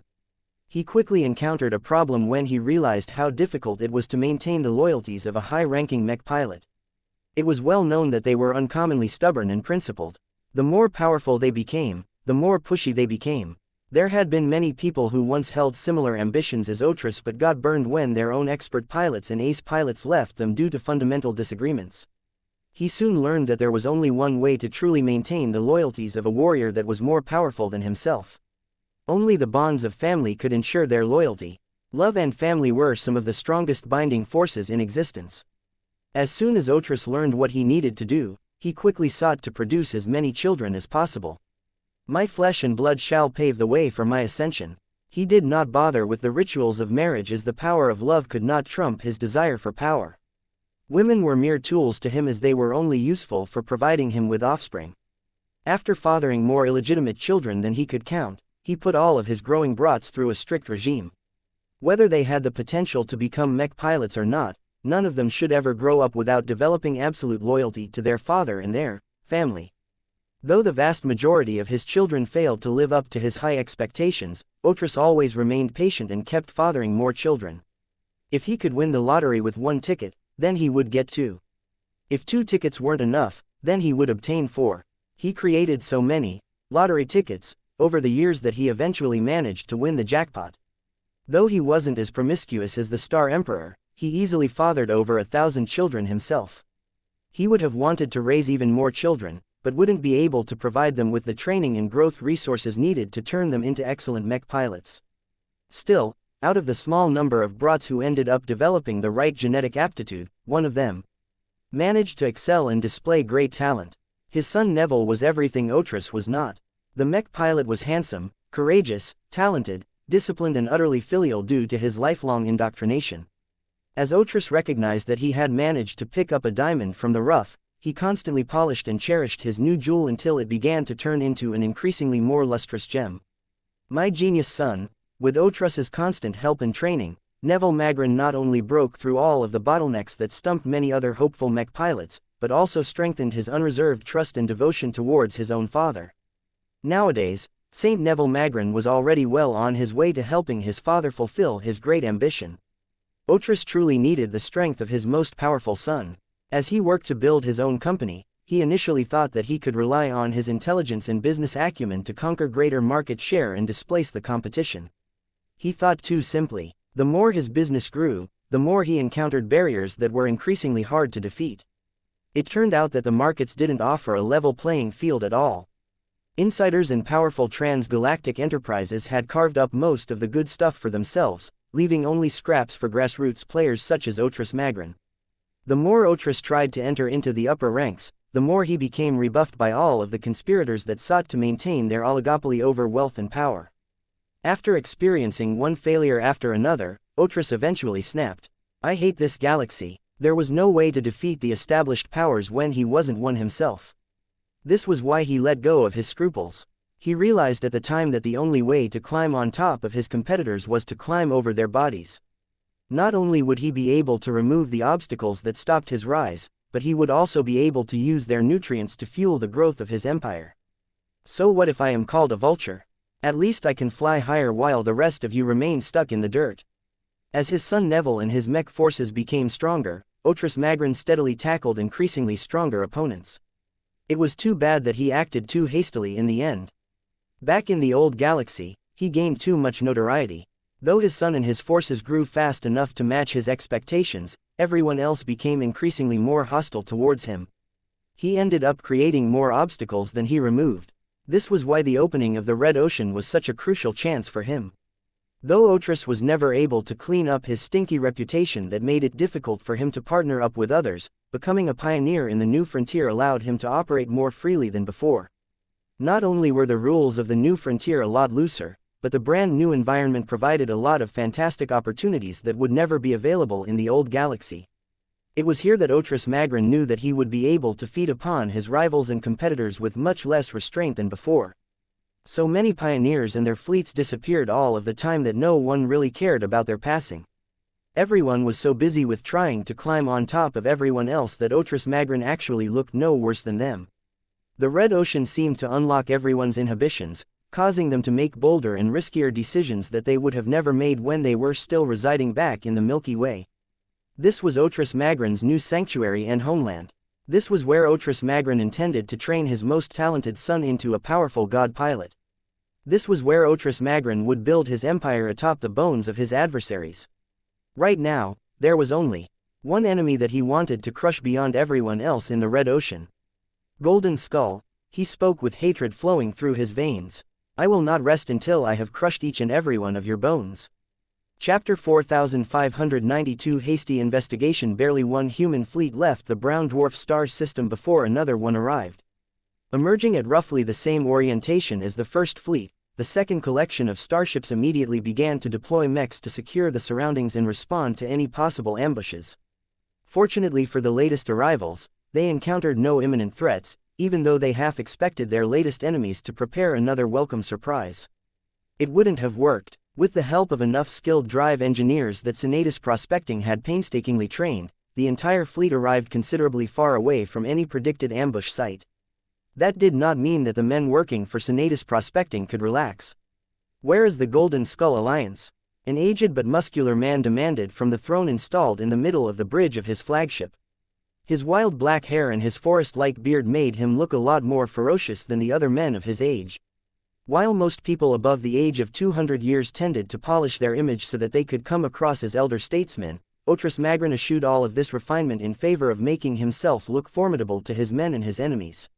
He understood all too well that an intimidating appearance would complement his powerful image. Weakness had to be avoided at all costs. This was one of the reasons why he urged his fleet to enter this small and unusual star system. After getting hit by a foul and sudden attack, Otris Magren had become livid. The powerful leader turned to his subordinates. Tell me your current findings. We are still in the process of mapping out SDDD 4343X Air 232,666,410, my lord. An officer replied, most of our sensors and scanners have primarily focused on inspecting our immediate surroundings, but our long-range modules have yet to detect the presence of any starships or artificial traces, human or alien. Keep searching, Otris shouted at his men. The fleet of the Golden Skull Alliance came here for a reason. Send a scouting unit to the planet. If those cretins have already left this star system, then I want to know what they have managed to dig up and in which direction they have left. Acknowledged, my lord. As time passed by, most sensors detected nothing that looked out of place in a brown dwarf star system like this. Ordinary asteroids and space dust were not worth their attention. It wasn't until one of the vessels sent in the direction of the brown dwarf star managed to pick up traces of refined alloys in the vicinity of the planet. My lord, we have a notable quantity of refined alloys on the surface of the planet. Investigate. Tell our scouting vessels to hurry up. We need to gather clues as fast as possible. Though Otris Magren and many of his men found it rather suspicious that they had yet to find anything solid aside from what appeared to be debris from a starship, their desire to repay the Golden Skullers for their unprovoked attack drove them to take a closer look. Send the rest of our fleet closer to the planet. The leader commanded. If we are to find anything that can help us figure out what the Golden Skull Alliance is doing, we have a better chance of succeeding if we don't stay in an empty region of space. My lord, one of his deputies looked hesitant. The Golden Skullers have already tricked us once. We are safer here where we can transition back into FTL travel as soon as we encounter a dangerous trap or ambush. Magren dismissed the man's concern with a snort. Our sensors have yet to detect anything aside from chunks of debris in the distance. The Golden Skullers also aren't strong enough to ambush a second time now that we are better prepared. What we need the most is speed. We need to react quickly to whatever we manage to uncover from that planet. Understood. We will pass on the new orders right away. Time passed by as Magren's fleet moved towards the inner system. This did not take as much time as usual because of the comparatively tiny size of the star system. No one took the brown dwarf star seriously. It was just a boring, weak little gas giant that just happens to be large and heavy enough to pretend it was a star. Only a small team of astrophysicists studied the properties of the star out of habit. Some stars generated precious exotics or held clues that pointed towards ancient ruins left behind by fallen alien races. Most scientists and specialists paid much closer attention to the asteroid's clouds, the small moon-like planet and the strange debris that continued to capture their imagination. My lord, we have a new report. Our fastest scouting vessel has come close enough to determine the mineral composition of the debris found on the far side of the planet. We can almost rule out the possibility that it comes from a human-built starship or mech. We only have to get within touching range to confirm this theory. We can also conduct further studies to determine how long ago the debris has gotten loose. Otris Magrin looked thoughtful. As the debris composed of remnants of an entire alien ship, there isn't enough to suggest that this is the case. We believe the Golden Skull Alliance or another alien force may have only managed to damage a part of an alien ship. Then get closer so that we can see for ourselves. Once his fleet finally neared the planet, his men were finally able to conduct a proper investigation. Numerous specialized mechs and shuttles were already scouring the planet for any notable traces. So far, the relatively tiny planet presented nothing interesting aside from showing signs that another mech force had already investigated the surface before. There were no signs of mining, tunneling or retrieval actions outside of the debris that looked oddly out of place. This suggested that the alien ship did not emerge from the planet or that it emerged from a different space. Otris Magrin became disappointed by the lack of results from the surveys, so he set his sights on the alien debris that his fleet had managed to secure. In order to see what the Golden Scullers had left behind, Magrin donned a protective suit and moved over to a spare cargo bay where a scorched and broken piece of the exterior of a warship rested under close to zero gravity. A lot of men had already inspected the debris in advance to confirm that it was safe and free of any threats. Of course, to ensure that none of them had missed anything superior or advanced enough to escape their notice, Otris had personally assigned his greatest reliance to the same hangar bay. As soon as the owner of the fleet approached the hatch leading into the cargo bay, he felt the strong but reassuring Saint Kingdom from his proudest son. In fact, as far as Otris was concerned, he only had a single son. All of the other brats he had fathered over the years were merely minions who were a little more useful and reliable than his hired help. Not only did his kids require less pay to work for him, their loyalty was also assured with all of the measures he took to ensure their obedience. Many of the core positions in the fleet were occupied by his children and their descendants. It was an enormous pyramid where his bloodline ran from top to bottom, ensuring that his influence was present on any ship, department and work team. His only regret was that too few descendants had entered his mech force, but the presence of his only real son ensured that everyone who hadn't been born a Magrin would still dance to his tune. Father. The permanently open communication channel between father and son became active again. You have come. I have, Otris said as he temporarily ignored the exotic alien wreckage in favor of admiring the unrelenting. The Ace Mech was a machine that he would have loved to pilot if his genetic aptitude hadn't sabotaged his future. Otris had personally imagined Neville's mechs over many decades. Each time his proud son needed to switch to a stronger and newer machine, he pulled out one of his archived mech sketches and commissioned a team of mech designers to convert his idea into a fully fledged mech. Neville took to them like fish to water. Ever devoted to his father, the talented pilot sincerely worked to adapt to the mechs that allowed him to fight, raid and maintain the initiative no matter the circumstances. Even if Neville originally wasn't suited to pilot fast and relatively lightly armored hybrid mechs, long years of training and adjusting himself to this classification of mechs had turned him into a master of employing them in battle. What are your impressions of this debris? Otris said as he stopped fantasizing what it would be like if he was the one sitting in the cockpit of the Unrelenting. Have you managed to capture anything that our scientists have missed? I did, Father. It is difficult to describe. I have never sensed anything like this before. It is hard to explain in words, so I suggest that you experience it in person. Your men have already prepared a route towards the interior of the wreck. Otris's curiosity grew. He lifted off the deck and approached an opening where a pair of armored guards were awaiting his arrival. As soon as Otris reached the entrance, the guards moved ahead and led him deeper inside the strange construction. The heavy damage and traces of dead alien remnants clearly showed that the wreckage had gone through a lot of abuse. The only reason why it managed to stay in one piece was because the aliens hadn't cut any corners in the construction of their ship. Which race built all of this? Otris asked with a frown. I do not recognize this architecture. The ship was built by a local race called the Tikyrs, my lord. One of the exobiologists assigned to study the wreckage answered. The Tikyrs used to maintain a sizable presence in this star region, but they have been driven out after our race took over all of their territories. It is uncommon but not completely implausible that remnants of this race are still hiding this region. How long ago did the aliens build this ship? What is the classification of this vessel? When did this wreckage split off from the whole? Our preliminary dating method suggests that this ship was built over 4 standard decades ago. The ship is already fairly old by our standards. An engineer responded. We are confident that this debris belongs to a warship. While we have not found any weapon batteries from this wreckage, we have detected ship parts that are primarily designed to support their operations. The event that resulted in the separating this wreckage from an alien warship happened fairly recently, though the environmental circumstances has made it difficult to give you a more precise timeframe. There is still a notable quantity of lingering heat from the damage produced by energy weapons. Interesting. Where was the rest of the ship? Where was the Golden Skull Alliance? The absence of both of these parties suggested that his current adversaries had managed to capture the alien ship and get away. A pursuit was out of the question. Most native warships did not possess human-style FTL drives, so the only way they could escape pursuit was to activate their warp drives. If that was the case, then the light produced by this chase should have exposed this pursuit.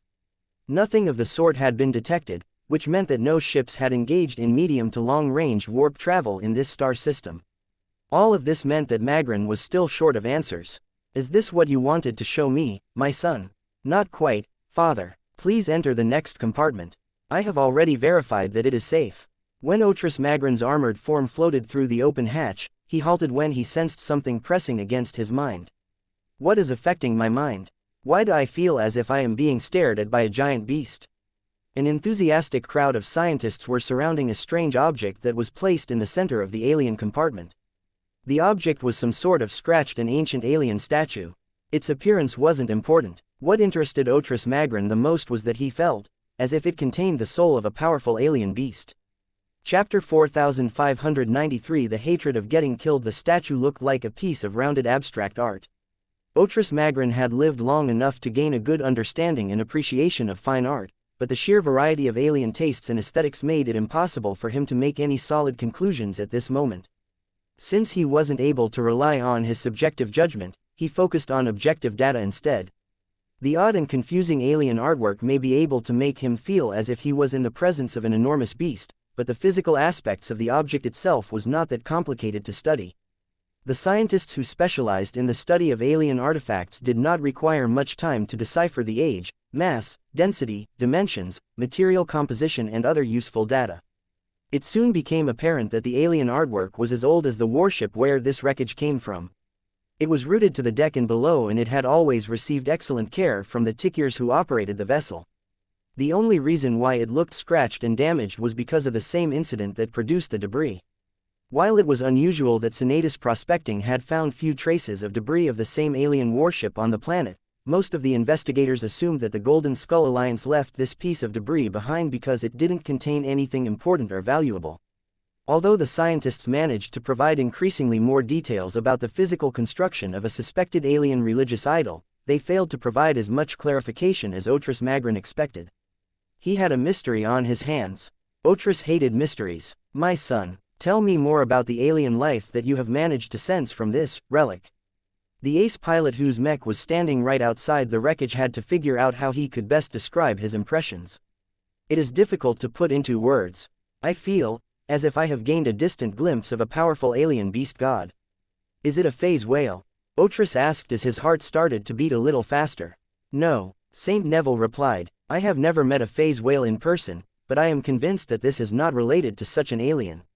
I am getting the impression that I have made tentative contact with an old, bestial mind, one that is smart and powerful enough to reject my Saint Kingdom. I can try to learn more by pressing harder, but that will cause my willpower to override whatever invisible mark the alien beast has left on this relic. Otris Magrin began to circle around the alien artwork. No matter what angle he looked at it, there was little to no apparent meaning whatsoever. The jumble of shapes that had been mashed together looked completely random and devoid of any patterns. What did this have to do with an alien beast? Are you sure this artifact is related to a god? I cannot say, Neville admitted. I have never encountered this before. What I can tell you is that the mental effect it exerts on nearby people reminds me of the descriptions of the glows that are iconic to the mechs produced by our latest enemies. Otris immediately made the obvious conclusion. So the two are related somehow. Ancient alien relics that are tied to strange alien gods may be the secret ingredient that allows the Larkinson clan to empower all of its living mechs. If that is the case, Then that may be the true reason why the Golden Skull Alliance has traveled to this star system and sought out this Tikir warship.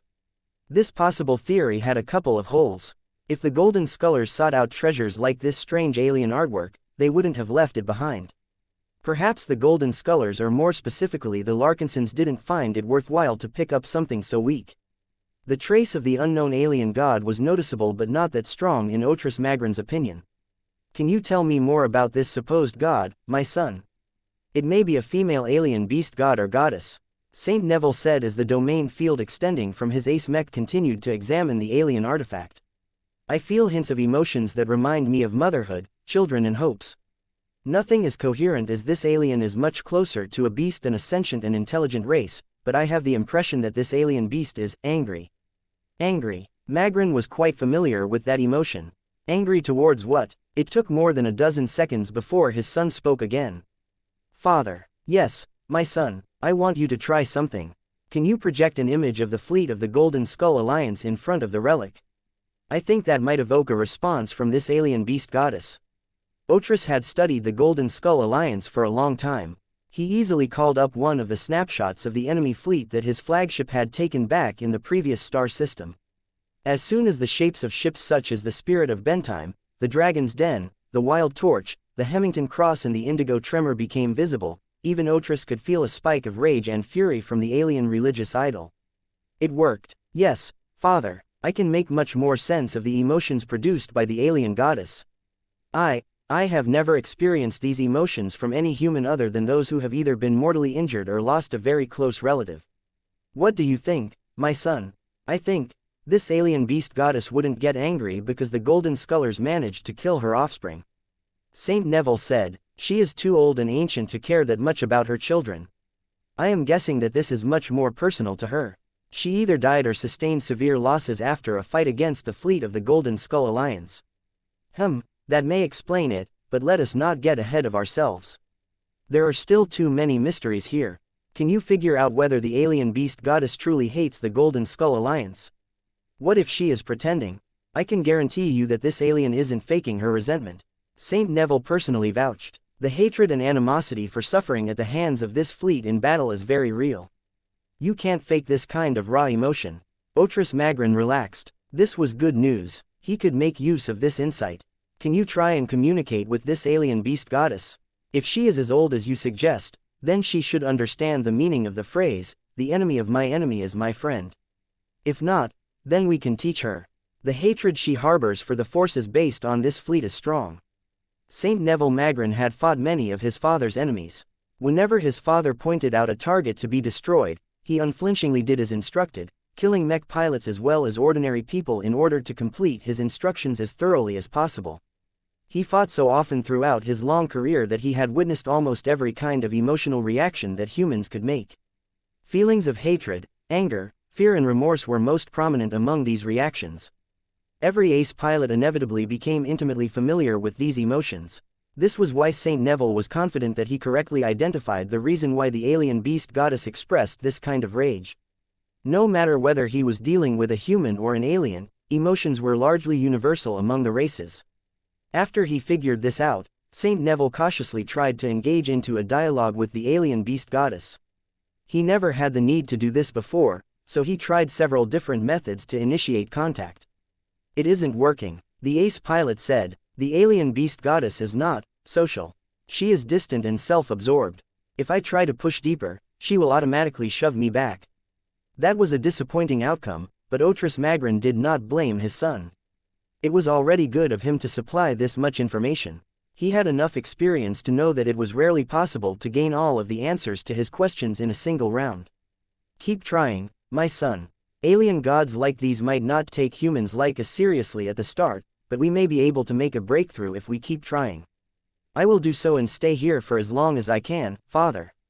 Once Otris Magran exited the wreckage a short time later, he turned towards the Unrelenting and admired the ace mech for the umpteenth time.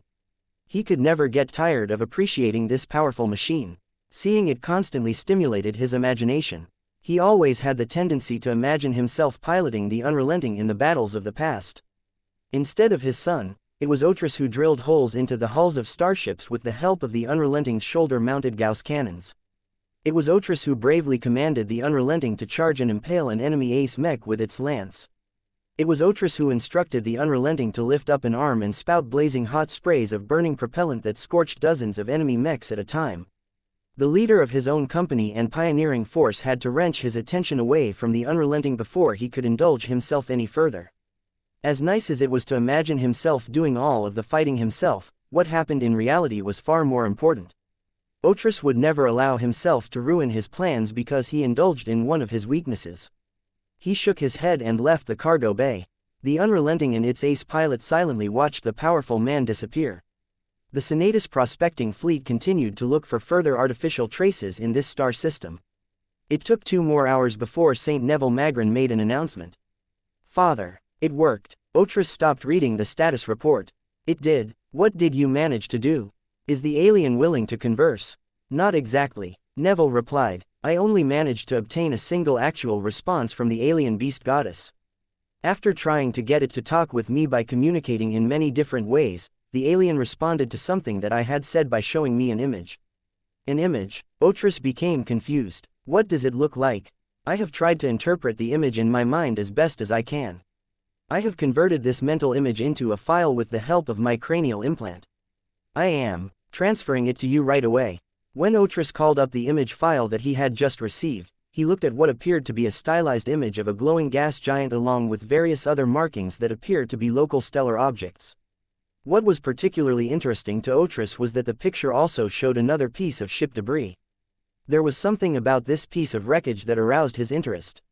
His gut feeling told him that there was something valuable and special stowed in this ship section. He became convinced it held something more than a simple alien artifact. It did not take much thinking to conclude that he was looking at a snapshot of the current star system. The question was where this specific image was taken. "Do you know where this is, Neville?" "No. I don't think the alien beast goddess can point the location on a map. I will pass it on to my scientists and let them identify the coordinates of the depicted view. There is enough detail in this image to find a match." It took a lot of processing time, but eventually the supercomputers finally managed to pin down a small range that corresponded to this view.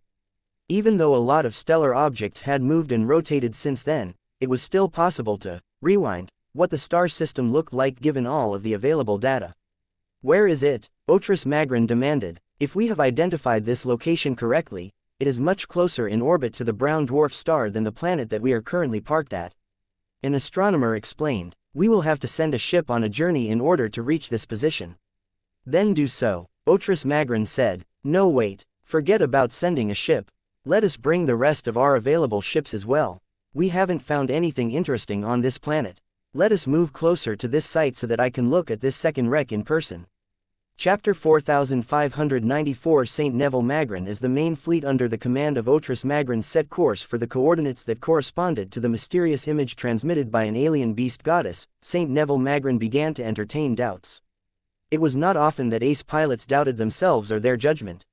It was pretty much mandatory for those who had pushed their willpower to such great heights to develop an unreasonable amount of confidence in themselves. Ace pilots had many reasons to be confident in themselves. They had succeeded in reaching a level of strength that countless mech pilots could only dream of. They had survived battles where they should have died, won duels against opponents that were supposed to be stronger than them and recognized their true selves. The only warriors that could bring St. Neville Magrin to heel were senior ace pilots and god pilots, but they were so rare that the chances of encountering them in the wild was minuscule. Even if it was possible for him to confront them on the opposite side of the battlefield, he knew that his father was far too shrewd to make this happen in the first place. However, despite his father's great track record, St. Neville couldn't help but think that the current circumstances were a bit wrong. "Everything has become more complicated since we entered the Red Ocean," he muttered as he stood at the side while a crew of mech technicians performed routine maintenance on the Unrelenting. His father demanded the highest possible care for the proud ace hybrid mech. After each deployment, it had to go through an extensive round of inspections. Anything that even looked slightly wrong had to be marked and analyzed to determine whether it needed to be replaced immediately or a few weeks later. This pace of replacement was way too exaggerated and always made St. Neville feel off-put by his own machine. The fit between himself and his ace mech never felt completely right as he constantly had to readjust himself to the minute changes induced by the frequent swapping of parts. Nonetheless, the performance of the Unrelenting always managed to remain close to its factory peak.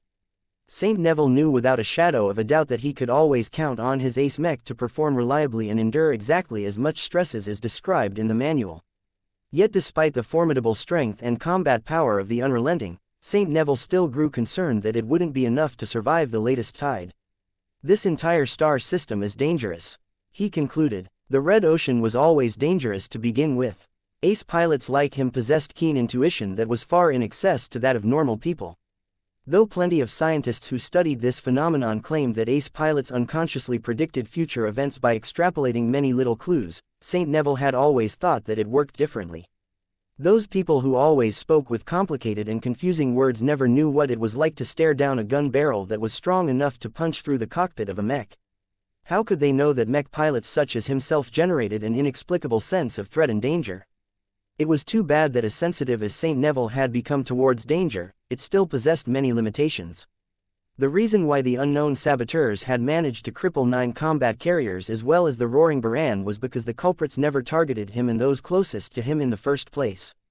The infiltrators had managed to sneak their way through every checkpoint without fearing discovery from either the crews or St. Neville himself. It disconcerted a lot of people in Senatus prospecting. Many of them had become assured that no one around them had the guts to attack a fleet watched over by an ace pilot. That a severe incident happened anyway was a personal failing of St. Neville. He had never expected the Golden Skull Alliance, which had developed a good reputation over the years, to launch such a detestable attack. Though St. Neville knew that his father intended to take advantage of the Golden Skull Alliance somehow, the Golden Skullers should have at least waited for a casus belli before they initiated hostilities. For them to strike without bothering to find an excuse threw many people in Senatus prospecting off guard. No matter what, people had died under his watch. No matter what reason drove his father to shadow the Golden Skullers, the fact of the matter was that blood had been spilled. This was why he never questioned his father's decision to enter SDDD 4343X Air 232666410 and figure out exactly what the Golden Skull Alliance had been up to in this part of space. Yet now that they had arrived, St. Neville grew unsettled despite his unflinching confidence in his own strength. The first indication that everything was not quite right was the absence of his father's current target.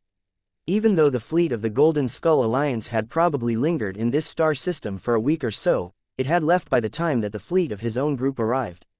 The second indication that something may be amiss was the mysterious abandonment of a piece of alien ship wreckage. Though Senatus prospecting hadn't been able to dispatch a scout vessel to this brown dwarf star system in advance, it was still possible to monitor what happened in the past by exploiting the speed of light. By dispatching a scout vessel equipped with a warp drive far away from the center of the star system, they could eventually reach a distance where they could capture light that depicted everything that happened a few days in the past. It was a relatively new tactic that humanity had taken over from the indigenous alien races. While the effect sounded magical, the results weren't as impressive as everyone initially thought. Due to the inverse square law, the rapid dispersal of light rapidly made it more and more difficult to observe fine details. Other factors such as the strength of the light source, the size of the subject of interest and the angle of observation further limited the amount of information that could be derived from this method. From what their distant warp-capable scouting vessels reported back, the fleet of the Golden Skull Alliance hadn't appeared to have done anything remarkable in the star system. The first human ships to have arrived in this star system appeared to have lingered in orbit of a tiny planet for a long time until they departed by moving to a Lagrange point. The scout vessels weren't able to glean any further details and they saw no sign of any battles or major movements. What was particularly frustrating was that this method of looking back in the past could not only capture any footage about a potential confrontation against an alien warship due to the orientation of the planet, but also because the details provided by the dispersing light would be too fuzzy at that time. It didn't help that a brown dwarf star wasn't a strong light source to begin with, so the resolution of the past footage was already fairly low in quality from the beginning. All of these circumstances seemed a little too convenient for the Golden Skull Alliance, and that caused St. Neville to smell something wrong. It didn't help that his sense of latent danger had grown stronger despite the apparent emptiness of the star system. The threat shouldn't be acute, but St. Neville was definitely convinced that this small brown dwarf star system wasn't as harmless and empty as it looked. Though a part of him wanted to warn his father about the increased threat, he refrained from bothering the older man. Every star system in the Red Ocean was dangerous, so much so that ace pilots had to tune out the constant awareness that a powerful alien warfleet could drop in at any time and lay waste to everything in sight. Pretty much all of the indigenous alien races of the Red Ocean were hostile towards the invading humans. The enormous hatred and animosity that they held towards humanity was affecting the air of the dwarf galaxy, as silly as that sounded. This ironically made it harder for people like Saint Neville to discern threats because there were so many of them. There could be multiple reasons why this small and relatively inconspicuous star system could be dangerous. "I hate this place," the ace pilot growled under his breath. Another reason why Saint Neville didn't want to bother his father about his concerns was because he didn't want to stop his father from pursuing the current mystery. The alien warship debris and the strange alien idol were both authentic. The alien beast goddess that he had tentatively made contact with harbored no particular ill will against he and his father, and the location transmitted by the creature made him feel more excited for some reason. Whenever he recalled the image of a position that was a bit closer to the brown dwarf star than he would have liked, he felt an increasingly stronger desire to visit this place in person. There was something special about the chunk of alien ship debris depicted in this mental image. His instincts told him that there was something hidden in this wreck that could help him do a better job at protecting his father and fulfilling his great ambitions.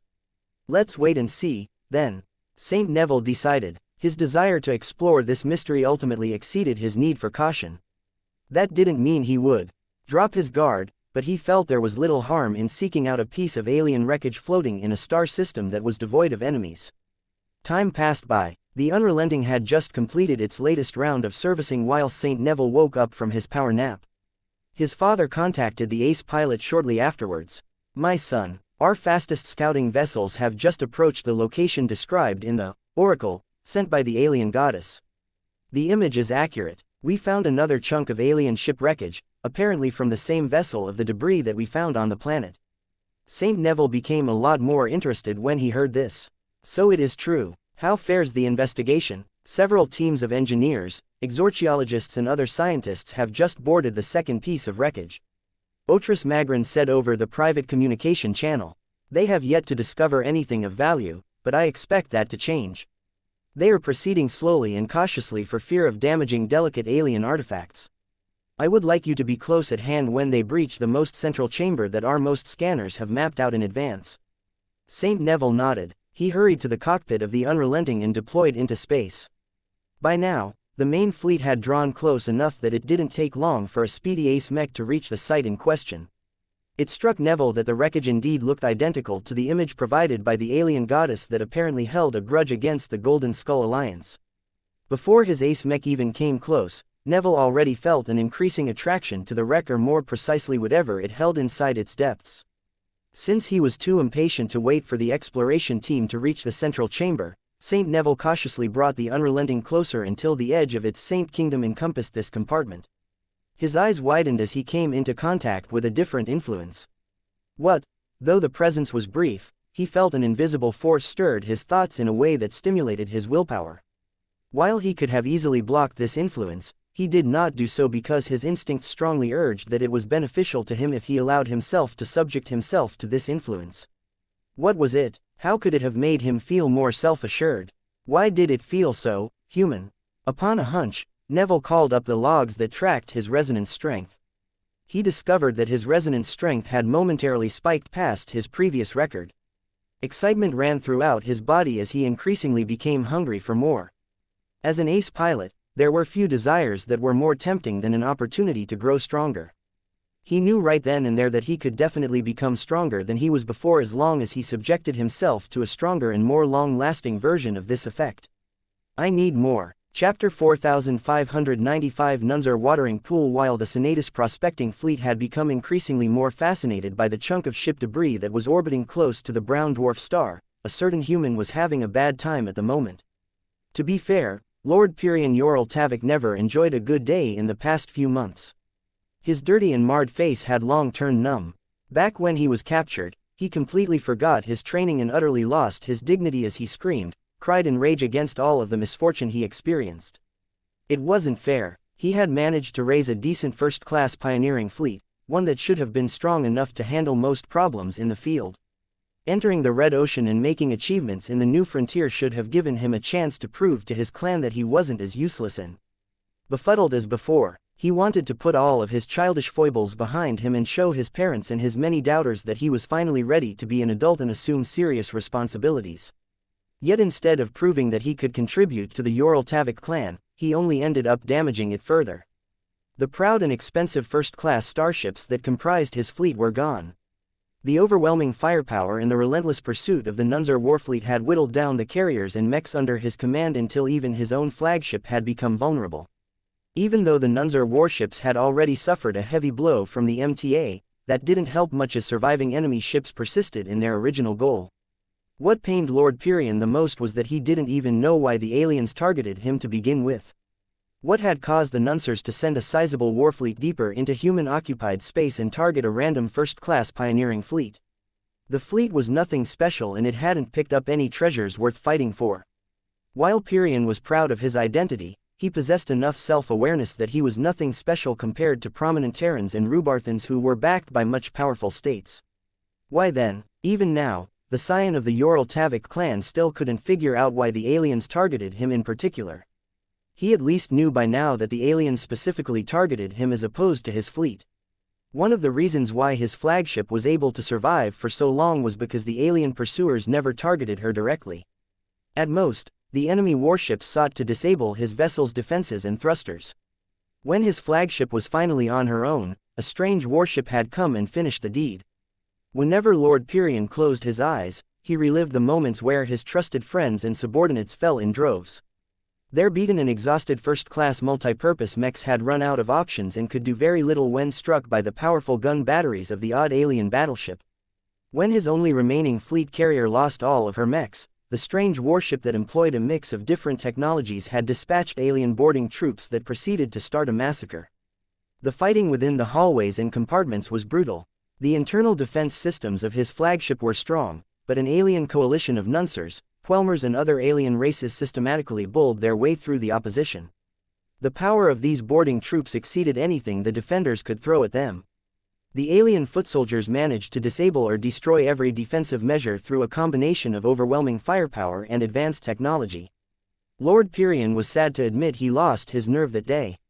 Instead of making a heroic stand and retaining what little dignity he had left, he threw it all away and sought to escape by himself. He first tried to use his emergency teleporter to get himself out of his ship, but the device malfunctioned because the mixed alien battleship blocked any form of spatial manipulation. He then tried to head to a secret hangar bay where a number of stealth shuttles were supposed to be on standby. The alien battleship had blasted the entire section into pieces by firing a volley with her secondary gun batteries. Pyrion then ran to the nearest escape pods, only to stuff himself into a device that the aliens had already disabled beforehand. By the time an elite unit of alien commandos had finally come and apprehended his broken self, his former flagship became drenched with the blood of his people and crew. Why? He kept asking this question out loud. He hoped to get a response out of his alien captors. Despite all of the effort and sacrifices it took to capture him, the aliens had left him alone for weeks on end. It broke him even more to see that after all of the fighting and killing, his jailers didn't feel the need to interrogate him.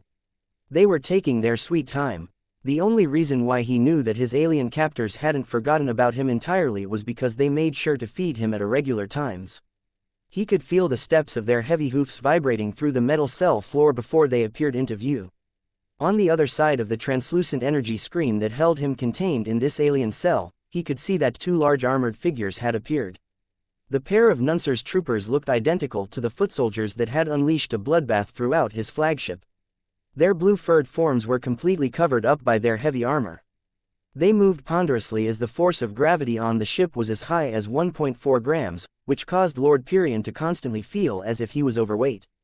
Though the Nuncers had developed articulating forelimbs through evolution, they preferred not to use them if possible. The Nuncers were in their most natural and comfortable posture if they kept all four of their limbs to the ground. This was why the pair of Nunzer foot soldiers mounted their weapons and other equipment on the exterior of their heavy armor. They resembled miniature tanks rather than human soldiers. The Nuncers preferred to manipulate objects with the help of transmitting wireless commands, making use of external artificial limbs or simply holding onto stuff with their teeth. This time, Pyrion again felt disgusted as the armored Nunzer guard on the right held a nutrient pack between his herbivorous teeth. The massive teeth and jaw possessed enough strength to cut and grind a human limb into mulch, but the Nunzer guard at least had the decency to control his bite strength to prevent the wrapping from getting punctured this time. It was a lot worse in the early days. Xianxia. Pyrian frowned. I already told you a million times that I can't understand your alien speech. If you hadn't disabled all of my implants, I would have been able to hit you back with my own insults. He still smarted at the loss of most of his implants. Disabling them was one of the first procedures they performed on him after he fell into their alien hands. No matter whether they were biological or mechanical, the aliens who crippled him showed no mercy. If not for the fact that all of his implants were designed to remain safe and prevent any possible side effects from occurring under these conditions, he might have actually died. As it was, Pyrian only felt that he had become slower, weaker, more tired and less capable of forming complex thoughts. People like him heavily depended on their cranial implants to remember lots of information and to perform lots of analyses. He distinctly remembered that he had downloaded a language pack in his cranial implants so that he could talk with aliens without relying on outside help. Unfortunately, the aliens weren't making it easy. Ahuhagahu. I said I don't understand your stupid cow language.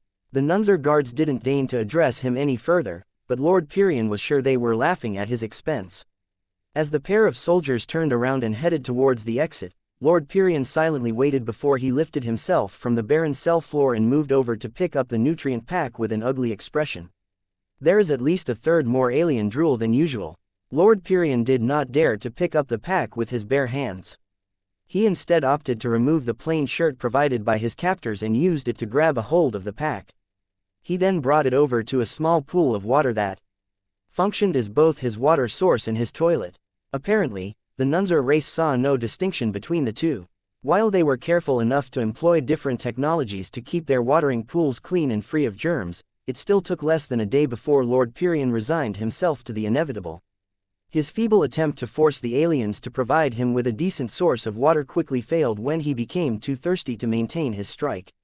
It didn't help that the Nuncers only provided him meals in the form of nutrient packs that were filled with incredibly dry matter in order to make them as compact as possible. The packs were designed to be filled with water in order to make them more palatable. Eating a pack dry had been a horrible mistake that significantly broke down his resistance. By the time he dragged himself over to the watering pool where he had voided himself only half a day ago, he dunked his entire head into the pool and greedily sucked up as much water as possible. This was why each time Lord Pyrian looked at a nutrient pack, he recalled this traumatic failure. It left him with no good thoughts about this type of meal. Still, he couldn't feed himself off his complaints, so he moved over to his toilet and dunked his shirt as well as his drool-covered nutrient pack into the water pool. He vigorously stirred his limbs a couple of times before he pulled up his shirt and nutrient pack. He set aside the former so that it could dry on the ground and shook the latter in order to shake off the water dripping from its exterior. After that, he skillfully ripped off a small button. He used his fingers to pinch a small, flexible straw and pulled it out so that he could dip the end into the watering pool. The pack automatically sucked a decent amount of water from the pool and deposited it into the main pocket. The insides began to heat up upon contact with water.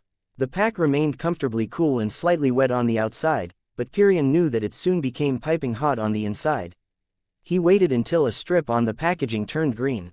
His meal was ready. There were two ways for him to eat this particular pack. He could either use the same straw to suck the liquefied nutrient mush directly into his mouth.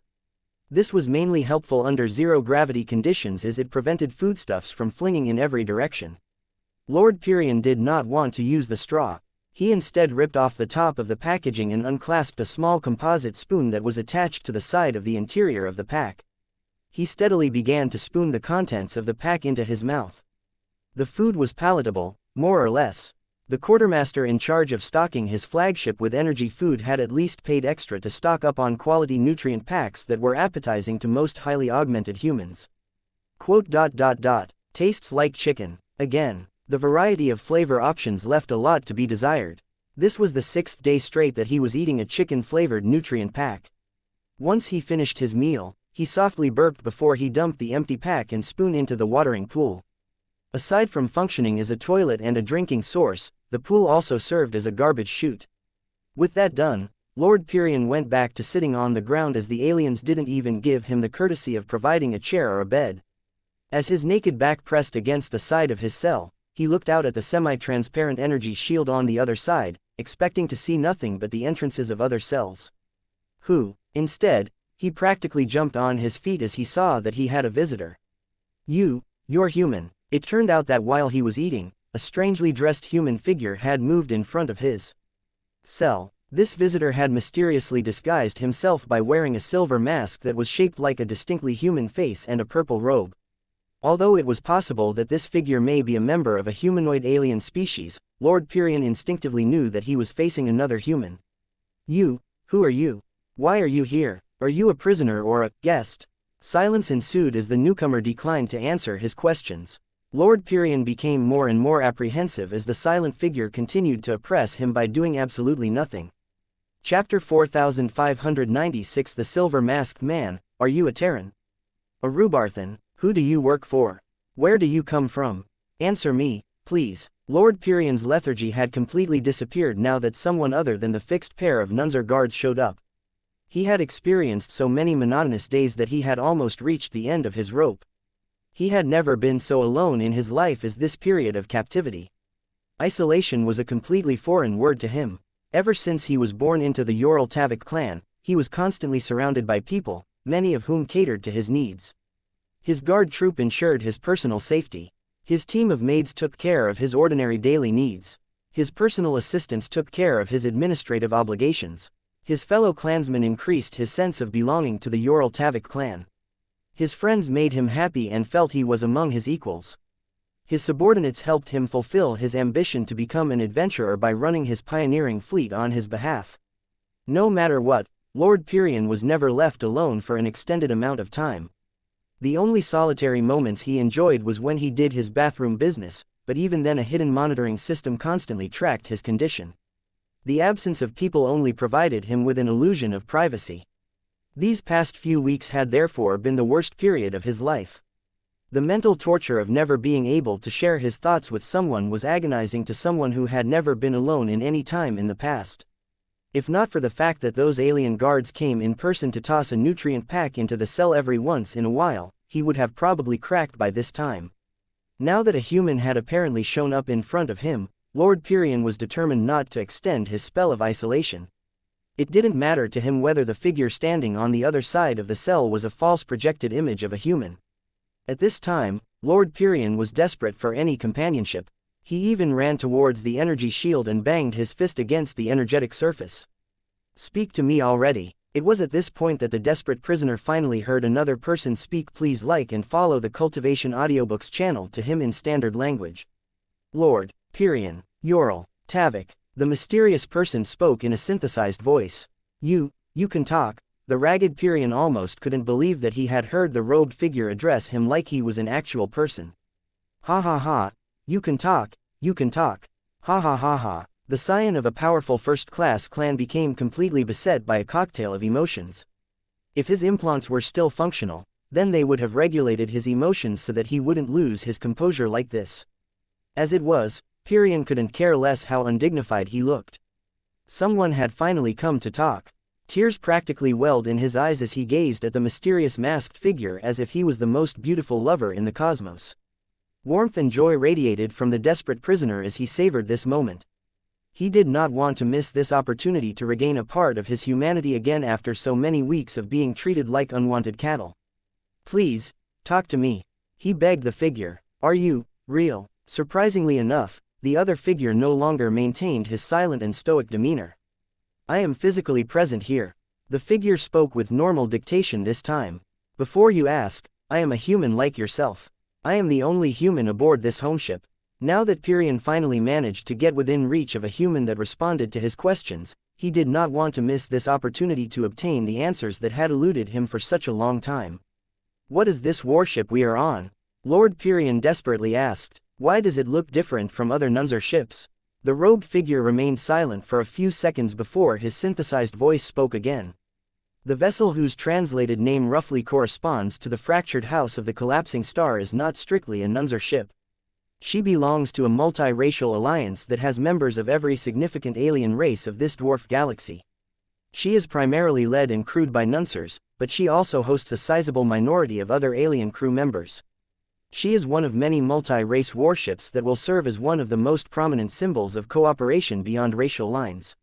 Lord Pyrion really didn't care about all of that. He only cared about learning the name of the ship and finding out that there weren't only Nuncers crewing this vessel. Now that he satisfied a part of his curiosity about the ship, he turned his attention to the strange human who the aliens hadn't restrained in any obvious way. Why are you not in a cell like me? Are you on parole? The silver-masked figure faintly shook his head. I am not in captivity.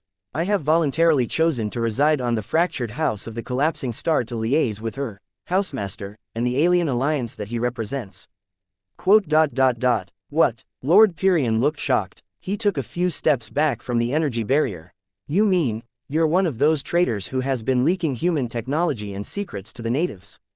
Pyrion became horrified with the realization of crimes committed by this other human.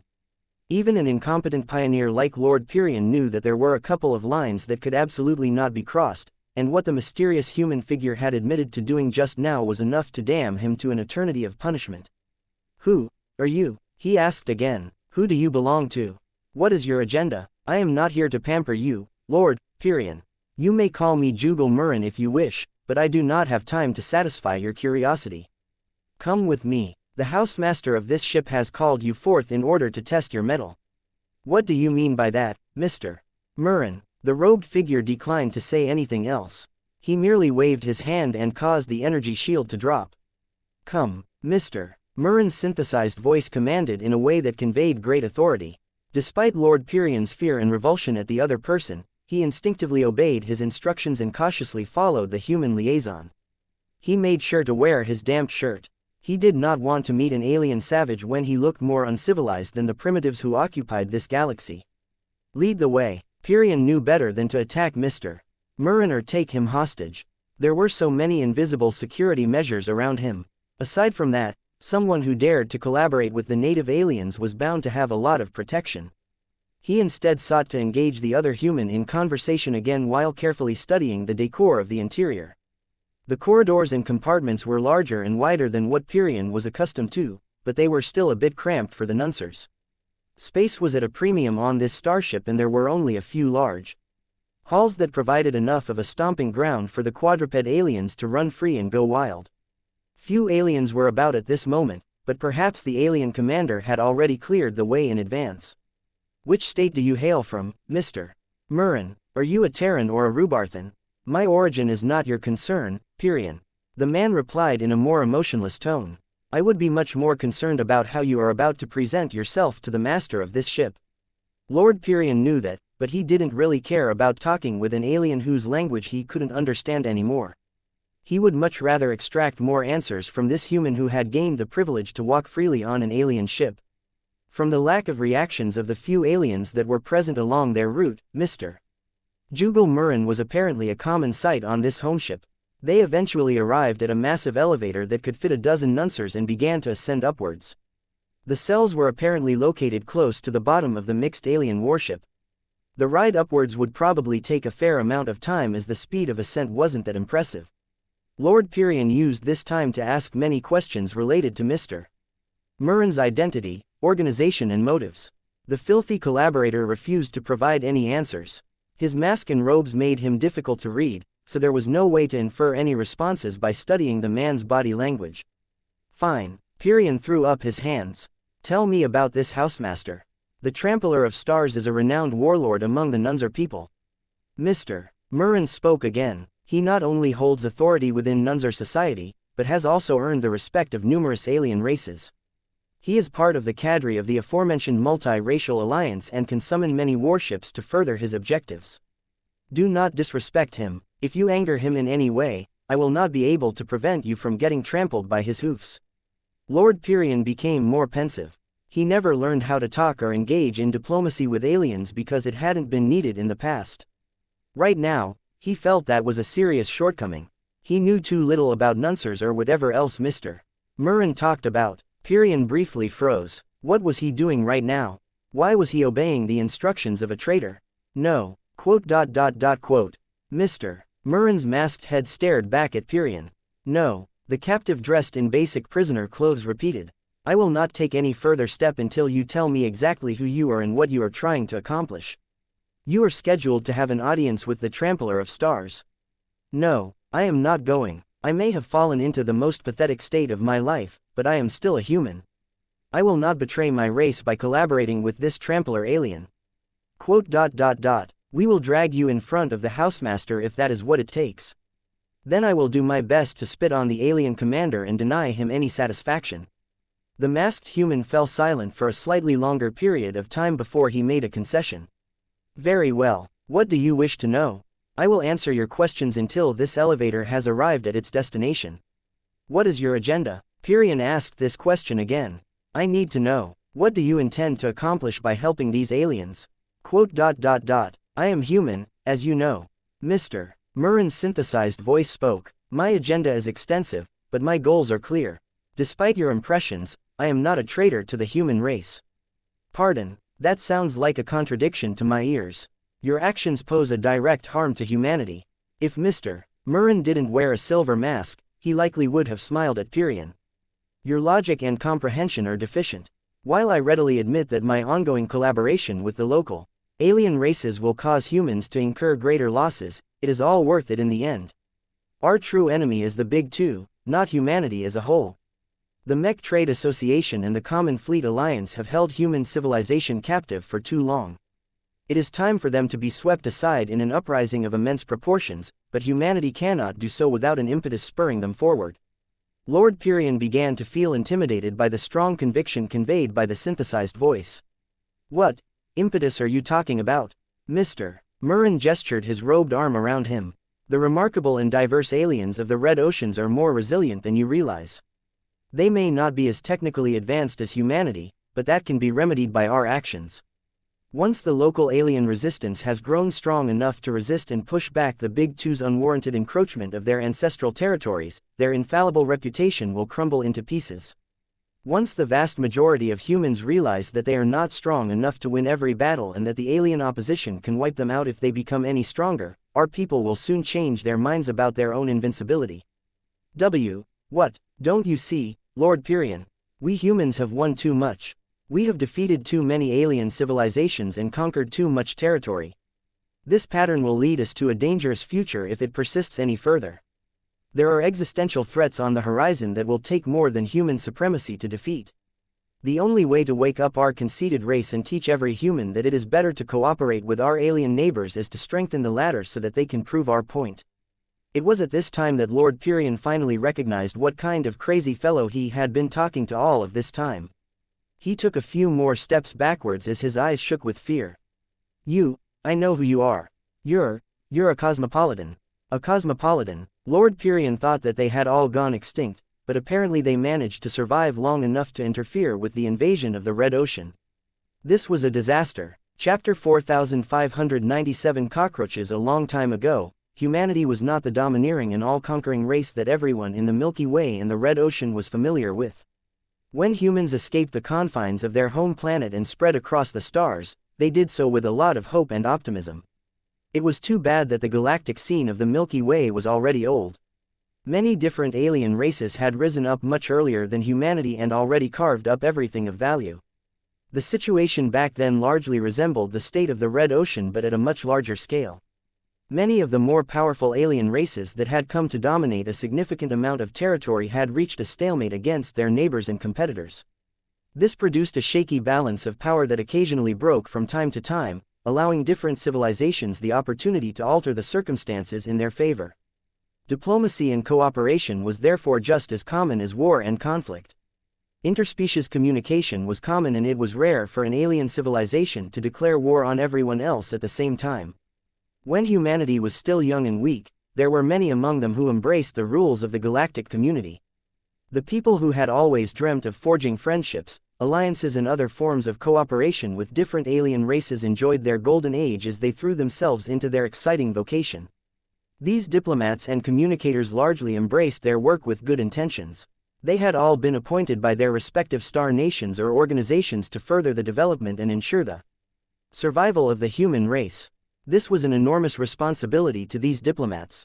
They prepared as best they could, and a crucial part of that was learning how the aliens worked. Without understanding their counterparts, How could these professionals possibly forge greater ties between humanity and different alien polities? This was where things started to go wrong. When these bright-eyed humans started to go on exchange and immerse themselves in different alien cultures, they began to get assimilated by the alien societies they sought to understand. The naive humans never realized that the aliens had been playing this game for a much longer time. These cunning aliens utilized sophisticated strategies and approaches to indoctrinate and bewitch many of these aspiring diplomats. Over time, many humans became more sympathetic to alien causes and less willing in representing the interests of their own race. Of course, it wasn't as obvious at the time. The different alien races held back for the most part, so when it was time for these human diplomats to do their work, they merely gave up a bit more ground than usual. Were they traitors back then? That could never be fully determined, as people could easily argue that many beneficial treaties would have never come about if humanity hadn't made so many concessions. Still, it wasn't until these alien sympathizers became more and more blatant about selling out humanity's core interests that these diplomats and their supporters no longer enjoyed a broad mandate. Instead of waking up to the reality that they were pissing off their fellow humans, the cosmopolitans remained deaf to all of the complaints and continued to hollow out humanity's fragile pride and independence. After a few outrageous incidents, the cosmopolitans eventually incurred an enormous backlash, causing them to completely lose all of the power influence they held in human society. One of the great fathers of modern human civilization, Supreme Marshal Karaman Pearl, successfully smashed the cosmopolitan status quo and united the surviving nations and factions of the human race by ushering an explosive new movement. The death of the cosmopolitan movement marked the end of the Age of Stars. The rise of the human supremacy movement heralded the much more glorious Age of Conquest. Ever since then, the concept of human supremacy had become baked into the fabric of human society. Every human had grown up with the uncompromising belief that their race was stronger, better, and most importantly superior to all other sentient alien races in their galaxy. Such an extreme and hostile stance towards the entire collective galactic community should have caused humanity to ultimately succumb under the weight of its own arrogance. After all, how could a single race in the crowded Milky Way galaxy possibly survive by provoking so many enemies while at the same time no longer bothering to forge alliances with other alien civilizations? The human supremacy movement prevailed. Somehow, the human race not only survived, but thrived with the help of this belief. The unbridled spread of this movement along with the complete prohibition towards its counterweight had caused human supremacy to become the prevailing consensus. Nowadays, the core values and principles of human supremacy had become so widespread that the human supremacy movement didn't really exist anymore. There was no need to advocate for human supremacy anymore when pretty much every human agreed with its values and principles. Many of the powerful human groups that came to dominate human civilization after the Age of Stars consistently supported the ideals of this transcended movement. When the Greater Terran United Confederation, the New Rubarth Empire, the Mech Trade Association, and the Common Fleet Alliance all unanimously agreed to uphold the standards of human supremacy, there was no way for cosmopolitanism to experience a resurgence in human civilization. The latter had no chance to make a comeback. Yet just because the cosmopolitan movement had been decapitated and driven out of human society didn't mean it had disappeared entirely. Like cockroaches, the descendants and inheritors of cosmopolitans managed to keep their heavily marginalized movement alive by surviving in the dark. There were still plenty of regions of space where orthodox humans had no power over. The surviving cosmopolitans either lived by themselves or had actually managed to attach themselves to a friendly, alien race. There were also a lot of secret sympathizers among the people living in normal human society. They never revealed their true allegiances and had become good at disguising their efforts to help their fellow cosmopolitans. The existence of these two groups ensured that the cosmopolitan movement never truly died out. No matter how extensively human supremacists tried to exterminate these bugs, more always seemed to crawl out of the cracks. Right now, Lord Pyrian's expression grew ugly.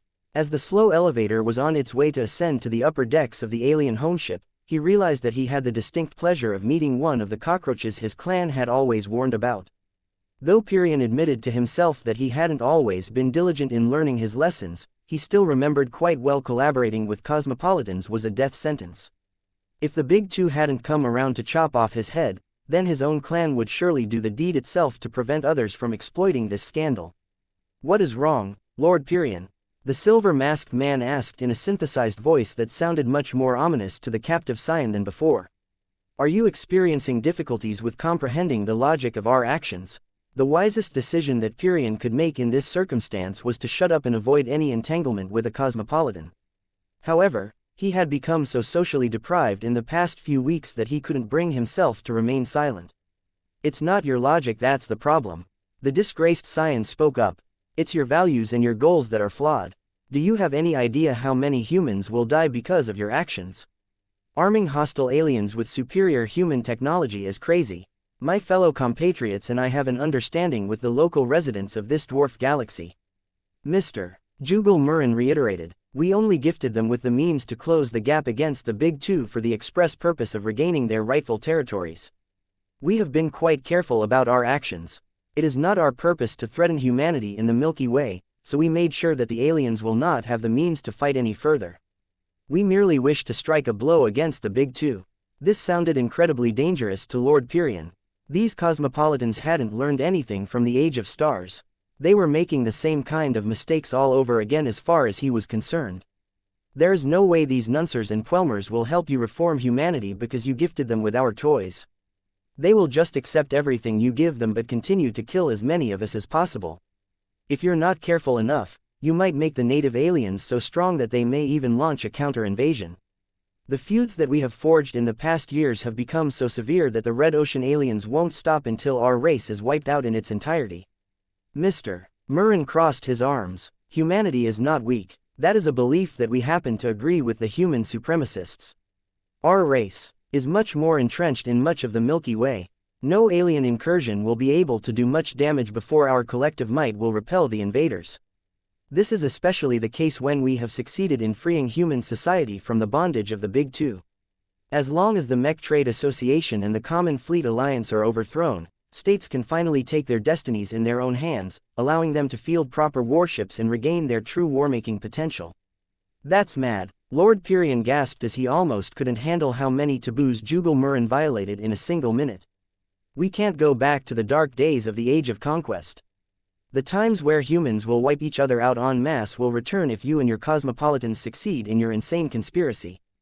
The mysterious cosmopolitan chucked in his eerie artificial voice. I respectfully disagree. Just like any other intelligent alien, humans have the capacity to learn from our mistakes. You make it sound as if you are doing all of this for the good of the human race, but I don't believe you. Lord Purian deliberately spoke in a provoking manner. Everything you and your deranged friends are doing will cause humanity to become weaker and less united. Everyone's lives will deteriorate as a result of pursuing your grudge match against the human supremacists. You're only doing this out of spite, not for any noble and honorable reasons. He may have lost his implants, but he still retained enough awareness to recognize that he could extract useful information from the alien sympathizer by poking and prodding at his cosmopolitan beliefs. Sadly, Mr. Murren possessed way too much self-control to blow up after hearing Lord Purian's provocative accusation. You are too blind and ignorant of the truth, the silver-masked man said in a pitying tone. Humans have become too arrogant over the millennia. The enduring belief in our own supremacy has caused our race to lose the ability to respect and compromise with all other sentient alien races in this universe and beyond. What's the problem with that, Cosmopolitan? The fact that you cannot recognize the threat of this development is proof of your ignorance. You see, maintaining this belief only works as long as humanity only comes into contact with weaker alien races. While we are all fortunate enough that we have met nothing but alien powers that cannot catch up to our comprehensive might, that will not last forever. Do you know something about that? Lord Purian suspiciously asked. Perhaps, sooner or later, the human race will make first contact with a much more powerful alien race that can never be defeated on the battlefield. The only way to preserve our race is to persuade the overpowering aliens to cease their aggression, but how can we possibly do that when our only acceptable form of diplomacy is waging war? We'll just have to win, then. And when that has failed, we keep fighting. I rest my case. Chapter 4598 The Trampler of Stars. The elevator finally stopped after reaching the right deck. As the elevator doors opened, Mr. Murren led Purian out into a wider and more well-lit series of hallways. A greater variety of aliens appeared every now and then as well. The nuncers were still the most ubiquitous ones that Purian came across. Their large, quadruped bodies were mostly covered up by solid armor, but there were occasionally times where non-combatants moved around in lighter and more utilitarian garb. He also encountered the occasional Puelmers. They looked much more different from the Nunsers. Instead of towering over humans, these ball-like aliens were mostly the size of human torsos. The dozens of small limbs that poked out of their unusually shaped bodies weren't large enough to lift them too far off the ground. This caused their bodies to remain below the waists of most humans. Lord Pyrion tried his best not to burst out in laughter at the comical sight of these rolling ball aliens. The Puelmers were well aware that they were among the shortest and smallest sentient alien races of the Red Ocean, but they were also incredibly sensitive about this issue. Ridiculing their short statures was an easy way to start an all-out battle. Even the relatively tall and aggressive Nunsers had learned to restrain their temper around the irritable Puelmers. The ones serving aboard this starship probably received special training in order to increase their ability to cooperate with other races.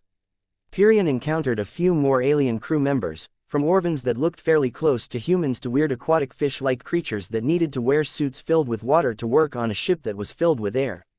The fractured house of the collapsing star was primarily a Nunser warship, so her life support systems were mostly attuned to the tolerances of their race.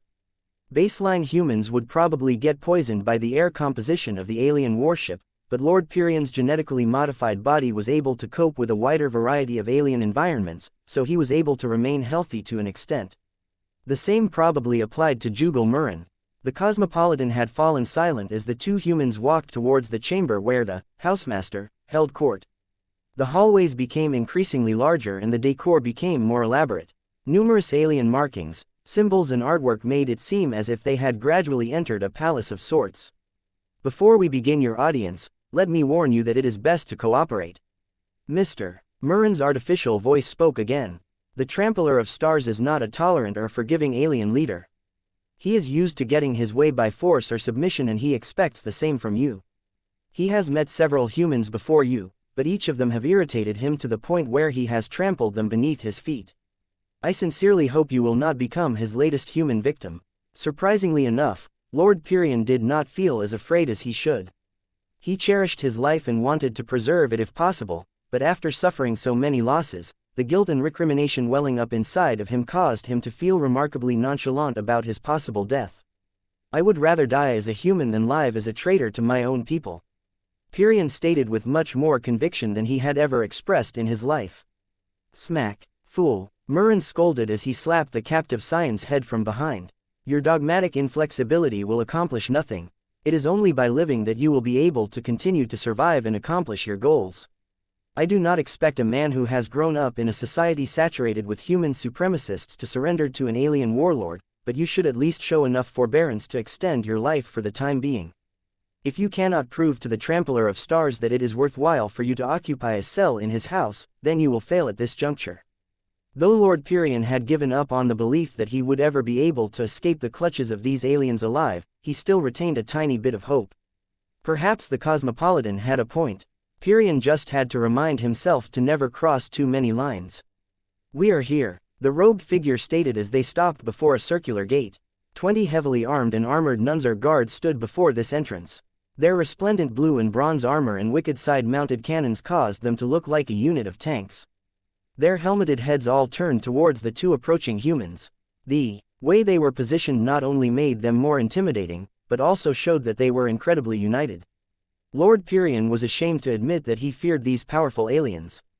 His resolve had already weakened before he met the great Nunser warlord himself.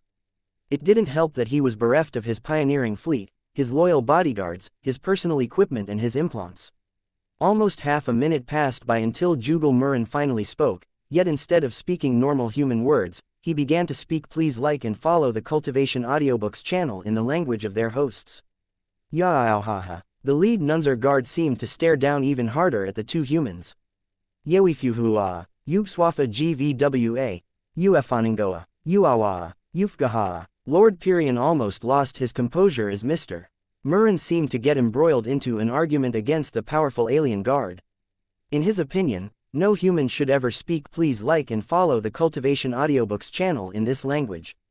It was utterly alien and sounded like absolute gibberish in his ears. The best way he could describe Nunser speech was that it sounded like evolved cattle noises. The Nunsers didn't exactly have the kind of mouth and throat structure to speak please like and follow the Cultivation Audiobooks channel more articulate words. He couldn't imagine how much effort it took for a human to learn a fluent Nunzer language. Pirian had little doubt that Mr. Murren was speaking Nunzer words on his own without relying on any translation tools. Finally, the Nunzer guards relented. They steadily moved to the side, opening up a channel for the humans to proceed inside.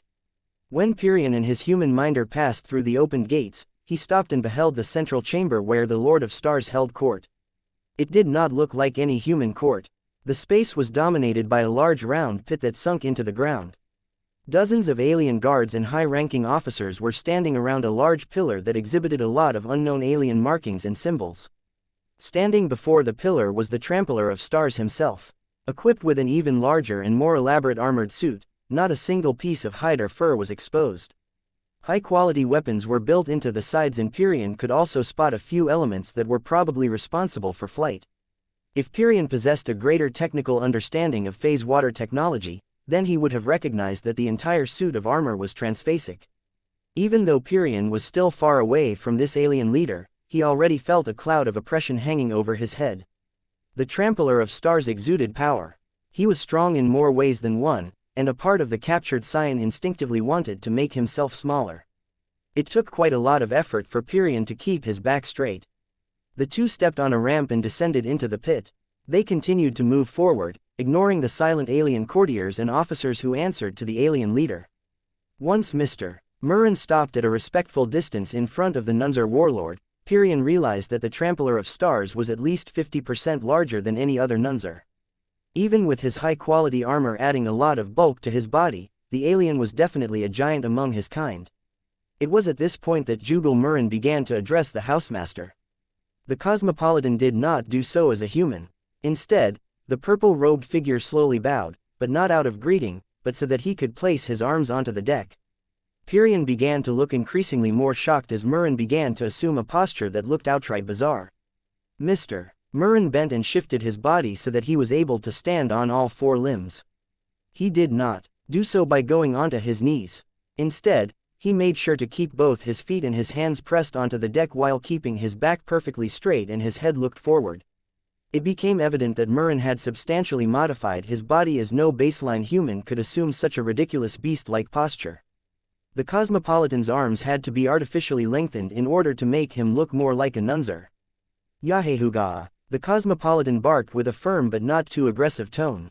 Guawafa. Though Pirian looked absolutely horrified that a human was willing to debase himself in this manner in order to connect with the Nunzer race, perhaps it worked because the Trampler of Stars did not crush Mr. Murren beneath his hoofs. Those hoofs were another part of the alien warlord that looked deadly. The armor around the Nunzer's limbs were thickened and strengthened. Numerous technological features such as retractable spikes allowed the Trampler of Stars to inflict damage with his hoofs in various different ways. There was no way that Pirian wanted to die by getting crushed by one of those armored hoofs. After a brief pause, the Trampler of Stars finally responded to the human liaison. Huuyughauaghaaghaa. The air around the chamber seemed to shake and vibrate due to the powerful alien's speech. Pirian felt as if his entire body was at the mercy of the alien warlord's voice alone. This was no ordinary Nunzer individual. Jugal Murren gazed downwards while lowered his posture a bit further, making it look as if he was offering his complete surrender to the Trampler of Stars. Kwahuahaweod. This seemed to satisfy the powerful alien leader. The large Nunzer's intensity dropped to an extent. YHWAHWFWEFEHAH. HUUWHFHAHWHWHADFWAH. Fuhawahahayo. It was at this point that the Trampler of Stars clearly shifted his attention from Mr. Murren to Lord Pirian. The Xian felt as if an apex predator was one step away from harvesting his life. He tried his best to remain as unmoving as possible. Hufa. Introduce yourself to the housemaster of this homeship. The cosmopolitan that was still standing on all fours interpreted for the alien leader. I am Pirian, descendant of the Yoral Tavik clan. I hail from the Omter Republic of human space in the Milky Way galaxy. I am a pioneer who has accepted a mission to assist humanity with the exploration and conquest of the Red Ocean galaxy. Mr. Murren translated everything that Pirian said in native Nunzer speech. The captured scion felt even more disturbed to hear his own message being twisted by alien words. This was profoundly wrong. Yahugaha, werhuafhwahaua. Why do you not submit in front of the master of the fractured house of the collapsing stars? Kneel and bow your head in front of the breaker of human cowards and weaklings. Never. The trampler of stars didn't need to wait for a translation to understand Pyrion's defiance.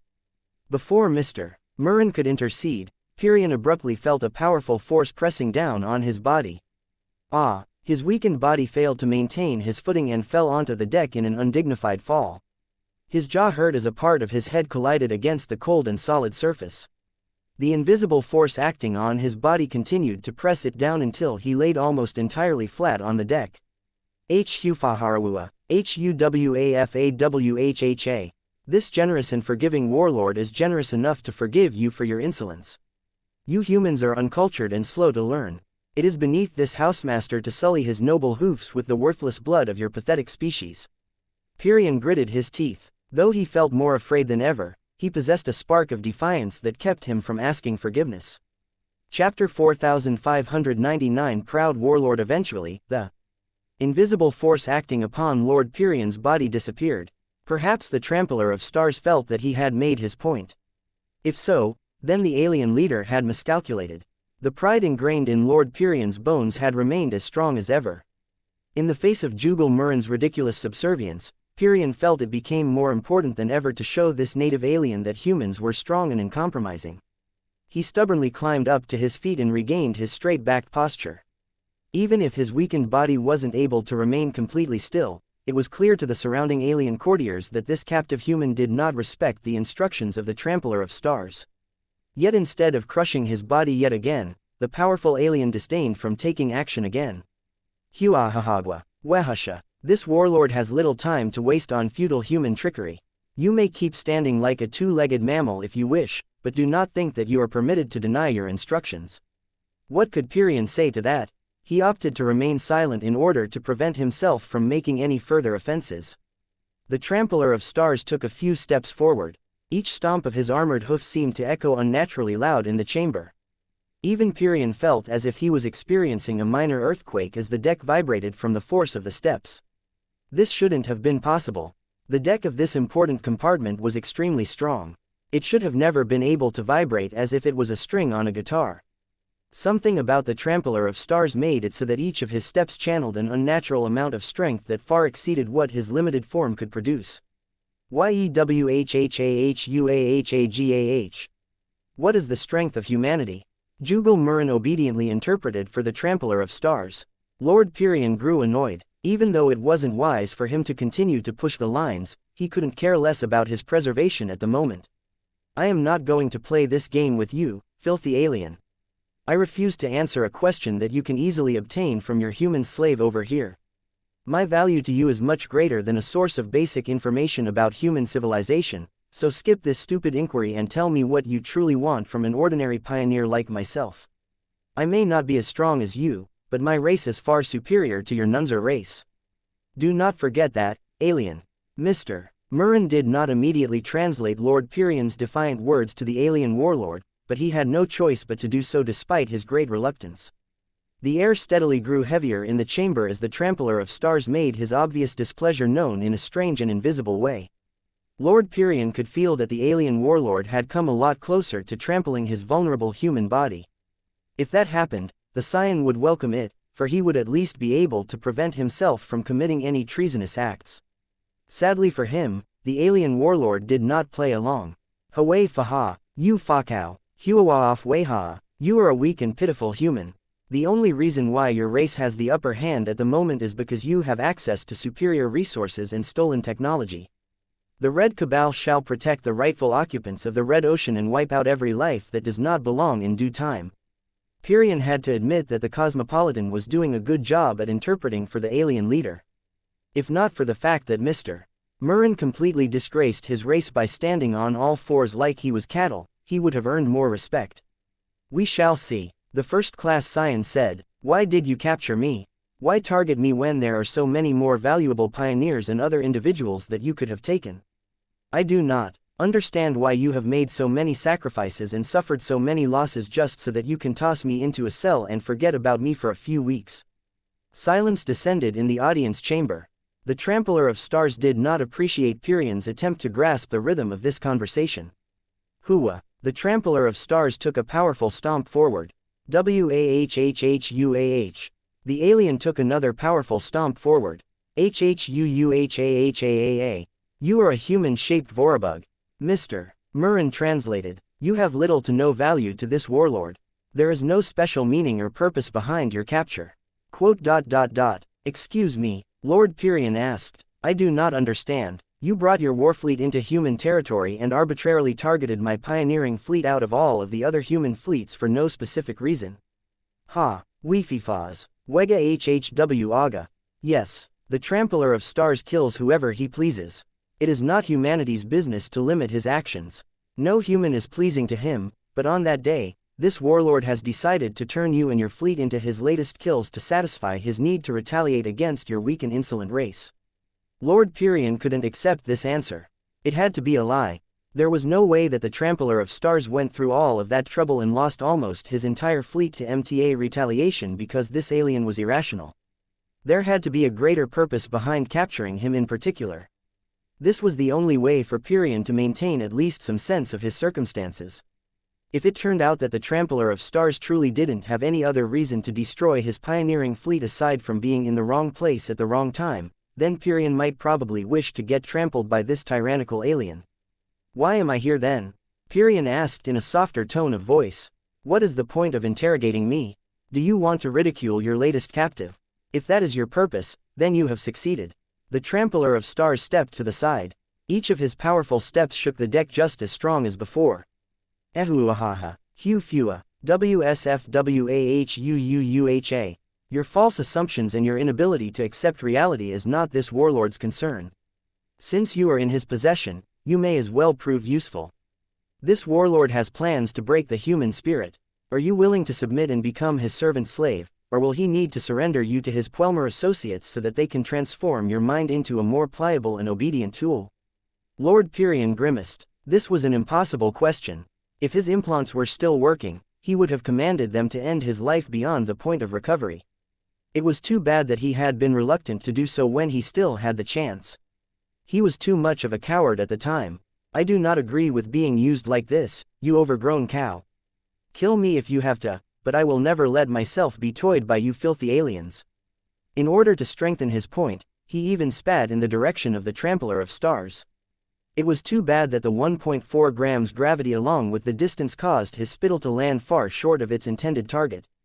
The cloud of oppression grew much greater this time. There was no way that the Trampler of Stars would be able to misunderstand the grave insult in this action. Just as Lord Pyrion became convinced that he would become the latest human kill of the Trampler of Stars, the powerful alien warlord became distracted by a new development. A Puelmer entered the chamber and rolled down the ramp before moving deeper into the large pit. The small ball alien continued to roll until he arrived a fair distance away from the master of this homeship. The Puelmer looked a little fancier than the other individuals of his kind.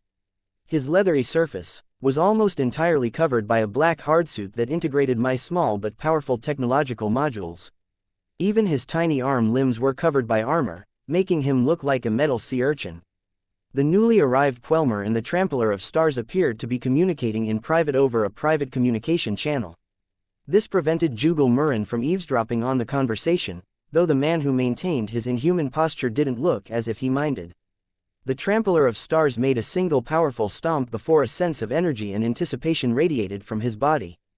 Aahfhewwuhah. After receiving this single instruction, the Puelmer made a weird salute by wiggling numerous armored limbs before rolling his way back out of the pit. The Trampler of Stars then turned towards the Cosmopolitan. Hwehaufwa, haha wfuah, hawufhaaa, hufafa, hshdUAAAHH, yafaf fwfwh fwaua, hufufaha iwo. The conversation lasted for a short moment before the Trampler of Stars evidently became satisfied with what Mr. Murren said. What is happening? Lord Pyrion asked in confusion. The fractured house of the collapsing star has detected the intrusion of an unexplainable metal object. The Trampler of Stars has ordered his subjects to investigate and ascertain whether it is a threat. This caused everyone to halt. The Trampler of Stars appeared to have lost interest in interrogating Lord Pyrion any further. It was rather eerie to the captured scion that everyone just decided to remain completely still and silent. Perhaps the Trampler of Stars was still talking to someone over a private communication channel, but Pyrion didn't get the sense that the alien warlord was doing anything but waiting. The aliens showed a remarkable degree of patience and discipline. Mr. Murren also followed suit. If the aliens wanted to remain frozen, then this cosmopolitan would also stay frozen.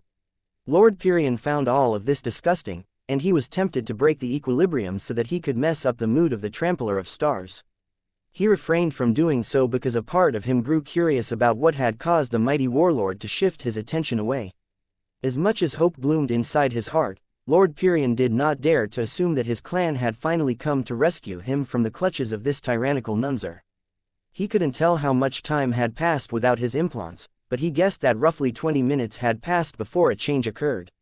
When the gates to the audience chamber opened again, a small procession of nuncers entered while escorting a floating metal container.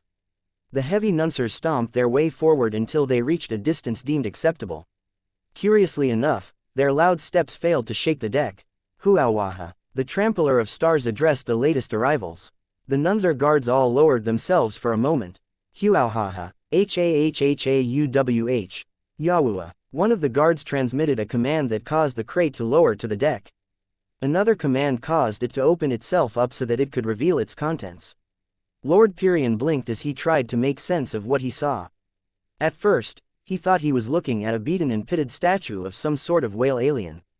Though the material looked a little special, Pyrion wasn't particularly impressed by the shape of the alien artwork. It wasn't until the Trampler of Stars came closer and slowly raised one of his forehoofs before making contact with the metal statue that a drastic change had occurred. For a moment, a powerful alien presence woke up from the statue. The armored guard instantly became vigilant and half of them pointed their mounted cannons at the recently retrieved alien statue. Hawaaha. However, the Trampler of Stars immediately waved the guards to step back and stand down. Everyone gazed at the statue with fascination as the presence that had come to life began to channel greater and greater strength. Just as Lord Pyrion suspected that the statue was about to explode, a glowing whale apparition jumped out of the statue. The new whale creature looked almost identical to the whale depicted by the statue. The creature conveyed a lot of power and Pyrion felt as if he was close to a source of phase water for some strange reason. The Trampler of Stars exhibited a much stronger reaction to the sight of this ghostly phase whale. A small shockwave exploded from his large armored form, causing Pyrion as well as Mr. Murren to lose their footing and get pushed back from the warlord. None of the aliens seemed to care about what had happened to the humans. They all gazed at the ghostly phase whale as if they had encountered a god. Each of them lowered themselves in order to show respect. Though the Trampler of Stars had reacted quite strongly to this development, he did not bow down like the rest. The nunzer apparently had too much pride to submit himself to another alien. Huahaha. Hahwuauahh. Hhauwafewfa. The phase whale apparition didn't appear to be doing anything. The aquatic ghost merely stared at the warlord for a few more seconds before he disappeared as if a call got interrupted. The statue retrieved from space had become completely lifeless and inert. Yeha Wakao. The Trampler of Stars grew angry. The powerful creature raised his upper body and stomped both of his forehoofs down in a mighty gesture. Boom! It was as if a bomb had exploded in front of the nunzer warlord. Ah! The captive human let out an undignified scream as the shockwave from the explosion flung his body off his feet again and threw him dozens of meters away. Huahaha. Huawawa. Huawahhw. Whatever happened had displeased the Trampler of Stars a lot. The nunzer warlord not only raged, but also issued a series of orders to his subordinates. Lord Pyrion guessed that a lot was about to happen soon. Chapter 4600 Learning Speed. A strange occurrence took place in the Ramage repulsor system. One side, the fleet that belonged to Senatus Prospecting followed a line of breadcrumbs and unknowingly moved closer to the brown dwarf star that was positioned in the center of the star system. Not only had the fleet moved a lot closer to a relatively large stellar object than was strictly conventional, it had also moved away from the Lagrange points as well as the outer system that offered a quick escape route to all of its starships. Though a few officers and crew members were concerned about this vulnerability, too many of their colleagues assumed that the unremarkable brown dwarf star system was completely empty and devoid of significant threats. On the other side, an angry and impulsive alien warlord had just commanded his powerful home ship to end her recuperation period ahead of schedule and begin to move out of the brown dwarf star she was using to escape further persecution by the aliens.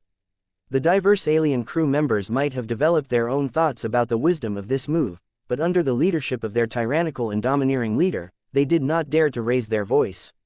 These two simultaneous developments caused both forces to unknowingly converge upon each other. The best part was that neither side appeared to be aware of this risk.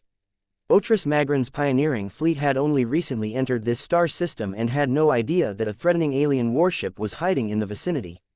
Senatus Prospecting also had no cause to suspect that someone as sought after as Lord Pyrian Yoral Tavik turned out to be present right under its nose. This was quite ironic, as a fleet that was ostensibly set up to earn its keep through prospecting and mining possessed extensive scanning capabilities. Senatus Prospecting was even capable of mining matter from gas giants, and possessed the capability to detect anomalies within gas giants as long as they pointed their scanners in the right direction. However, a brown dwarf star was far from an ordinary gas giant. It possessed a bit too much mass and generated just enough heat and other energies that Senatus Prospecting skipped this routine. As for the fractured house of the collapsing star, the new hybrid technology homeship was all on her own. She was designed to serve as a new generation of relatively small, compact but highly efficient warship that could quickly be mass-produced in order to help with stopping the tide of powerful human warfleets. As such, she was originally meant to serve as part of a larger fleet. The collapsing star was solely meant to serve as a powerful capital ship-grade gun battery platform and nothing else. After all, other duties such as scouting, planetary invasions and carrying large amounts of starfighters could easily be performed by other economic starships.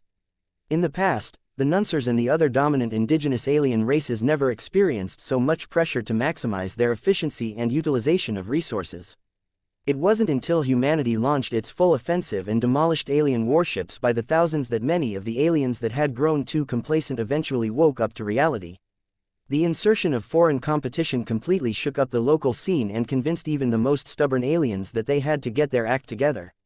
Although the House of the Collapsing Star actually possessed fairly powerful sensors and scanners, mainly to assist with target acquisition and tracking, she was never meant to function as a scouting vessel or a survey vessel.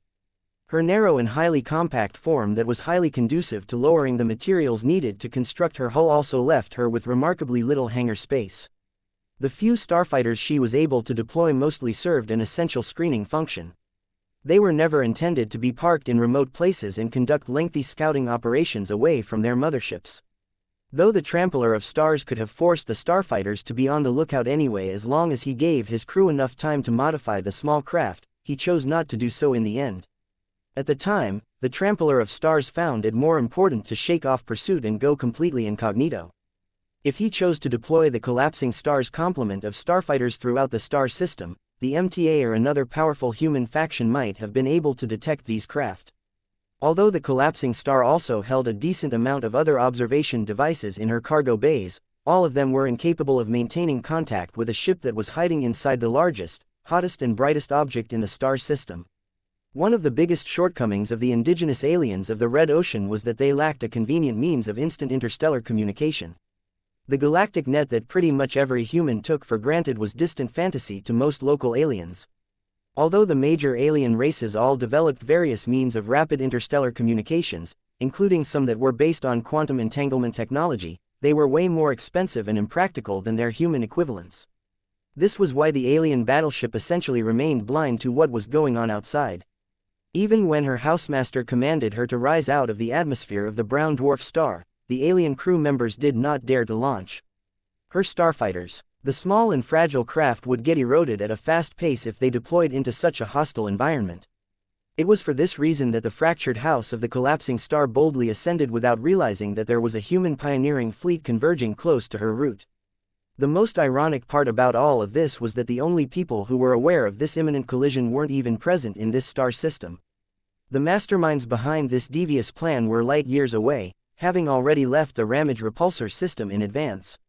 This was a prudent safety precaution as their presence could easily disrupt their original arrangement.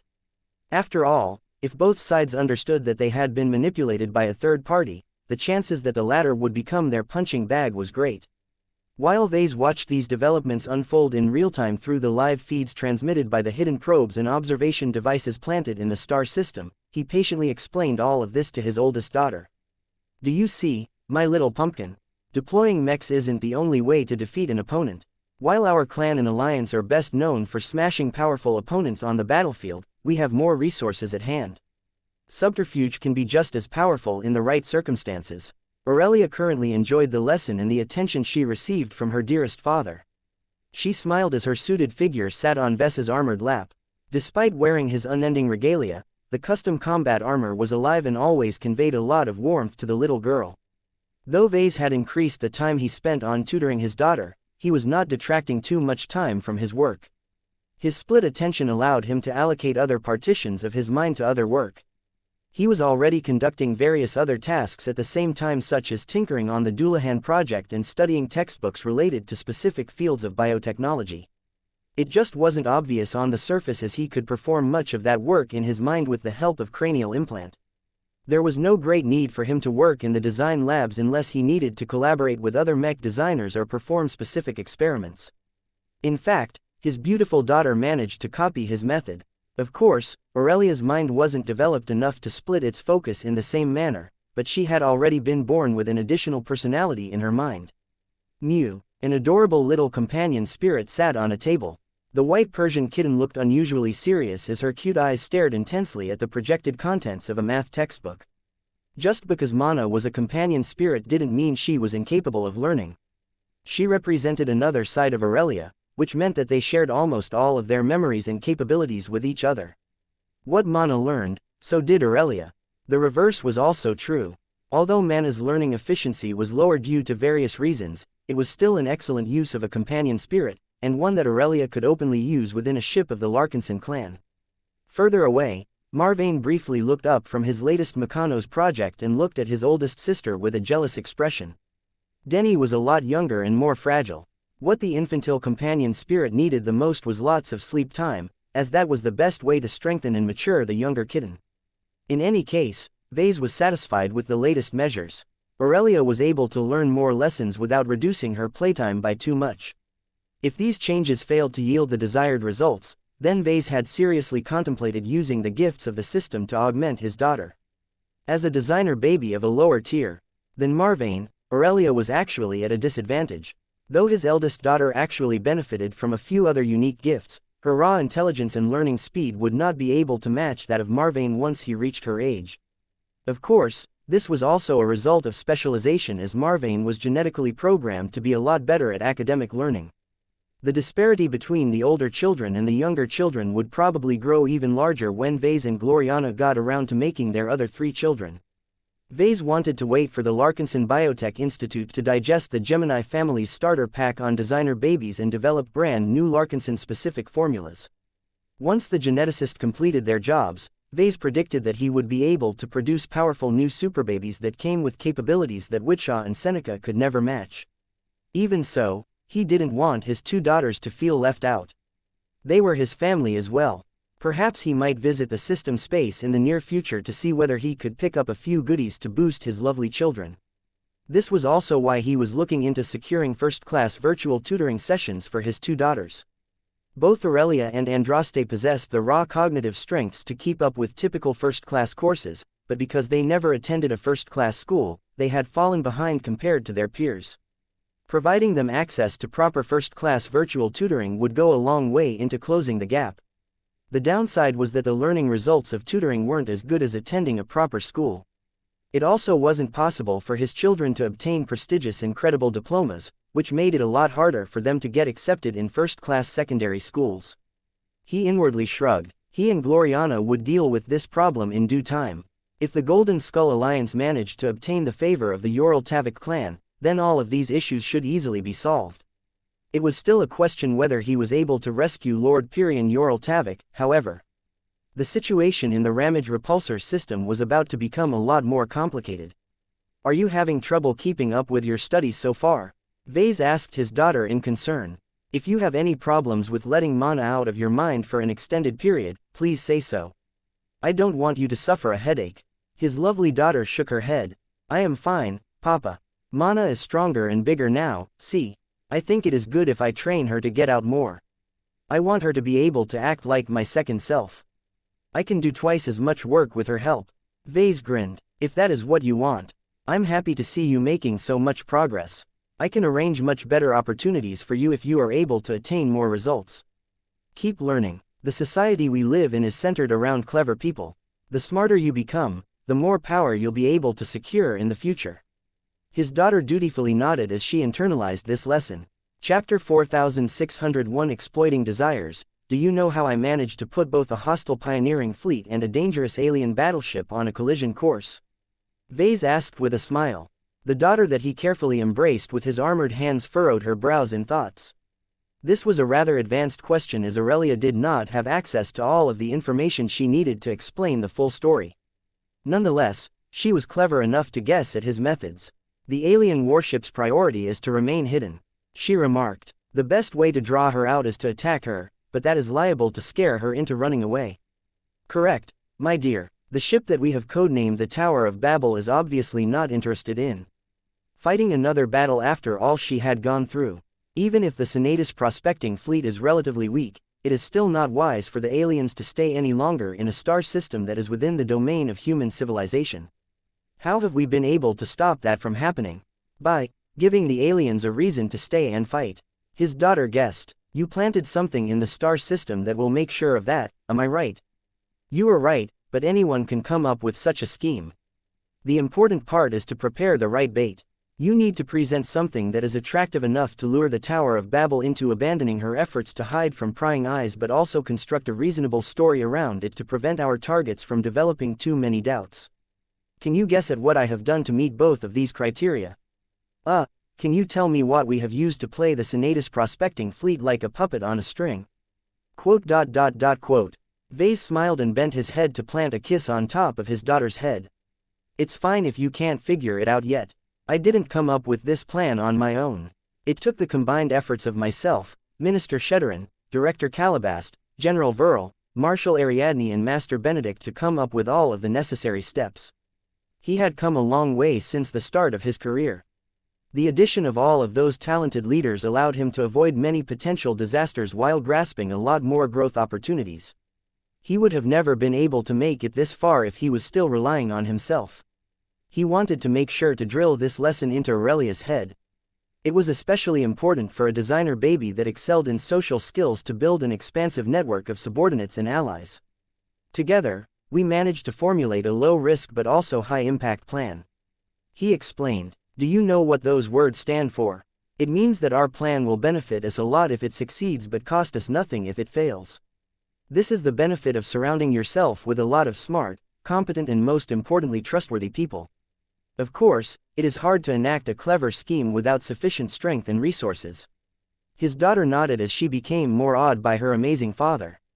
What did you do, exactly? That's not the question you should ask, Aurelia. If you want to understand our plan, you should first figure out the conditions of our targets. Let's begin with Otris Magrin's fleet since a human pioneering group is much easier to understand. You should have done your homework on Senatus prospecting, so I expect you already have a basic understanding of its history and prominent figures. What does Mr. Otris Magrin wants the most? He wants to become more powerful than anyone else, Aurelia said as she drew from her memories. What does Saint Neville Magrin want? That is an easy question.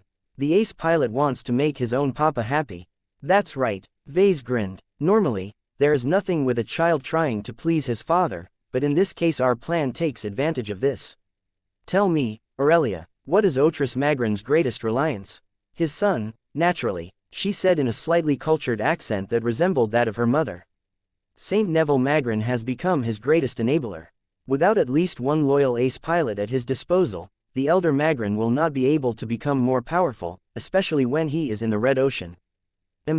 By that logic, this means that anything that can make Saint Neville Magrin stronger and help him get closer to advancing to God Pilot is beneficial to Senatus prospecting.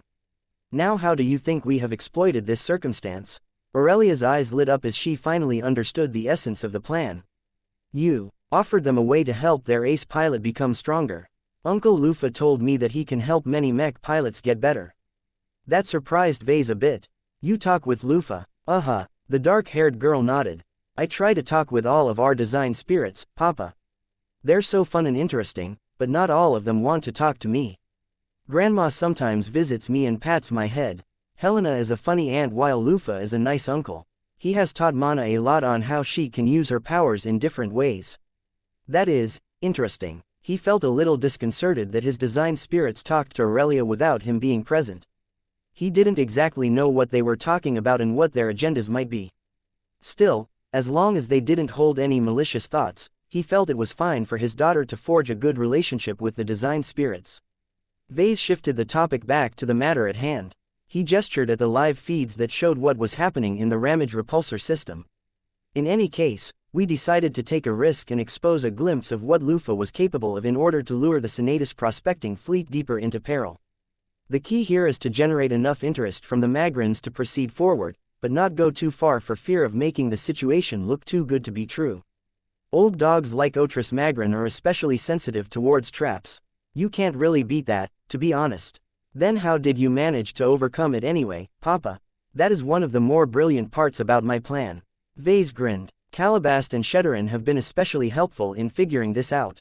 You see, the best way to override Otrin Magran's considerable caution is to distract him with the hope of a powerful gain. Giving his son and the expert pilots under his command an opportunity to advance faster is enough of an incentive. Lufa didn't even need to expose his transcendence glow for long. Just teasing the Magrans for a few seconds is enough to drive them crazy. Why so short? There are two reasons, honey. First, the longer Lufa showed up in St. Neville's range, the greater the risk that the latter would figure out the truth. Don't underestimate the intuition of ace pilots. They are highly sensitive towards threats. The only way that Lufa hasn't directly triggered Neville's danger sense was to keep Lufa's role as benign as possible. I instructed him to be sincere about wanting to help the mech pilots of Senatus prospecting break through their limits. Aurelia looked confused. And that works. Vase grinned. It works as long as there is enough separation. Lufa doesn't know the full plan and I deliberately told him to keep his curiosity in check. This way, we can ensure that Lufa comes across as a benign influence to the likes of St. Neville Magran.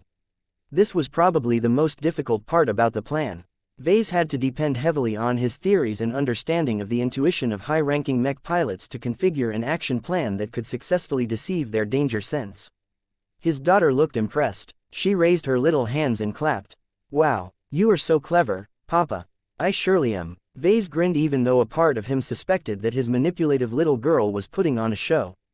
Anyway, the point I am trying to make here is that you can fool the most experienced vultures and the strongest ace pilots as long as you figure out their desires and exploit them to your advantage. Greed is a powerful motivator and it can often make people set aside their doubts. Aurelia's eyes glittered like stars. Mech pilots all want to become stronger. None of them want to remain weak. That is right, there is nothing that attracts a mech pilot more than an opportunity to become stronger. Even though St. Neville Magran is already a lot more powerful than almost anyone else, even he has flaws where Lufa can help. His incredibly flawed upbringing under an awful father like Otris Magran has probably left a lot of hidden dangers in his psyche. It is already impressive that he managed to advance to ace pilot in the first place. Then what about the aliens, Papa? She asked. What did you use to lure them out of the sun? Is it Lufa again? Vase shook his head. We thought about that, but we felt it was unlikely to work. Can you figure out the reason? His daughter frowned but couldn't come up with an answer. I do not know, Papa. He sighed. That's okay, but you need to do better next time. When you grow older and assume more responsibilities, you cannot afford to miss important details that can affect the outcomes of your decisions, even when they are difficult to spot. You can gather experts and specialists by your side that can help you see more, but it is best to get good at this stuff yourself, do you understand? Aurelia nodded. I will not disappoint you, Papa. I will do better, I promise. That was Gloriana's influence again, no doubt. While Vase certainly wanted her to do better, she was still a young girl. Hey, don't be too bothered by what I said. You still have plenty of time to grow and learn. Anyway, the answer that I wanted you to find is species. Species, yes. It might not be obvious to you anymore, but Lufa is a human design spirit. He is an angel. Vase shrugged. Close enough. What I am trying to say is that if Lufa shows up in front of a bunch of aliens, the latter will probably react as if they are under attack by humanity, which means that their chances of avoiding our trap is far greater than normal. That is exactly what I don't want to see. Do you know how I have managed to gather the interest of the aliens? You used a different design spirit. Which one? Aurelia paused for a moment. It has to be a native one, so either the Titania or the Phase King. It has to be the latter. Why the latter? Vase grinned down at his girl. Because the native aliens envy the Phase whales. Everyone wants to become as powerful as these whales. If the Phase King shows up and disguises himself as a member of this powerful race, the aliens of that warship will go mad, because Phase whales can help them grow stronger. That's true more or less. You've learned, Aurelia. The Phase King can play the same role for aliens as Lufa does for humans. This shows how life that originates from different galaxies value different roads to power. The indigenous aliens are obsessed with becoming gods by stuffing their bodies full of phase water, and no one is better at doing so than the phase whale race. What about you, Papa? Huh, the Phase King told me you have phase water in your body as well. His girl stated as her innocent eyes looked up at him. Will Papa turn himself into a phase whale? What? No, how did you get that idea? Hee. Aurelia burst into giggles. Just kidding.